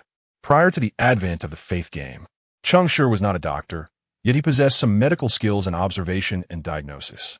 These abilities were not acquired through formal education, but were imparted by his adoptive father, a jovial old man. As to why a scrap collector would possess such skills, Cheng Shi could not say, for he had never inquired. He attentively studied the texture of the muscles and the tension of the fascia beneath the corpse's skin, and after a considerable time, he raised his head and requested, "I need a needle." The crowd frowned in response, shaking their heads. Only Yun and I cast him a sidelong glance and asked, "Where will you puncture?" Cheng Shi looked at her with some surprise and pointed to the center of Wei Guan's chest, saying, "Here, directly into the heart." Chapter 46. Another half-divine artifact? The moment of fear approaches. Yin and I nodded slightly, extending her finger to touch the spot indicated by Cheng Shi. Then, in a swift motion, before anyone could react, she had already straightened her posture. Yet, nothing seemed to have transpired with Wei Guan. Is that it? Did it penetrate? Was that a bit too swift? Several players were astonished by Yun Ni's speed, still trying to ascertain whether she had truly succeeded, especially since Wei Guan's corpse showed no signs of reaction. Only Cheng Shi smiled knowingly, having deduced what Yun and I had accomplished. In an incredibly brief span of time, she had transformed her finger into a slender line, piercing directly into Wei Guan's heart. The ability of the assassin maiden to dimensionalize her body was far more formidable than anticipated. It appeared that the dagger might merely be a fade when it came to actual lethality. Nothing was more convenient than a body that could be wielded as a weapon itself. However, the corpse's lack of response was somewhat abnormal. While a deceased heart may cease to beat and thus not spurt blood, the absence of spillage does not equate to a lack of blood entirely. When external forces breach the visceral wall, dark crimson blood must inevitably seep forth. Fang Zhu seemed to have noticed this peculiarity, uncertainly querying, "Is there an issue with the heart?" "Clever." Cheng Shi nodded, retrieving a scalpel from her spatial pouch and expertly commencing her dissection. Within mere seconds, Wei Guan's thoracic cavity was meticulously dismantled by her deft hands. As the onlookers gathered around, they discovered that although his chest was full of flesh and blood, one crucial element was conspicuously absent. "Where's the heart? Gone?" Du Shiguang stared in astonishment at the void left where the heart should have been. His brow furrowed as thoughts raced through his mind. Cheng Shi elucidated. "By sensing the skin's tactile feedback, I can discern the orientation and pressure gradients of the internal musculature. While probing his chest, I noted that the pressure around Wei Guan's heart was significantly lower than that of an ordinary corpse. As you can see, his heart has been stolen." "Stolen? This doesn't resemble theft. Such an act would render a body part completely absent. Could it not be akin to a form of annihilation?" As Fang Zhu's words hung in the air, everyone turned their gaze toward Yun and I. She initially seemed taken aback, but then shrugged nonchalantly, her demeanor clearly indicating indifference. The others understood she was not responsible. They merely sought to inquire if annihilation bore any similarities to this method. Even Cheng Shi pondered silently whether she had overlooked a perpetrator of annihilation. Just then, while Yin and I was deep in thought, Du Shiguang suddenly stood up, solemnly sketching a circle before him. A golden radiance coalesced into a ring, and peering through it, the scene transformed from the present street to that of a library. This circle seemed to bridge the realms of time, juxtaposing the current moment with the past. The visual effect was utterly breathtaking. Let me peruse the tomes of that era. I seem to recall a divine object that bears a striking resemblance to this. Du Shiguang extended his hand through the circular aperture, swiftly searching the bookshelf.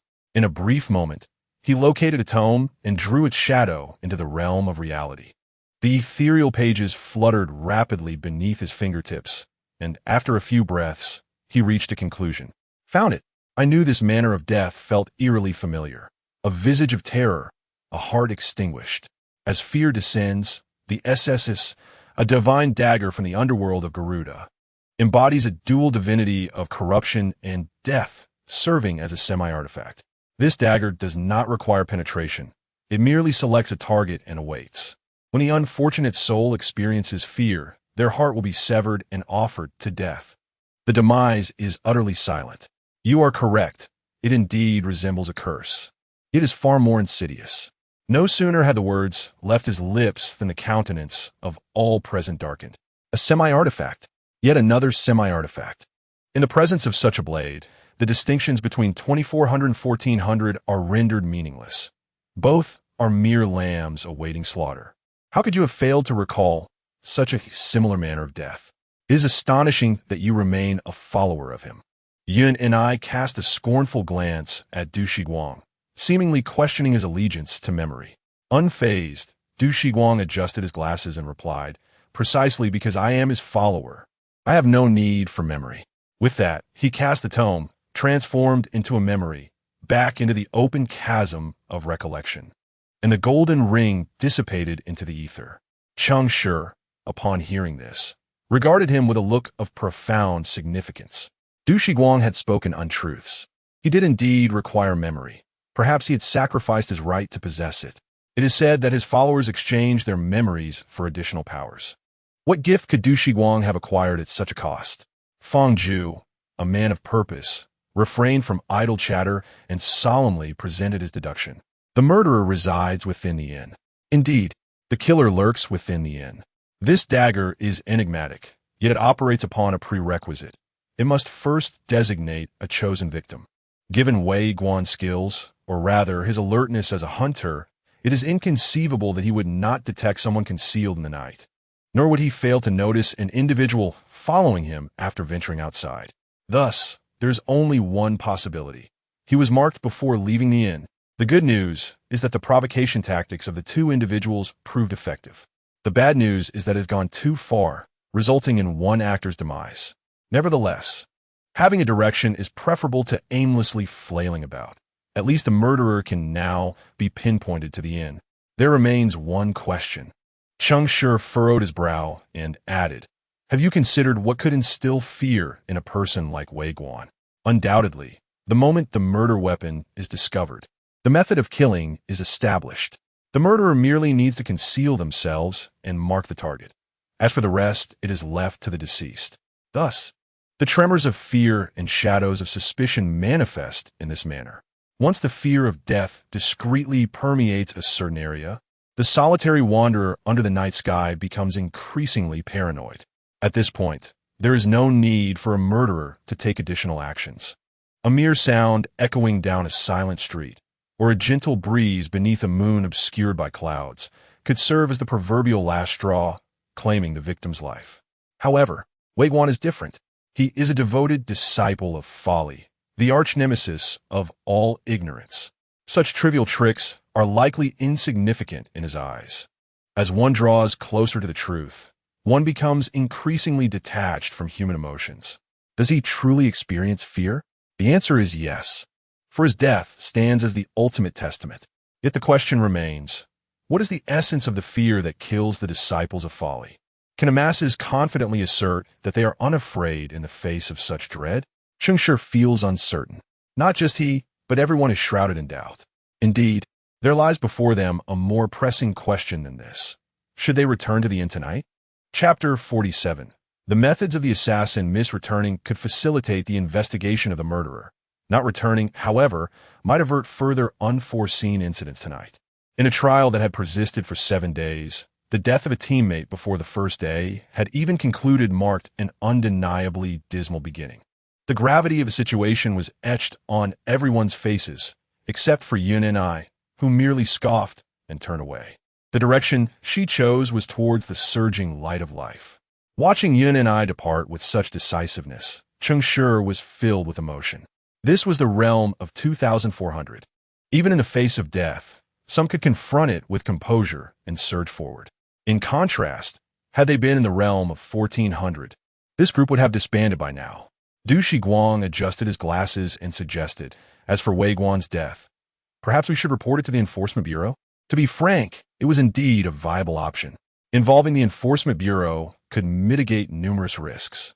Yet the dilemma lay in their inability to ascertain whether the wielder of the semi-divine artifact was indeed a target of the players or merely a marker along their path. If the latter were true, it would suffice to identify whom he intended to kill next in order to find the true sacrifice. However, should he be a target, capturing him would only complicate matters further. Moreover, given Wei Guan's current state, how could they possibly explain the situation? Fang Zhu pondered for a moment before shaking his head, dismissing the proposal. Now was not the opportune moment for cooperation with the authorities. Cheng Shi had anticipated this outcome. He glanced at Wei Guan's lifeless eyes and also turned to leave. Yin and I was correct. Only by getting closer to the murderer could they uncover the truth. Regardless, returning to the inn tonight was imperative. This trial had transformed from a mere fog to a precarious dance upon the edge of a blade. And that was precisely what death awaited. It had never despised the prospect of additional sacrifices. You all go ahead. I will deal with Wei Guan's body. The followers of order were reliable, and Du Shiguang did not hesitate to follow Cheng Shi's lead. Fang Zhu gazed solemnly at the corpse, letting out a soft sigh. When he concealed the body and raised his head again, he found that the ascetic, who had silently listened throughout the night, had vanished without a trace. Upon Cheng Shi's return to the inn, he found Yun and I at the front desk purchasing liquor. He approached her, requested a glass of strong spirits from the attendant, and settled beside her. Yun and I cast a fleeting glance at him, unusually silent. Cheng Shi raised his glass and remarked, "Regardless, we are teammates. If you have any thoughts, feel free to share them with me." Yun Ni's slightly intoxicated eyelids lifted, encouraging him to continue. "I do not wish to lose two teammates on the very first day, nor do I want you to meet an inexplicable demise like that arrogant follower of folly." Cheng Shi's words were forthright. He was apprehensive about teammates charging forth with confidence only to end up lifeless on the ground. It was that he doubted Yun Ni's intellect. Well, perhaps he did. Moreover, he sensed that this assassin maiden had already formulated a plan. Perhaps she would take action tonight. As for whether the actions were advantageous for the trial, he found himself unable to make a judgment without knowing the other's intentions. Yin and I smiled lightly, disregarding him, and after downing the wine in her cup, she departed alone once more. Cheng Shi watched her leave before shifting his gaze to the bar. The empty wine glass that Yin and I had slammed onto the bar still trembled, and a barely visible crack was gradually spreading towards the 3 o'clock direction on its base. Ah, what an intriguing invitation. The inn's first floor was closing at 2 o'clock, seemingly intent on conducting clandestine affairs under the cover of a tranquil night. Cheng Shi chuckled softly, draining his cup and returning to his room. The night was deep. Despite the number of guests in the inn, most had chosen to rest. Unlike the earlier bustle of the evening, the innkeeper was evidently a savvy operator. To ensure that travelers could sleep soundly, he had arranged for several attendants to patrol the corridors at such a late hour. Cheng Shi lay on his bed, unable to sleep, listening to the footsteps echoing in the corridor, his mind preoccupied with devising a solution. Just as he was lost in thought, he heard a familiar breath behind the wooden wall beside his bed. Had the clock struck 3? He raised his hand to check the time, but the breathing next door had ceased. Cheng Shi, as if receiving a signal, promptly rolled out of bed, opened his door, and stepped outside. As he did so, he saw Du Shiguang and Fang Zhu simultaneously emerge from their rooms. Their gazes were aligned, passing over Cheng Shi to focus on Yun Ni's door. Even more astonishingly, at the end of the corridor, a burly man reclining in the shadows stirred awake and quietly stood up. It seemed everyone was preoccupied with the actions of the assassin lady. Yet, I remained awake, due to Yun Ni's invitation. What was the implication of you burly men eavesdropping in the dead of night? The moment was fleeting, leaving no time for Cheng Shi to ponder further. The group tacitly bypassed the awkward pleasantries and followed in Yun Ni's footsteps to the 3rd floor. Perhaps the warning of Wei Guan's death weighed heavily on her mind, for she did not erase her traces.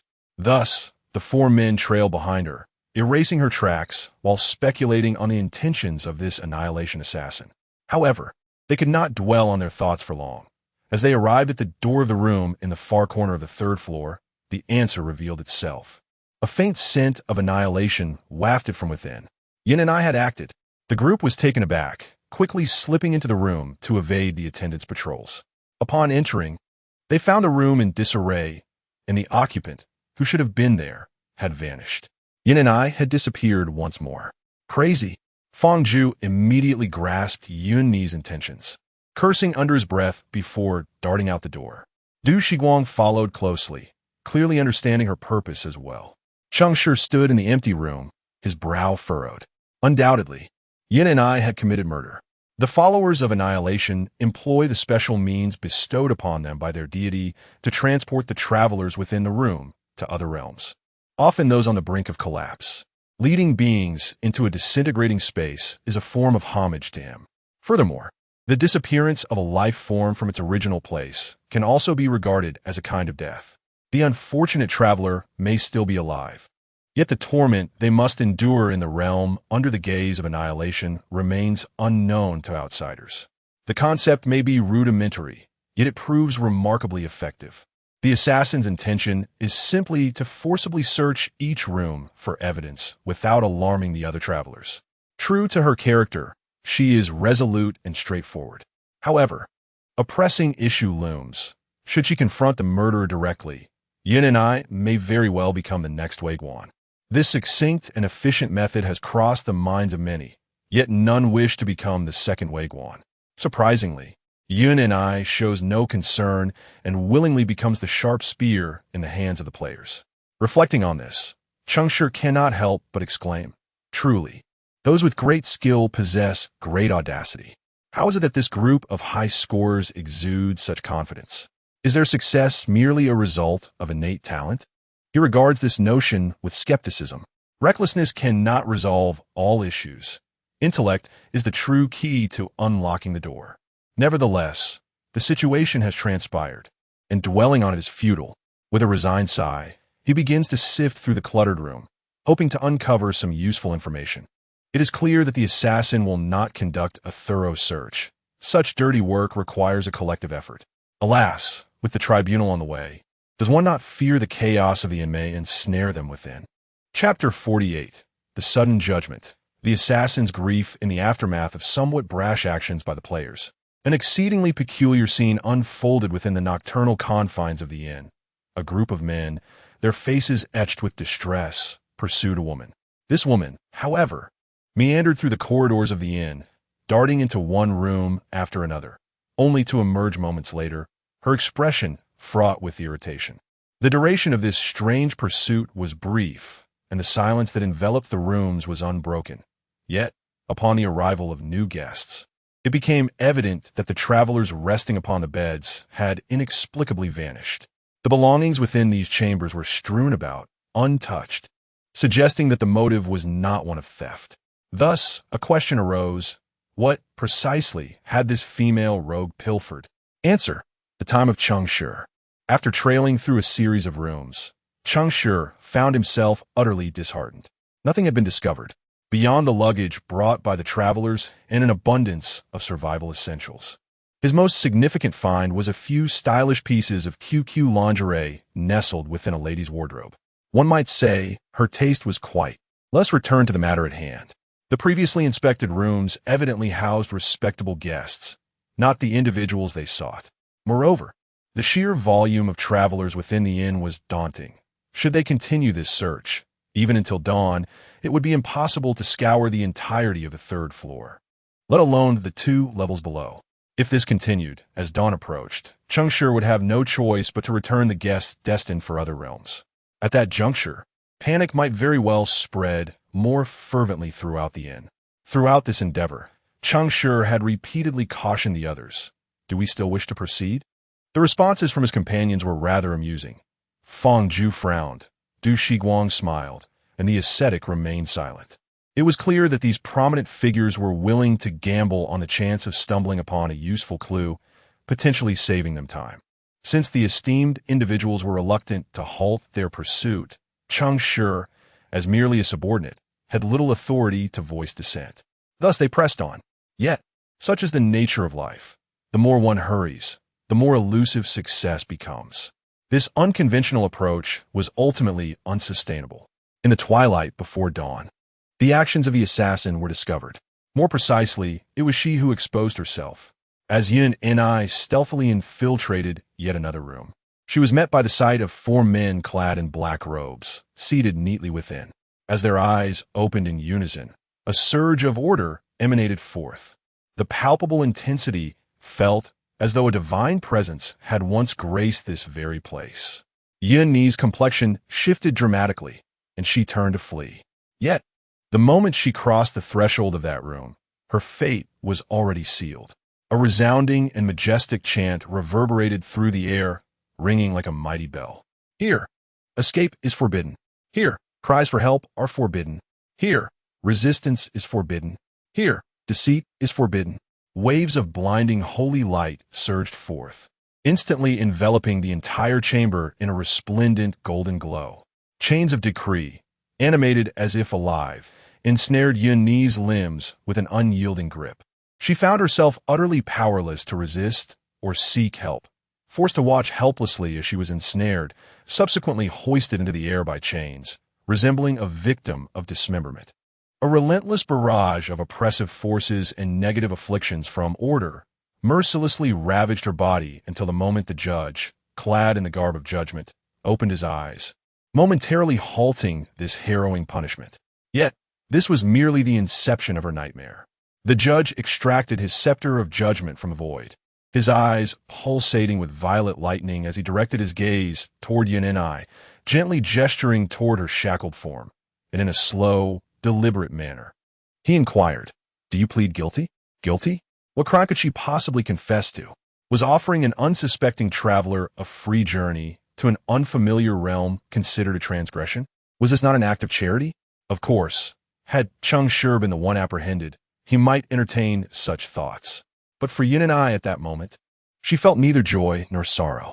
She recognized the true identity of these individuals. They were unmistakably from the Grand Tribunal. The members of the Grand Tribunal had arrived long ago. They had silently infiltrated Yongzhan town, masquerading as ordinary travelers, conducting their investigations within the inn. Indeed, if even the players could pinpoint the location of the culprit, how could these judges, dedicated to the pursuit of justice, lack the means to do so? They had undoubtedly narrowed down the approximate area of the suspect and may have even identified several potential culprits. As for herself, she was merely a foolish deer that had unwittingly stumbled into a trap while they awaited their prey. What instilled greater dread was the divine resonance she sensed emanating from the scepter wielded by the judge, akin to the essence of blooming awaiting decay. Another semi-artifact. This marked the 3rd semi-artifact she had encountered within a single day. What did this signify? It implied that her life was in peril. Yin and I had long anticipated the possibility of encountering misfortune, yet throughout it all, she had been contemplating how to counter the peculiar attacks that arose when fear approaches. However, she never imagined that her downfall would ultimately stem from yet another semi-artifact of the Grand Tribunal. After much contemplation, the absurdity of her fate was almost laughable. Yin and I seemed to relinquish her right to defend herself, even though she firmly believed in her innocence. Yet when a judge is determined to condemn you, rebuttals are futile. Silence would at least preserve her final shred of dignity, preventing her from becoming a mere fool. The judge's rhetoric was unmistakably designed to ensure her demise. Yin and I smiled defiantly, then turned her head away.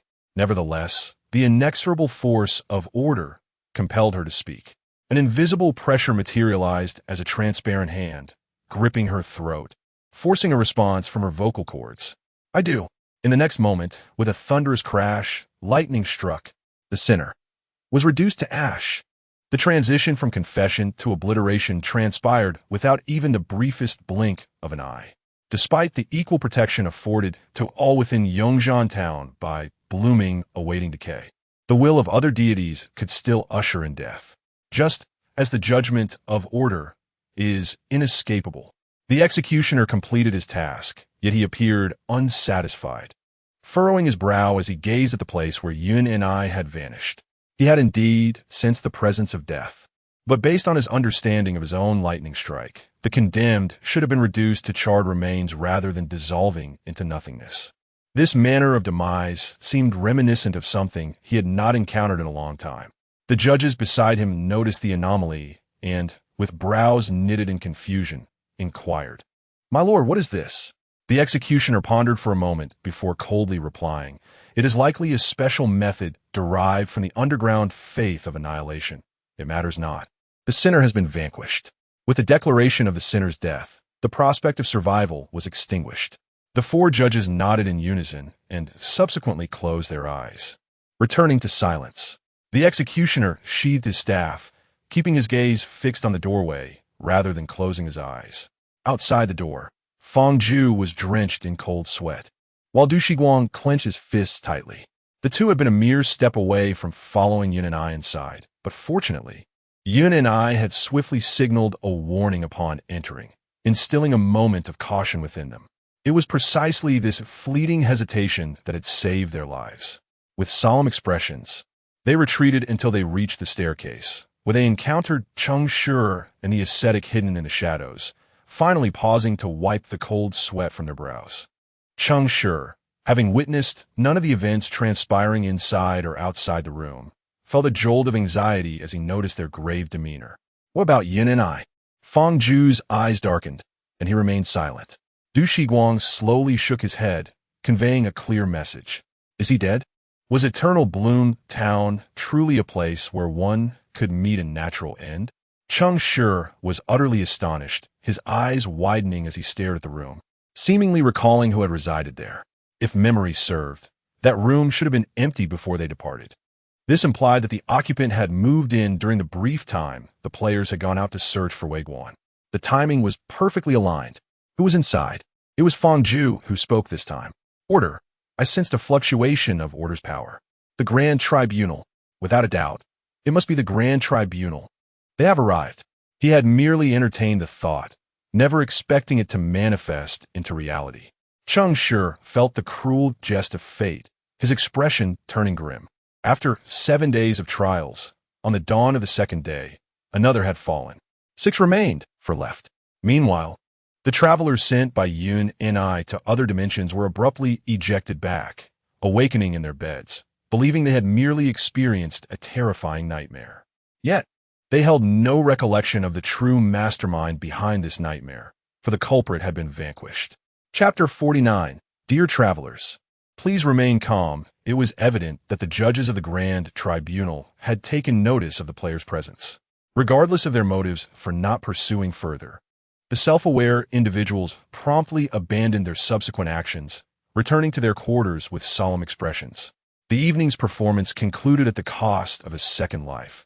Amidst the survivors' palpable terror, Feng Zhu and Du Shiguang approached the same room, their chaotic aura noticeably circumventing Cheng Shi. The current situation was far too tumultuous, making it difficult not to associate it with the followers of chaos. Though Cheng Shi had done nothing, his inaction only intensified suspicion. Since the onset of the trial, it seemed as though a group of individuals was being led by the nose, meeting their demise wherever they were tracked. This bore a striking resemblance to previous trials involving chaos followers, with the sole distinction being that this time, the deaths appeared more coincidental yet plausible. Cheng Shi discerned their thoughts and refrained from making any overtures. Like an ascetic, he silently descended the stairs. However, instead of returning to his own room, he ventured into Yun Ni's chamber. Her room was remarkably sparse, even excessively so. Not only were there no personal belongings, but even the furniture provided by the inn had vanished.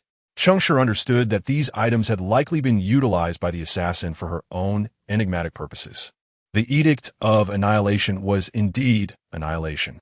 Finding no useful clues, Cheng Shi let out a resigned sigh. Perhaps this was a characteristic of the followers of Annihilation. When they dedicated themselves to it, all traces of their existence seemed to vanish, as if they had never been there at all. He lay upon Yun Ni's bed, turning to observe the knife slit she had carved into the wooden wall, feeling a sense of disorientation.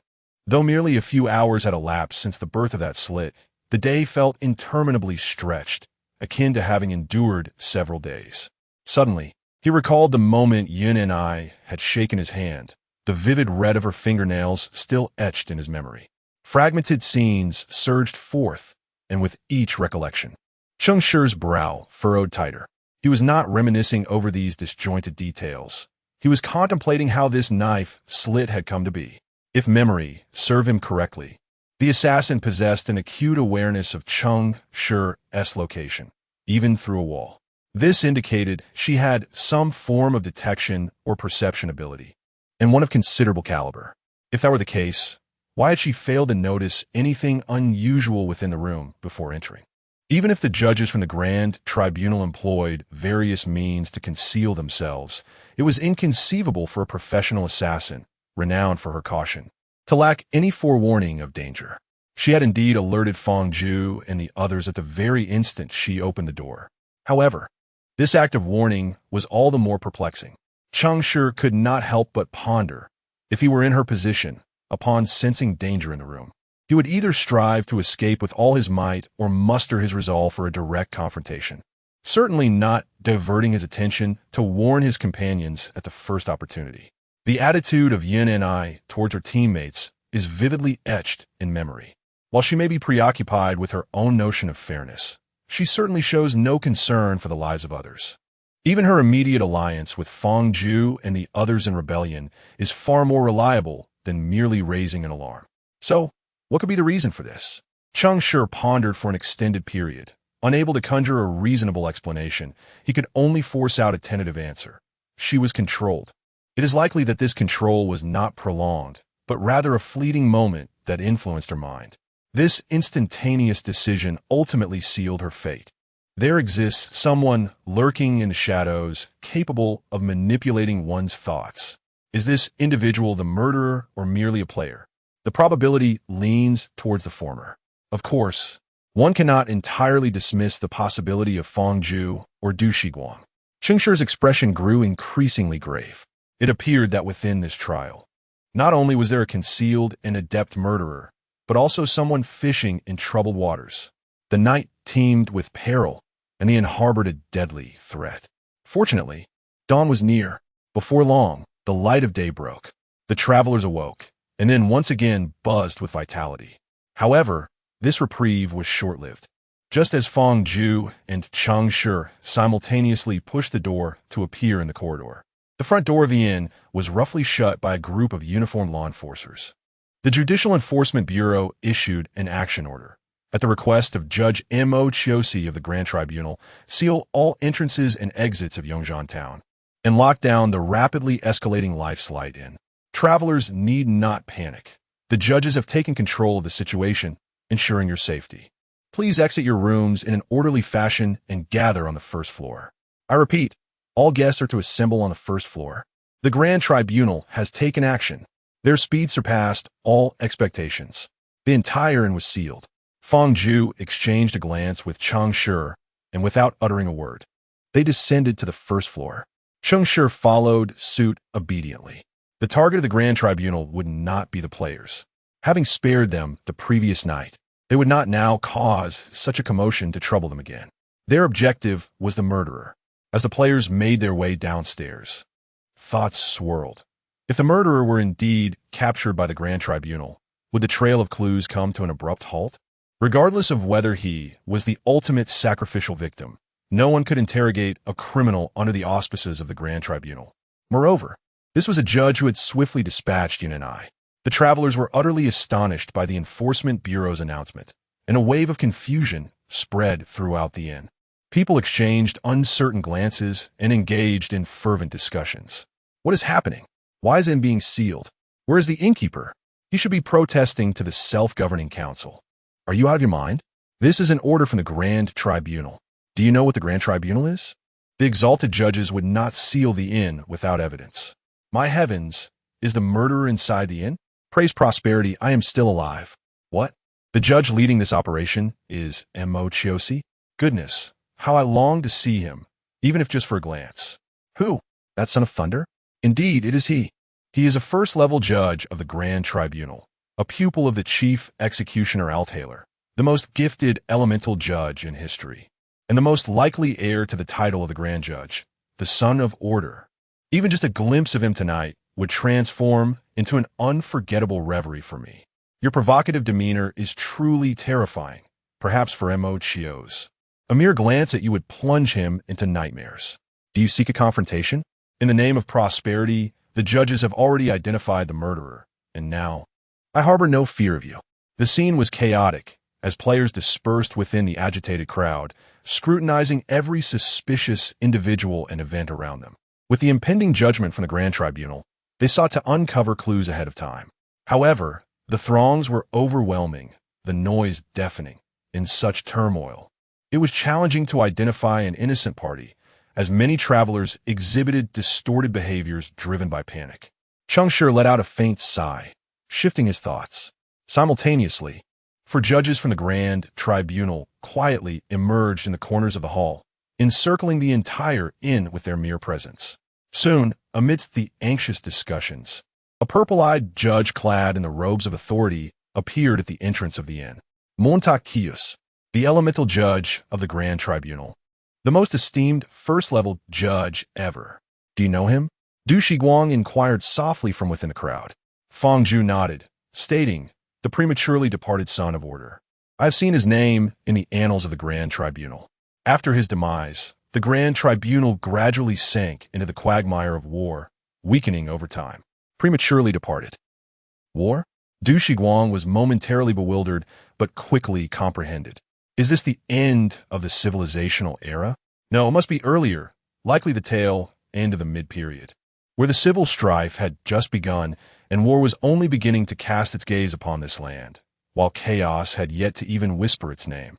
A sudden epiphany struck Du Shiguang as he realized why a follower of chaos had been outside last night. Yet the judges of the Grand Tribunal had not come to apprehend him. It turned out that this was the early phase of the civilizational era, where the arrivals of order and truth had occurred millennia ago, their followers nearly unified across the surface. While war had only just begun to take notice of the continent of hope. How did he perish? The records of the Grand Tribunal are rather vague, and I was not part of them, so my understanding is limited. What is the Son of Order? Duxigan furti inquired. This time, Fang Zhu did not respond directly, but instead posed a question in return. What did you exchange your memories for?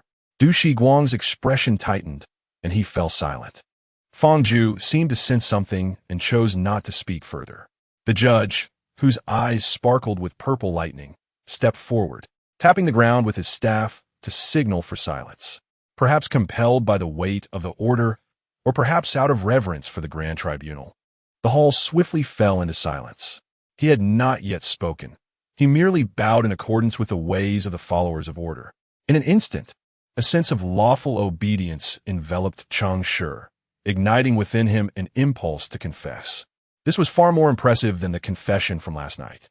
Just as everyone lowered their heads in preparation for judgment, M.O. Chios spoke. Chapter 50, starkly divergent reactions as he opened his mouth. The radiant light of order enveloped everyone present. Some among you may recognize me, while others may not have heard of me. However, such distinctions are inconsequential. The reason for the Grand Tribunal's presence here is well known to you all. Malevolence has spread throughout Everbloom Town, with sinners brazenly stripping the residents of their right to embrace prosperity under the cover of night. This vile and sordid transgression not only tramples upon the faith of the Alliance of Nature, but also provokes the authority of the Grand Tribunal. With order above, judgment shall inevitably come. No sin shall evade retribution. I, First Judicator M.O. Chios, pledge to the autonomous alliance of Everbloom Town and its faithful. Today, we shall unearth the true culprit and restore peace to you all.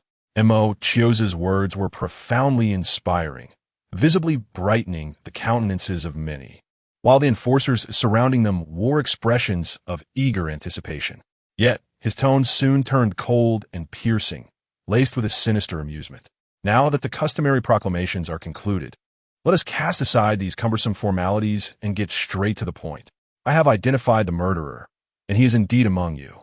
Fear, once your sharpest blade, will now serve as your dirge. Under the watchful gaze of order and the decree of the Grand Tribunal.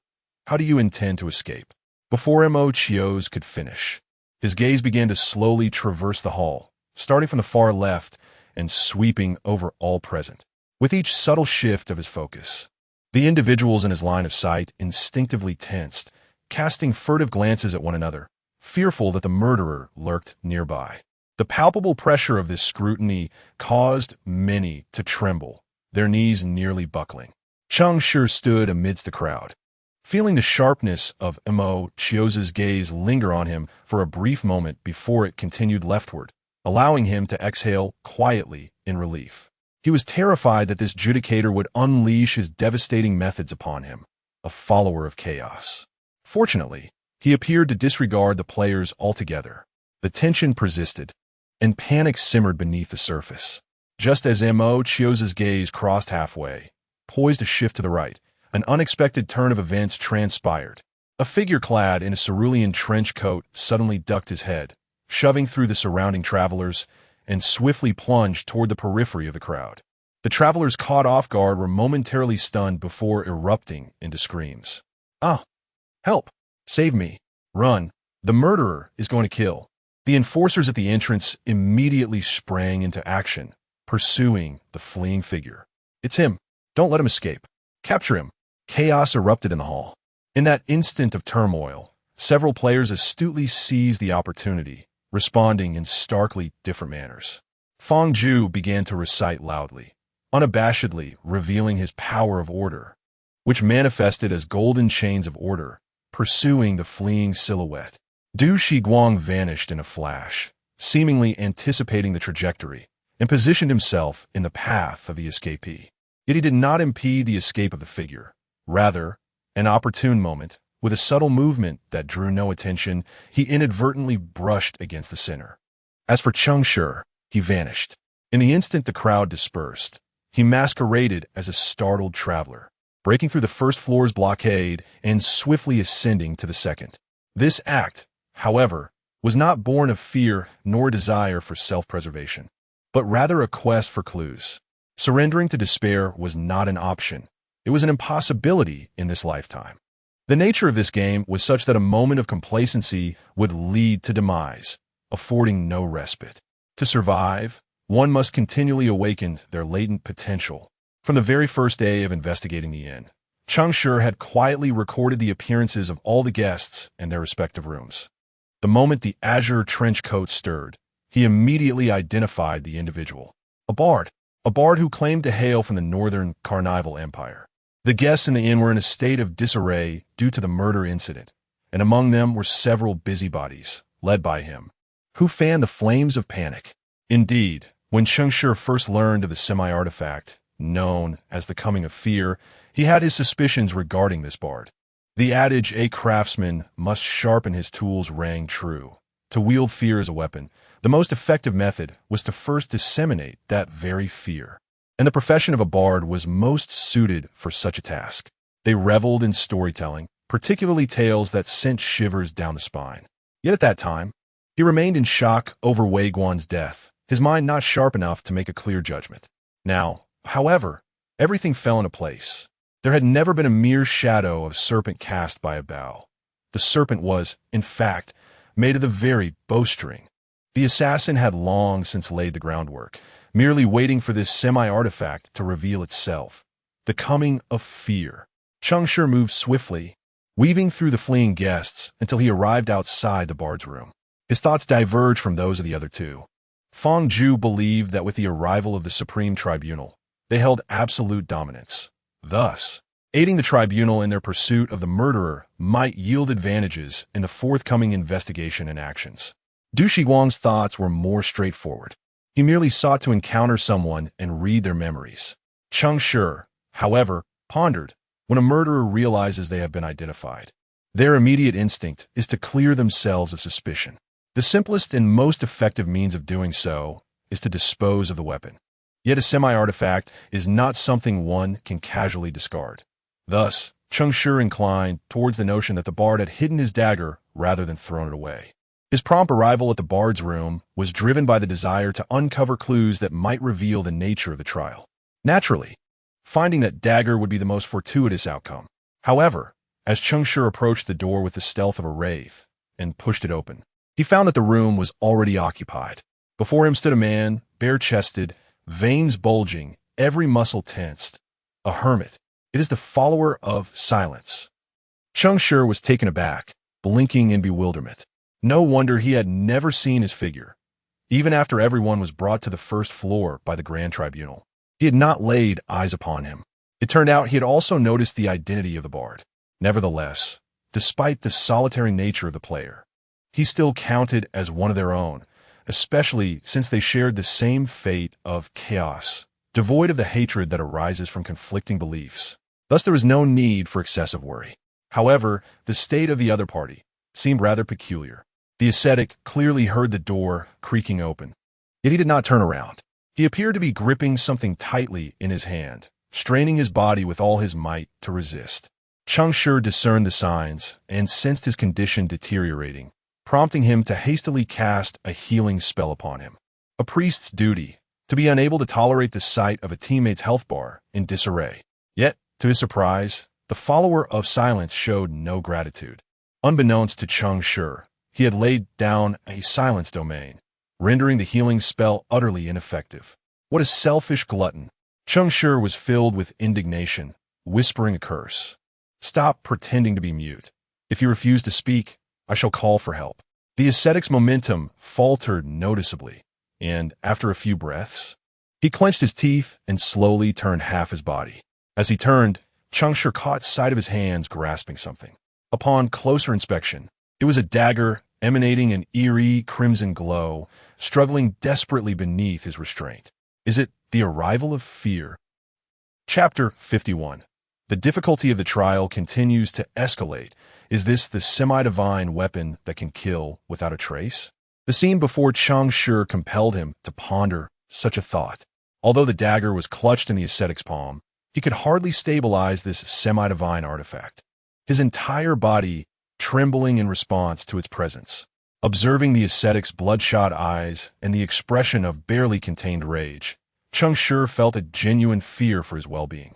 The Grand Tribunal was just downstairs, poised to discover this scene at any moment. "Withdraw your domain, and I shall assist you." Cheng Shi's earnest plea was met with the same heavy silence. Despite his deteriorating condition, the ascetic did not lift the veil of silence. This truly left Cheng Shi in a state of mute despair. "You have found a critical clue to the trial, haven't you? Your condition is dire. If you do not relinquish it, you might perish." "Very well, so be it. If that is your choice, then embrace your demise." Frustrated by the lack of communication, Cheng Shi turned to leave. The commotion was far too loud. The members of the Grand Tribunal were not fools, and they would soon realize the whereabouts of the bard and pursue him. If they were to witness him at the murderer's door, his presence would be utterly indefensible. How could an ordinary traveler exhibit such an intense interest in the murderer, to the point of running toward the killer's chamber while others fled?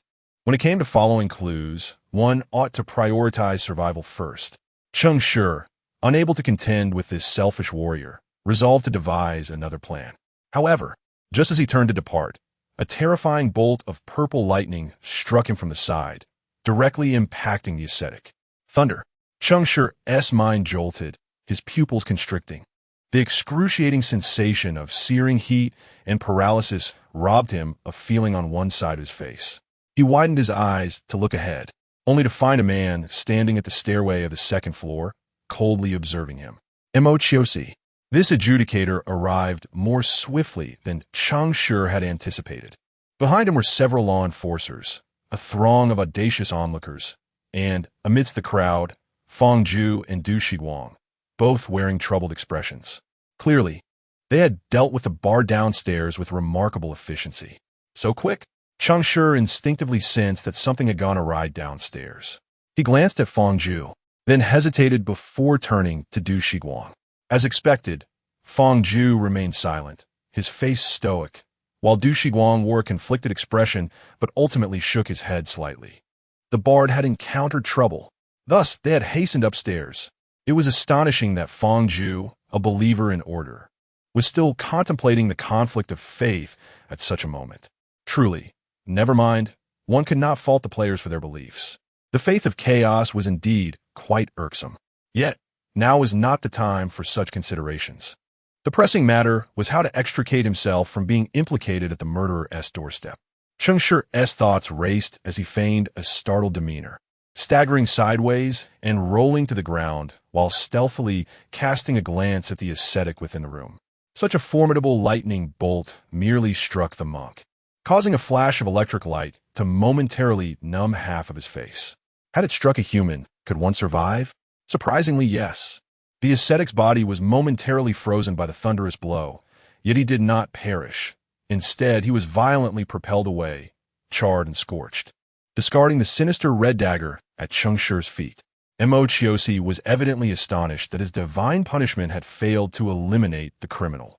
However, he quickly regained his solemn demeanor, his tone as frigid as the eternal ice of the fathomless abyss. Very well, you're the first sinner to survive my lightning strike. Such a physique commands my respect. The southern front is strained. It is indeed a time for recruitment.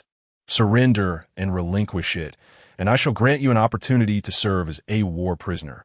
Those condemned to death may find a path to survival on the battlefield, a status typically referred to by the Grand Tribunal as a war prisoner. Yet, no matter how many lives one has taken, they may escape death, but upon return, imprisonment remains inevitable.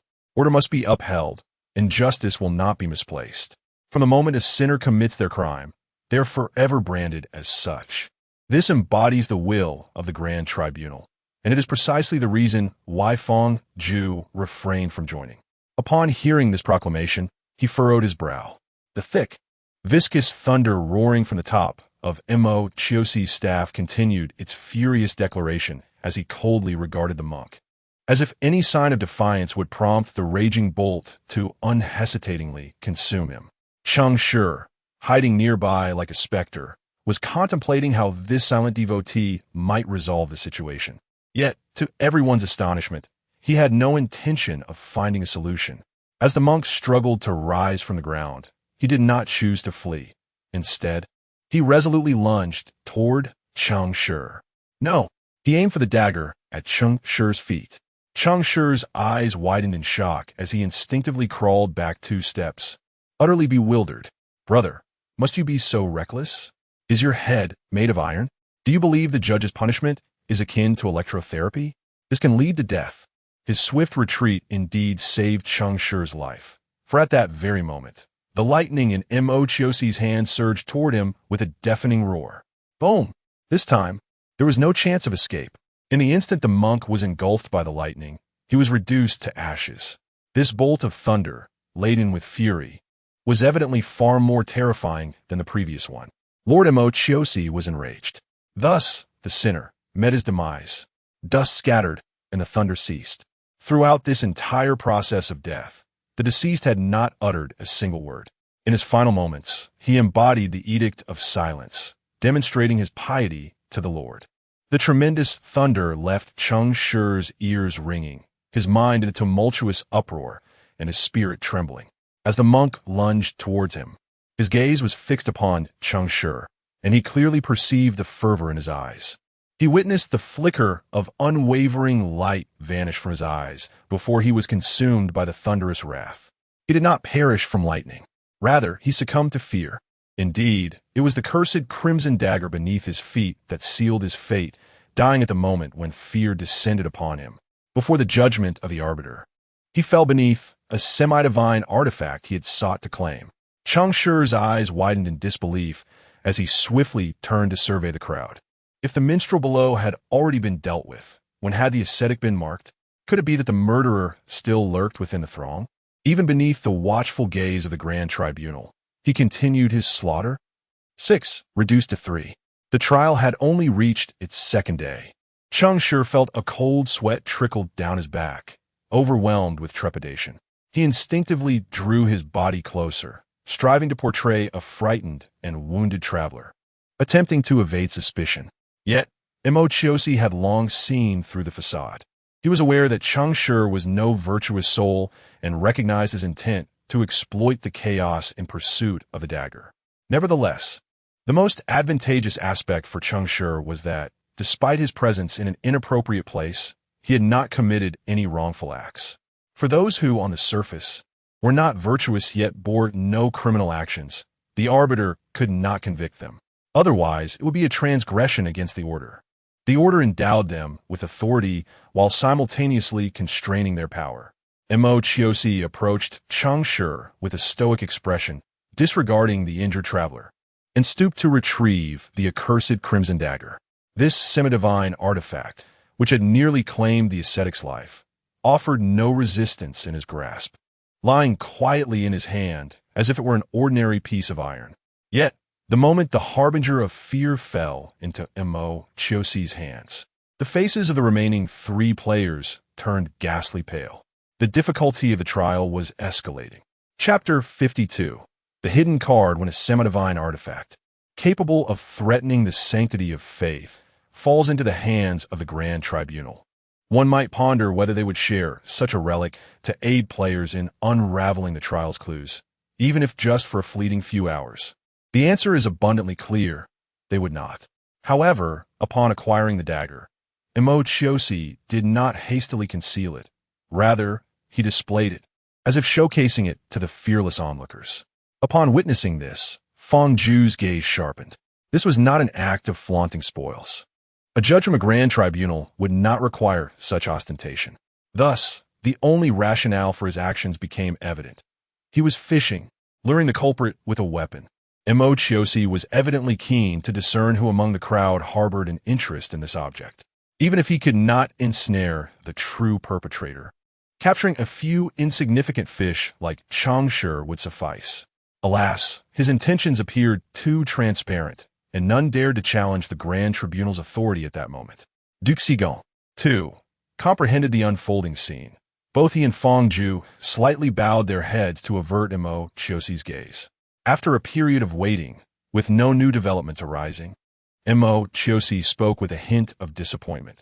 This artifact, tainted by the divine essences of corruption and death, is the very source of calamity. That filthy blasphemer has wielded this relic to instigate slaughter and panic. Though we have not captured that elusive rat today, you need not fear any longer, for he has lost the means to desecrate the god of prosperity.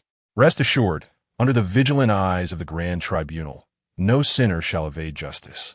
It may, however, require some time. With that, he tucked the coming of fear into his cloak and departed the inn without hesitation.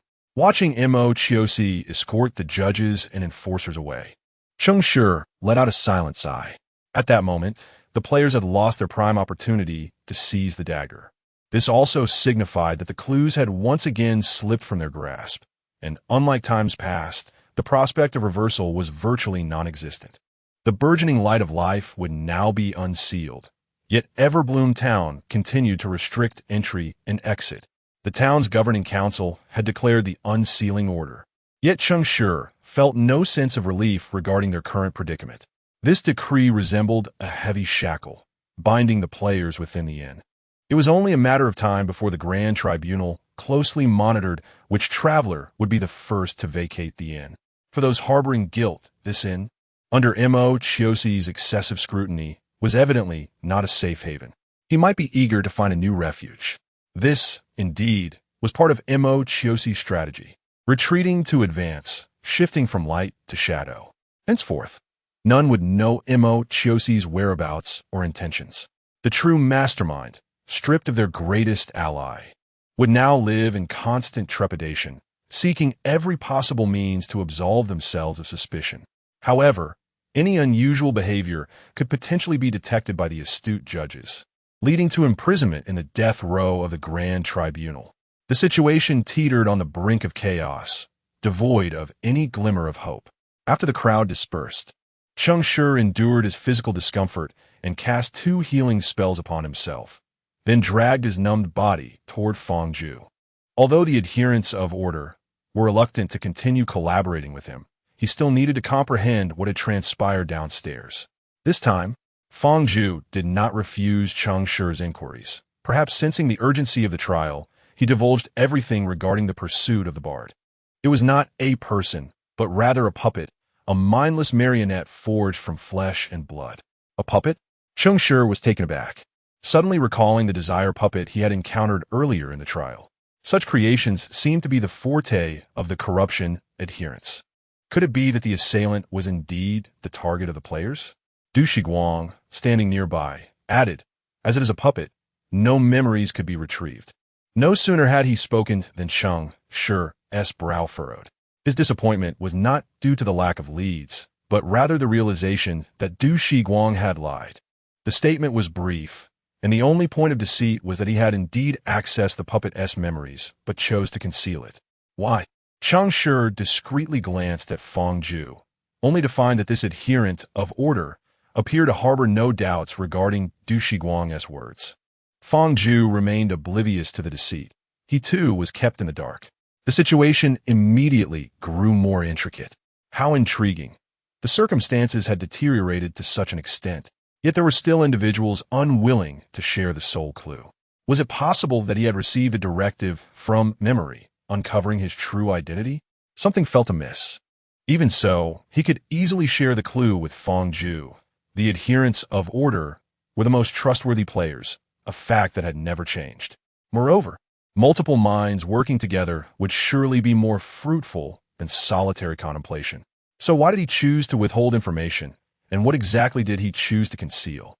Cheng Shi cast a sidelong glance at Du Shiguang, who remained oblivious, furrowing his brow in contemplation. Clearly, their thoughts diverged. Nevertheless, this was beneficial. At least a hint of a lead had emerged, and keeping a close watch on Du Shiguang might yield a sliver of hope. Cheng Shi nodded, expressed his gratitude, and turned to leave. Before he could take a step, Feng Zhu inquired again, "What transpired in the room before we arrived?" Cheng Shi, never one to deceive, replied earnestly, "The ascetic obtained the coming of fear before me, but he seemed incapable of mastering this semi-artifact. I wished to assist him, yet he declined my offer. As for what followed, you have all witnessed. He perished at the hands of Mo Chiosi, and we lost our lead." Feng Zhu scrutinized Cheng Shi's eyes for a prolonged moment, detecting no discrepancies, and thus nodded in acknowledgement. Cheng Shi offered a nonchalant smile and departed without further ado. He has two tasks at hand. The first is to discreetly remove himself from Du Shiguang's line of sight, and then endeavor to quietly follow him during his movements. The second is to interrogate the friends of those wandering minstrels who have been drinking together for several days. How could they possibly fail to notice a mere puppet? After Cheng Shi departed, Feng Zhu sighed and addressed Du Shiguang. "It seems that we may be unable to uncover any leads in reality. So, memory traveler, reveal your trump card. We are in dire need of it." Du Shiguang adjusted his glasses and replied with a knowing smile, "When fear descends, as a believer in order. Should it not be you, sharing your trump card, given that you too are a follower of order?" Feng Zhu fell silent for a moment before earnestly responding, "I do possess a trump card, but I cannot disclose its nature. You may perceive it as a chance to cheat. Even if we lose all our leads in this trial, I can emerge unscathed at the very last moment. Thus, Du Shiguang, I am assisting you. In this current predicament, I still have the potential to aid you. As a believer in order, I have always adhered to the laws and morals of the human world before its collapse. This is also why I did not invite you to partake in the edicts of order, yet you still benefit from my blessings." Du Shiguang's eyes widened in disbelief as he scrutinized himself, finding no trace of any blessing. He recalled that the confession on the street last night was not a blessing from the singer. It was a method employed by the lawgiver that did not require allies to observe the edicts of order. Noticing his confusion, Feng Zhu sighed and waved his hand, a faint glow emanating from Du Shiguang. Now Du Shiguang could see it. The glimmer of order, an S-grade faith talent, allows the target to maintain the same physical condition as the believer when adhering to the same order, rendering this condition concealed from the target. Do you see? The fact that you can share my glimmer indicates that you are not a twisted player. You too are upholding the previous order. This is why I still wish to assist you." Du Shiguang initially appeared astonished, then smiled with relief. "No wonder I felt my physical condition had improved. I thought it was the effect of blooming only to wither, but the root lies here. Thank you, and thank you to myself. Fortunately, I am a good person." So, Du Shiguang quickly retrieved a ticket resembling a movie ticket from his pocket and handed it to Fangju, speaking mysteriously. "Tonight at 3 o'clock, right here. Let us embark on a journey of memory." Chapter 53. A lively night. Cheng Shi was utterly oblivious to Du Shiguang's late-night escapade with Fangju. At that moment, he was engaged in a conversation on the first floor of an inn, conversing with a group of habitual drunks who often shared drinks with wandering poets. Their indifference to the death of their companion was palpable, their only concern being whether the day's libations were offered at a discount. Following his usual strategy, Cheng Shi pilfered drinks from other tables to exchange for tales at his own. Upon discovering complimentary spirits, several of the intoxicated patrons embellished their anecdotes, recounting their camaraderie with the bards. Aduz, a seasoned traveler, though possessing a feeble tolerance for alcohol, was well-traveled, rumored to have explored numerous subterranean realms. To suggest he was a mere puppet? Nonsense, my friend. He must have been replaced. A puppet cannot indulge in drink without rusting away. Besides, he paid for everything. Why should we concern ourselves with his true identity? I merely wish to know where his wealth has gone. It said his room was emptied by the Bureau of Justice. He amassed considerable fortune from his writings. If I could inherit that wealth, I could drink until my last breath. Nonsense. I am Aduz's rightful heir. Only I hold the claim to his legacy. What? A follower of the corrupted? Hardly. He was a faith beggar, believing in every deity. How do I know? He could recite the blessings of 7 or 8 gods in one breath. Can you? Hey, mate, is there any free booze left? If not, go ask the owner for a bit. Aduz often did that, and the owner would usually oblige with a bottle or two. Cheng Shi forced a smile as he extricated himself from the table. Upon returning to his room, his demeanor darkened. The puppetry here was remarkably adept. None of the patrons seemed to notice his peculiarities. The number of professionals capable of such sophisticated puppet control was limited, particularly those associated with the corrupted and death. This pointed to a singular vocation, the desire master, a mage devoted to the corrupted, capable of conjuring puppets from desire. The pressing question remained, where was this suspected desire master hiding? No puppet could stray too far from its master, suggesting that the perpetrator was indeed still within the inn. Yet, how could he conceal himself so effectively? He had aroused no suspicion and left no trace, even managing to manipulate those in the Grand Tribunal, appearing far from beleaguered. Cheng Shi contemplated whether revealing the coming of fear was part of this individual's grand design. A concealed murderer could carry the weapon without fear of discovery. So, why would he leave a semi-divine artifact in his room? Was it intended for the Grand Tribunal? What purpose could that serve? Wait, could it be? Was his true target the judge? Mokyus. Cheng Shi was taken aback by his own realization, yet upon reflection, every detail aligned perfectly. By employing a puppet to sow chaos and diminish his own presence, he could then present the weapon, leading the Grand Tribunal to believe victory was assured. Subsequently, it became imperative to utilize the fear is upon us in Morpheus's possession to execute some unforeseen maneuvers. Cheng Shi inhaled deeply several times, and an audacious hypothesis began to take shape in his mind. Could it be that this trial-s sacrificial offering is Morpheus? How is that conceivable? A first-level adjudicator of the Grand Tribunal? Judging by the public's reaction, one can ascertain the profound support he enjoys. The fates of Yun and I and the ascetic reveal just how formidable he truly is. Such an entity cannot possibly be vanquished by mere players. Can they? Well, one might argue that 6 players of level 2,400 could potentially manage it. The issue, however, is that 3 have already perished, and among the remaining trio is a slacker. Of course, I shall refrain from naming the slacker. Nevertheless, there exists another possibility. The sacrificial offering could indeed be the perpetrator. Yet at this juncture, it appears that this sacrificial figure is more formidable than the Grand Adjudicator. To date, the players have yet to ascertain his whereabouts. The clues are sporadic, and deductions can only rely on conjecture. Cheng Shi lingered in the room throughout the night, pondering while attuned to the sounds from the adjacent space. At long last, at 2:30 in the morning, a subtle noise emanated from the entrance. Cheng Shi was taken aback as he raised his head. Why was the sound coming from his own door? He cautiously descended from the bed, stealthily approached the door, and upon confirming that someone was indeed outside, he did not adopt a defensive stance, but instead unexpectedly flung the door open. In the instant the door swung wide, a bewildered servant, caught off guard, lost his balance and tumbled into the room, landing unceremoniously on the floor. A servant? Cheng Shi swiftly placed a foot on the servant's shoulder, playfully inquired, "What brings you out at this late hour, moonlighting?" The servant, clearly oblivious to Cheng Shi's jest, awkwardly chuckled, yet did not resist, stating, "I apologize for the intrusion. The boss informed me of your injury and sent me with some medicinal supplies, which I have in my pocket." Cheng Shi remained motionless, applying pressure with his foot. "Oh, then I must express my gratitude to your employer. Is this how you typically deliver medicine?" The servant, blushing profusely, awkwardly laughed twice. "I apologize, this is entirely my fault.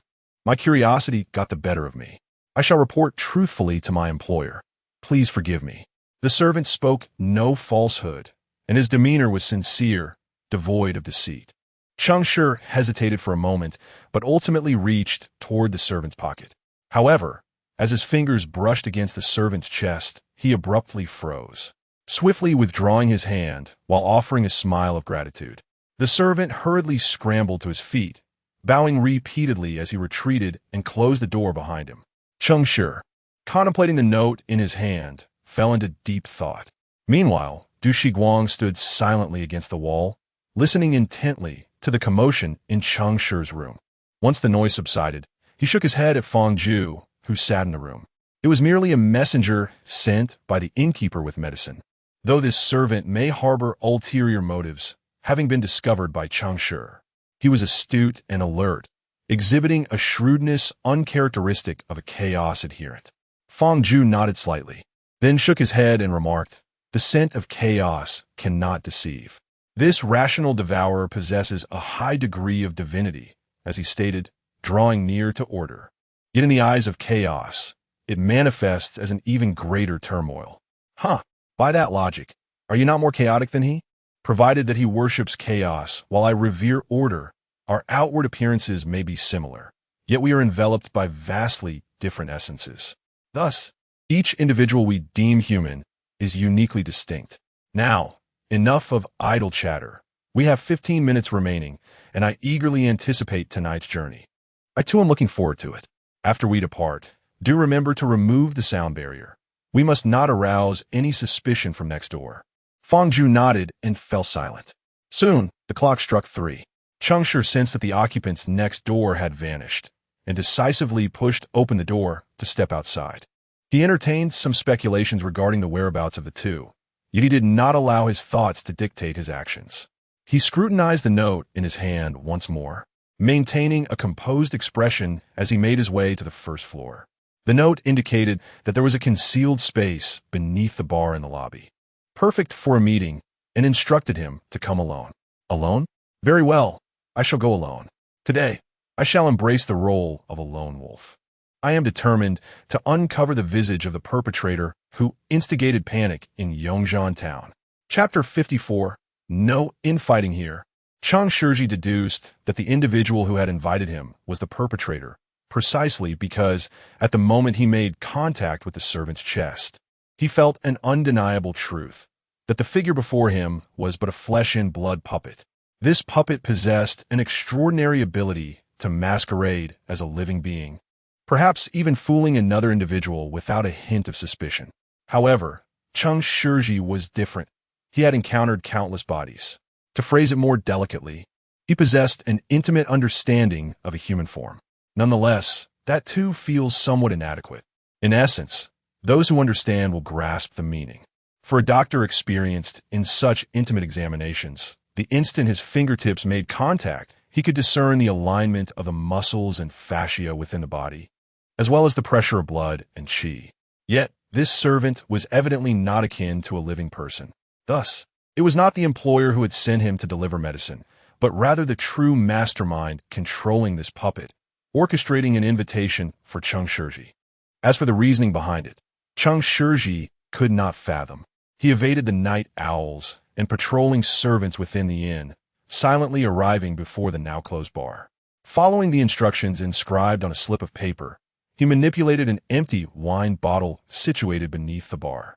At the very moment the bottle began to turn, the ground beneath Cheng Shi softened and became adhesive, engulfing him entirely. His countenance turned to one of astonishment, with no time to struggle. Meanwhile, in the barred chamber on the second floor, Du Shiguang stood silently at the center of the room, having prepared an unknown ritual. He extended his hand toward Fang Ju, who, taken aback, was perplexed by the gesture. Du Shiguang chuckled softly. "Where is the entry ticket? Even at this juncture, you are still indulging in such antics?" Fang Ju, at a loss for words, produced the ticket stub and handed it to Du Shiguang. With a beaming smile, Du Shiguang crumpled the entry ticket and scattered it across the magical array at their feet. There was no alternative. This was the only means to grant passage into memories. The journey was not without cost. Only when a traveler willingly participated could the memory bearer usher them in. Very well, the journey is about to commence, Fang Ju. Pay close attention. As he spoke, a surge of ethereal blue light erupted from the magical array beneath them, transforming the entire room into an ocean of azure luminescence. Whispered murmurs, tangible in their essence, floated through the air, while scenes reminiscent of flowing water rippled before their eyes. Fang Ju felt as though a chilling wave had engulfed his consciousness, swiftly plunging his vision into darkness. Were it not for his firm belief in Du Shiguang's benign intentions, he would not have dared to relinquish his awareness in such a manner. When he finally opened his eyes again, everything had changed. A gentle breeze caressed him, and the view was bright and clear. The floor-to-ceiling windows stood ajar, allowing rays of sunlight to cascade into the room. This was evidently not the dead of night. Under the guidance of the memory traveler, Fang Ju had returned to the past. This was a resurgence of bygone days. He was utterly astonished. Indeed, this was a resurgence of bygone days, an SS-level talent of memory, the ultimate blessing every devotee of memory yearned to attain. It possesses the extraordinary ability to vividly manifest a fragment of memory submerged in the past, akin to an augmented reality film for travelers to behold. Only those endowed with this remarkable talent can be deemed the ultimate memory voyagers. Have you stumbled upon this? This is a gift coveted by many elite players, yet its acquisition demands a steep price. Fang Ju had once heard of a devotee of memory, ranked among the top 10 in the Ascension ladder, who perished during the trial of wishing for this very talent. Du Shiguang chuckled and shook his head. How could that be? I merely chanced upon a page from his Chronicle of Time, allowing me to invoke recollection of the past 3 times, and this is merely the second occasion. A fortunate discovery, perhaps? Could this be the blessing that Du Shiguang obtained at the expense of his own memories? Fang Ju felt a sense of relief wash over him. Realizing this was indeed the truth, such a potent gift would astound anyone who learned of its acquisition. Yet almost immediately, he felt a pang of regret. Individuals like Du Shiguang deserve a touch more fortune. Alas, fate does not favor the virtuous. Thus, what comes next? Just as Fang Ju posed this question, a voice echoed from below. Notice from the Bureau of Regulatory Affairs. Du Shiguang guided him back to the moment before the Grand Tribunal sealed the inn. At that moment, the puppet bard was absent from the room. However, according to the progression of memory, when fear approaches, would soon manifest here. This meant that at this very instant, unnoticed by anyone, this semi-divine artifact might indeed be present. Clues unfolded before them in a manner reminiscent of temporal folding. Fang Ju couldn't help but exclaim, indeed, existence and void are the genesis of all mysteries and enigmas. Du Shiguang smiled, but remained silent, quickly rummaging through the room. Fang Ju did not assist. Instead, he softly sang a few ballads to partition the space from the outside world, ensuring that no one would intrude upon them. His caution stemmed from the impending arrival of this silent devotee who resided within the memories. Just as Fang Ju completed his task, Du Shiguang whispered excitedly, "Found it. When fear approaches is right beneath the pillow. The culprit had no intention of concealing it. But why place it in such a conspicuous location?" At that moment, a sense of doubt akin to Cheng Shi's arose within Fang Ju. Yet, time did not permit him to ponder further. Just as he was about to step forward to discover the nature of the dagger's power, the sound of shuffling footsteps approached from outside the door. The ascetic had arrived. The two exchanged glances, recognizing the concern mirrored in each other's eyes, and they swiftly approached the semi-divine artifact, intent on seizing it and escaping this place. However, the moment Du Shiguang touched the semi-divine artifact, a tremendous force surged from the dagger, and he was unexpectedly toppled onto the bed with a resounding thud. The ascetic outside paused in surprise. He did not anticipate that someone would be swifter than himself. Yet regardless, this dagger bore a profound connection to the trial's clues, compelling him to persevere. Summoning all his strength, he charged directly toward the door. The room had been ensnared by the decree of order, rendering it virtually indestructible. The door merely quivered without yielding. However, such obstacles were no match for a warrior. Clenching his fists tightly, he exerted a tremendous force, causing the veins throughout his body to swell like coiling dragons. And then, with unwavering resolve, he struck the door with his blood-engorged fists. With a resounding crash, the door splintered, the frame disintegrating into dust. Fang Ju, disregarding the need to assist Du Shiguang, immediately spread his arms to halt the ascetic, exclaiming, "Hush! It is us!" Upon seeing Fang Ju, the ascetic did not pause his actions. Instead, he swiftly enveloped the two in a sphere of silence. His cold, crimson gaze indicated that he had no intention of treating them as allies. Damn, he has lost his mind. Du Shiguang, still lying on the bed, barely had time to rise before he extended his hand to gently push against the ascetic. A surge of memory washed over his consciousness, illuminating the recollection that Fang Ju and Du Shiguang were indeed his comrades, flashing wildly in his mind. Nevertheless, despite this revelation, the ascetic continued unabated. He swiftly moved to the bedside, seizing Du Shiguang's leg and flinging him backward, while simultaneously reaching for the semi-divine weapon. Fang Ju, incensed, darkened his expression and struck the ascetic's arm. "Stand down. No infighting is permitted here." The moment the decree was proclaimed, the ascetic released his grip on Du Shiguang, who was propelled outside by the force of inertia. "Very well. Is this how we shall proceed?" Du Shiguang tumbled twice before regaining his footing, then once more extended his hand toward the ascetic. Clenching it tightly, a cold blue divine power surged forth from his being, manifesting simultaneously upon the ascetic. "If you wish to play, then I shall indulge you." Chapter 55. The true culprit behind the scenes. These azure forces of memory tugged at the depths of the ascetic's mind, meticulously slicing and rewriting his cognition like a surgeon's scalpel. In the blink of an eye, he forgot his purpose, as well as the identities of Du Shiguang and Fang Ju, standing there with a vacant gaze. 15 seconds. Quickly, Fang Ju hors de Du Shiguang espoir, jolting him back to reality. He immediately reached for the coming of fear. He sensed that the resistance of this semi-artifact was not particularly fierce. Unlike something that could hurl a person away, despite his doubts, he issued a decree for safety.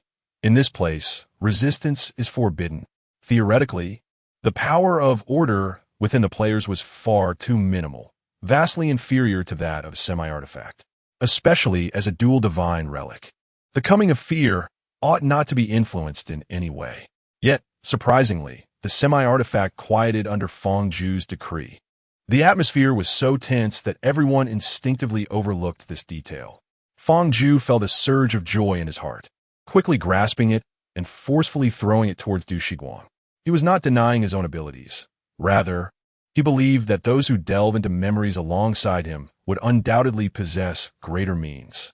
Du Shiguang rolled over, catching the throne's semi-artifact, feeling a wave of relief. Finally, after much effort, he had located it. Perhaps the clues to the trial lay within. Boom! Before Du Shiguang could examine it further, a cataclysmic force of thunder surged toward him. Puff! Du Shiguang was struck by the overwhelming thunder, his body charred as he was flung against the corridor wall. Yet, he still clutched the dagger tightly in his hand. "Very well. You're the first sinner to survive my thunderous punishment. Such resilience even commands my admiration. The southern front is under strain. Now is the time to employ manpower.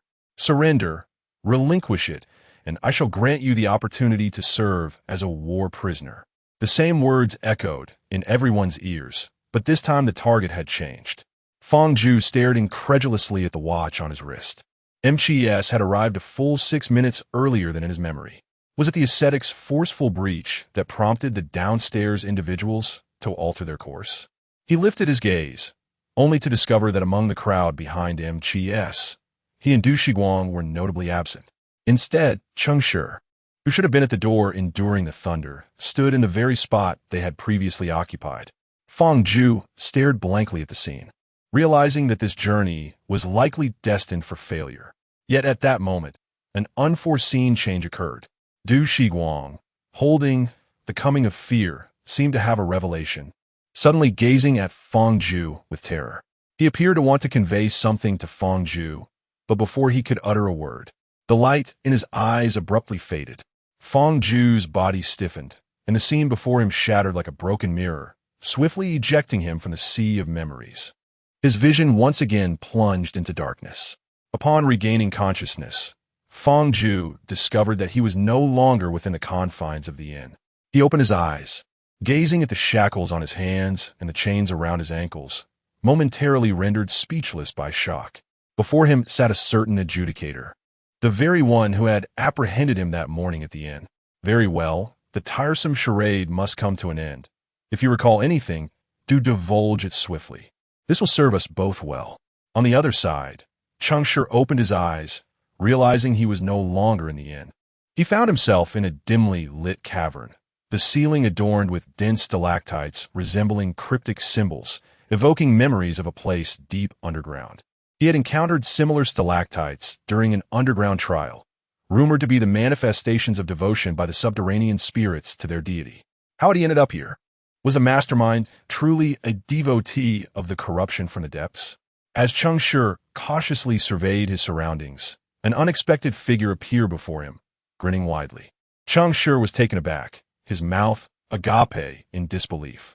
It's truly you? The newcomer nodded with a smile. Indeed, you have begun to suspect me. However, I am curious. My disguise bore almost no flaws. How'd you come to doubt me?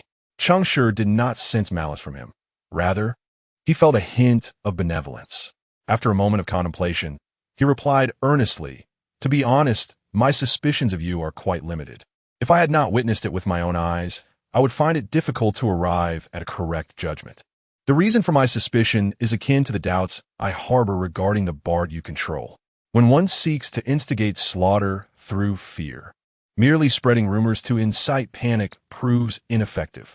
Were I in that position, I would first ensure everyone believes they are utterly safe before unleashing terror in the very sanctum of their security. Such psychological disparity can shatter the defenses of ordinary people, becoming a blade in my hands. Perhaps this is why you persuade every newcomer to take a glance at the bloom awaits withering." Standing before Cheng Shi was none other than the proprietor of the flourishing Lifelight Inn. He burst into hearty laughter, applauding, "You are astute and quite fitting." "Fitting?" Cheng Shi echoed, brow furrowing as thoughts raced through his mind. "You deliberately placed that dagger of slaughter into the hands of the Grand Tribunal, targeting perhaps a specific adjudicator or even directly aiming at MGS himself. I may not be well versed in the history of the Grand Tribunal, but I possess some understanding of this era. The adherents of truth at the Tower of Reason have uncovered too many cosmic laws, leading them to believe themselves omnipotent. Their confidence in unraveling the ultimate mysteries of divinity soaring to unprecedented heights. However, since each scholar holds their own cognitive framework, communication among them has devolved into a cacophony of self-promotion and persuasion to sway others to their side. This discordant dialogue amidst the myriad of schools has become increasingly chaotic. In contemporary times, they disdain the stagnant nature of order, loathing the relentless diligence of their peers. Coupled with the instigation of subterranean beliefs, it did not take long for the pursuit of a singular truth to ignite the flames of war. Once the conflict commenced, its momentum became irresistible, gradually extending its reach to the southern borders of the Grand Tribunal. And you, having ventured into the heart of the Grand Tribunal and harboring the intent to eliminate MOCOC, Might you be contemplating a disruption in the rear of the tribunal at this sensitive juncture? Your aim could very well be to divert their attention, weakening the steadfastness of the front lines. In other words, do you wish to bring the fires of war into the Grand Tribunal, ensnaring the judges in the maelstrom of conflict? Indeed, such a strategy would afford the subterranean forces an opportunity to exploit the chaos, encroaching upon the surface powers and disseminating their beliefs amidst the turmoil. This aligns perfectly with your interests. If we consider this perspective, the assassination of a first-level judge, who is also the so-called child of order, would mark an excellent commencement. Am I correct in my conjecture? The innkeeper silently absorbed this discourse, his face reflecting shock and admiration. Remarkable, truly remarkable. You have nearly deduced the entirety of the matter. Your intellect is keen, so astute that it is difficult for me to believe you are not one of us. Given the absence of extensive information, your ability to infer such profound conclusions from merely a day or two of observations is indeed impressive. Cheng Shi once again noted the peculiar term the innkeeper employed, expressing mild astonishment. You are not alone? Of course. What caliber of individuals do you believe could remain undetected beneath Mo Chiosi's vigilant gaze? I admit, I am incapable of such a feat hence. While you are correct in some aspects, you are also mistaken. Aduz is indeed a puppet, but not mine. Rather, he is his own. Chapter 56. The shocking truth confounded. Cheng Shi pondered the meaning of his own. The innkeeper, exhibiting remarkable patience, elaborated. Aduz's mentor was Zangier, the leader of the alchemical school of creation and puppetry, a discipline renowned for its profound mastery and pioneering techniques. Various factions, harboring diverse concerns, assassinated Zangier before he could unveil his latest discoveries, leaving Aduz, bereft of his mentor's protection, to become a fugitive scholar. He wandered into the depths, encountered us, and subsequently joined our ranks. A sudden familiarity washed over Cheng Shi. If you conclude with a question about joining us, I might as well dream back to Feng Shirqing's embrace. With our support, Aduz developed the ability of puppet self, transforming his gravely wounded form into a fully fleshed human puppet. Cheng Shi blinked in confusion. If he became a puppet, then who would control him? No one could exert control over him. Only the self before he became a puppet could do so. He designed a perfect consciousness to maximize support for our endeavors. Artificial intelligence? Cheng Shi's mind buzzed. Was this not akin to creating an artificial intelligence? Why go through such lengths? What significance did this hold? Significance? To utilize his shattered existence in creation, fashioning puppets that rival perfect life forms. Does this not embody the pursuit of truth? Your reasoning is compelling, yet my mother advised against conversing with fools. Internally, Cheng Shi's desire for retorts swelled, but outwardly he maintained a patient smile. This was not the pursuit of truth. This was the pursuit of folly. But what of tonight's figure? Ah, Taro, Aduz's Jr., who similarly fashioned himself into a puppet. Double kill. What, then, was the purpose of this group? Upon reflection, they appeared to be ensnared by corruption, descending into an excessive pursuit of personal desires and obsessions. Given this subterranean realm, perhaps their faith aligned with corruption? Thus, Cheng Shi curiously inquired, corruption? Are you referring to my faith? No, I do not genuinely worship any deity, or rather, the existence I venerate has yet to manifest. Cheng Shi was once again bewildered, furrowing his brow as he scrutinized the innkeeper's countenance, exclaiming, "Then how did you acquire your corruption power?"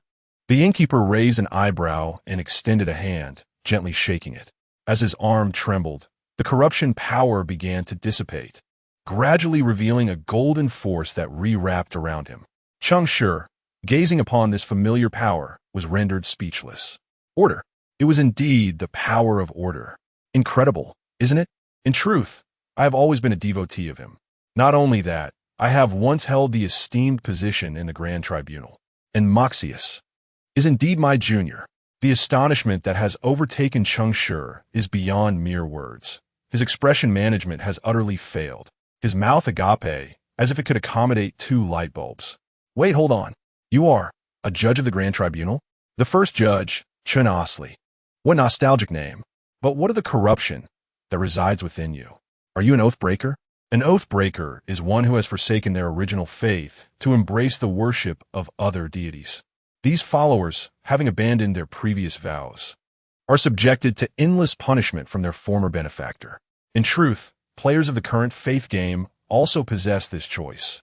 However, upon activating oath-breaking prayer, even if they successfully change their faith, they will bear a permanent debuff from the deity they have forsaken. Moreover, the newly embraced deity will not extend any special favors to the oath breakers. Thus, making such a decision is exceedingly arduous. An oath breaker? No, I have not renounced my devotion to order. Rather, I have incorporated my reverence for other deities into this devotion. Is that even possible? My goodness, what a follower of the Sea King. I would desire them all. The question is, can the deities you have slighted tolerate this? I have never encountered such an all-embracing believer. Chen Shi laughed heartily, a hint of madness in his demeanor. Before our success, none realized that faith could be so impure, so chaotic. This, too, is the reason we have congregated.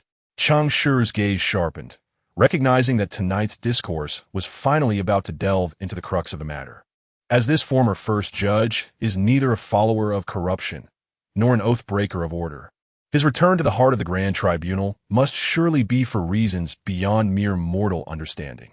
This reason likely pertains to a deeper conflict of faith. Cheng Shi pondered, suspecting that this individual may have begun to venerate war, for the master had once remarked that his faith had yet to descend. Meanwhile, civil strife had only just ignited within the Tower of Essence. He had only taken note of the Isle of Hope, yet had not yet manifested. Those who follow him are still in the stage of sensing the divine name. Indeed, the descent of a deity follows a certain order, generally aligned with the paths of fate. This notion is practically common knowledge in arenas exceeding 2,000 points. However, what Chen Shi uttered next shattered Cheng Shi's thoughts entirely. All of us hail from disparate faith factions, each one a divine favored one who ought to have been under the gaze of our benefactor. Yet despite this, we have suffered various misfortunes, forced to flee under the oppression of our kin and the weight of profound injustice. Since that time, we have come to realize that our beliefs are not entirely correct. Within the vast cosmos, there may exist faiths more suited to us, patiently awaiting our discovery. Thus, following this vague and nebulous perception, we convened in the depths of the earth. After decades of faith experiments, we finally uncovered. He opened his eyes and gazed upon us. Chen Shi suddenly became frenzied, his eyes ablaze with excitement, his hands gesticulating wildly, his entire body taut and flushed. Lost in the ecstasy of this divine summoning, we felt his presence and listened to his whispers. We discovered that only he embodies the essence of the universe, the source of all things. We humbly prostrated ourselves at his feet, accepting his will and beseeching his descent. Yet, we understood that our humble prayers would not earn his favor. Therefore, we required a grand ceremony to herald the arrival of our Lord. Let the turmoil spread across every inch of the judgment hall. Let the entire continent of hope descend into chaos. Let every soul wail amidst the flames of war, weeping before death, and then await their awakening amidst the turmoil to feel our Lord's presence. Ultimately, may all in this world bow low at the feet of our Lord. Chapter 57. You are actually his followers? Madness. This group of people has truly lost their minds. Cheng Shi furrowed his brow and cautiously took 2 steps back. Indeed, they were acolytes of war, intent on dragging the entire Hope continent into the abyss of conflict. Yet, with merely this information, he could not ascertain whether the sacrificial offerings of death were these lunatics or emociosi. Thus, Cheng Shi spoke again. Why do you believe I am suitable for your plans? Chen Shi abruptly lifted his gaze, his eyes ablaze as he regarded Cheng Shi, as if he were looking at his most cherished treasure. Why? Because you bear his essence, because you align with his will, because you too have attracted his gaze. Yet remain oblivious. Wait, no. Cheng Shi's eyes widened in realization, as if a thought had struck him. But before he could articulate the absurd notion forming in his mind, Chen Shi provided the answer. Great God of chaos, Your servant has discovered the first being awakened to the will of chaos, and he shall witness with us your descent. Cheng Shi's spine instantly stiffened, a chill coursing through him. Chaos. It was indeed chaos. They were followers of chaos. How could this be? In an era where war had only just begun to take notice and chaos had yet to be heard of, he had encountered the very first acolytes of chaos. The legendary, budding followers. And in a certain sense, his current identity was far purer than theirs. No wonder the perpetrator was so unrestrained. No wonder Shanasli was so deranged. No wonder they had set their sights on him. Such was his will. Chaos had united everyone. The overwhelming influx of information and the tremendous psychological impact left Cheng Shi dazed for quite a while, until Shanasli, having regained his composure from his frenzied state, let out a low, sneering laugh, pulling Cheng Shi back to reality. You have come to know the name of the new god. Now, will you still refuse? Consider this. In the epochs to come, your name shall be sung by countless believers, becoming, like us, a favored of chaos. At this point, Shanasli suddenly hesitated, scratching his head with an awkward smile, and asked, I remember your name is. Cheng Shi was initially taken aback, but then a playful smirk quickly curved his lips as he returned to his most confident demeanor. Absolutely honest. Rather than that, let me first discuss what I shall not refuse. Shanasli nodded in agreement. Indeed, as one who is under his watchful eye, you must naturally partake in the ceremony to welcome our Lord's arrival. Your status is quite liberated, and your capabilities far exceed ours. Find Emochiosi, approach Emochiosi, and then eliminate Emochiosi. The Grand Tribunal, having lost the Son of Order, will inevitably direct their wrath towards the Tower of Reason. How can you be so certain that the Grand Tribunal will inevitably clash with the Tower of Rationality? You see, they're already engaged in conflict, albeit in isolated skirmishes. The demise of Mokius will undoubtedly accelerate the spread of war. As for the reason behind this, Aduz is a scholar of the Tower of Rationality. Yet so is Tarot. Once the Grand Tribunal unveils that object, they will effortlessly uncover the truth. It is a flawlessly self-contained cycle. That object? Cheng Shi raised an eyebrow, refraining from directly inquiring, instead responding ambiguously. Yet the Grand Tribunal must also be aware that the Tower of Rationality has already expelled them. No, you fail to comprehend. Expulsion does not equate to division, just as acceptance does not guarantee unity. Once the seed of suspicion is sown, under the catalyst of war, everything will unfold logically. And what of you? If that object were to surface, your identity would be equally exposed. Me? Shanasli pointed to himself, erupting in a laughter once more. You seek to uncover the true culprit, do you not? I could be that perpetrator. Although we remain unaware of your true pursuits, it matters not. Eliminate me, and you shall find satisfaction. Here lies the void space we have carved out, far beneath the ground, shielded from the prosperity. To die here means no one will ever discover my remains, not even the Grand Tribunal. Witnessing the maniacal grin on Shanasli's face sent a shiver down Cheng Shi's spine. This individual was not mad. He had discerned that the players were indeed searching for the culprit. Yet, he was utterly insane, willing to wager his very life to elicit a response from Cheng Shi. All of this was merely for an ethereal belief, a faith that heralded the descent of chaos. You fear not death?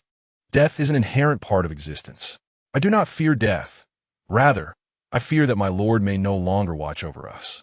To be candid, we did not possess absolute certainty before our arrival, but upon encountering you, I realized this was his guidance for us.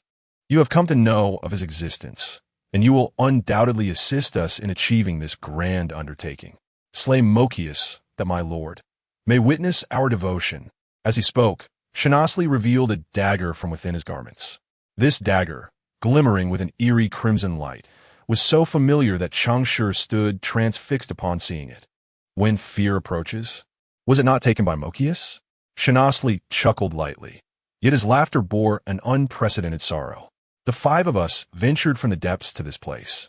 Aduz has perished, while Tarot and I remain. Can you guess where the other two have gone? A spark of realization ignited in Cheng Shi's mind. Alchemy, creation, dual divinity. The two individuals. A bold idea surged within him, and he whispered in disbelief. Creation, aside from crafting puppets, perhaps could also create from divine artifacts. You are indeed quite astute. Qing is a devotee of death, while Wu Yejili is a follower of corruption. They have been forged by Adus into replicas for the time of fear, having stolen a fragment of authority from a divine relic. When a relic remains dormant, the replicas can perfectly wield its power. To draw closer to Mo Chiosi, we infuse the replica with a unique divinity, compelling it to yield solely to the force of order. When the original selects a target, Qing and Wu Yejili will be repelled by the pure divinity, transforming back into flesh and blood, causing the replica to dissipate. However, upon regaining their forms, they will instantly perish, sacrificing themselves to the great chaos. We never fear the relic being taken. Our only concern is the inability to approach Mo Chiosi. What the purple gold red gourd? And then? Cheng Shi inquired, perplexed, wondering if they intended to slay Mo Chiosi with a counterfeit to preserve the true divine relic. Certainly not. The divine relic requires no preservation, as it is not a gift from our Lord, but rather the discarded remnants of other deities. According to Adus's design, once Mo Chiosi acquires the replica, he will lower his guard, presenting the perfect opportunity to breach his defenses. The true divine relic must be reserved for the most crucial moments, mustn't it? Damn, that's quite reasonable. Cheng Shi found himself at a loss for words. So, do you believe Adus is a genius? His mentor is far greater than he. Yet this world cannot accommodate geniuses, nor these magnificent inventions. People proclaim their faith while engaging in actions that contradict it. This, in turn, illustrates that the world is inherently chaotic. Each individual embodies contradiction and turmoil. To be honest, the rhetoric of the followers of chaos is rather striking. But Cheng Shi finds it hard to accept. At least for himself, he does not embody chaos. His stability remains unwavering. That is, he has always been deceiving, including being deceived. By accepting our invitation, you can not only eliminate the murderer, but also obtain Adus's alchemical notes. These notes, left by the greatest genius of this era, would incite a frenzy among the scholars of the Tower of Reason if released. Consider this. How would you choose? I have no choice. Now that we have discussed this, if I refuse, I am the one who dies. Cheng Shi shook his head and chuckled softly. You do not doubt my identity? You likely do not even know why I am here. That is unimportant. In comparison to his arrival, these matters pale in significance. What happens to Taro after your death? His existence is meant to prove to the outside world that you are not the murderer. At the opportune moment, he will attest to his piety. Oh, how considerate of you. Such sweet words. Is it yet another suicide? You have slain 2 of my companions, yet only offer 1 life in return? Cheng Shi continued to probe with a hint of amusement. Shanasli paused, frowning as he shook his head. We have only slain 1 individual, and I can discern that the hunter does not harmonize with you. Remarkably, he did not utter a falsehood. This indicates they have merely executed Wei Guan. How did the ascetic meet his demise? Is there truly someone capitalizing on the chaos? Who could it be? Cheng Shi pondered deeply for a moment, yet could not unravel the threads of this mystery. Perhaps someone had encountered that semi-artifact prior to the ascetic? The number of individuals present was overwhelming, leaving him bereft of leads. Let us return to the matter at hand. Even if I acquiesce to your invitation, how might I instill fear in a first-tier judge of the Grand Tribunal? Ha ha! The judge is but a human. Every human harbors fear. You might inquire if he remembers me? Ah, I see. Cheng Shi sighed and asked once more, is it worth it? Shanasli cast him a glance, remaining silent. Yet, within his weathered eyes lay an unwavering resolve. At this moment, he was untainted by chaos. Cheng Shi was neither a man prone to lamentation nor one lacking discernment. One of his greatest virtues was his willingness to heed counsel. Understanding Shanasli's intent, he nodded affirmatively. It is settled. Shanasli, invigorated by Cheng Shi's affirmation, trembled with excitement as he presented the dread approaches and then raised his neck, offering himself for sacrifice. Should he descend upon you after your demise? Will you regret not having beheld him? Regret? You do not comprehend. You have merely acknowledged his existence, yet have yet to grasp the true essence of chaos. Proceed. Let me partake in this sacrificial rite. Let me join in the most splendid welcome for my lord. The semi-artifact now lay quietly in Shanasli's hand, a stark contrast to the state in which the ascetic had wielded it. Cheng Shi cautiously extended his hand, gently tapping the hilt of the dagger. A wave of deathly aura surged through his fingers into his body, so potent that it sent a shiver coursing through him. No diffuse? The divine relic lacks consciousness and cannot refuse. Yet the replicas forged by Qing and Wyatt jelly bear an obsession, repelling all but the followers of order. Cheng Shi, with a mixture of emotions, stowed away the dread approaches, then withdrew a scalpel from his sleeve. Despite being a semi-artifact, it felt less cumbersome than the scalpel. Do you have any final words? Shanasli laughed unabashedly. My friend, I recall you were called. Cheng Shi paused, then replied with a smile. Ultraman. I am called Ultraman. Indeed, I am Outman. To you, I am but an outsider. Farewell, Shanasli. I hope you're my answer. Slicing through the air with precision, the blade fell cleanly. A thin seam instantly appeared on Shanasli's neck, and as his pupils constricted, this nearly imperceptible wound erupted, spewing forth blood laced with order, corruption, and chaos. As he closed his eyes and succumbed to death with a maniacal smile upon his face, Cheng Shi inexplicably shook the blood from his hands. The answer was incorrect. Chapter 58. The vanished memory. The path back to the inn was remarkably simple. One merely needed to step through the exit of the cavern. The meticulous arrangements made by Shanasli were evident, as he had even affixed a map of the exit upon the wall, fearing that the transaction secured through death might not come to fruition. However, the crux of the matter lay in the fact that this transaction bore no guarantees. For Cheng Shi, it held no binding power. Even if he were to change his mind and abscond with the moment of fear and the alchemical notes, it seemed that this group of nascent followers of chaos would be powerless to intervene. Yet, Cheng Shi had no intention of retracting his decision, nor could he afford to do so, for the act of slaying Mo Chiosi was likely the very answer to this trial. His demise would serve as a sacrifice to death, the key to concluding the ordeal. These individuals, surely they did not anticipate that I would take such action? He dared not dwell on the thought. To ascertain one's identity and purpose within merely 2 days of observation indicated a level of brilliance that was unparalleled. Even if he were to be disregarded by others, a fresh start would undoubtedly lead him to rise as a remarkable figure. Yet now, was it worth it? Even if it were not, then, what concern is it of mine, as long as I reap my own rewards? Cheng Shi chuckled at his own self-deprecation, retrieving the alchemical notes from the table and stowing them away in his personal space before departing without a backward glance. When he next opened his eyes, he found himself beneath the bar once more. The night remained profoundly dark, and the hall was eerily silent. Cheng Shi concealed the dagger upon his person and stealthily ascended to the second floor, considering that only half an hour had elapsed. He hoped to catch up with Feng Zhu and the others. However, upon reaching the room once occupied by Duz, he discovered that it was utterly devoid of any presence. Had it concluded? Cheng Shi blinked in bewilderment, searching meticulously for any signs of recent activity, yet found no evidence of anyone having been there. Had he miscalculated? Was it possible that they had not ventured to the Bardess room? Where, then, could they have gone? As a memory traveler, Du Shiguang would most likely gravitate towards locations connected to the perpetrator. Given that none had deduced the innkeeper as the true mastermind, their objective must surely have been Duz, the one who had transformed them into puppets. They could not be foolish enough to directly confront the Enforcement Bureau in search of Mo Chiosi, could they?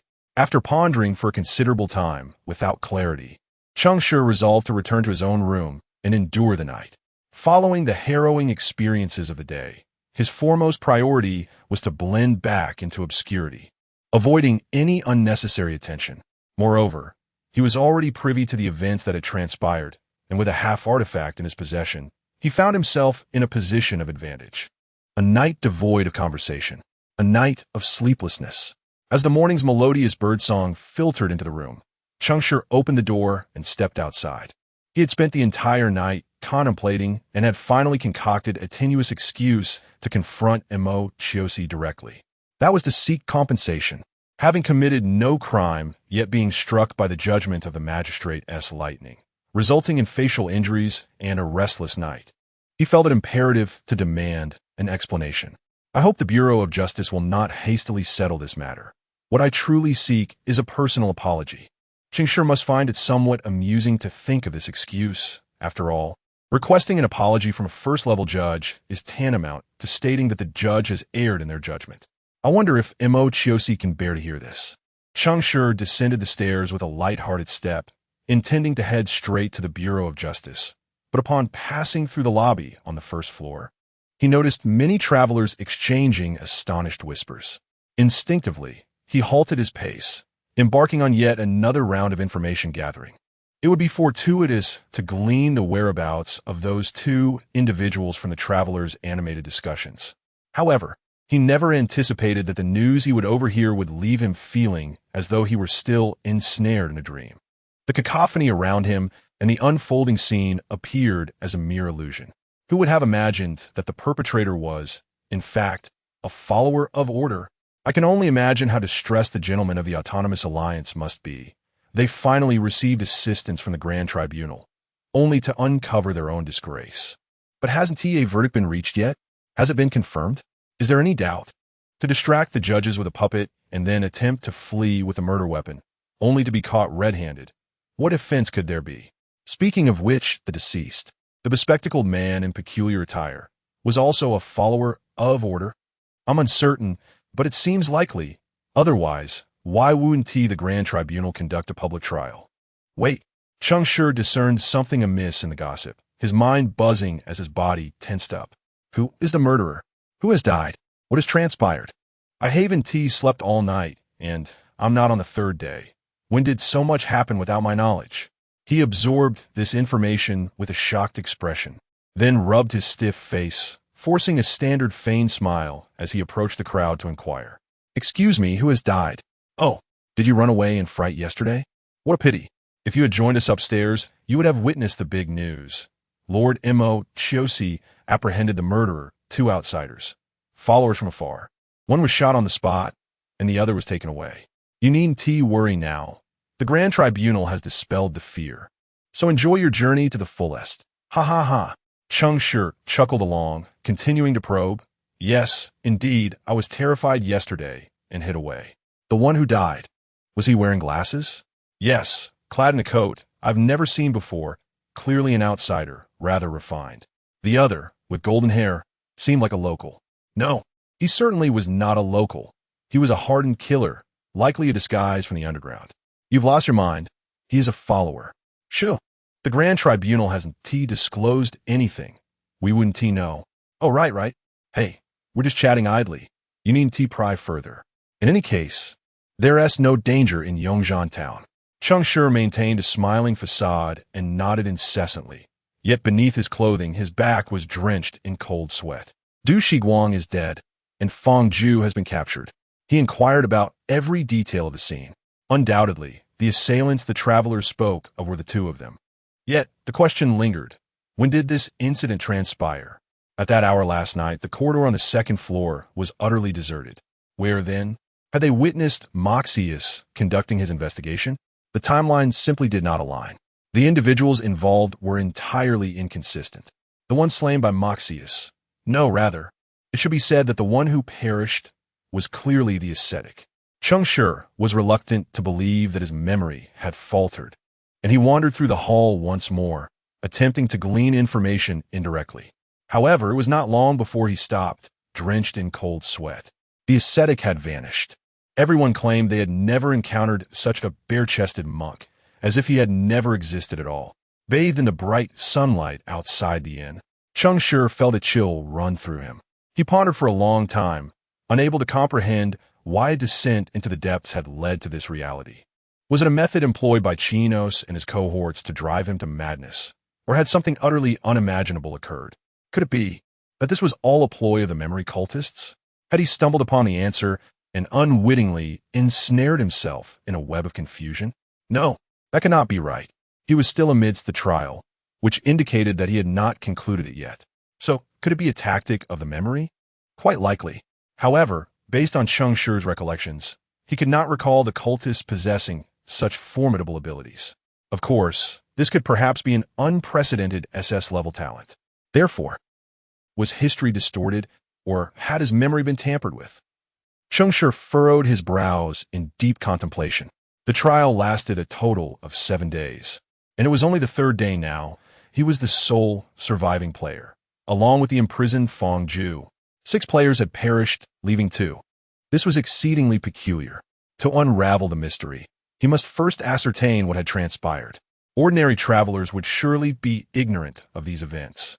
So those who could elucidate the matter were likely 3. Moxius, the captured Fong Ju, and the final one, the cultist of chaos, Kotaro. The first 2 were difficult to approach, but the last was present within the inn. Cheng Shi immediately set off to find him.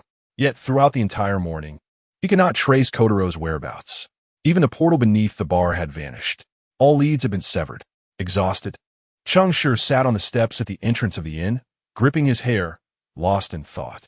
Chapter 59. Drunken Dreams and Death. When a challenging problem possesses multiple solutions, individuals often gravitate towards the simplest one. Little do they realize that in discerning which solution is the most straightforward, they inadvertently increase the complexity of the issue at hand. However, Taro is unable to find it. The remaining 2 solutions belong solely to Fong Ju and Mochiosi. In terms of difficulty, Mochiosi is undoubtedly more accessible than Fong Ju. Given that Fong Ju has been identified as the murderer, the scrutiny from both the Law Enforcement Bureau and the Grand Tribunal upon him is bound to be exceedingly strict. The prospect of meeting him seems almost impossible.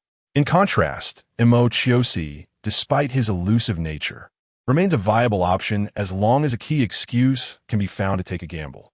Furthermore, Cheng Shi already possesses an excuse, with a little embellishment or modification.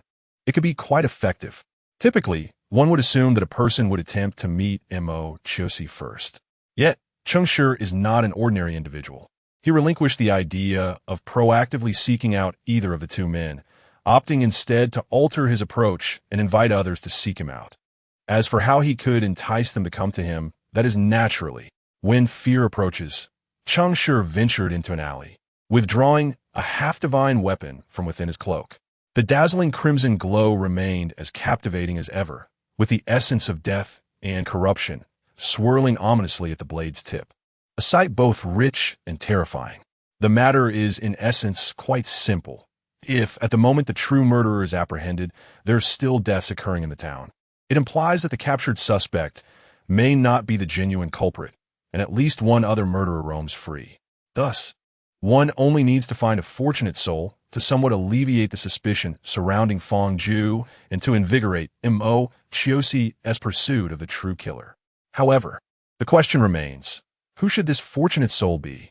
Armed with his weapon, Cheng Shi aimlessly wandered the streets of the town for an entire day, yet failed to identify a suitable target.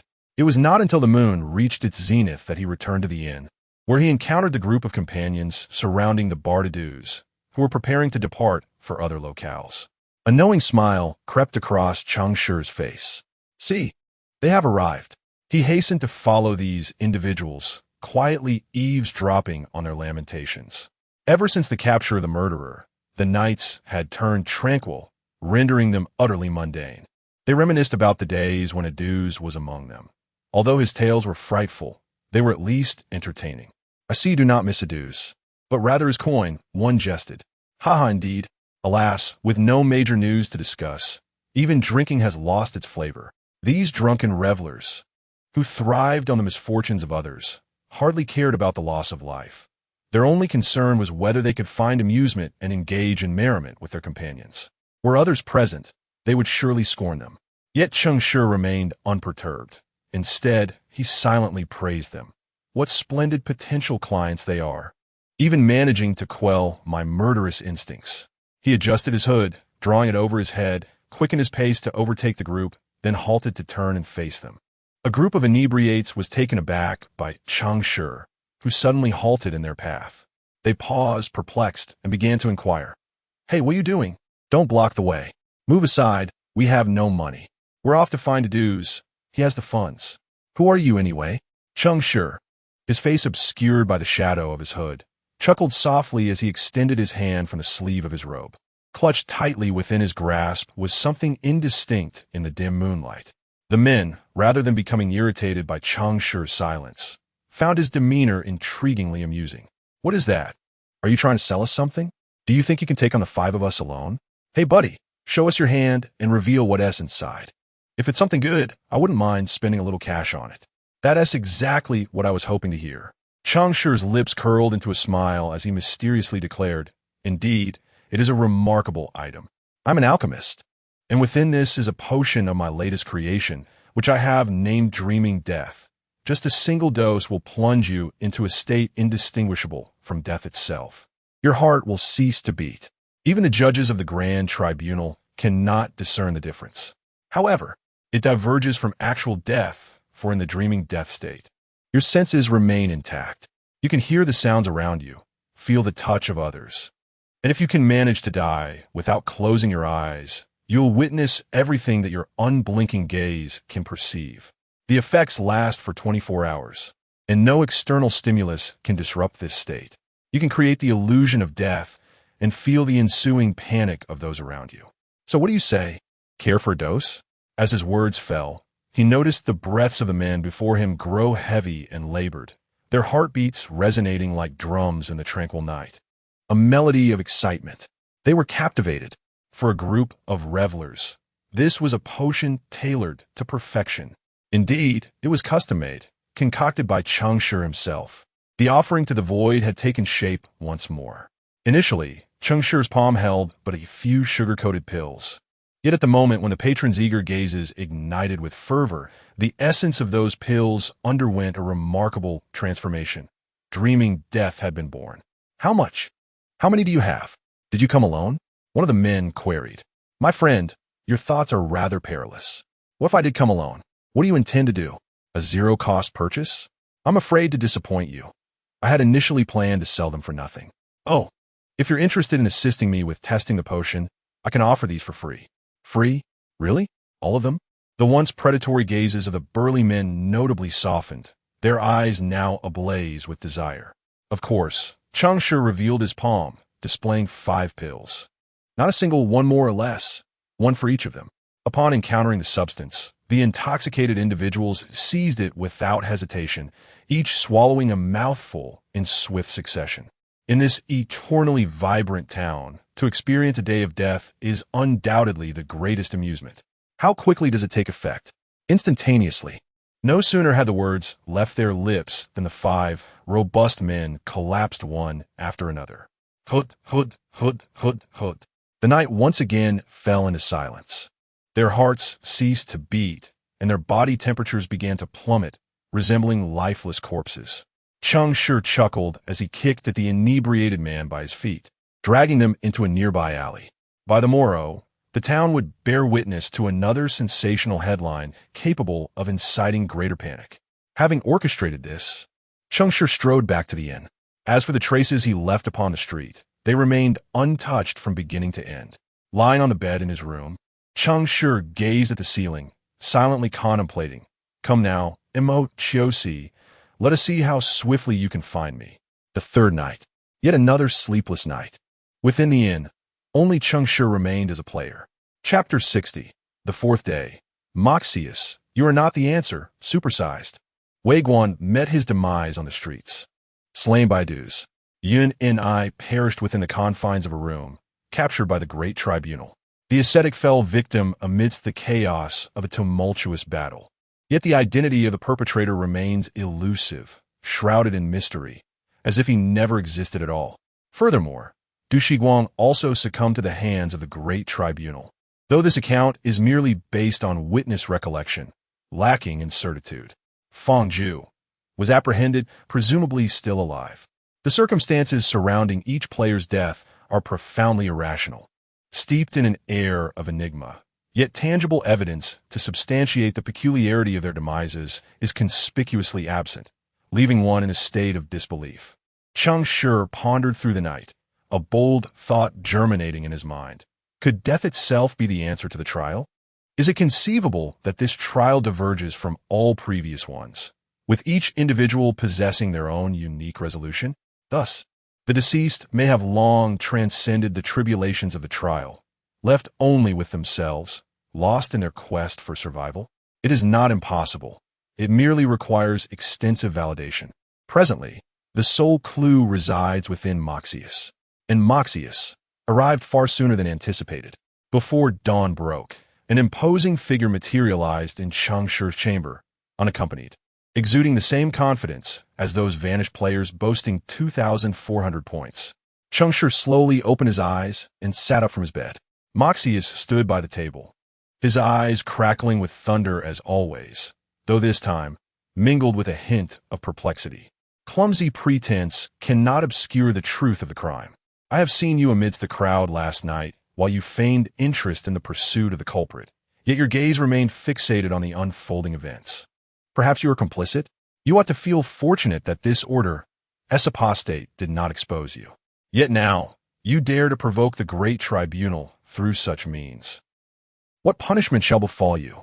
With each word, Moxius's tone grew increasingly frigid, culminating in the final sentence as he raised his staff high, the thunder roaring at its apex, eager to lash out at the foe. Cheng Shi smiled wryly, unperturbed, gradually rising to his feet and offering a slight bow. If I am guilty, why does my lord not simply arrest me, but instead engage in this idle chatter? By day, you are far more decisive than you are now. Humph. Moxius scoffed, his response as chilling as an abyss. The 5 corpses are inscribed with invitations. This revolting charade merely seeks an audience with me. My time is limited, yet I can graciously afford a condemned soul a moment to utter their final words. Regardless of the means by which you orchestrated the murders, it matters not. After your last words, you shall precede your comrades in facing the judgment of order. Ah, how nobly you proclaim your integrity. Cheng Shi chuckled softly and remarked once more, a mere traveler is unlikely to pique the interest of the judge to such an extent. It is perhaps the aura they exude that captivates you? Indeed, Cheng Shi had inscribed some rather irreverent words upon the belly of the corpse to draw Mo Chios to this place. It wasn't overly indecorous, merely 5 characters. Come catch me. Each was inscribed upon a different body. Yet, the significance of the inscription paled in comparison to the instrument used for writing. He employed the arrival of fear for this task. Consequently, the wounds of each corpse emanated the essence of death and corruption. It was this very sensation that led Mo Chios to exercise caution and refrain from immediate action. He had indeed secured the dagger and sealed it away in a confidential location. So why did traces of the divine relic's aura still linger in the outside world? This was the crux of his inquiry. Every judge tasked with delivering verdicts harbors a curiosity to uncover the true nature of the crime, a facet of human nature that is inescapable. Mo Chios evidently perceived Cheng Shi's invitation as a pathway to answers. Little did he realize, Cheng Shi himself was the answer he sought. My lord judge, I harbor no intention of defying the grand tribunal, nor do I wish to sow further chaos. If you would kindly answer a few of my questions truthfully, I shall alleviate all your uncertainties. I may even confess my guilt. Mo Chios's expression darkened. Denying Cheng Shi any opportunity for negotiation, he unleashed a bolt of thunder directly upon him. Cheng Shi anticipated an attack, yet he did not foresee it happening at this moment. He immediately summoned all his divine strength, casting healing and mental spells upon himself, while his fingers clutched a remnant of past prosperity, bracing to endure the strike. If he could withstand this blow, he would gain the leverage to converse with Mo Chios. However, what Cheng Shi did not foresee was that Mo Chios's judgment staff was, in fact, a semi-divine artifact. The last time he had been struck by lightning and left with half a face ravaged, he had failed to recognize the ferocity of the thunder emanating from a semi-divine weapon. No wonder. The sensation of being targeted by a semi-divine artifact was such that one's mind howled in despair and the soul quivered in trepidation. In that instant, Cheng Shi felt as though his body possessed a will of its own, yearning to prostrate itself before the formidable judgment staff in supplication. He could not help but ponder how a monk of asceticism could possibly endure such a degree of thunderous punishment. Cheng Shi had always held great confidence in his body's resilience and mental fortitude. His robust physique, combined with his adept medical skills, endowed him with a durability that rivaled even the fiercest warriors of his rank. Furthermore, as a cleric, his profession afforded him various preemptive healing techniques, making him among the most resilient players, if not the thickest of blood. He had witnessed a monk withstand a strike from Mo Chio's and emerge unscathed from that moment. He had believed he would find a way to endure Mo Chio's thunderous judgment. Yet, the reality was that he had miscalculated. This was a power far beyond what mere mortals could withstand. Just as Cheng Shi had yet to take any medicinal remedies, the thunder erupted, reverberating through every joint of his body. The flames of judgment erupted from within, swiftly transforming him into a figure of darkness. In this moment, the divine power of SSS was manifested in its full glory. Alas, the game was lost by a single misstep. Deceived. Now, the game truly comes to an end.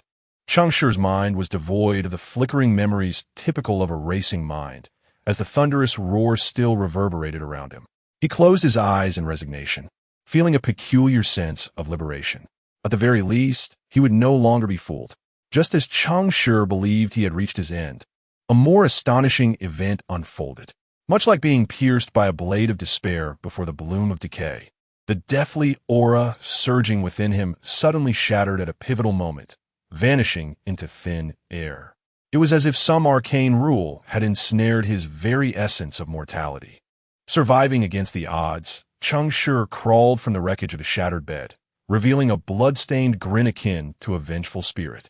Montauk Cusi, witnessing his thunderous judgment fail once more, wore a countenance dark enough to drip with malice. You certainly are a band of conspirators. Few can withstand my judgment, and yet, within these 2 days, I have encountered two. Cheng Shi felt an epiphany wash over him, yet questions lingered, compelling him to struggle and inquire. Do you remember the ascetic? The monk who seized when fear approaches? Mo Chiosi frowned, his voice cold as ice. There is no need for your ramblings to disturb my peace of mind. I am referring to your bespectacled companion. His demise shall pave your path forward. The bespectacled companion? Du Guang, with his mage's demeanor, endured a strike from the judgment's thunder? Indeed. Cheng Shi lowered his head, a smile stretching across his lips. Thus, this was the truth. No one could withstand a second strike. Sinner, leave your final words. This one is rather intriguing. Clearly desiring clarity on the matters at hand, yet unwilling to speak. He resorts to wielding his staff as a threat. Very well. If you hesitate to voice it, I shall. Cheng Shi crawled forward a couple of steps, clutching his chest in discomfort, yet a trace of mirth lingered amidst his despair. Oh, esteemed judge, are you not curious why we could endure your punishment? A flicker of confusion crossed Mo Chiosi's face, but quickly dissipated. He slightly closed his eyes and grunted the final statement. How amusing.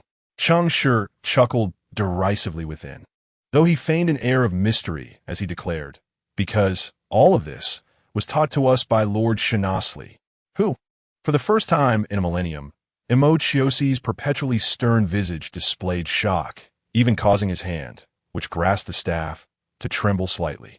Seizing the opportunity, Cheng Shi pressed on. Have you forgotten? Yet Lord Shanasli has not. He cannot forget the injustice of the Grand Tribunal, cannot forget your betrayal, nor the filth witnessed under the gaze of order.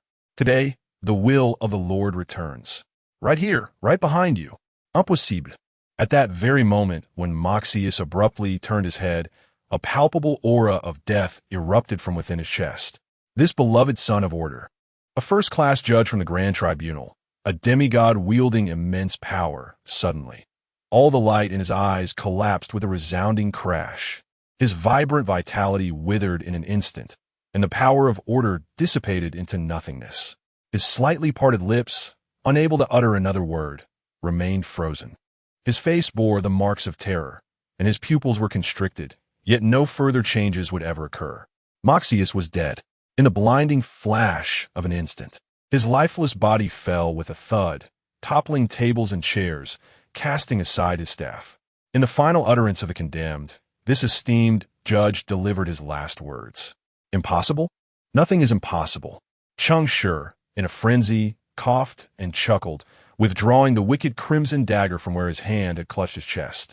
At the moment of fear's arrival, you treated me as a demigod. Thus, I shall return the favor. The dagger, now drenched in lifeblood, shimmered brilliantly. Who could have imagined that invoking his elder brother, Shanasli, would instill fear within the heart of this son of order from the Grand Tribunal? What vile secrets lay hidden within the Grand Tribunal? How curious indeed. Cough, cough, cough. However, I was right. Moxius, you are indeed not the answer. Ah, ah, ah, ah. The trial of death. How truly fascinating. Indeed, how delightful. Cheng Shi laughed for a long while, until exhaustion turned his laughter into a relentless cough, finally managing to turn and swallow the pill in his hand. In this town, under the gaze of prosperity, the effects of the medicine seemed to surpass all expectations. Before long, a pink, newly born infant, shedding its charred exterior, stood up from the ground. Silently, he tidied the scene, dealt with the corpse, retrieved the staff, and rearranged the tables and chairs to their original positions. Everything appeared as though it had just entered the night, save for a collapsed bed, as if no one had ever been there. The staff was named Moment of Execution. True to its name, it was indeed formidable. Yet now it belongs to me. Cheng Shi glanced at the clock. Dawn was approaching. Just in time, as the Bureau of Law would soon commence its duties, perhaps he could visit the prison and see the sole surviving comrade, Fang Ju. Ah, the faithful of order. I believe I have found the answer. What about you? Chapter 61. Conversations in prison when Cheng Shi, clad in plain attire and donning a hood to obscure his face, arrived at the prison of the Judicial Bureau. No staff member dared to impede his passage. In his possession was a brooch emblematic of a judge, worn by Mo Chiosi, which served as the highest token of authority. A few employees, mistaking this unfamiliar visitor for an undercover agent from the Grand Tribunal, courteously guided him while discreetly dismissing unrelated personnel, thus granting ample time for Cheng Shi to converse with the condemned. Of course, to them, such an exchange was likely perceived as a harrowing interrogation, given the notorious reputation of the Grand Tribunal's punishments. Cheng Shi effortlessly approached Fang Ju and, before him, removed his hood. The moment Fang Ju, bruised and battered, laid eyes on Cheng Shi, a sigh of relief escaped his lips. Cheng Shi, somewhat taken aback by Fang Ju's expression, smiled and remarked, I suppose your relief does not stem from concern for my safety. You seem rather unsurprised to see me here. Fang Ju offered a self-deprecating smile. Indeed, it is you, Cheng Shi. Your prowess is remarkable. As his follower, you are the most calculating and scheming individual I have encountered. To orchestrate the demise of all within a mere 3 days, truly, I underestimated you. Listening to Fang Ju's nonsensical ramblings, a gleaming Wen icon flashed in Cheng Shi's mind. I have come to seek answers, and you immediately label me a wolf? Brother, are we even on the same page? Yet, he neither denied nor contested the claim, opting instead for a subtle smile. Cheng Shi was acutely aware of Fang Ju's hostile actions during their trial, but he remained indifferent. He had never been bothered by players who took the conflict of beliefs to heart, nor did he mind those who harbored deep-seated animosity towards him due to opposing faiths. In a game of survival, all behaviors were to be expected. Cheng Shi had always judged by actions rather than intentions. As long as one did not overtly attack him, their perception of him was their prerogative. However, should they choose to act against him, he felt no remorse in retaliating. Yet, it was precisely Cheng Shi's enigmatic smile that solidified Fang Ju's conviction that he was the mastermind behind the scenes. Darkness flickered in his gaze as memories of Du Shiguang's demise resurfaced. After reaching a score of 2,400, it had become increasingly rare to find players within that tier with whom to share glimmers of hope. The inexplicable death of Du Shiguang, a good man adhering to the old order, was indeed a lamentable loss for humanity. What has he promised you, or what have you sought to attain? Cheng Shi furrowed his brow, shifting his perspective to contemplate Fang Ju's thoughts for a moment. He discerned that, in the absence of answers, the untimely deaths of many indeed bore the hallmarks of a hidden puppeteer at work. The The scene preceding his arrival at the prison resembled that of a director stepping onto the stage to bask in the audience's applause before the curtain fell. In that moment, Fang Zhu likely believed himself to be the mastermind orchestrating the grand design. After all, chaos perpetually signifies disorder. Cheng Shi refrained from responding, for he recognized that Fang Zhu's perspective was fundamentally flawed. Instead, he posed a counter-question. You seem unconcerned about your predicament, yet from my viewpoint, it appears you have yet to uncover the truth. So what emboldens you? Fang Zhu's tone was forlorn, accompanied by a self-deprecating smile. It is merely a means of self-preservation. In comparison to your intricate machinations, this is but the most rudimentary form of brute force. However, I do have a query. Before my departure, might you enlighten me? Even if it is merely the final morsel of sustenance bestowed by a shrewd hunter upon its prey. Do not speak in such a disheartened manner. I too harbor a question. How fortuitous that we may exchange secrets. Fang Zhu paused, then nodded in acquiescence. You may inquire first. Cheng Shi smiled and, with candor, posed his question. Last night, Du Shiguang and you ventured into the past, altering memories, did you not? Fang Zhu was evidently taken aback by the inappropriateness of the inquiry. The phenomenon of revisiting the past to alter memories was widely acknowledged within this segment. Should a player who had not participated in the revisitation detect discrepancies between their recollections and the collective understanding, they would immediately suspect the interference of memory. And memory would not permit players to distort at will. It would rectify any gaps, resulting in the consequences of memory manipulation falling upon the participating players. The demise of Du Shiguang and Fang Zhu's entrapment were direct outcomes of this. Fang Zhu hesitated to answer Cheng Shi immediately, perceiving this as Cheng Shi's attempt to offer him a semblance of dignity, thus preventing their exchange from devolving into a unilateral act of charity. How could he possibly be unaware of this? This semblance of dignity could be more wounding than its absence. After a moment of complex contemplation, Fang Zhu nodded, ultimately seeking the answers Cheng Shi possessed. Cheng Shi, having received confirmation, felt the last vestige of his doubts dissipate, his smile blossoming even brighter. Well, my inquiries have concluded. Now it is your turn. Fang Zhu's expression transformed into one of grave seriousness as he earnestly asked. As the son of order, Mo-Chiosi undoubtedly will not be easily manipulated by you. How did you orchestrate events to lead him step by step into your carefully laid trap, compelling him to eliminate them on your behalf? Here, them refer to everyone except Wei Guan. Would you like to know? Cheng Shi erupted in laughter, nearly breathless, his hand once again resting on his chest. We spoke of a secret exchange. Ah, indeed, the adherents of order are fond of rules. Why not take a guess?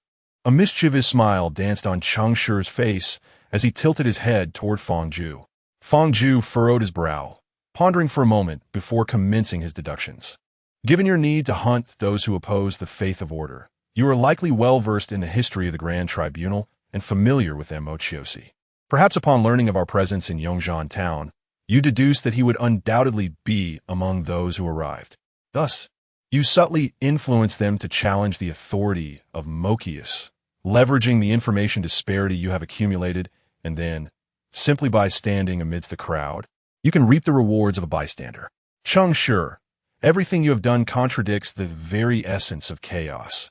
Every step is meticulously crafted, making it hard to fathom that you are a devotee of his. Perhaps you are correct. The closer one approaches order, the more chaos ensues. Is that not so? Frankly, it is a rather flawless line of reasoning. If all were as Fang Zhu claims, then Cheng Shi, the rational devourer, must wield the vast chasm of information as his weapon, hunting all players. Yet the truth remains, he is neither a follower of chaos nor the puppeteer behind the scenes. The true director remains elusive, and it is uncertain who they may be. Apologies for the miscalculation. Cheng Shi shrugged with a playful smirk, his gaze fixed intently upon Fang Zhu, and in a hoarse whisper, he murmured, "Have you ever considered another possibility?" Upon uttering this, he retrieved from his spatial pocket the staff crowned with roaring thunder, the execution moment. In an instant, Fang Zhu's mind erupted with a thunderous clang, as if his reason was shattered by endless lightning. His pupils constricted, his scalp prickled, and a chilling wave surged from his spine to the crown of his head. Every pore of his skin exuded cold sweat, his entire back rigid with tension, expressing disbelief through 4 simple words. Unbelievable. You. How could you possibly be? Just as Fang Zhu stammered this half-uttered phrase, a formidable aura of death emanated from him. Immediately, a howling thunderbolt surged from Cheng Shi's hand, crashing into him through the bars. Fang Zhu, ensnared in shock, could not evade and was hurled away like a rag doll. Yet, fortuitously, he did not perish. Indeed, how fortunate! He had survived. The dual onslaught of fear and the execution moment had not claimed his life. Could it be that this arbiter possessed a physique as resilient as that of an ascetic? Cheng Shi had never intended to kill him. He was merely conducting a small experiment upon Fang Zhu. And now, the answer had been confirmed. Observing the wretched Fang Zhu, Cheng Shi erupted into laughter. Why is it impossible? However, the fortunate Fang Zhu, having narrowly escaped death, was no longer inclined to hear any further explanations. As he tumbled from the wall and rolled onto the ground, clinging to his last breath, he gritted his teeth and unleashed his final gambit. There was no cataclysmic upheaval, nor any thunderous roar. Cheng Shi merely witnessed the space behind Fang Zhu abruptly tear open a silent fissure, drawing him in like a vacuum. Once he vanished into the void, the gap slowly closed, akin to a zipper, as if no one had ever been in the prison at all. All that remained was a charred patch on the ground, a testament to the assault that had transpired mere moments ago. Cheng Shi stood in stunned silence as Fang Zhu departed, the number of his win points not only doubling, but also flickering rapidly. It was the essence of order. He had come to take his follower away. How could the god of order, known for its strict adherence to rules, grant such a loophole to its devotees? Is this justifiable? Is this lawful? Does the game master of faith games not intervene? Absurd. I must lodge a complaint. Of course, these thoughts were confined to the recesses of his mind. Confronting the game head-on was a perilous path that Cheng Shi dared not tread. Sighing, he concluded that allowing the so-called virtuous to thrive for another day was not entirely reprehensible. After all, he had not come to revel in another's misfortune. Cheng Shi sheathed his staff and donned his hood once more. With the final task accomplished, it was time to conclude the trial. Now, let me ponder the means by which to bring this to a close. Chapter 62. The deceased apothecary, the esteemed chief judge of the Grand Tribunal, Lord Emo has vanished. To be precise, it cannot be termed as a mere disappearance. He has not returned since he set out alone to investigate a case, remaining absent throughout the night. The officials of the Law Enforcement Bureau are in a state of agitation, for they have received reports of 5 more residents perishing in Yongzhan town, and to compound matters, a prisoner has escaped from custody. Furthermore, the covert investigator from the Grand Tribunal, who visited the prison yesterday, has also not been seen since. The law enforcement officers are akin to ants on a hot stove, incessantly seeking an audience with the judge who accompanied Emo, yet the judges are equally at a loss. The last directive imparted by Lord Emo was for them to await his return at the Bureau. This juncture is undeniably awkward.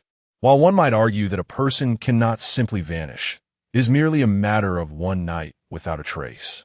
After all, ordinary individuals can indulge in revelry for an entire evening, let alone a judge conducting an investigation. It must be noted, however, that this is not to insinuate that Lord Emo is engaged in frivolity. Rather, thorough investigations require ample time. Yet, to assert that he has not disappeared would be misleading. In past cases, matters have rarely extended this long. Typically, upon encountering a suspect, the investigation, trial, and execution would have concluded swiftly. Ultimately, Lord Emo absence and the decree he left behind have ensnared everyone in a quagmire of anxiety and distress. The small town is once again shrouded in the terror of a vengeful killer's escape. It was not until the 4th day at midnight that the 5 bodies, inexplicably relocated back to the archives, awoke from their stupor. The law enforcement officers, startled beyond measure, subjected them to a thorough interrogation, only to discover that the deaths had been a cruel prank. The good news: no homicide had occurred. The bad news: Lord Emo is indeed missing. With no case to investigate, Where could this esteemed figure possibly be? The judges, hailing from the Grand Tribunal, remained composed, firmly believing that Lord Mo Chiosi was preoccupied with matters beyond his control, and thus, patience was the order of the day. Moreover, in the realm of Yongzhan Town, no one poses a threat to the safety of such a distinguished individual. However, when the staff of the Law Enforcement Bureau discovered that the time of fear had also vanished, leaving only 2 unfamiliar corpses in the sealing chamber, the judges could no longer remain placid. Yongzhan Town fell into chaos once again.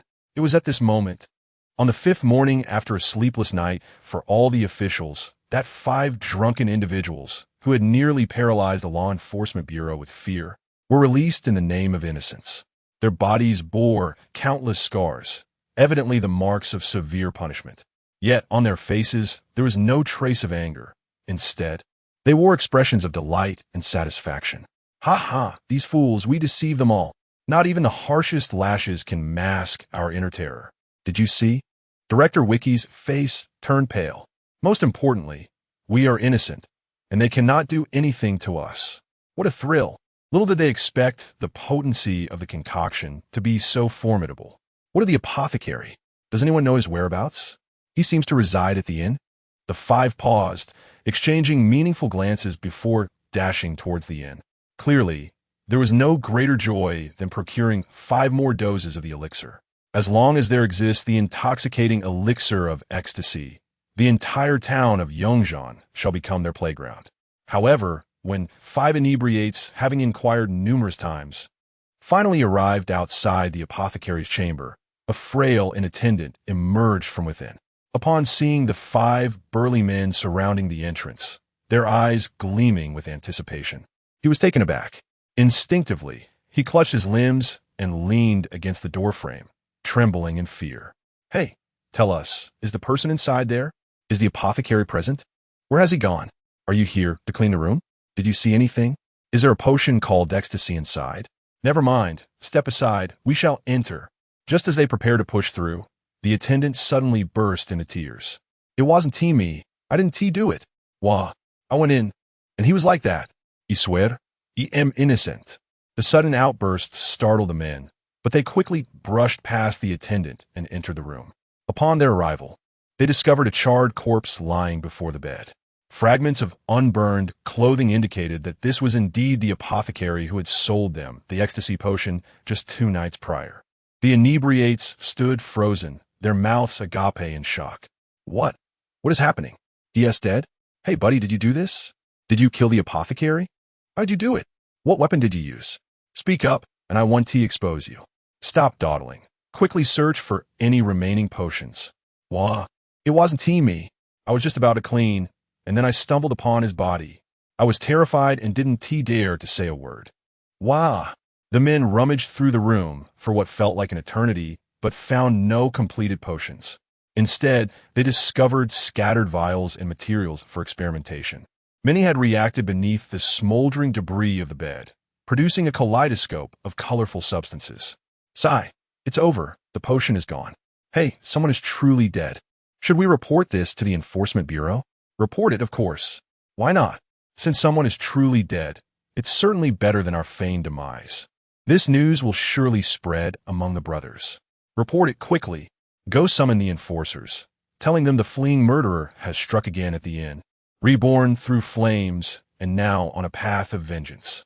Upon hearing that this corpse was the result of the true culprit's revenge, the attendant grew even more fearful, his legs giving way as he collapsed at the threshold. Wah, don't kill me. I had nothing to do with this. Truly useless. I shall handle this myself. One must admit, when seekers of pleasure pursue their whims, their execution is indeed remarkably decisive. Before long, the enforcers surrounded the inn once more, accompanied this time by 2 judges. Upon entering the room, the judges were immediately met with a potent aroma of potions. They wrinkled their noses and meticulously searched the entire chamber. The tables were cluttered with disordered alchemical notes, the handwriting scrawled in a haphazard manner, akin to the trails of insects, clearly indicating that the author had not received any formal education. The remnants on the tattered pages bore hasty notations such as dream, death, and improvement, indicating that the deceased had been engaged in the enhancement of pharmaceuticals during their lifetime. The area surrounding the bed was littered with shattered vials and jars, suggesting that various commonplace alchemical reactions had transpired amidst the wreckage, likely a consequence of a catastrophic event that triggered a chain reaction. The corpse was charred and disfigured, emanating an aura that was utterly at odds with the essence of order. It appeared to be a practitioner of pharmacy who worshipped the wild gods. After a brief contemplation, they arrived at a conclusion consistent with the Bureau of Regulation. A pharmacist who devoted himself to the worship of a malevolent deity and was engrossed in alchemical pursuits, had met with an unfortunate accident while concocting a potion infused with the essence of death, ultimately sacrificing himself to death. There were no signs of a fleeing perpetrator, as the atmosphere was devoid of any taint of corruption or remnants of fear. Nevertheless, this incident became a significant headline in the town of Everbloom, where fatalities were infrequent, particularly those resulting from accidents, which were a rarity indeed. The judges interrogated the reporter and spoke with nearby travelers, and after careful deliberation, they finalized the report. The individual had utilized an excessive amount of unknown and uncontrollable essence of death, and under the influence of death's will, he failed to receive the protection of prosperity, thus reaping the consequences of his actions. The case was swiftly solved, bringing relief to both the guests of the inn and the enforcers. As long as the culprit did not strike again, and as long as Everbloom remained free from panic, the temporary disappearance of Lord Moxius was an acceptable notion. The judges departed with composed expressions, while the remaining staff continued their cleanup efforts within the inn. You. Were you the one who discovered the scene? What is your name? We need you to accompany us to the Bureau for a record. I am Catallo, my lord. This matter has nothing to do with me, does it? Given your timid demeanor, if it were indeed related to you, you would likely have fled by now. Ha ha. Fear not. It is merely a simple record. The case is closed. Oh, that essay relief? I will go with you. Well then, let us proceed. The time of death was likely last night. Did you hear any sounds? Indeed, while on patrol before dawn, I heard a muffled noise, but it was not loud, so I disregarded it. You know, the privacy of guests is quite important. You did well. Had you taken a look, there may have been more than one corpse in that room. What a madman, to dare to administer divine essence in such a manner. As the attendant departed with the enforcers, a few drunken patrons scratched their heads, sighing in disappointment. What a pity, such a fine elixir. The unexpected interlude was abruptly cut short, and while panic reemerged, it was swiftly quelled once more. The chaotic Bureau of Regulation and the town of Everbloom, having been glancingly touched by death, remained preoccupied with the pursuit of the true culprit and the mysterious disappearance of Lord Moxius. However, none of this pertained to the attendant who discovered the body. The sky darkened. Catallo strolled leisurely out of the bureau, pausing at the entrance to glance back at the brightly lit, bustling skyscrapers, a playful smile curling upon his lips. He waved to an unseen audience, tilting his head in a gesture of farewell. Goodbye, dear souls. With that, he pulled up his hood to shield his eyes, stepping into the darkness and merging with the night, vanishing from sight. Special trial, path to death. Challenge successful, currently scoring and calculating rewards. Player, Cheng Shi. Performance rating, C. Acquired item. Boredom mask, C. X1. Acquired item. Mockery mask, C. X1. Acquired item. Indifference mask, C. X1. Acquired item. Blurred mask, C. X1. Acquired item. Suspicion mask, S. X1. Path to ascendancy 0. Stairway to audience 3. Current path to ascendancy score, 2125. Global ranking, 458728. Current stairway to audience score, 164. Fate ranking, 62. Trial cleared, exiting soon. Chapter 63. Another ordinary day in a large laboratory in an unspecified province. Wei Guan opened his eyes without surprise, casually glancing at the clock on the desk. The time remained unchanged. The trial had concluded. He lowered his gaze to his chest, feeling his heart continue to beat, and let out a cold snort. A tiresome trick. Fear is not a sharp blade, but rather a remedy that saves players. This notion is far too mundane, lacking in originality. In the empty laboratory, there was no response, only the echo of his own voice reverberating. He stood from his seat and approached a large screen, pressing the button to activate the machine. Experiment Type 4 is starting. Hello, Dr. Wei Guan. Good to see you again. How has your day been? Wei Guan's tone was devoid of joy or sorrow. An ordinary day. Has your special trial progressed smoothly? Smoothly? Perhaps. However, an excessively smooth trial is detrimental to personal growth, so I have slightly increased the difficulty for my teammates. As always, your kindness and generosity shine through. Activation complete. Time taken, 12,964 seconds. Wei Guan furrowed his brow slightly, adopting a serious expression. Your loading time has increased by 0.065 seconds. Analyze the cause and submit a report. Apologies, analyzing the cause now. Analysis complete. Time taken, 3,014 seconds. The reason, divine essence storage container ruptured, resulting in a pressure loss. The diffusion rate of divine essence is 32,189. To prevent divine essence from escaping into the survival area, additional time was required to close the experimental zone doors. A detailed incident report has been generated for your review. Wei Guan's expression turned icy as he flipped through the pages, his brows knitting tightly. It seems I must once again capture divine essence, analyze the experimental balance ratio of divine essence, and inform me of the trials I need to participate in. Analyzing experimental ratio. Please hold on. In reality, in an uncharted region of an unspecified province, Yun and I awoke from the sandy ground, gently wiping the rainwater from her face. Is it raining again? What a nuisance. She gazed up at the falling raindrops and lightly snapped her fingers. With a soft sound, the rain vanished the moment it reached a certain point above her head. The droplets, which had coalesced in this world, were transported to a realm on the brink of obliteration.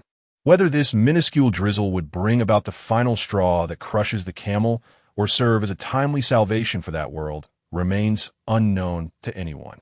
She tilted her head slightly, looking down at her chest, the echoes of Cheng Shi's words resonating in her ears. Fairness unapproved by others is no true fairness. Fairness? Only those with power are worthy of discussing fairness, while the weak, simply existing, is their original sin. Better to vanish. Yin and I reclined once more, closing her eyes and listening to the cacophony of rain around her, her thoughts drifting into the unknown. In reality, in a makeshift shelter in an unspecified province, a warrior, bare-chested, awakens and briefly surveys his surroundings before slowly closing his eyes once more.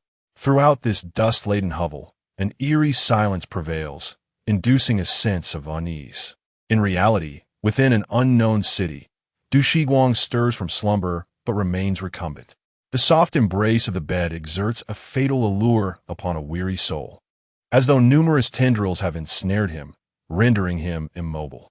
After a prolonged pause, as vivid scenes from a trial replay in his mind, he finally opens his eyes, a sinister smile curling upon his lips. A good person? What a noble term indeed. I hope my well-meaning friend, deceived by my splendid performance, can still discern the truth. Yes, it seems he possesses a contingency. No matter. Though I failed to eliminate him this time, perhaps an opportunity will arise in the future. Would you not agree? Duxigon? In the mirror before him, his reflection gazes back with a somber countenance, while he himself bursts into laughter. Do not be disheartened. Once I offer this memory, we shall both be good people again, shall we not? With that, he retrieves a note imbued with the essence of memory and gently strokes it across his forehead. The visage of Du Shiguang in the mirror turns ashen, his jaw clenched, yet powerless to resist. Soon thereafter, their movements synchronize once more. Du Shiguang opens his eyes, perplexed by the newly inscribed words on the note in his hand, suddenly awakening to realization. July 14th, splendid. The trial has concluded. He then turns to the mirror, continuing with a hint of amusement. Alas, I have not perished. It seems you shall remain inside for a while longer. The reflection of Du Shiguang mirrors every expression and gesture of his counterpart outside, yet remains silent. The recent occurrences unfold like a theatrical performance of a single individual. In reality, within an unknown city's office building, Feng Zhu stands abruptly from his chair the moment he regains consciousness. Furrowing his brow, he strides swiftly toward the archives, rummaging through the filing cabinets. Shortly, the sound of high heels clicking rhythmically echoes behind him. Feng Zhu. He turns to find Jiyu, a member of the Mutual Aid Society residing next door, a mage devoted to the faith of truth. This office building has been interconnected by a group of well-meaning players who have formed a mutual aid society in the aftermath of divine descent. Feng Zhu and Jiyu rank among the highest in points, holding significant prestige within this community. Why the haste? Encountered a challenge in the trial? She inquires. Just in time. Do you recall the esteemed judge, Cheng, whom you mentioned? Please assist me in locating his files. Jiyu nods in surprise and enters the archives. The son of Order, who met an untimely demise? What do you seek? Perhaps you should ask me first. I might hold the answers. Is it the scholars of the historical school who are so well informed? If not, then please enlighten me.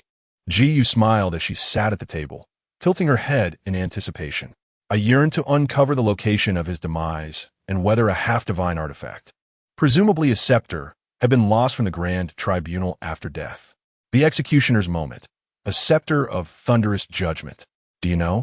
Feng Zhu's face was etched with astonishment. Indeed, the only judgment scepter that has vanished from the Grand Tribunal over the millennia remains an enigma to this day. Numerous mages, myself included, have sought it. Have you encountered it? Feng Zhu nodded gravely. Where? Jiyu, overwhelmed with excitement, abruptly straightened and grasped Feng Zhu's hand. With a sigh, Feng Zhu spoke deliberately. It resides in the hands of a rational corrupter. Initially, I suspected he was masquerading as Cheng, but later I realized he must have witnessed Cheng's demise and stolen the executioner's moment. Jiyu's eyes widened in shock as she covered her mouth. Your trial appears to be quite fascinating. Do elaborate. Feng Zhu felt the need for someone to sift through the details with him. So he set aside his documents and began to recount the entire tale of the trial. Only after finishing the story did he pause, gazing at the solemn-faced Jiyu. So what are your thoughts? Jiyu pondered for a moment before slowly replying. You have been deceived. The sacrificial offering of death may well be none other than yourselves. I sense a deviation in your reasoning, but I cannot pinpoint who has misled you. Moreover, the rational corrupter named Cheng Shi seems to be using you to validate this answer. Nevertheless, you have performed admirably, given the circumstances at that time. Aside from your trump card, you had no other means to end your own life. I am curious. Did he survive as the last player remaining in the trial? Feng Zhu was momentarily taken aback. Are you implying that none of this was orchestrated by him? Without witnessing it firsthand, I cannot ascertain. But it is likely that some unsavory manipulation was involved. Even if he did not set the stage, he is undoubtedly formidable. I must caution my friends from the Order to be wary of this rational corrupter named Cheng Shi. In light of this, would you mind if I placed a modest bounty for the executioner's moment in the Mage Channel? It seems that might be permissible. Oh, and on a brighter note, I have retrieved the corpse of a foolish devotee. Your 2,600 points may yet hold promise. Chapter 64. The embarrassingly high-stakes game reclining on a rooftop. Basking in the warm embrace of sunlight, Cheng Shi was enveloped by a profound sense of serendipity, akin to a survivor emerging from a catastrophe. To his astonishment, this method had indeed proven effective, having once more triumphed in a perilous gamble that wagered his very life and fortune. Cheng Shi could not help but feel a flicker of fortuitous luck. He retrieved the dice from his pocket, squinting against the blinding sunlight. The number 1 on the die glimmering intensely under the radiant glare. Destiny? Predetermined? Nonsense. Cheng Shi chuckled softly, casually discarding the die. It rolled swiftly across the rooftop before finally coming to a halt, the brilliant one still facing upward, unchanged. It seemed to protest against Cheng Shi's skepticism while simultaneously mocking his inability to alter its outcome. He chose not to gaze upon it, instead closing his eyes and allowing the memories of the past 5 days to surge within his mind, meticulously sifting through every detail to review his progress. There exists no eternal fortune. It is merely the result of silent diligence.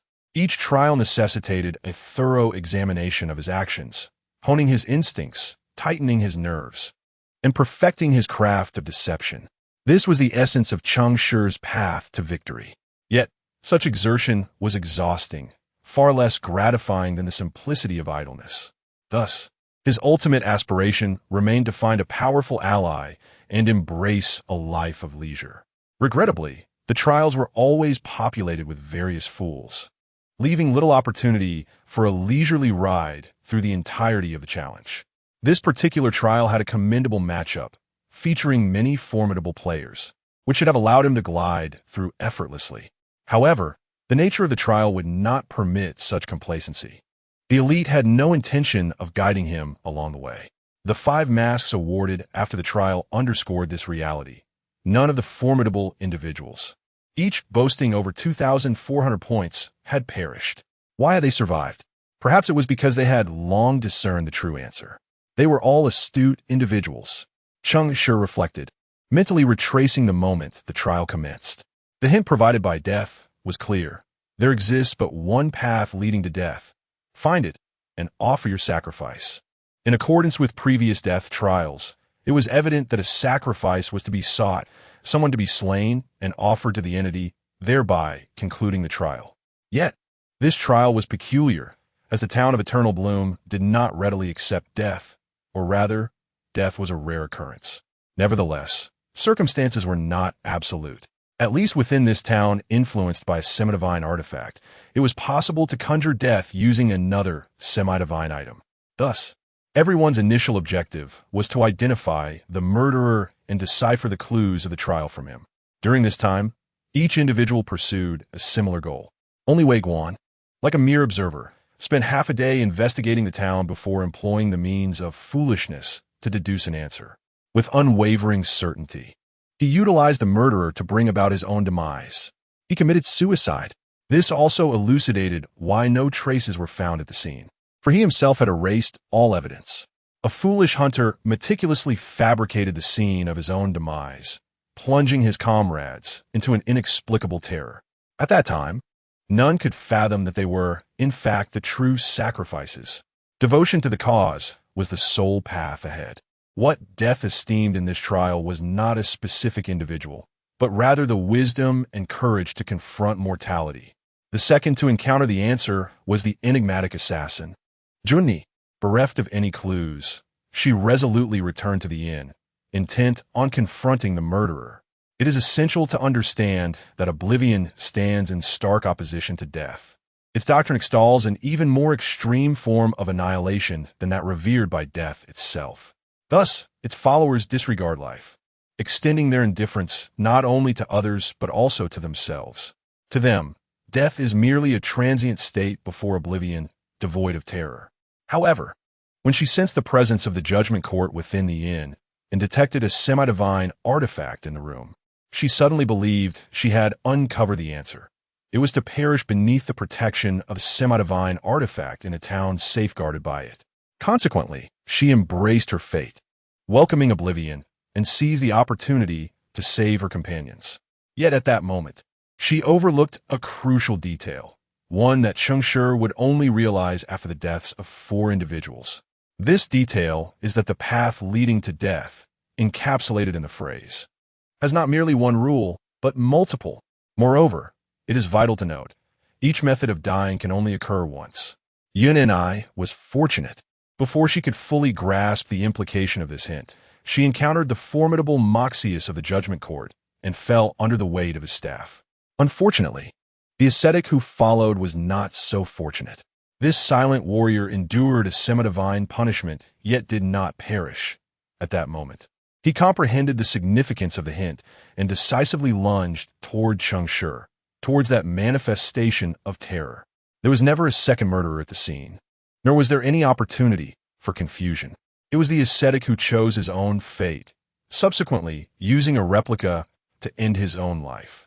Wei Guan's death, though a matter of personal choice, was at the hands of a Deuce who was slain in the moment of terror. Yin Ni's executioner was Moxius, and she was killed at the moment of execution. As for the ascetic, he was the first true suicide, slaying himself through fear, meeting his end in the moment of terror. These three methods of death were rendered unavailable after these individuals completed the trial, leaving Cheng Shi, Du Shiguang, and Fang Zhu with few remaining options. Du Shiguang, having accessed Du's memories, discovered that he had not followed Wei Guan to erase the traces of murder, thereby deducing Wei Guan's intentions. However, he found himself ensnared in a dire situation, with little chance of taking his own life, and thus sought an alternative route. By employing special means to return to the past, he substituted his own death for that of the ascetic, thereby altering the memories. As a result, the causal relationship was distorted. The ascetic, having long departed from the trial and with memories twisted, faded from the minds of the others. Du Shiguang discovered a flaw in the memory and took his own life in the moment of impending dread, succumbing to suicide under the weight of fear. However, his excessive dramatization caused Fang Zhu to miss all the clues, erasing even the faint traces left by his original memories. The new timeline thrust him directly into the confines of the Law Enforcement Bureau's prison. Cheng Shi, arriving at the ultimate answer much later, realized after narrowly escaping death at the hands of Mo Chiosi that the solution required sacrificing himself through various forms of demise. It was then that he began to formulate a plan in his mind. After Mo Chiosi's death, he devised a reliable method to succeed in the trial, to commit suicide using the moment of execution. Yet this too bore risks, should there be even a zero. One chance that the answer did not lie in death. Cheng Shi would meet the end of his gaming career engulfed in endless regret. Thus, the death-fearing Cheng Shi embarked on an audacious experiment. He forged the scene of the alchemist's demise using alchemical notes acquired from Shanasli and Mo Chiosi's corpse, subsequently submitting the name-defined death as the answer in the name of the Law Enforcement Bureau. This was a perilous gamble, for this trial was about death.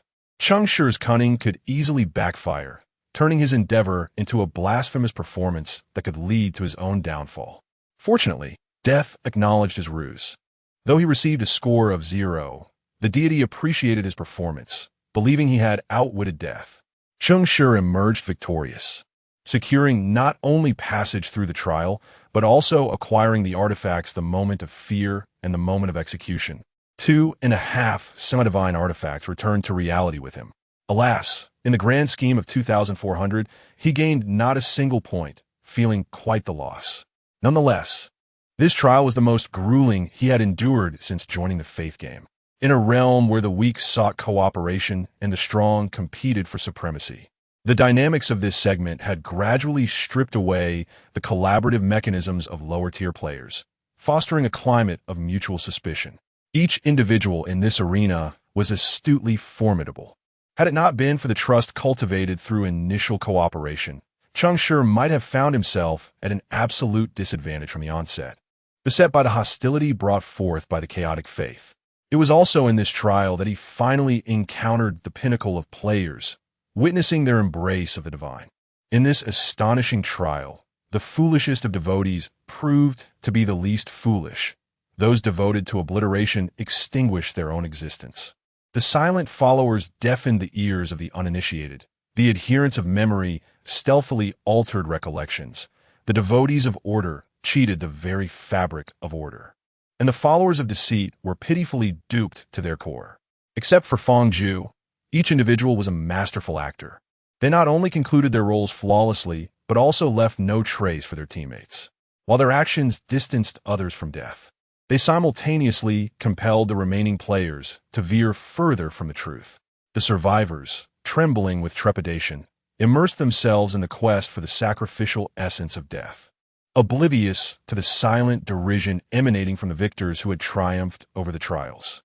To be candid, deducing that the answer lies in death may not be particularly challenging. The true difficulty, however, resides in the audacity to embrace mortality. They had long discerned the subtle hints and possessed the courage to validate their conjectures through the acceptance of death. This audacity and confidence rendered Cheng Shi somewhat ashamed. As for the followers of order, who remained blissfully ignorant until the end, well, every trial must have its share of incompetence. Even the most formidable players can experience moments of weakness. Wouldn't you agree, Mr. Fang? This trial was indeed worthy of its prestige, and Cheng Shi did not play the fool. Although he did not elevate anyone else, he secured his own victory with remarkable assurance. Even if he was deceived time and again, at least in the end, he managed to outwit death. Can this be construed as having outsmarted the divine? No sooner had the words escaped his lips than an unsettling wave emanated from the abyss, enveloping the rooftop where Cheng Shi stood. Another one. Chapter 65. The Hall of Fishbones and the Throne of White Bones. Cheng Shi was once again drawn away. This second encounter with the deity was evidently executed with greater proficiency than the first. He did not resist, allowing his consciousness to plunge into darkness. Who could it be this time? The god of joy or the god of prostitution? No, such thoughts must not surface. At the very least, they must not manifest in this form. Before them, he possessed no freedom of thought. Even the mere act of imagination could be deemed a sacrilegious transgression. His master had spoken. Before deceiving him, he must endure. And endure he would. As his awareness gradually sharpened from the haze, Cheng Shi hesitantly opened his eyes. He had prepared himself for the worst, even crafting a rapid internal argument to defend himself. His previous blasphemous utterances were merely the ramblings of a frustrated mind, not a genuine affront to any deity. Yet, to his astonishment, what lay before him was not the gaze of an entity adorned with stars, but a winding staircase of pure white, stretching from beneath his feet into an unseen void. Each step resembled a colossal vertebra, riddled with bone cavities, glaringly pale and blinding. Flanking the vertebrae were long, interstitial bones, extending outward like the edges of a razor-sharp cliff. The steep gradient between the joints made Cheng Shi gasp as he beheld this endless staircase of white bones, resembling an enormous fish skeleton, suspended in the infinite darkness, radiating a terrifying white light. If this indeed were the bones of a fish, its size could scarcely be described as immense. Perhaps every adjective he had learned to denote size paled in comparison to its magnitude. Merely one segment of this bone structure suggested a journey of at least 10 minutes. Overwhelmed by the sheer enormity before him, Cheng Shi found himself momentarily speechless, frozen in awe. Just then, a cacophony of sound erupted in his ears, a chaotic blend that was difficult to describe. It was sharp yet hoarse, ethereal yet heavy, as though the voices of men, women, and children intertwined, resonating in unison, indistinguishable from one another, echoing through time. "Come up! Hurry up!" The sudden shout startled Cheng Shi. He quickly turned to look, only to see countless life forms materializing on the previously empty fish spines. These unfamiliar beings stood in a line upon the razor-thin cliff of fish bones, leaping off one after another like dumplings into boiling water. Below the precipice lay an abyss of endless void. As soon as they leapt, their flesh and blood were rapidly washed away by the emptiness, until they plummeted to an unseen ground, leaving only shattered bones in their wake. The force of impact reduced the skeletal remains to fragments, yet the skulls remained intact. Countless pallid skulls rolled toward Cheng Shi, gradually accumulating on either side of the vertebral staircase, their jaws snapping open and shut, creaking in a macabre welcome of his arrival. "Come up! Hurry up! The master is waiting for you. He is waiting above." Cheng Shi was utterly bewildered by this unprecedented scene. To be honest, anyone in his position would have been equally astonished. The scene before him was utterly bewildering, transcending human comprehension to such an extent that his legs, poised to take a step forward, felt inexplicably weak. Gazing at the countless skulls fervently gnashing their teeth at the edge of the staircase, Cheng Shi pondered in trepidation. If I take a step forward, will they come to gnaw at me? "Come up! Hurry up! Your master awaits you above." The longer Cheng Shi hesitated, the quicker the jaws of the skulls snapped open and shut. It seemed he had discerned the identity of the being above, and with a determined swallow, he steeled himself, then stepped forward. In that fleeting moment of his departure, every sinew and vein of his flesh was stripped away, leaving only a glistening skeletal frame that surged forth. With that surge, he ascended a step. The seemingly vast staircase automatically descended to cushion his feet the instant he moved. The speed was so tremendous that it conjured a tempest in the void. As Cheng Shi advanced, the skulls at the edge of the staircase grew increasingly clamorous. "Hurry! Move swiftly. Don't keep him waiting. Cheng Shi dared not take a second step. Whether it was the fierce wind in the void or the chill from his naked form, he felt a pervasive cold enveloping him. His hands instinctively caressed his familiar, yet foreign, skeletal structure. Then he reflexively covered his groin. Goodness, am I running naked? Huh? It seems there's no need to cover up. What ought to be concealed is no longer there. He glanced down and, indeed, found nothing. So this isn't considered running naked. Cheng Shi's spirits inexplicably lifted, and he chuckled softly before striding confidently forward. Fish bones cascaded down step by step, while white bones piled up layer upon layer. By the time Cheng Shi counted 404 steps taken, the monotonous fishbone staircase finally transformed. A wave of agitation surged from all directions. Voices of young and old erupted suddenly. In an instant, an endless multitude of skulls rose behind him, beside him, and before him, swiftly soaring ahead. A white torrent surged forth, creating a spectacular waterfall of skulls that tumbled in the darkness of the void. Cheng Shi stood motionless on the staircase, awaiting the arrival of the entity above, not from weakness, but because he sensed the aura of death. It was a suffocating presence, thick with despair and panic. This was indeed a true path leading to death. Countless skulls rained down, and in the blink of an eye, they formed a throne of white bones before Cheng Shi. Upon that throne sat a colossal skull, peering at him through its cavernous eye sockets. Cheng Shi. Its voice resonated like the chilling flames spewing forth from the depths of a hellish abyss, frigid to the bone. Even in skeletal form, Cheng Shi felt as though his marrow might freeze. This is death, the third deity of the destiny of life. Yes, Cheng Shi gritted his teeth against the onslaught of death's divinity and nodded. Very well. I wish to make a transaction with you. A transaction? Given the grandeur of this occasion, do I truly belong here? Cheng Shi, fearing that this might be a trap laid by death, blurted out, "If there is something you desire, it would be my honor." What could possibly merit such attention from him? After much contemplation, the only thing that came to mind was that item, when fear approaches. The enormous skull remained silent for a considerable time after hearing Cheng Shi's response. Before finally speaking again, "You are not quite as he described." Who? Who dares to speak ill of me behind my back? Cheng Shi dared not inquire further, and could only manage an awkward smile. However, this superficial grin failed to manifest on his skeletal visage, rendering it an utter lack of response. President, the transaction will not shortchange you. Cheng Shi longed to ask how he could possibly procure it in his current state. To his astonishment, with a mere thought, all the items from his spatial pocket cascaded to the ground at his feet. Surveying the chaotic assortment of items strewn about, Cheng Shi felt a wave of embarrassment wash over him. He quickly knelt amidst a pile of sedatives, binding ropes, poisons, and masks, retrieving the dagger that he required, and then raised it with reverence. Very well. Do you comprehend what this is? When fear approaches, imbued with the essence of both you and another deity, a relic of divine origin. Cheng Shi understood that in the tongue of the inhabitants of Hope's continent, semi-divine artifacts were collectively referred to as relics of divine origin. Fear an unpleasant name. Humanity has made no progress in nomenclature over countless millennia. It is named the Dagger of Garuda.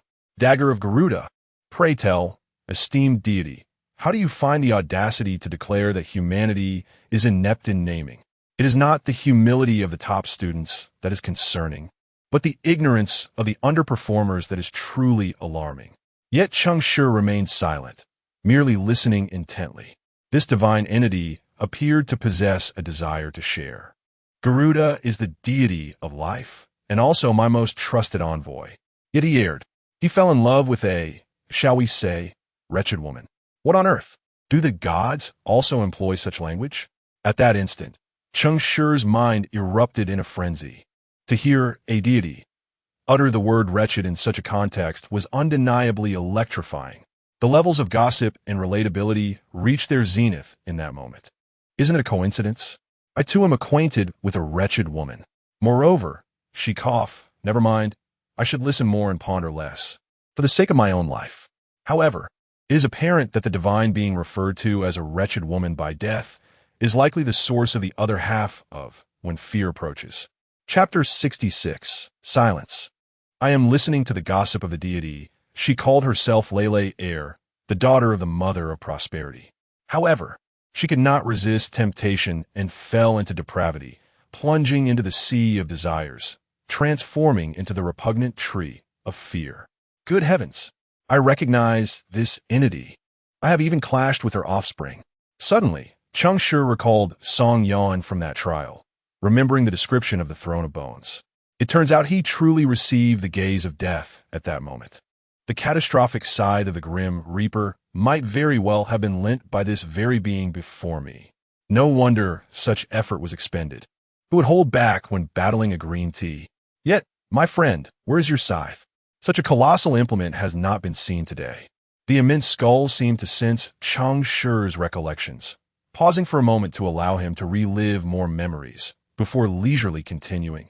Garuda, in an effort to redeem her, extracted 1/4 of his divine essence from his rib. He crafted it as a gift to be sent to the sea of desires. However, that wretched creature rejected him and tainted the dagger of Garuda. Cursed be she. Upon finishing, a torrent of death surged forth from the void beneath, erupting instantaneously and engulfing everything. Cheng Shi inexplicably found himself in calamity, scattered into a pile of shattered bones. No one knew how long this furious deity vented their wrath, until Cheng Shi felt as if he might be forgotten or even extinguished.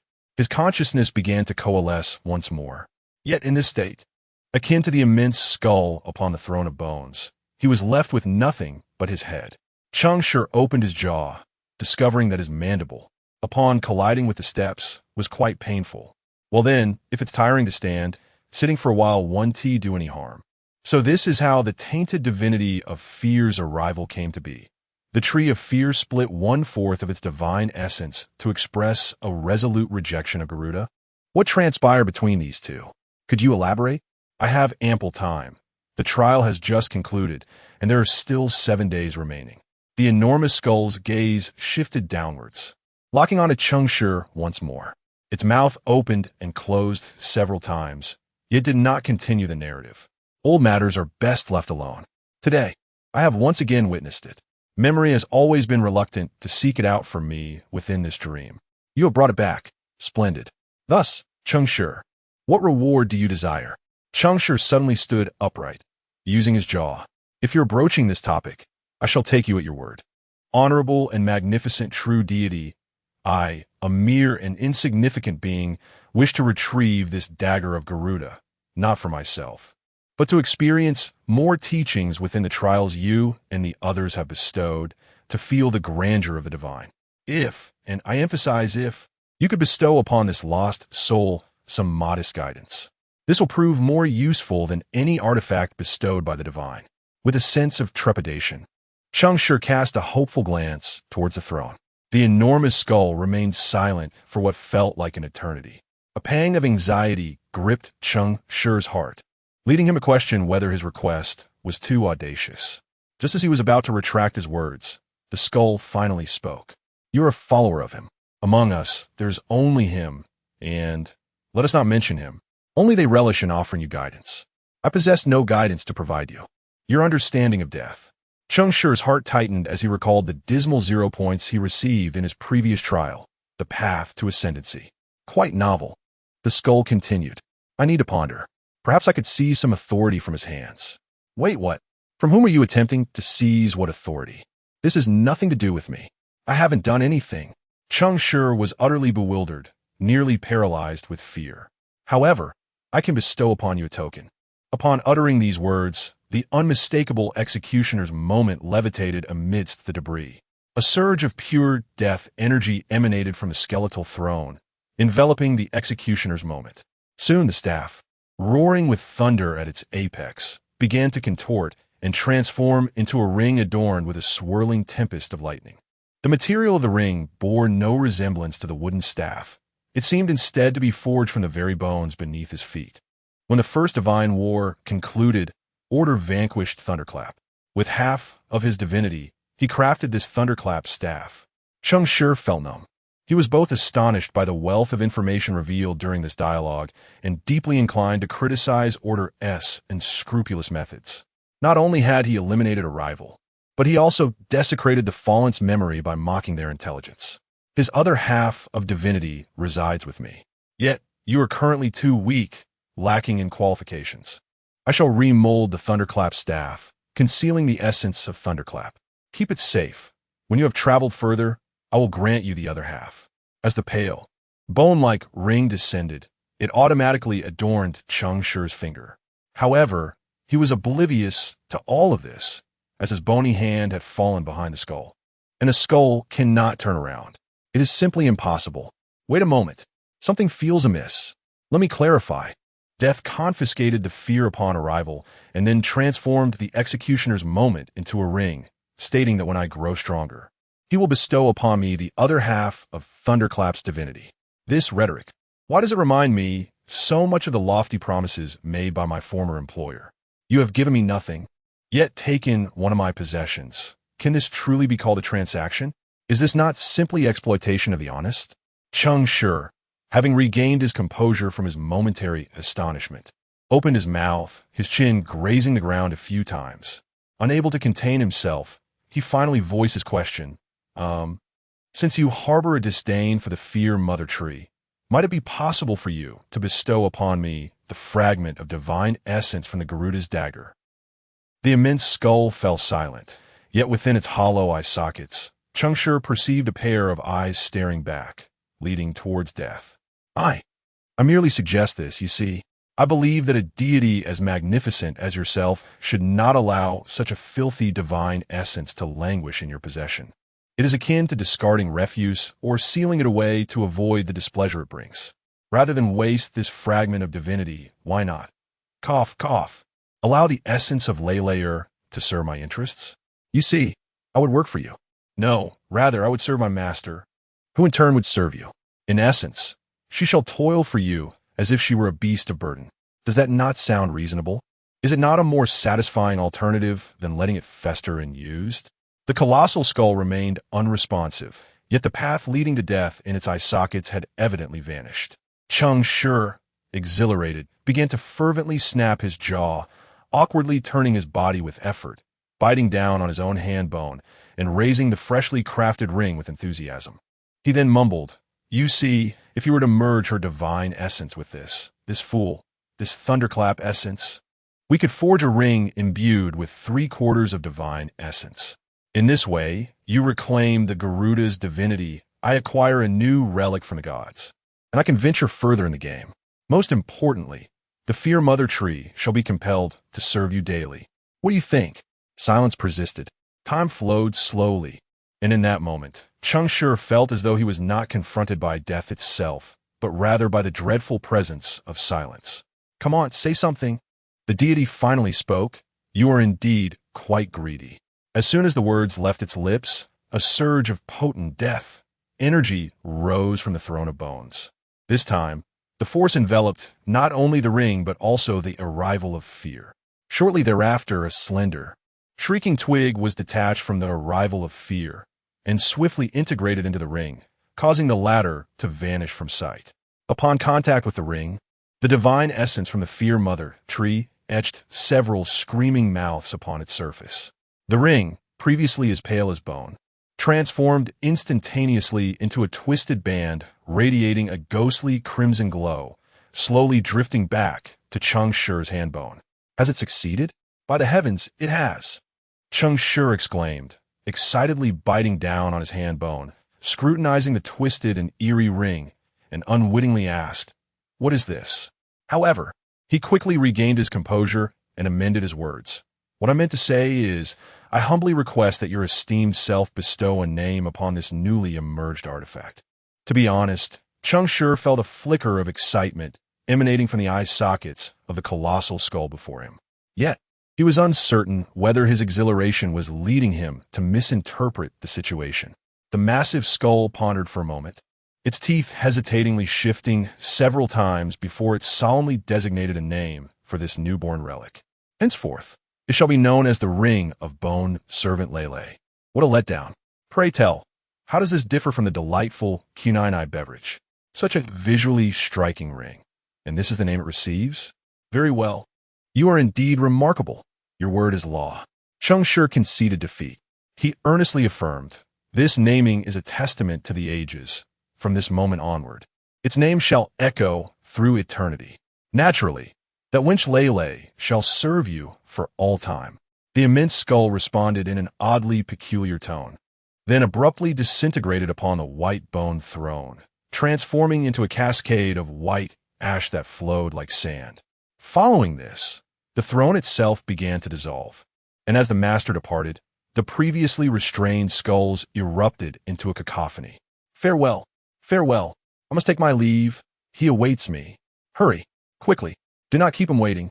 As the throne crumbled before him, the fishbone staircase beneath his feet began to fracture layer by layer. Cheng Shi, now merely ahead, found himself unable to evade the impending void, succumbing to the abyss. Yet, even as the sensation of weightlessness surged through him, he did not release his grip on the bone in his mouth, until, once again, darkness enveloped his consciousness, only to awaken anew. Cheng Shi abruptly opened his eyes, raised his hand, and gazed at the twisted ring adorned with a captivating scarlet glow upon his right index finger. That ring, seemingly emitting a chilling wail of terror, appeared remarkably enchanting under the sunlight. Chapter 67.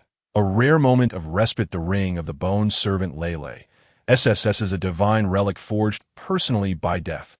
It encapsulates half of the divine essence of thunder and a quarter imbued with the emotion of fear from the corruption divinity. Special effect, fear nourishment. You may absorb the surrounding fear, charging it. For each complete charge, the ring will illuminate with a shrieking mouth. Special effect, thunder judgment. By consuming 1 unit of fear nourishment, you can summon a thunderous punishment to annihilate your enemies. If the target has previously provided fear nourishment to the ring, the thunderous punishment is guaranteed to hit. Special effect, bone servant beneath the throne. You can transmute a corpse into a bone servant of death, which can relay your praises back to the esteemed Lord upon the throne. Cheng Shi gazed intently at the ring in his hand, saliva pooling at the corners of his mouth. An SSS-level divine relic. Such a thing had never been heard of since the day of its descent. Incredible. Cheng Shi silently retracted his earlier grievances against death, unabashedly expressing his admiration. Praise be to the esteemed Lord upon the bone throne. Look at this stature, this elegance, this grandeur. To certain employers, not naming names, consider this a gentle reminder. If you do not strive harder, your employees may soon find themselves permanent fixtures in another's company. As the old adage goes, the greater the storm, the more valuable the fish. A profound truth indeed. This philosopher, named Gao, has long discerned the essence of the world. Cheng Shi indulged in his self-congratulation for quite some time, feeling an exhilaration akin to when he first acquired his initial S-level talent. A sense of monumental achievement filled his chest, leaving him in a state of blissful agitation for an extended period. If you wonder why Cheng Shi, with only 2,100 points, did not mention his SS-level talent, I must inform you of the existence of an initial faith talent. Though rare, an SS-level initial faith talent does exist. Some strive a lifetime to reach Rome, while others are born there. Cheng Shi belongs neither to the former, nor does he consider himself the latter. He perceives himself as a mule, always driven to run. Now, this mule has finally earned a moment to catch its breath. He carefully removed the ring. Counting the number of shrieking mouths, the count was precisely 5. With 5 teammates besides Cheng Shi in each trial, it became abundantly clear what the esteemed Lord intended to convey. I am merely a healer destined to rescue my teammates. How could I possibly eliminate 5 of them at once? That would be a jest taken too far. Cheng Shi shook his head in amusement, gently wiping the ring with his sleeve until it gleamed. Then, he rummaged through his storage for several rings acquired during previous trials, cleaning them meticulously and adorning his fingers with them, 2 on his left hand and 2 on his right, in red, yellow, blue, and green. Thus, the once conspicuous divine relic was instantly transformed into an unassuming piece of a ring collection belonging to a certain enthusiast. After preparing everything, he finally settled at the edge of the rooftop to indulge in his lunch for the day. The unwavering menu consisted of finger bread, accompanied by a can of viscous beverage. "Hey, are you eating again?" came a voice of a quirky lad from the opposite rooftop. Cheng Shi glanced up to see Xie Yang, waving a large backpack at him. "What is up? Exercising?" Cheng Shi chuckled. Xie Yang's arm faltered mid-wave, and he awkwardly replied, "What exercise? This trial isn't too perilous. I happened to find a few history books during the trial and thought, since you're a mage, you'd surely enjoy studying history, so I brought them back for you." "Ha ha, no need to thank me. Here, catch." With that, he hurled the backpack over, as if it were shot put. Though Xie Yang had stretched the truth, Cheng Shi understood his intention. This was clearly not a casual gesture, but rather a deliberate attempt to forge camaraderie. Perhaps Xie Yang had taken Su Lu's previous complaints to heart, for he had been persistently seeking medicine from Cheng Shi over the past week, seemingly aware that Cheng Shi still possessed a stockpile from the days of prosperity. However, Cheng Shi had not acquiesced. It wasn't that he was unwilling to assist. He simply did not wish to benefit Su Lu. In the past, he had shared plenty of food and drink, but this time, these books. Initially, Cheng Shi held no interest in the history of the trials. Yet following the conclusion of this particular trial, he found himself increasingly curious about the events that transpired in the Land of Hope. Even if this thirst for knowledge was tinged with a hint of gossip regarding the Grand Tribunal, it was still a desire for understanding. Thus, Xie Yang had indeed struck a chord. "Ah, brother, helping you may just be my downfall. Not everyone can handle green tea, especially those with sensitive stomachs." Cheng Shi thought this to himself, but refrained from voicing it, knowing that expressing it would diminish the amusement. He swiftly popped a few fingers into his mouth, gulped down the viscous beverage, and retrieved a bottle of the bygone prosperity from his spatial pouch, tossing it towards Xie Yang while muttering, "You owe me 2 bottles." Xie Yang caught the flying medicine and nodded eagerly like a chick pecking at grain. "Wow, thank you, big brother. You're like a brother to me. I'm in great shape now. I'll return 1 bottle right away." "What do you need, buddy?" "Anything below S rank is fair game." "S rank? I now possess an SSS rank item. Why would I bother with anything below S?" Yet Cheng Shi replied, "Perfect. I need to inquire about something. If you have any information, consider it a return for a bottle of medicine." "Xie Yang bao set, surprise." "Huh? You want to ask me? About what?" "Oh, nothing much. Just curious about how the Grand Tribunal engaged in conflict with the Tower of Rationality during the mid-civilization era." Upon hearing this, Xie Yang awkwardly scratched his head. "Sorry, buddy. Last time I was testing you. I'm really not a member of Order." Cheng Shi was not taken aback. Instead, he nodded, "I know. But you are a member of War, so you should be familiar with the beginnings of such significant battles in the Land of Hope." Xie Yang's forced smile froze at the moment Cheng Shi finished speaking. His cheeks twitched as he awkwardly chuckled, "Ha. Ah. Who told you I'm a believer in warfare? That was a misunderstanding. I see. I must have overthought things. I assumed you were too busy with your daily endeavors to seek out conflicts." He paused. "Let us leave it at that for now. I will inform you when I remember what I need." With that, Cheng Shi picked up his backpack, flipping through the book in his hands as he made his way towards the warehouse. Behind him, on the rooftop across, Xie Yang observed Cheng Shi's retreating figure, his expression shifting between uncertainty and frustration. Having lost a round, he felt the sting of being anticipated by his opponent. Clenching the vial in his hand, he sighed and turned toward the other side. "Cough, Lulu. Let me tell you, this trial was perilous beyond belief. I barely managed to emerge victorious, but I gained something worthwhile. I found a vial of past prosperity during the trial, and knowing how much you cherish such potions, I brought it back for you." "Hello, Lulu. Are you home?"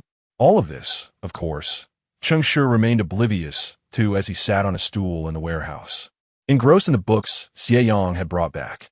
The script of the Land of Hope bore no resemblance to the written language of reality.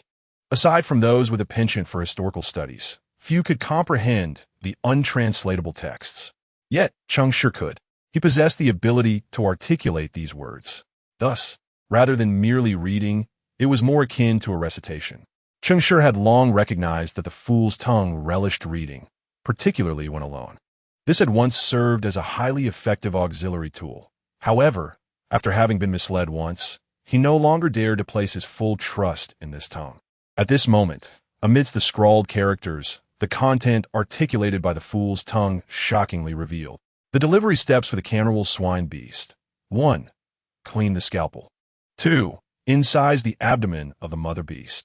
Though the content was perplexing, it was not entirely out of the ordinary, as Cheng Shi had engaged in such tasks before. However, when he heard the next line, he nearly spewed blood onto the ceiling. 3. Stuff the spices inside.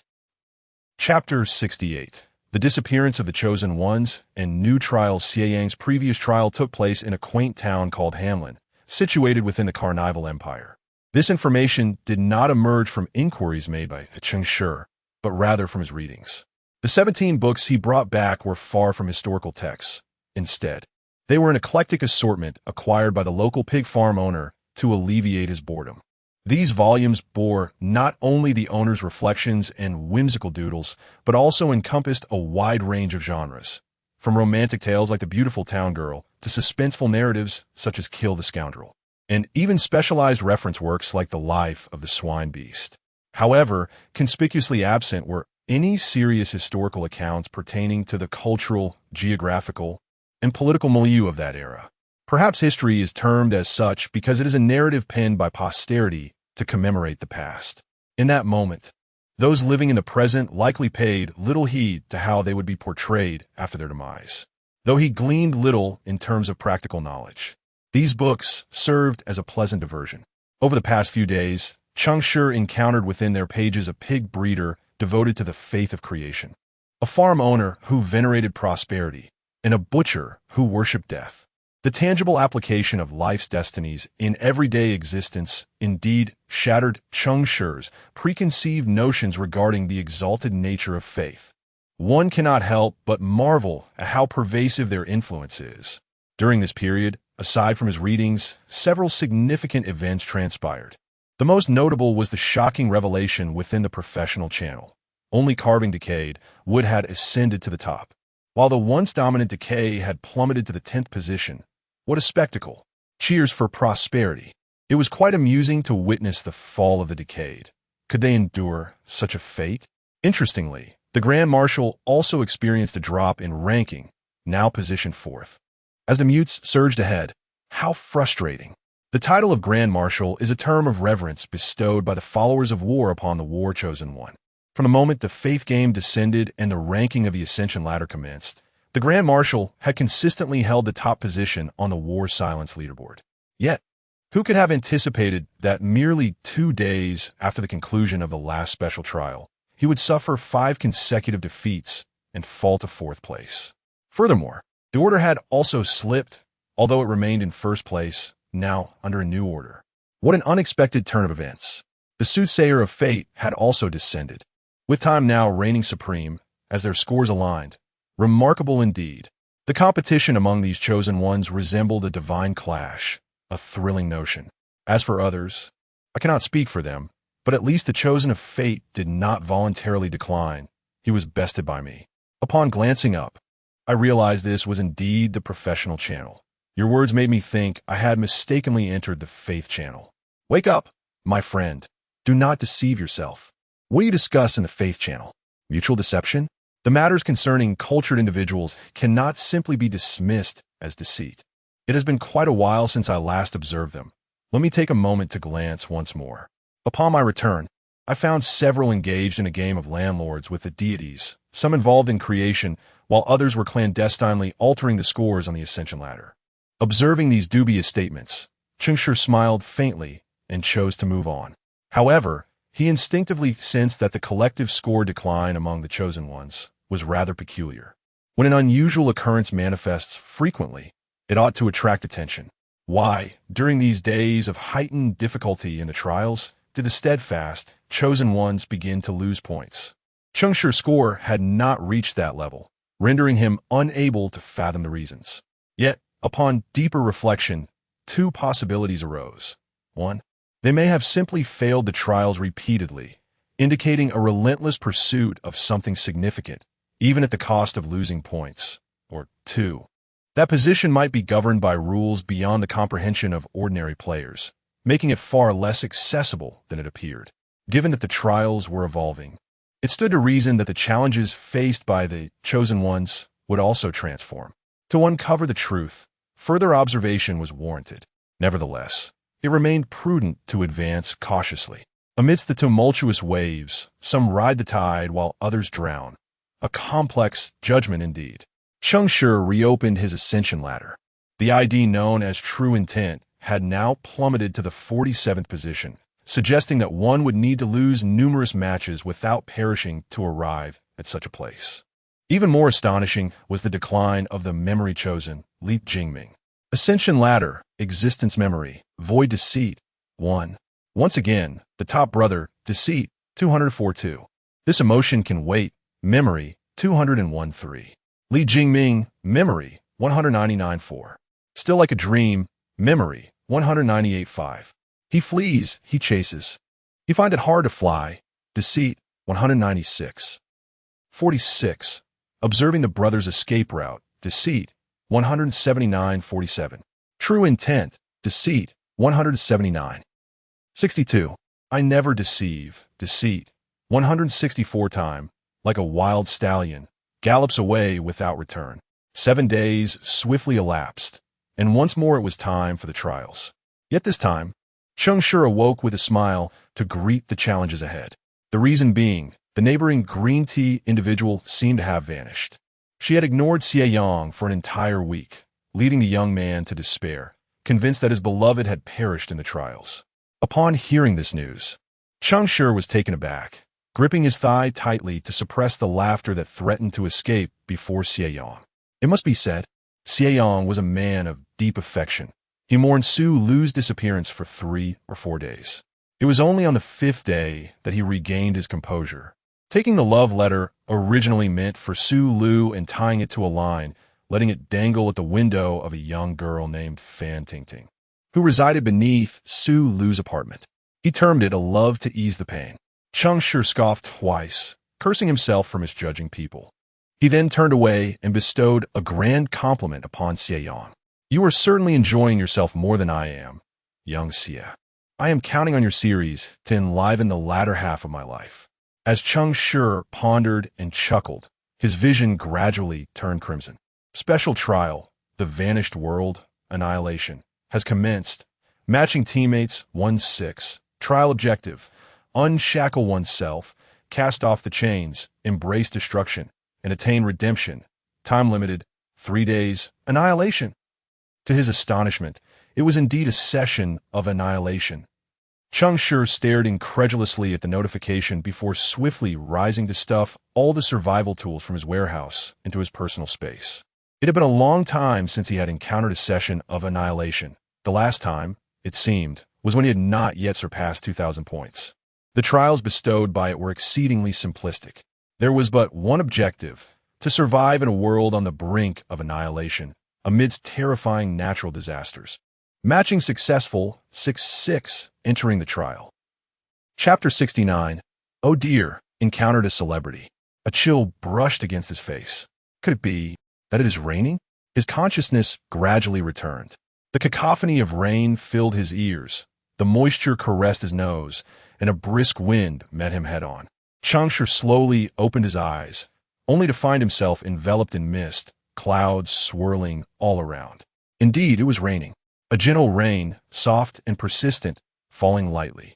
He paid no heed to the droplets that dampened his hair and clothes, nor did he hasten to retrieve an umbrella from his spatial pocket. Instead, he took a moment to survey his surroundings. It appeared he was situated on the mid-slope of a lofty mountain, surrounded by towering peaks. The verdant landscape was lush and vibrant, and the long-lost breath of the wilderness invigorated Cheng Shi's spirit. Nature's splendor, truly a purveyor of emotional rejuvenation. As he extended his arms to embrace the raindrops descending from the heavens, his teammates began to awaken, one by one. Wow, brother, what is going on? Who are we praising? The great outdoors? Ahem, ahem, cough, cough. The humidity was overwhelming, and the atmospheric pressure was low. A torrential downpour was imminent. Although it was their first encounter, Cheng Shi felt compelled to interrupt their reverie with a rather disheartening announcement. Our spatial pocket has been locked.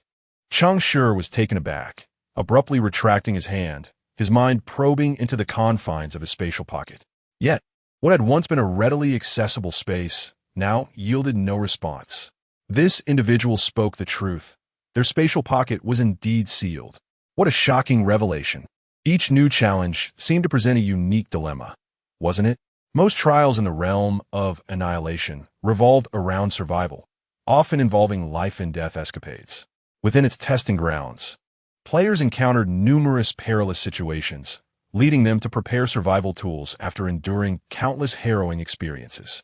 The spatial pocket was not expansive enough to accommodate all household items, which meant that individuals like Cheng Shi, who improvised at the last moment, were increasingly common. However, this time, the upper echelons had imposed restrictions. The spatial pocket had been sealed, something unheard of until now. Cheng Shi cast a glance at the ring on his finger, feeling a flicker of luck. Thankfully, he had not stored this semi-divine artifact within his spatial pocket. Otherwise, he would have been left bereft. The items within his spatial pocket, while useful, would not drastically diminish his strength or lead to his demise if lost. This had always been a precautionary measure for Cheng Shi. After all, no external object could compare to the substance of one's own growth, except, of course, for an incredibly reliable ally. Damn, is this for real?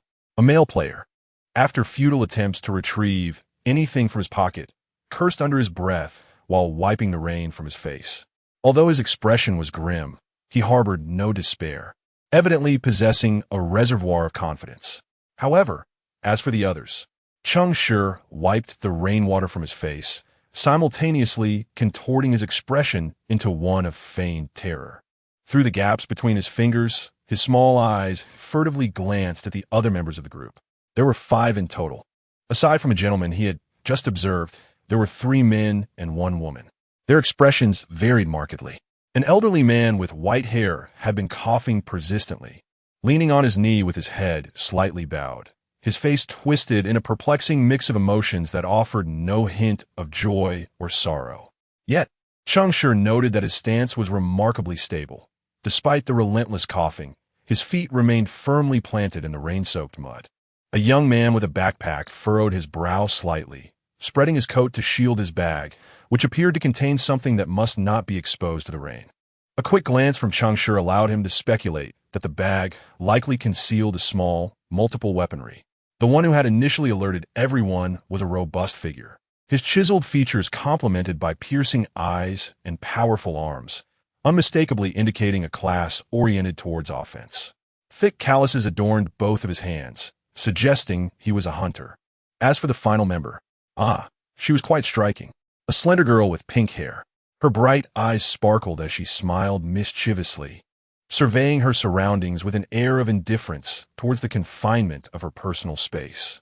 Cheng Shi's gaze swept across her face, a lingering sense of familiarity tugging at his mind, though he could not quite place her due to the rapidity of his observation. Unexpectedly, in the next moment, someone called out her name. "You are Tao Yi." "Who?" Cheng Shi looked toward the girl with a hint of astonishment, only to see everyone else regarding her with similar surprise. The pink-haired girl squinted and smiled, revealing a playful grin reminiscent of a little fox. "Hello, everyone. I am Tao Yi." Upon hearing her melodious voice, reminiscent of a golden oriole, Cheng Shi finally recalled who this familiar girl was. She was a rising actress who had entered the industry through singing, yet had gained little fame over the past 7 or 8 years. However, her role as a maid in a palace comedy, where she assisted a friend, catapulted her to stardom across the land. This palace comedy, titled When Spring Breeze Fails to Please, told the absurd tale of an ordinary girl who, through a series of mishaps, was forcibly married into a royal household and ultimately fell in love with a cross-dressing prince, weaving a twisted narrative of ethical romance. Tao Yi portrayed the maid of the scheming cousin who harbored unrequited love for the female lead. Her quirky demeanor and penchant for complicating matters endeared her to audiences, as she inadvertently assisted the protagonists, thus becoming the most beloved character in the series, even surpassing the female lead in popularity. Cheng Shi had never been one to watch television dramas, but he could not escape the daily chatter of his colleagues. Through their incessant discussions, he had come to learn of this individual. As he stood in the presence of a star he had only seen on screen, he could not help but marvel. She is even slimmer than in the photographs. Indeed, The world is wondrous. Who would have thought one could encounter a celebrity amidst trials? Oh my, it is indeed a real person. With his hair dyed pink, I almost failed to recognize him. What a pity that your acting career has just begun. And yet this cursed game has descended upon us. The gentleman who recognized Tao, he chattered incessantly, as if his mouth had an unending stream of words. Well, to be honest, I prefer singing to acting. So, you must be a singer? Actually, I am a mage. Upon hearing this, Cheng Shi could not suppress a chuckle. This fellow, with such a clumsy approach, likely had no chance at all. Tao, he too, smiled with narrowed eyes and gestured toward herself, saying, "Allow me to reintroduce myself. I am Tao E. Life, Mage, 1783. How fortuitous. I'm also a mage, and I too am an actor," the loquacious gentleman continued. "Since childhood, I've been captivated by the stars and science fiction. As I grew older, I became increasingly enthralled, and upon entering the entertainment industry, I yearned to star in a science fiction film of my own conception. Alas, I missed the casting opportunity for the Three-Body Project and had to begin my journey in smaller productions to gain experience. I have played the male third lead in many dramas, with my most viewed role being in the remarkable starship Immortal Emperor, where I portrayed the Demon Realm General, Zhu Chao. My character ranked quite favorably on the popularity charts. Tao E. Have you seen it?" As his words flowed faster, the expressions of those around him grew increasingly peculiar. Cheng Shi's face nearly turned rigid, as he felt an overwhelming urge to crouch down and inspect whether the soles of his shoes had been worn thin. How awkward. "Brother, I reckon you are ill-suited for three-body. Perhaps you should audition for three-body syndrome instead. You would surely land the leading role." Perhaps sensing the discomfort etched on everyone's faces, the loquacious Demon Realm General, Zhu Chao, finally recognized the inappropriateness of his introduction. He awkwardly chuckled twice, scratching his head and saying, my apologies. I was too excited to meet Tao E. I am Su Yida, Existence, Mage, 1864. As soon as he finished speaking, Cheng Shi raised his eyebrows in surprise. It appeared this Demon Realm General had indulged in a little deception. Su Yida, Existence, Mage, 1864. Chapter 70. The Bureau of the Old, Weak Women. And children, there is a certain intrigue in this tale. It appears that the boisterous and loquacious male actor, in a moment of introduction, has woven a web of deceit. What is even more fascinating is that his statement, lengthy and multifaceted, conceals a truth that Cheng Shi struggles to discern. Thus, while maintaining an outward calm, he mentally tags the Jiangge for special attention. Once Su Yida concludes his introduction, the elderly gentleman with white hair, who has been persistently coughing, finally straightens his posture and offers a nod and a smile to the assembly. However, this smile carries an unmistakable hint of anguish. "Forgive me, everyone. I am aware of the time constraints, but I must first inquire, has anyone among you encountered a university student named Chui Chiushi?" He coughs repeatedly before continuing. He is quite tall, slightly taller than I, approximately 183 meters, slender, with short hair, though it may have grown longer by now. His complexion is rather dark, and he bears a scar on the back of his neck, a burn scar. His eyes resemble mine, but he has a mole at the corner. Before the elderly man can finish his description, Su Yida interjects, waving his hand dismissively. Stop. Excuse me, old man. What are you doing here? Searching for someone? Who is this person? Your grandson." The old man shakes his head, and after a fit of coughing, straightens up with an apologetic expression. "I am terribly sorry. My health has deteriorated. He is my son. I simply wish to know if he is alive and safe. I have been searching for him for quite some time, yet I have not found him." "Your son?" Cheng Shi regards the old man with surprise. The gentleman appears to be at least 70 years of age. If his son is a university student, he must have been born when the old man was already in his 50s. It is no wonder that, in a world such as this, he continues to seek his son. A late-life child is often indulged to excess. "Sir, you're in your 70s or 80s, correct? Your son is a university student?" The old man remains unfazed by Su Yida's skepticism, nodding vigorously while coughing and replying, "Yes, Chiushi is academically gifted, having gained admission to Nanjiang University of Science and Technology." "Spare us the details. Who cares which university he attended? There are no universities left now. Cheng Shi interjects, I assure you that no one has seen him. Consider this. With a global population of 12 billion, each match only pairs 6 individuals. The odds of encountering him are exceedingly slim. Moreover, he might, perhaps realizing the insensitivity of suggesting the old man's son had perished, Su Yida hesitated, ultimately swallowing his words. My apologies for taking up your time, the old man continued. My name is Chui Dingtian, a believer in decay. With a score of 1677 on the ladder of heaven. Chui Dingtian, decay, 1677 decay. The elderly gentleman boldly declared his belief. Everyone exchanged bewildered glances. And Cheng Shi's gaze swiftly scanned the faces of the others, noticing only Tao Yi exhibiting a fleeting moment of discomfort. The plot thickens. She is a follower of prosperity. Su Yida was momentarily taken aback. You, old man, you just spoke so candidly? Tao Yi is a devotee of life. Are you not afraid that she... He sighed. Well, as a decaying tree, what is there to conceal? Everyone can see the state of this old man's body.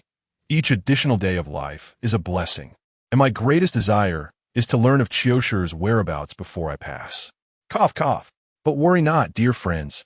I still possess some strength to lend a hand. Should I become a burden later, do not concern yourselves with me. It is merely fate. Chui Dingtian's words were sincere and devoid of deceit. However, Cheng Shi observed this truly decaying devotee with a furrowed brow. Given his condition, one would expect his decaying power to be at its zenith. Frankly, this man's decay might surpass that of the younger ones by several folds. Yet how had he ended up in such a state? Curious. We must hasten, everyone. The rain is intensifying. The gentleman who initially alerted everyone to the sealed spatial dimensions seemed particularly attuned to the unfolding events. He slowly redirected his gaze from the old man, wringing the water from his clothing.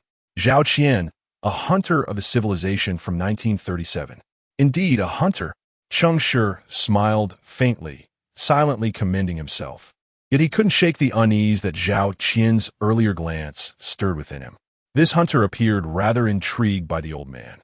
The flicker in his eyes concealed unspoken deceptions. Had he found his quarry? Or perhaps he had encountered the individual known as Chui Qiushi. Just as Cheng Shi was meticulously observing the old man and the hunter, a youth standing nearby spoke up. Gao Yu, a mage of civilization from 1721. Another mage? Is today a day for mage gatherings? Cheng Shi felt an urge to laugh. This young mage had an innocent visage and a voice tinged with a hint of childishness, suggesting he was quite youthful. A high school student, perhaps? Cheng Shi inquired with a smile. Gao Yu's expression faltered, and he turned away, mumbling in response. There are no high schools anymore. I'll be 18 soon. Oh, a high school student. Gao Yu looked at Cheng Shi with exasperation, finding him rather tedious. Cheng Shi grinned widely. Ah, young lad. Yet, this gathering is intriguing. All ages are represented. As for the weak, cough, cough, Cheng Shi, a priest of life, level 1501. Esteemed comrades, it is a pleasure to meet you. Cheng Shi beamed, seemingly honored to be in the presence of individuals boasting scores of 1700 and 1800. Upon hearing that Cheng Shi was a priest, the previously furrowed brows of the others relaxed. At last, in this dire trial for survival, a priest has arrived. Although his score may be somewhat low, it is certainly better than having none at all. At the moment Cheng Shi finished his introduction, a sudden brilliance illuminated the distant horizon, swiftly followed by the resounding roar of thunder. Boom! Lightning danced recklessly within the inky black clouds, as if a true dragon were weaving through the skies, summoning rain. The rainfall visibly intensified. It appeared that this impending catastrophe was indeed linked to the rain, potentially heralding floods or landslides. Everyone should act swiftly. Once the immediate danger has passed, they could deliberate on whether to ascend or descend. Currently, the 6 players found themselves on a mountainside. If the disaster were a flood, the summit would naturally be the safest refuge. Conversely, in the event of a landslide, descending to the valley would be the prudent choice. This decision could significantly impact their survival, almost determining life and death itself. Caution was imperative. After Zhao Qian articulated these thoughts, no one moved except for Su Yida. He cast a bewildered glance at the others, and, feeling somewhat embarrassed, turned to leave. At that moment, as he turned away, Cheng Shi observed his awkward silhouette and couldn't help but chuckle. How intriguing to encounter a fellow traveler. This individual was not merely in existence, but rather a being of void, a deceptive mage, a master of trickery. Among the six present, aside from himself, Tao Yi, and Shui Dingtian, who were fated to be adversaries, the others bore no opposing destinies. Thus there was no need for discretion. The memory decree offered a fragment of recollection, irrespective of its origin. The time decree was characterized by precision and punctuality. Clearly, neither of these decrees required concealment from others. Personal privacy? Ritual habits? No. In the face of imminent peril, such concerns were extraneous. Moreover, since even the acolyte of prosperity had not departed, why would a follower of existence choose to leave alone? It was no wonder that his first words were laced with deception. For the essence of the deceptive decree is indeed to mislead. Whether one deceives foes or allies depends solely on profession and aptitude. Ironically, the decrees of the existence path do not rely on tangible objects, while the decrees of the void path necessitate prayers directed toward specific divine tokens. Su Yida's departure likely aimed to obscure his masquerade. For those followers of deception, lacking the talent of lies like yesterday, concealing their true beliefs has always been a profound conundrum. Nonetheless, most deceptive acolytes encountered previously would masquerade as acolytes of fate. As this merely required replicating a die, the remainder could be fabricated through mere eloquence.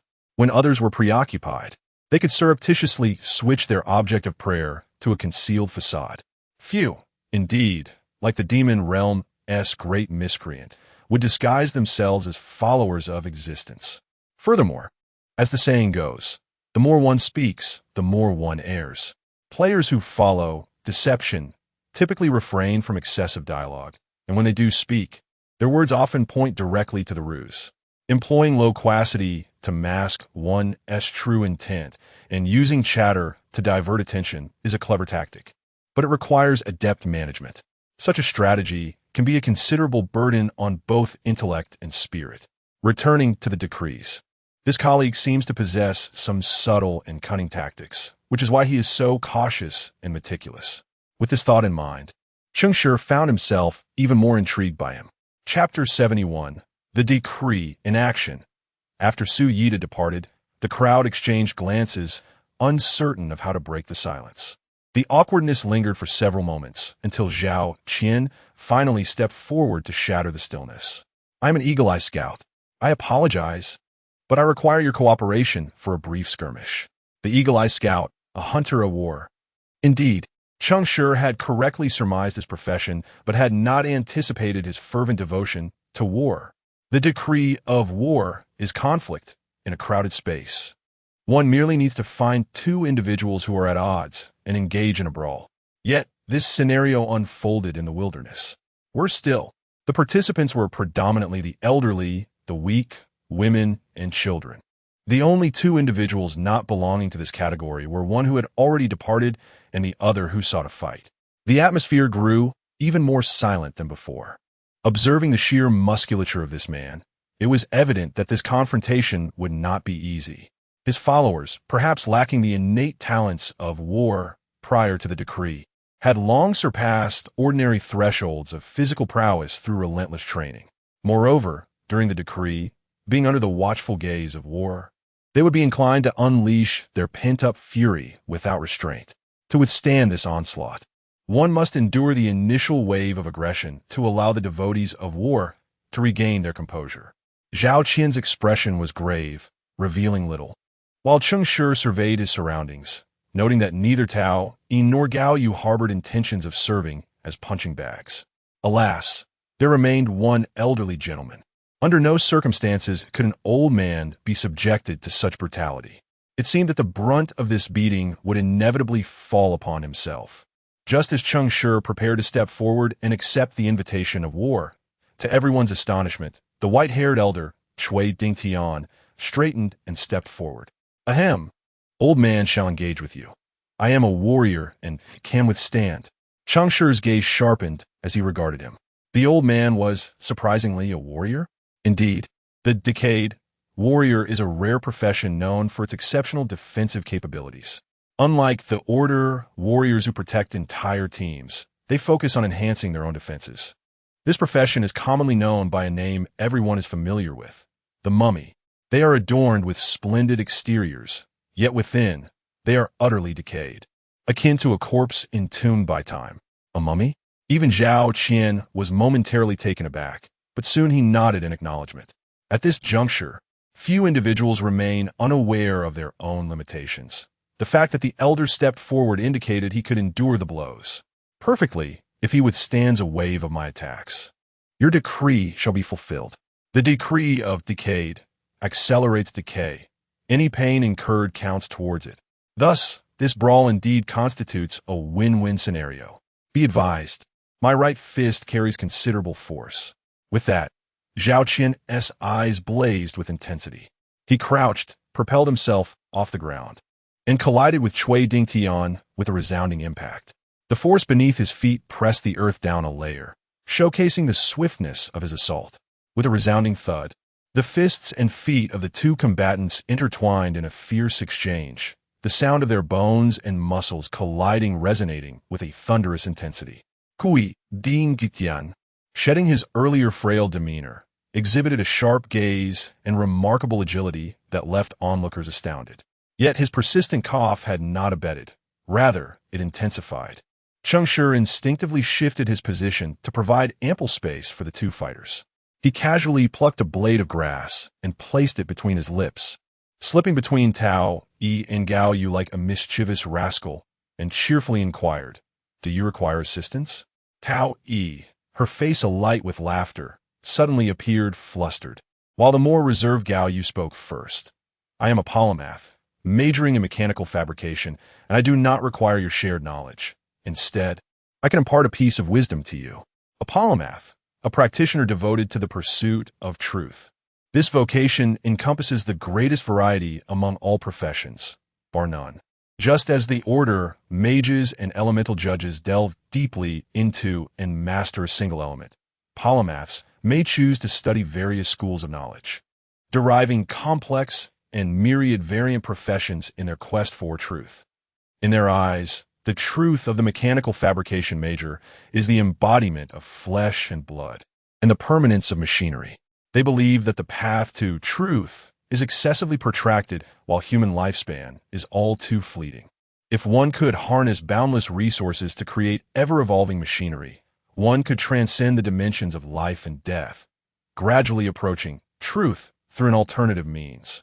Cheng Shi suddenly grasped the situation, casting a casual glance at the object concealed beneath Gao Yu's attire. It turned out not to be a weapon, but rather his tools. What a clever child. Fortunately, he hadn't stowed away his sustenance in a spatial pouch. Followers of truth adhere to two sets of precepts. Supportive professions must acquire knowledge, while output professions must disseminate it. Cheng Shi, somewhat intrigued, remarked, "So you are the most astute polymath. Pray, enlighten us. We are all ears." Gao Yu smirked, pondering for a moment before sharing his insight. The illustrious scholar Glow of the Void Energy School of the Tower of Rationality conducted an experiment. Utilizing the truth ritual of the Polymath Council, he cast 100 sourceless beacons into the void. Along with his students, he wielded 100 beacon attractors to guide these beacons, intending to retrieve them through a rift in the void at the farthest point from the tower, the city of Gazmila. If this laborious experiment had succeeded, it would have sufficiently demonstrated that coordinates in the void correspond directly to those in reality. Alas, Glow met with failure. Throughout the arduous journey spanning over a decade, the attractor maintained a sense of the beacon's existence. Yet upon reaching Gazmila, they lost all connection. Scholars of the Tower of Rationality unanimously deemed Glow's hypothesis absurd. The void is the void and bears no correlation to reality. Consequently, the scholar lost his chance to compete for a position on the Polymath Council and lived out his days in despondency. Yet, on the very day following Glow's demise, these beacons emerged from the rifts of the void, cascading upon the funeral of the grand scholar in the city of Gasmira. His students wailed and wept, Unable to fathom this unfathomable spectacle, they gathered all the beacons, discovering precisely 100, neither more nor less, though each beacon was missing a fragment. When the scholars, drawn by the news, restored these missing parts, it became evident that these fragmented pieces fit together at their edges, forming a mask the size of a beacon.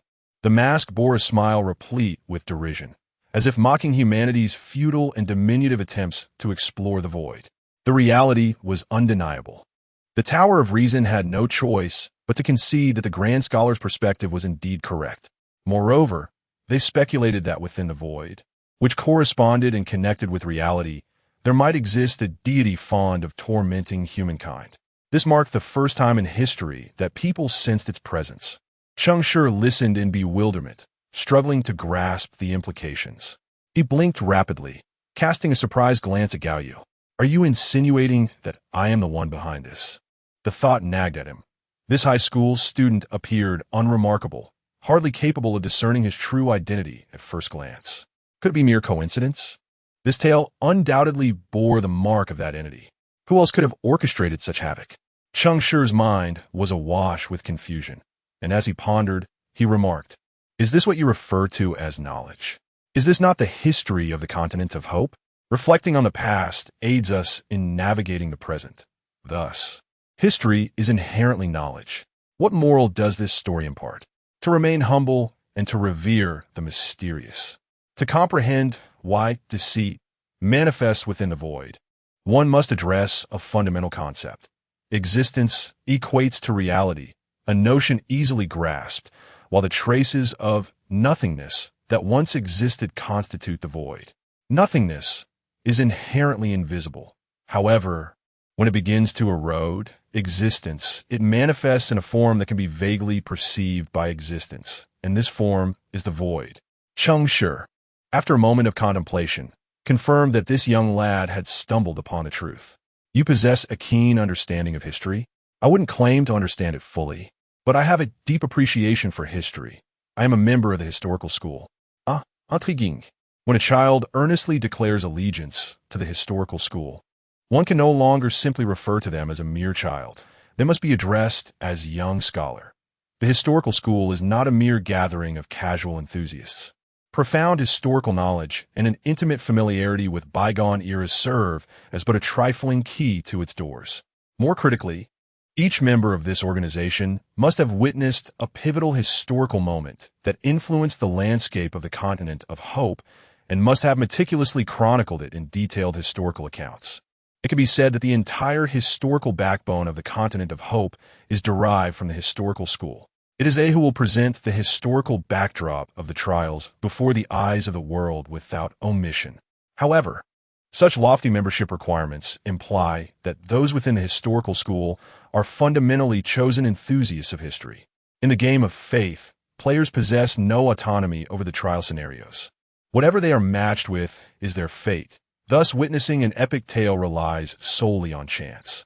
Cheng Shi felt a sudden surge of joy, as he too had recently developed a fondness for history. "May I inquire, Gao Yu, which segment of history have you witnessed?" "The confidentiality within the school remains intact. I cannot disclose."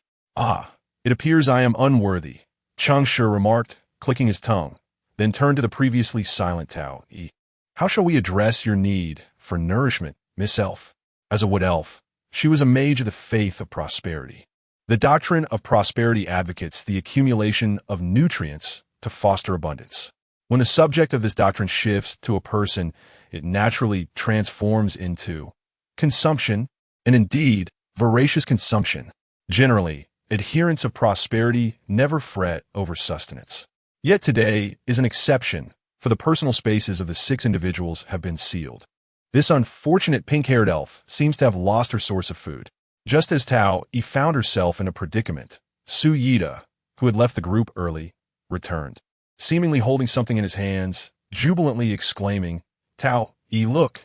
I discovered these mushrooms from the past of this land. Are they sufficient?" Tao turned in surprise to find that Su Yida's hands were indeed filled with mushrooms.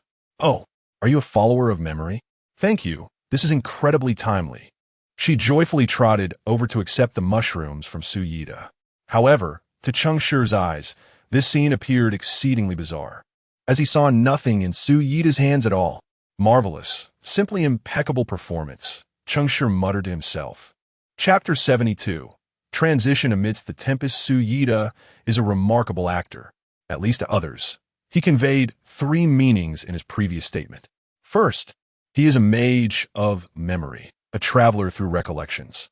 Second, he indeed possesses an ability akin to returning to the past, which may prove invaluable in the trial of annihilation, thereby enhancing his significance in an unseen manner. Third, he discerned that Tao Yi is a devotee of prosperity, demonstrating keen observational skills. However, concealed within Su Yida's performance were 2 layers of deceit regarding Cheng Shi, his talent and his score. Cheng Shi had already surmised his talent, the S-class faith talent of deception, known as mirage in the interstice of reality. When someone naively believes his lies, everything he describes becomes visible to that person. Conversely, if someone sees through his deceit, then all he utters remains unseen by the discerning individual. In essence, Su Yida conjured a handful of mushrooms existing between reality and illusion. Tao Yi believed him, thus she could see and consume them. Cheng Shi, having already deduced his allegiance to deception and possessing the talent to pierce through his fabrications, could not perceive the mushrooms. He only witnessed Su Yida's clumsy and comical illusion devoid of substance. This phenomenon explains why many talents associated with deception appear exceedingly peculiar, yet possess low ratings. For once a lie is unveiled, no matter how grand the faade, it will inevitably collapse, never to be reconstructed. Interestingly, Cheng Shi at present cannot dismantle his ruse, nor can he throughout the entirety of the trial. This is perhaps because Su Yida is the sole assurance that Tao Yi can fully unleash her potential during the trial. Furthermore, possessing an S-class talent likely indicates that Su Yida's latter score exceeds 2,000. In this light, one can perceive the depth of his cunning, rivaling that of his previous companions. Tao Yi's eyes narrowed into crescents as she savored the mushrooms, unabashedly indulging in her feast before the recently concluded Shui Ding Tian. The elder glanced at Tao Yi, coughed, and nodded, signifying a newfound respect for this girl of opposing beliefs. Zhao Qian observed Shui Ding Tian with a peculiar gaze, stepping back 2 paces, inhaling deeply, and remarked, "The mummy truly excels in defensive specialization. Impressive." Ahem, my apologies.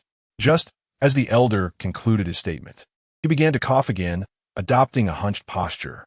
Indeed, everyone noticed the rain intensifying. Given the current soil conditions, a further deluge could likely trigger mudslides or landslides. Zhao Qian kicked the muddy ground beneath his feet, furrowing his brow as he continued. "My suggestion is to descend first, then veer to the side. The mountain peak over there appears to be composed of sturdier stone, providing better options for waiting out the downpour or any impending heavier rain. What do you think?" The group followed his gaze and found that the mountain there indeed looked more resilient, comprised of a pale stone. "I have no objections. No objections. Cough, cough, let us hurry along."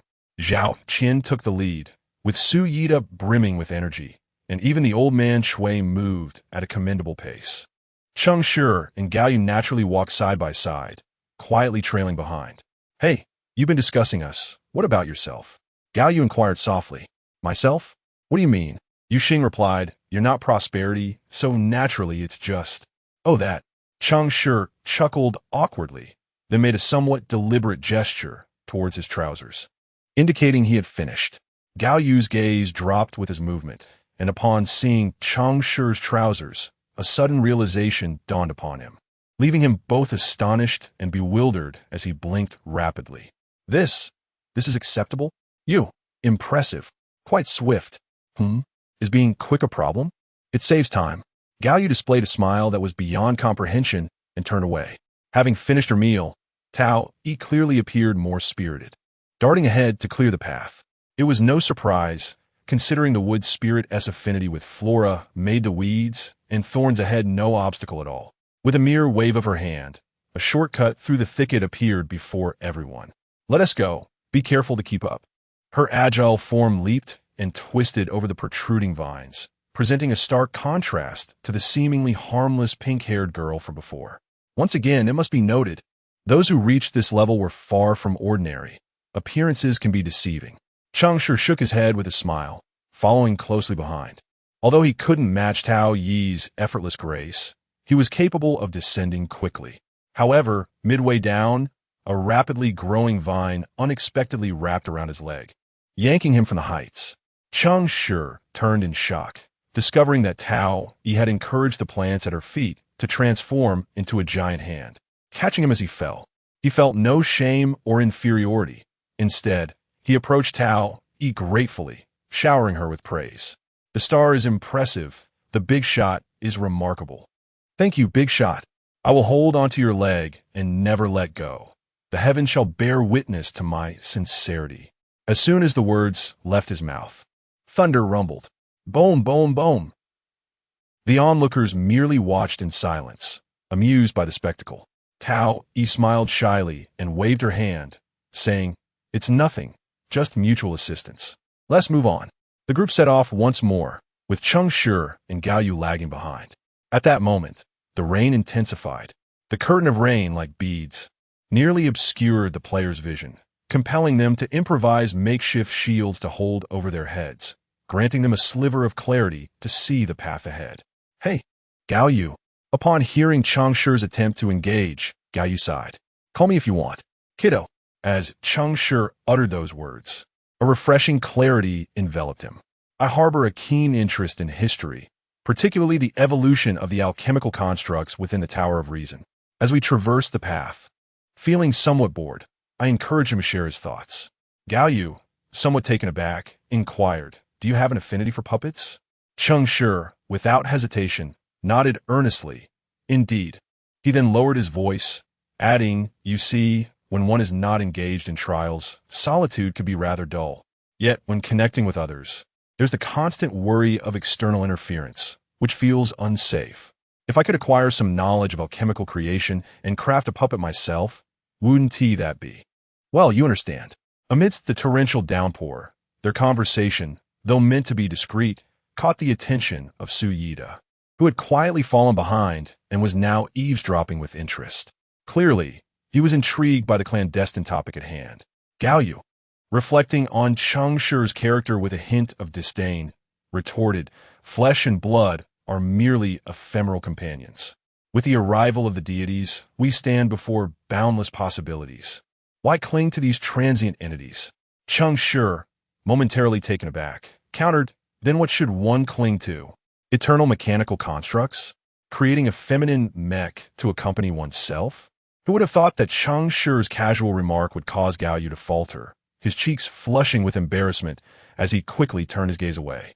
Cheng Shi, astonished by his reaction, mused, "Could it be that you have actually created one?"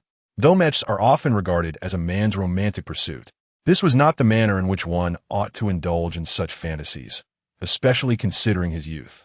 "I suggest you relinquish the mech to me. I shall bear this burden of sin on your behalf." Upon overhearing their exchange, Su Yida furrowed his brow. They had been muttering for ages about this, yet had failed to notice any clues regarding the trial's challenges, instead discussing the romance of mechs. "Isn't this enough romance for now? If it continues to rain for another hour, the valley will be awash, romantic indeed." He shook his head and resumed his pace ahead. Once Su Yida had moved on, Cheng Shi continued, "To each their own. Let us talk, shall we?" Gao Yu, reluctant to engage with what he deemed a trivial individual, nevertheless found pleasure in being asked about history, so he hesitated for a moment before conceding. "What would you like to know?" "Oh, I'm curious about the prominent figures in the field of alchemical constructs, their areas of research, and which one is the most reputable. I'll delve into some materials later to pursue this direction."